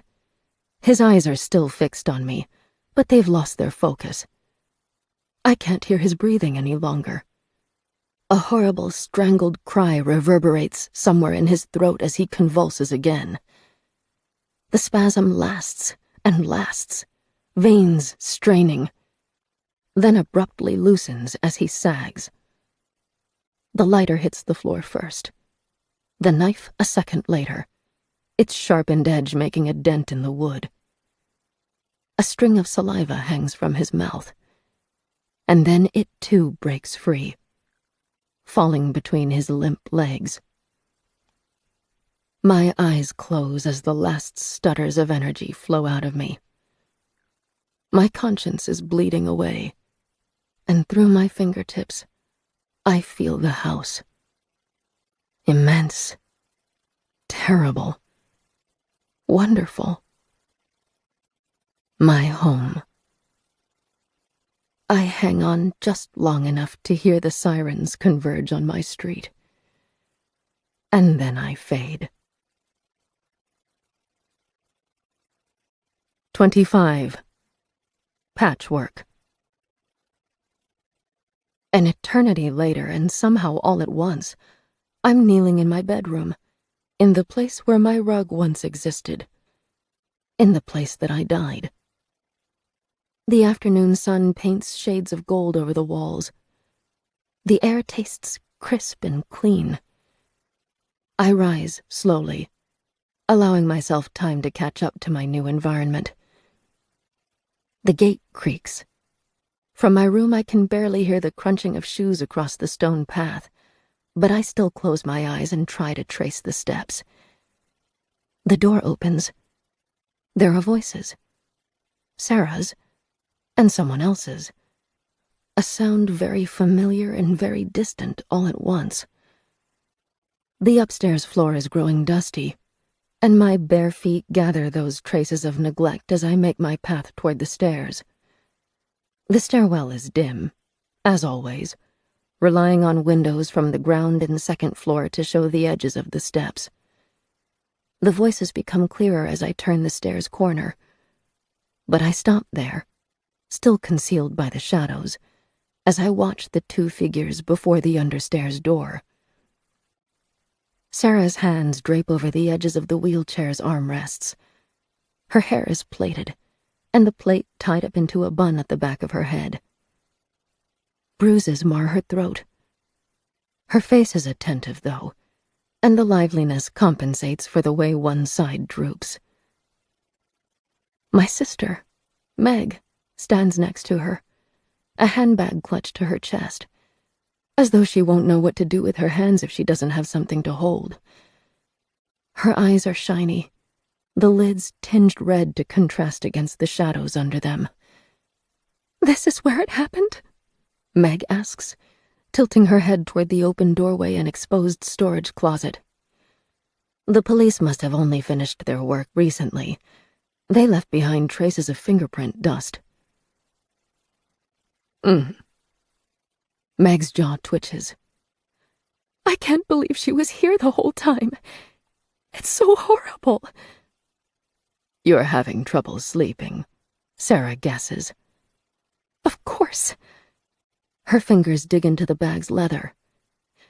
"Every time I close my eyes, I picture it. She was in pain, and she couldn't even reach the phone.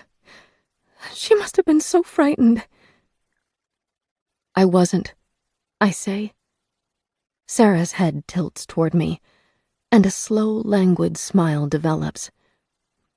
I raise my shoulders in a shrug. It happened so fast. There wasn't time to be afraid. I didn't think at all. I just fought. Sarah leans forward to re-engage Meg. "I don't think she would have had much time to be scared. It was over very quickly." Meg rubs her palm across her cheek before returning it to her bag. "Thanks for calling, and for letting me come here. I know it's too little too late, but it still helps." "Is it really too late?" Sarah asks, her eyes on me. I descend to the stairwell's base, and holding my breath as though any stray noise could disturb my sister. Step closer. Meg's head twitches slightly, as though she's trying to dispel a bad thought. "We didn't really talk much in the last few years. Not even at Christmas. And if I'd just..." "It's all right, my darling." "No, it's not. I could have invited her to visit that Christmas. I thought about it, and I decided, not this time. Maybe next year.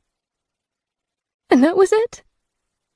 That was my last chance to see her, and I didn't, and I don't even know why." Tears roll down Meg's cheeks, and she fights them, bundling her sweater sleeve into her palm and swiping them back as quickly as they come. "That was my last chance to tell her how much I love her." I'm at Meg's side. My hands rest on her shoulder and back, wanting to hold her, but her only response is a small shiver. My own tears are rising. Sarah makes eye contact, and I nod. "She loved you too," Sarah says, her bird-like hand reaching out to hold Meg's forearm. There's a secret I want to share with you. I have a small ability. Sometimes I can hear people who are no longer here. The dead, you understand. Your sister stayed for some time, and she wanted you to know how precious you were to her. Meg's tears fall into hiccups. One arm presses across her eyes, hiding them, but her body has gone still. I wait, my heart fluttering in my throat, watching for her response. When she finally speaks, her voice is muffled. Okay. Thank you. I'd better go. Meg tucks her bag under her arm and, head down, turns to the door. I circle around to kneel at Sarah's side and whisper into her ear. You had a golden retriever when you were children, Sarah calls, and Meg freezes halfway along the hall. He was called Freddie. You used to pretend you were knights and he was your horse, and you'd charge with him across fields. Meg's head turns just enough for me to see her wet face. He passed away when you were 9 and Lee was 11, and you missed him so badly that you pretended he wasn't really gone, but was out battling the monsters in the forest across the railroad tracks and would come home one day. Meg turns another fraction. You? I continue whispering into Sarah's ear as she relays the words on my behalf. Lee said she missed you even worse than she missed Freddie. She wanted to call, but she didn't, and she's sorry for that. You're not... Meg doesn't try to stop the tears now, but there's a fierceness in her face. Her eyebrows pull her forehead into hard creases and her lips twitch. Don't lie to me. Please. Sarah slowly turns her chair to face Meg. She wasn't upset to be dead. She said that dying itself wasn't even too bad. She said the only thing she actually regretted was not being closer to you these last few years. If you're lying to me, you need to tell me. Meg takes a step toward us, her bag held against her chest like a shield. I don't want you to make me feel better. You have to tell me the truth right now, okay? Come look at this. Sarah wheels herself into the living room, following my lead. Meg hesitates, then comes after us in short, stiff steps. I stop beside the patchwork quilt hung from the wall. In its center is a forest scene, bordered by many smaller depictions. I made this for your 30th birthday, I say, while Sarah, sitting on the opposite side of the coffee table, relays. But I never actually sent it to you. I guess I was ashamed, like it was too personal or like I was trying to recapture something we once had.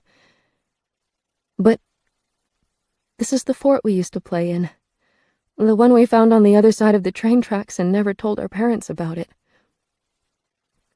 The castle, Meg whispers, staring at the forest scene that depicts a rotting treehouse suspended among the trees. Freddie, I say, brushing my hand across the images surrounding it. The lizards that we pretended were baby dragons. That thick patch of brambles that we believed hid treasure. We spent days pulling it back to reach the secret inside. And we found coins. I remember, she says, and an enormous tear falls off her chin. Those were mine. I came out the day before and hid them there so that we'd have something to discover together. My chest hurts, but I manage to laugh. Here are the weapons we made out of sticks, and the scary house on the hill we had to stay away from because the lady living there was cranky, so we said she was an enchantress who ruled our rival kingdom. Mrs. Watts. Meg smiles, and it's watery but genuine. We met her again when we were teenagers, and she was actually nice. Just a little stressed. I return to Sarah's side as she continues to relay my words. She wants you to have it, Sarah says. It was supposed to be for your birthday, and she's sorry it's late, but she wants you to have it to remember her by. And remember how much she loves you. Meg slides into one of the white chairs, unable to stand any longer. You're really telling me the truth? I am. Meg glances at Sarah, but turns away again almost immediately. Is she still here? Sarah looks to me, and I shake my head. It will be kinder if Meg believes me gone. She passed over when her body was found, but she knew you came looking for her. She was so grateful that you did. Meg nods, her head dropping into her hands and her words becoming muffled again. You said it wasn't too bad? It didn't hurt her?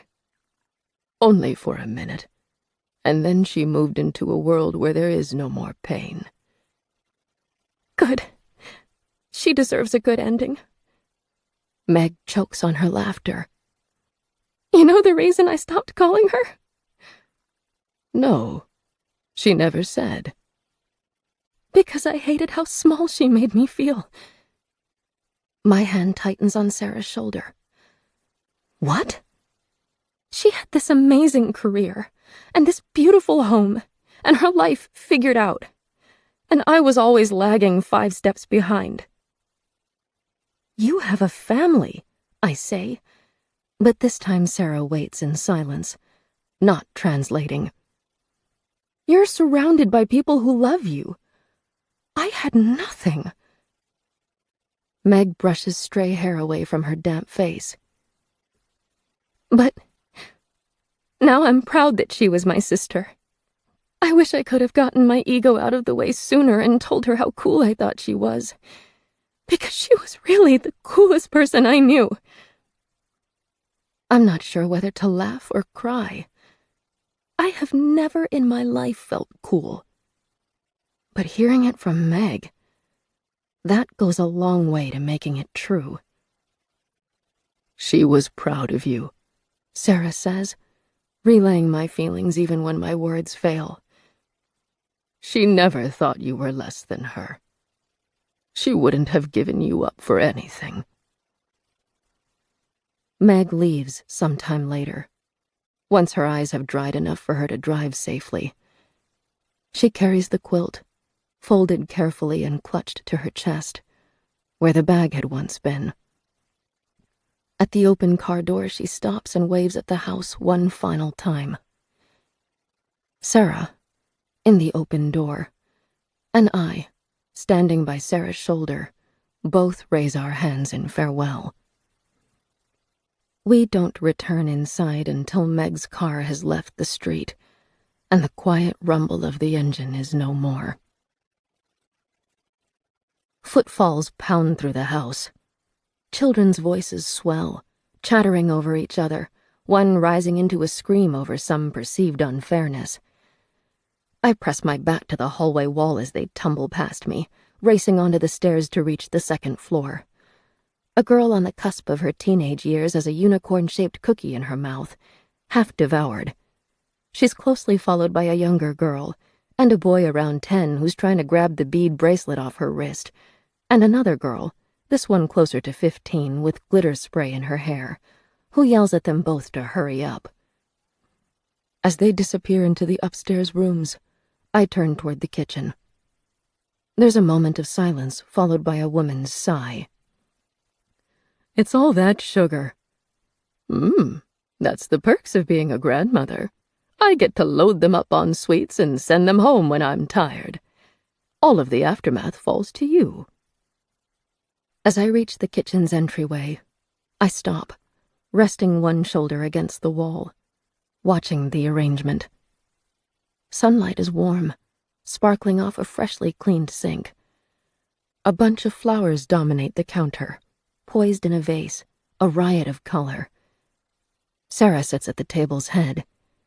The wooden dining chair has been permanently removed to make way for her wheelchair, but now she leans forward, one weathered hand wrapped around a half-empty mug. Opposite her is another woman, thin and angular, her hair cropped short and filled with a decadent streak of gray.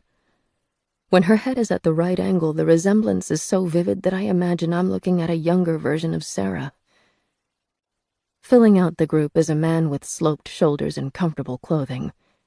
His eyes are enormous behind round glasses, and the sunlight catches on a bald circle at the back of his head. His slacks and sweater contrast with his wife's suit and gold jewelry. "Well, the sugar probably isn't the only culprit," the woman says, and it takes me a moment to remember her name. Sylvia. "They've missed you. I have too." Her husband makes a mild noise of agreement. "It's been a nightmare of a month. For all of us, I suppose." "Oh, I don't know. I've quite enjoyed myself." Sarah catches my eyes and sends me a secretive smile. "It's about time I had some excitement in my life." Sylvia manages to cut off a laugh by sipping her coffee. "I doubt your doctor would agree." Upstairs, 3 sets of feet pound along the hallway, followed by something heavy colliding with a wall. Sylvia leans back in her chair, her face creased with frustration. "Jay, would you—" "Don't worry about them." Sarah waves a hand breezily. "Dents can be patched over. Memories are forever." "Still, they're like wild animals." "Fresh out of the zoo," Jay replies, smiling. "And I don't want them making too much mess. Your new caregiver seems to be struggling as it is." "Troy's doing fine," Sarah counters, and I have a sense this is the bulk of their relationship, Sarah steadily deflecting her daughter's anxieties. "Dust is getting everywhere, and I think I saw mold in that closet."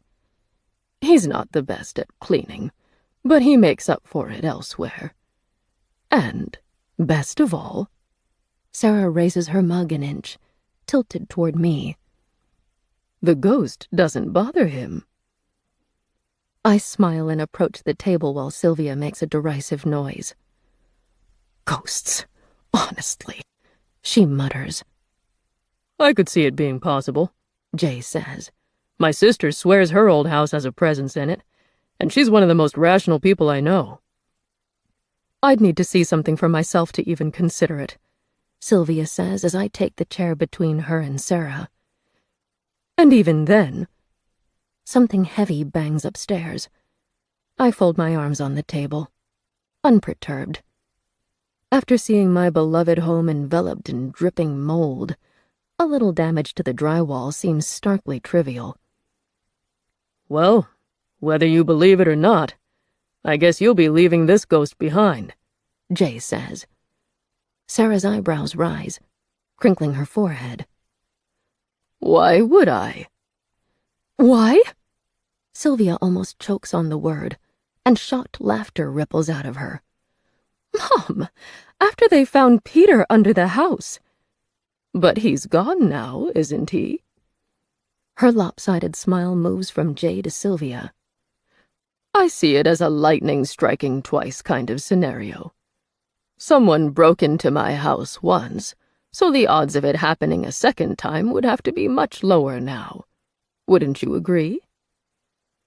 Sylvia rubs her fingertips across her temples while Jay lifts his mug and it cheers. He sends an apologetic smile to his wife. "It would save the cancellation fees." "I can't believe this is a debate we're having," Sylvia mumbles. Jay turns to Sarah, his shoulders rising into a shrug. "It was supposed to be a surprise, but I guess we may as well tell you. Since you didn't want to live close to us, we thought that we might move nearer to you. It's a good suburb, good schools. Syl could transfer, and I already work from home. So we bought a house a few blocks away." "Oh?"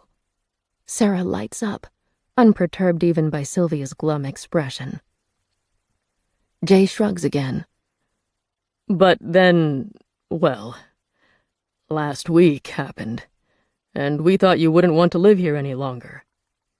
This is my home, Sarah says. Wild horses couldn't pull me out. No, I believe that. Sylvia shakes her head, incredulous. You're sure, Mum? As sure as I've ever been. Looks like we can keep the new house. Jay smiles at his wife. Sylvia still doesn't seem pleased, so he nudges her with his elbow. It's close enough that the kids can walk here. Free babysitting, remember? Upstairs, there's a shriek, followed by excited laughter. Sylvia shoves away from the table. That's it. Her black jacket swishes in her wake as she takes the hallway in long strides. Won't be a moment, Jay says as he hurries after Sylvia. As their footsteps recede up the stairwell, I slide my seat closer to Sarah. She's a force to be reckoned with. Sarah smiles, and a tinge of pride lights her face. Almost as stubborn as I am. I laugh. She finds my hand and gives it a light squeeze. Her fingers are cool, the skin loose and dry, but not unpleasant. I hope this isn't an indelicate question for someone who's dead. But I thought you might have moved on by now. I could. There has been a strange sensation in my bones ever since I stepped foot in the underground room. A feeling of lightness. Fragility. The thing that tethered me to this world has been severed. And now, I only need to let go, and I will be allowed to float away. Not quite yet, though. It strikes me as the kind of journey that might be nicer with a friend.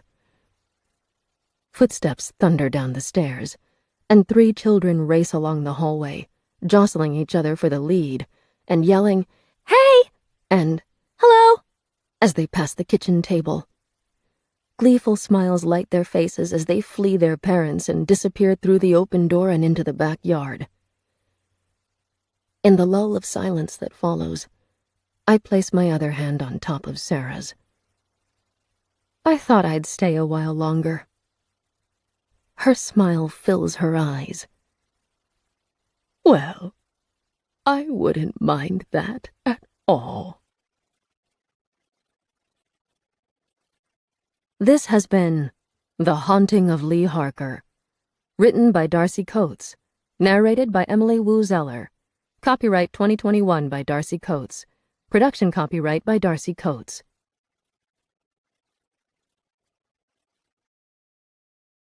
Audible hopes you have enjoyed this program.